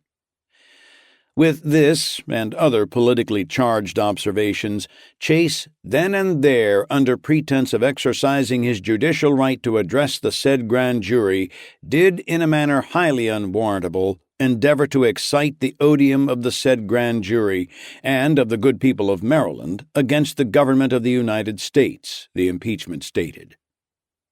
For a Republican Congress that had stood enraptured while Thomas Jefferson declared, "We are all Republicans, we are all Federalists," the wording of the 8th article of impeachment, with its admonishments against exciting the people against their government, sounded ominously like the Federalists' Sedition Act. This wasn't a free speech case precisely. The Republicans were challenging that Chase had stepped over the line of his authority in a speech delivered to a grand jury, thus abusing his power. Still, the article lent an undeniable political nature to the proceedings. For precisely that reason, the ensuing trial never rose to become a debate of conscience, the sort of moral retrospective on free speech that the Sedition Act defendants deserved. The Chase trial evolved instead into another important lesson for the new country about the separation of powers. As a political case of 2 Republican branches of government, legislative and executive, going after a third, judicial, the case raised alarms about the ongoing stability of government. Chase would be acquitted, and that was a good thing, wrote Supreme Court Chief Justice William H. Rehnquist. First, it assured the independence of federal judges from congressional oversight of the decisions they made in cases that came before them. Second, by assuring that impeachment would not be used in the future as a method to remove members of the Supreme Court for their judicial opinions, it helped to safeguard the independence of that body. Still, there's irony in the fact that an important check on government power had to be established through the acquittal of a man such as Samuel Chase. One can't help but feel that Chase was impeached for the wrong reason. Nowhere in the 2 large volumes recounting the impeachment proceedings will one find the name of the most grievously wronged Sedition Act defendant of them all, David Brown, the drifter guilty only of having strong opinions about his leaders and for having the temerity to express them openly and persuade others to his way of thinking. Brown stood naked and defenseless before Chase's court in Massachusetts, pleaded guilty, and threw himself upon the mercy of the court, only to endure the mockery of a phony trial. There's no escaping the image of a stern-faced Justice Chase bullying the defenseless defendant. For his conduct in that case, if for nothing else, Samuel Chase stands forever guilty of abusing his powers and corrupting justice. Matthew Lyon pushed on westward, settling with his train of followers in an area of Kentucky along the Cumberland River, where he founded the town of Eddyville. Lyon's party included about 70 relatives and workers, including his wife, grown children, and skilled artisans. The party moved by covered wagon as far as Pittsburgh, and then by flatboats from the Ohio River to the Cumberland. Lyon had brought along his printing press and equipment from Fair Haven, and, as he had in that town, quickly began making use of the natural resources that were abundant in the Kentucky wilderness. He built kilns, sawmills, limestone quarries, ironworks, and a tannery and leather works. He couldn't stay long out of politics either. Within a year of his arrival, Lyon had been elected to the Kentucky legislature. In 1802, he was elected to the U.S. Congress once again. Lyon would serve 3 terms, solidly representing his adopted state before retiring from politics for good in 1811. He would never create the sort of fireworks that he had as a young representative from Vermont. He remained an ally of President Jefferson, but what brought his Kentucky political career to an end was his staunch opposition to the War of 1812. However combative in his personal life, Lyon remained opposed throughout his life to wars and to the use of military power. His objection to the looming war put him into the camp of the Federalists, with whom he had shared such an ongoing hatred for so many years. And it brought him to a breaking point with Jefferson and Madison. To Lyon, the Republican Party had abandoned its ideals and become what it had once fought against. His Kentucky neighbors refused to re-elect him to office in 1812, but that was just as well, for already Lyon was restlessly looking for new adventures. Perhaps even Kentucky was beginning to feel too contained. In 1820, President James Monroe appointed Lyon as U.S. factor to the Cherokee Indians, a position that entailed serving as the official trade liaison between the tribe and the government. It was a position that Lyon might have administered from his home in Kentucky, which certainly would have made sense for a man now in his 70s, but Lyon had not yet lost his taste for adventure. He made his way southwest to the Arkansas Territory. Lyon had once told President Madison that Indians had no more right to claim ownership of American land than did the bears and the wolves, an irony apparently missed by the man who had been called the Wild Lion of Vermont. Yet when he actually met and began working with Cherokees, his mind changed. His biographer writes of Lyon attending a Cherokee dance and being moved by the common bonds between the cultures. He was, appropriately, out in the wild when he died in 1822.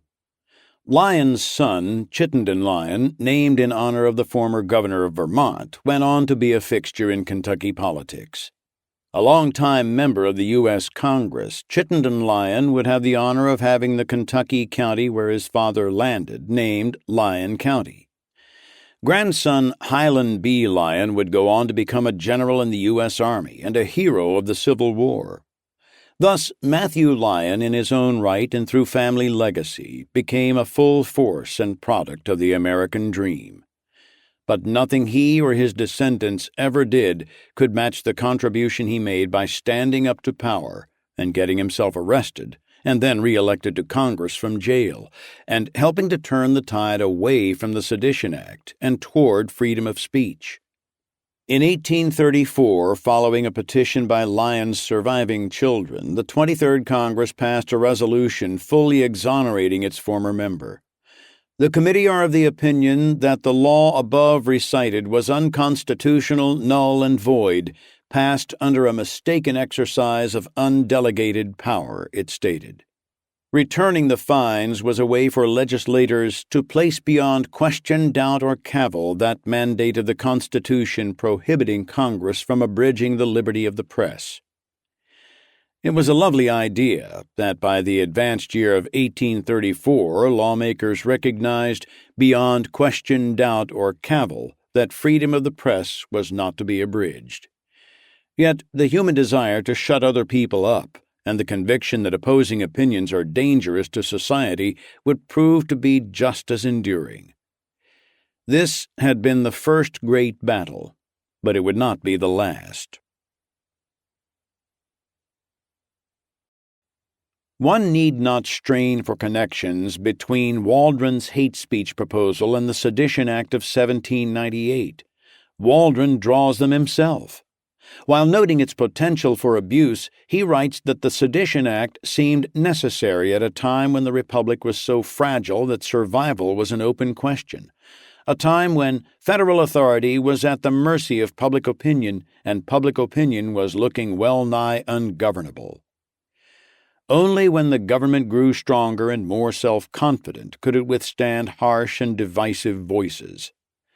As Waldron sees it, minority groups in 21st century America are as vulnerable today as the federal government was in 1798.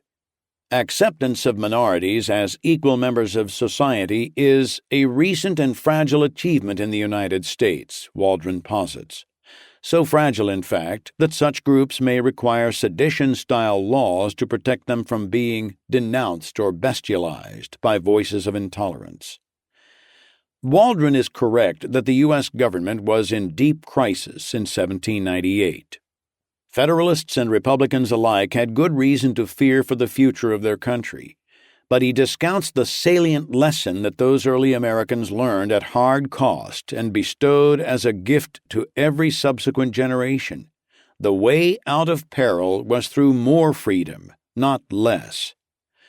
Irish immigrant Matthew Lyon, the Sedition Act's first victim, was routinely denounced and bestialized for much of his career.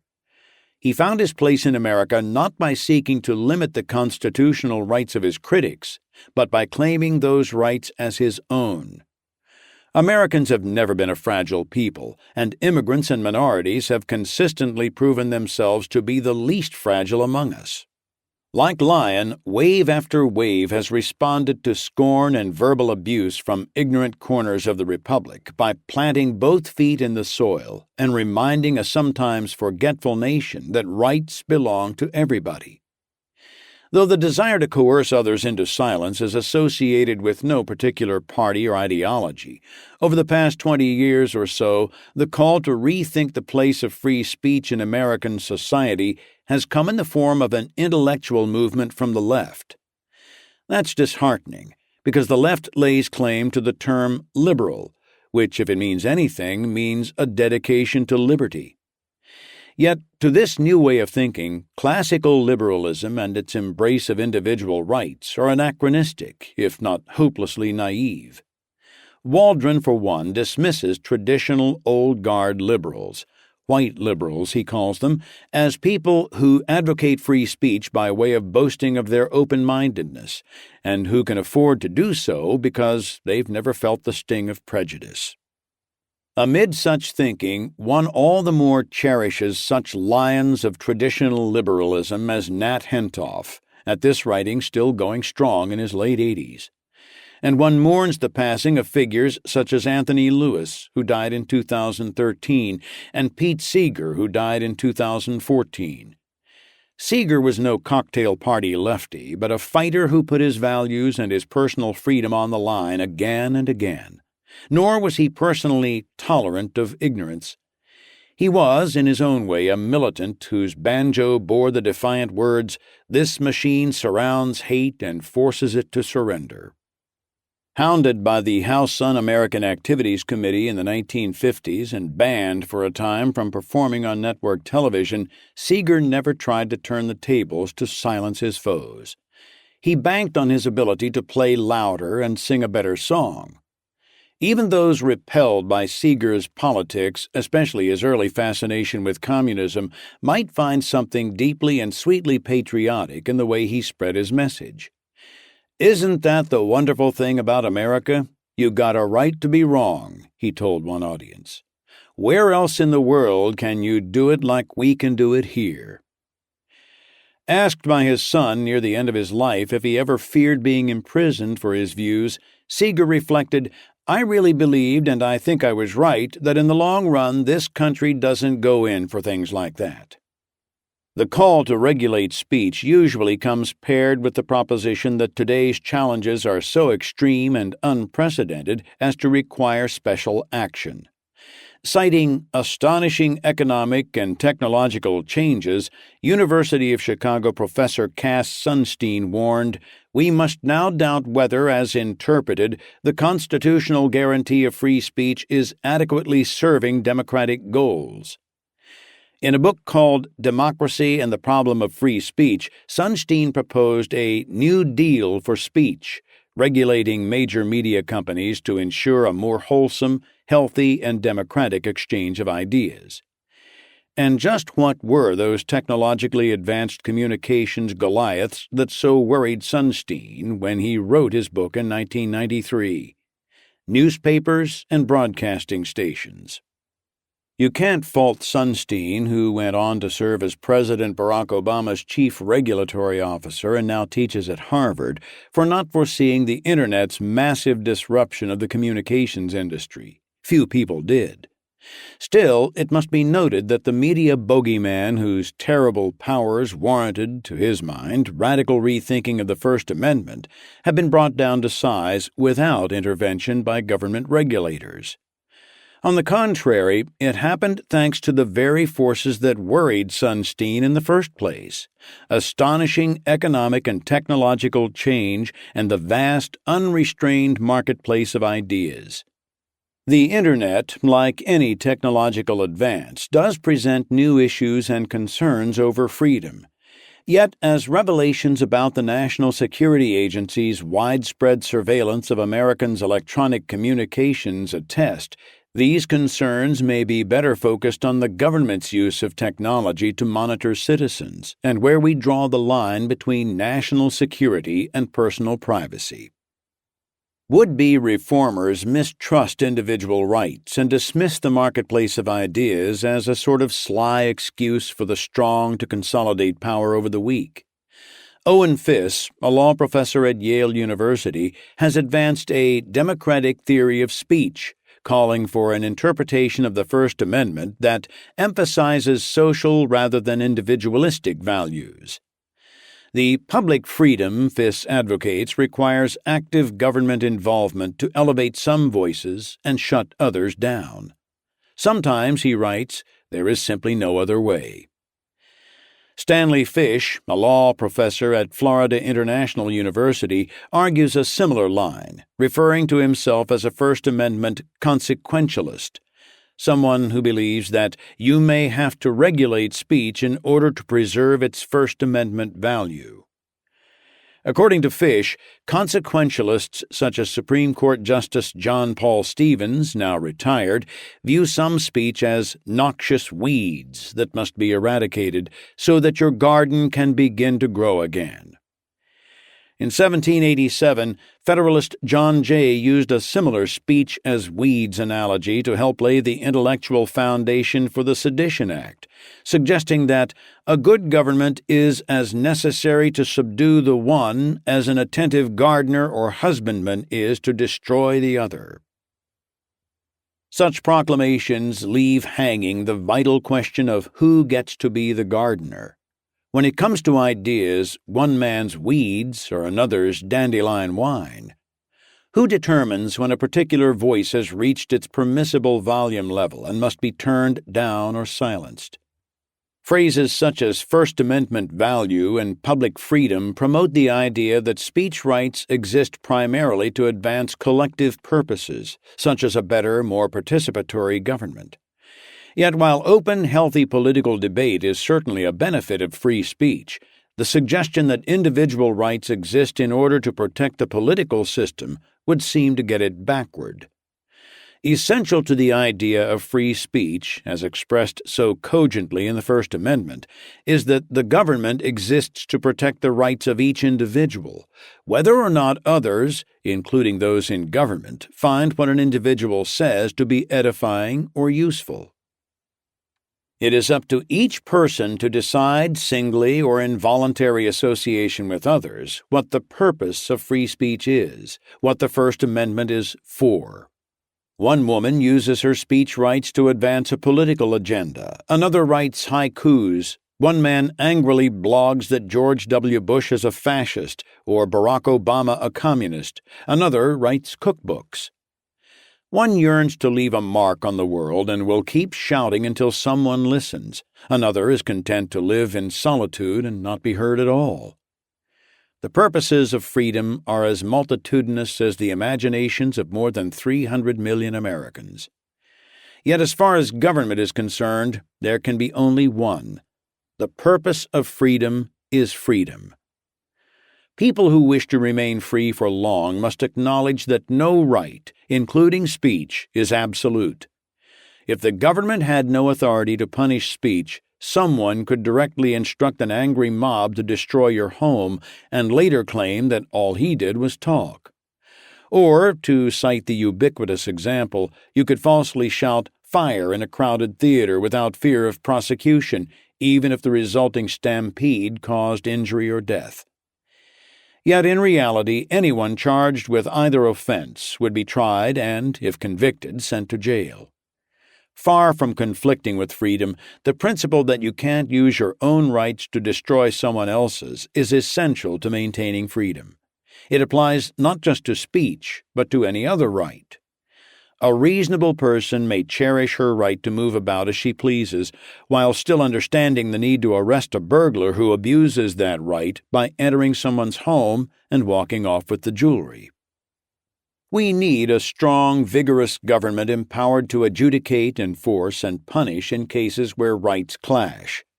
Over the years, the Supreme Court has wrestled with the infinitely complex question of just where those boundaries lie, giving us terms such as fighting words and clear and present danger to determine when speech truly goes too far. But there is one thing that cannot coexist with freedom, and that is declaring that people have a right against being offended, even deeply offended, by someone else's words. Such a declaration automatically transfers the right of speech from the speaker to the listener, who now enjoys the power not just to say, "I don't like your opinion," but "I won't allow you to say that." Compare the words of the First Amendment, "Congress shall make no law," with those of the Australian Human Rights Commission in explaining that nation's Racial Discrimination Act, under which the Herald Sun newspaper was forced to print an apology for offending Aboriginal readers.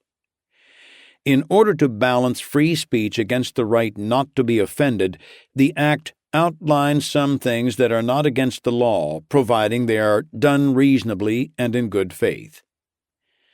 People who consult a government checklist to determine which speech is not against the law speak by permission rather than right. In Australia, France, Denmark, and Canada, permissions are wide and punishments for transgressions mild. In China, Saudi Arabia, and Iran, Permissions are narrow and punishments are harsh. But permission is permission, alienable, impermanent, and, unlike rights, derived from other people. Because everyone who voices a controversial opinion is bound to give offense to someone, speech granted by permission is essentially a political privilege. The trick isn't to avoid giving offense. Rather, it is to avoid offending the wrong people. Modern Western governments may believe they have identified topics, race, gender, sexual orientation, so uniquely sensitive as to require special government restrictions. But keep in mind that the Federalists of 1798 believed just as strongly in the values they wanted to protect, and they were just as convinced that those values, and their way of life, were being directly imperiled by the toxic words of their Republican opponents. Both sides wrote and said outrageous things.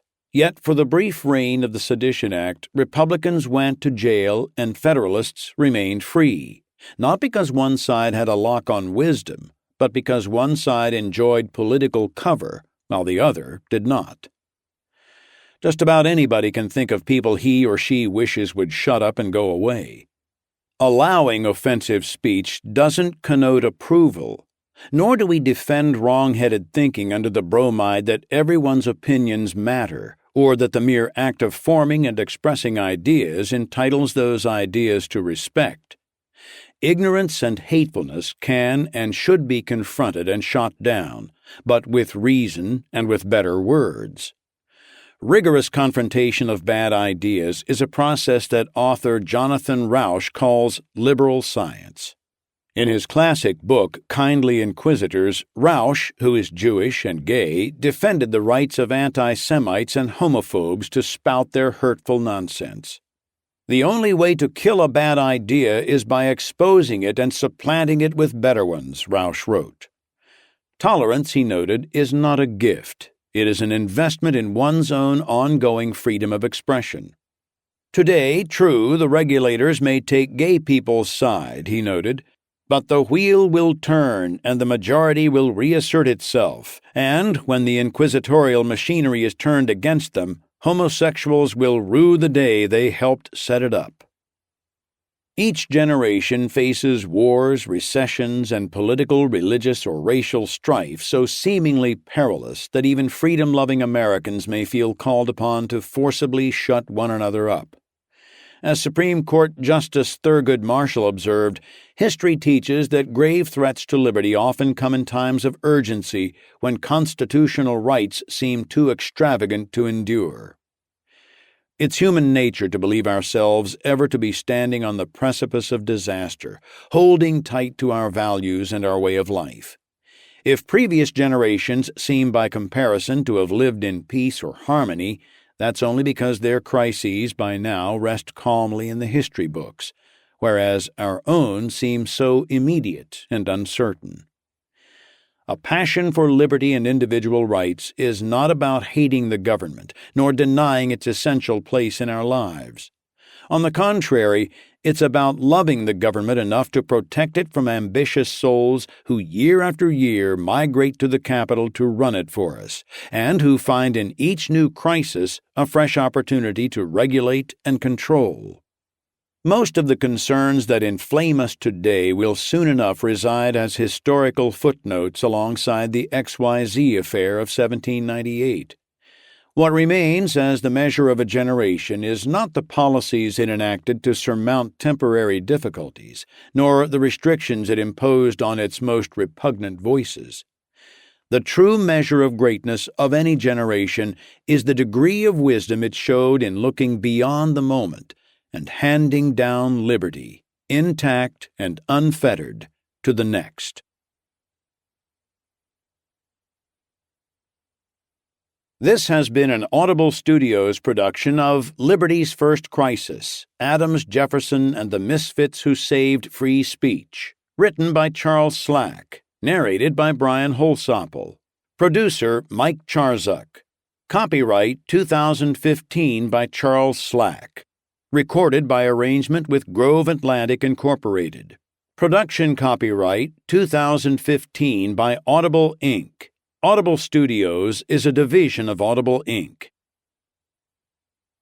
This audiobook production was distributed by Brilliance Audio. For further information concerning this program or other Brilliance Audio titles, please call the following toll-free number, 1-800-222-3225, or visit our website at www.brillianceaudio.com. And please visit Audible at www.audible.com to discover over 150,000 titles available for download. No part of this recording may be played for an audience or reproduced in any form. It may not be streamed, downloaded, broadcast, or copied without written permission. Address all inquiries to Brilliance Audio, P.O. Box 887, Grand Haven, Michigan 49417.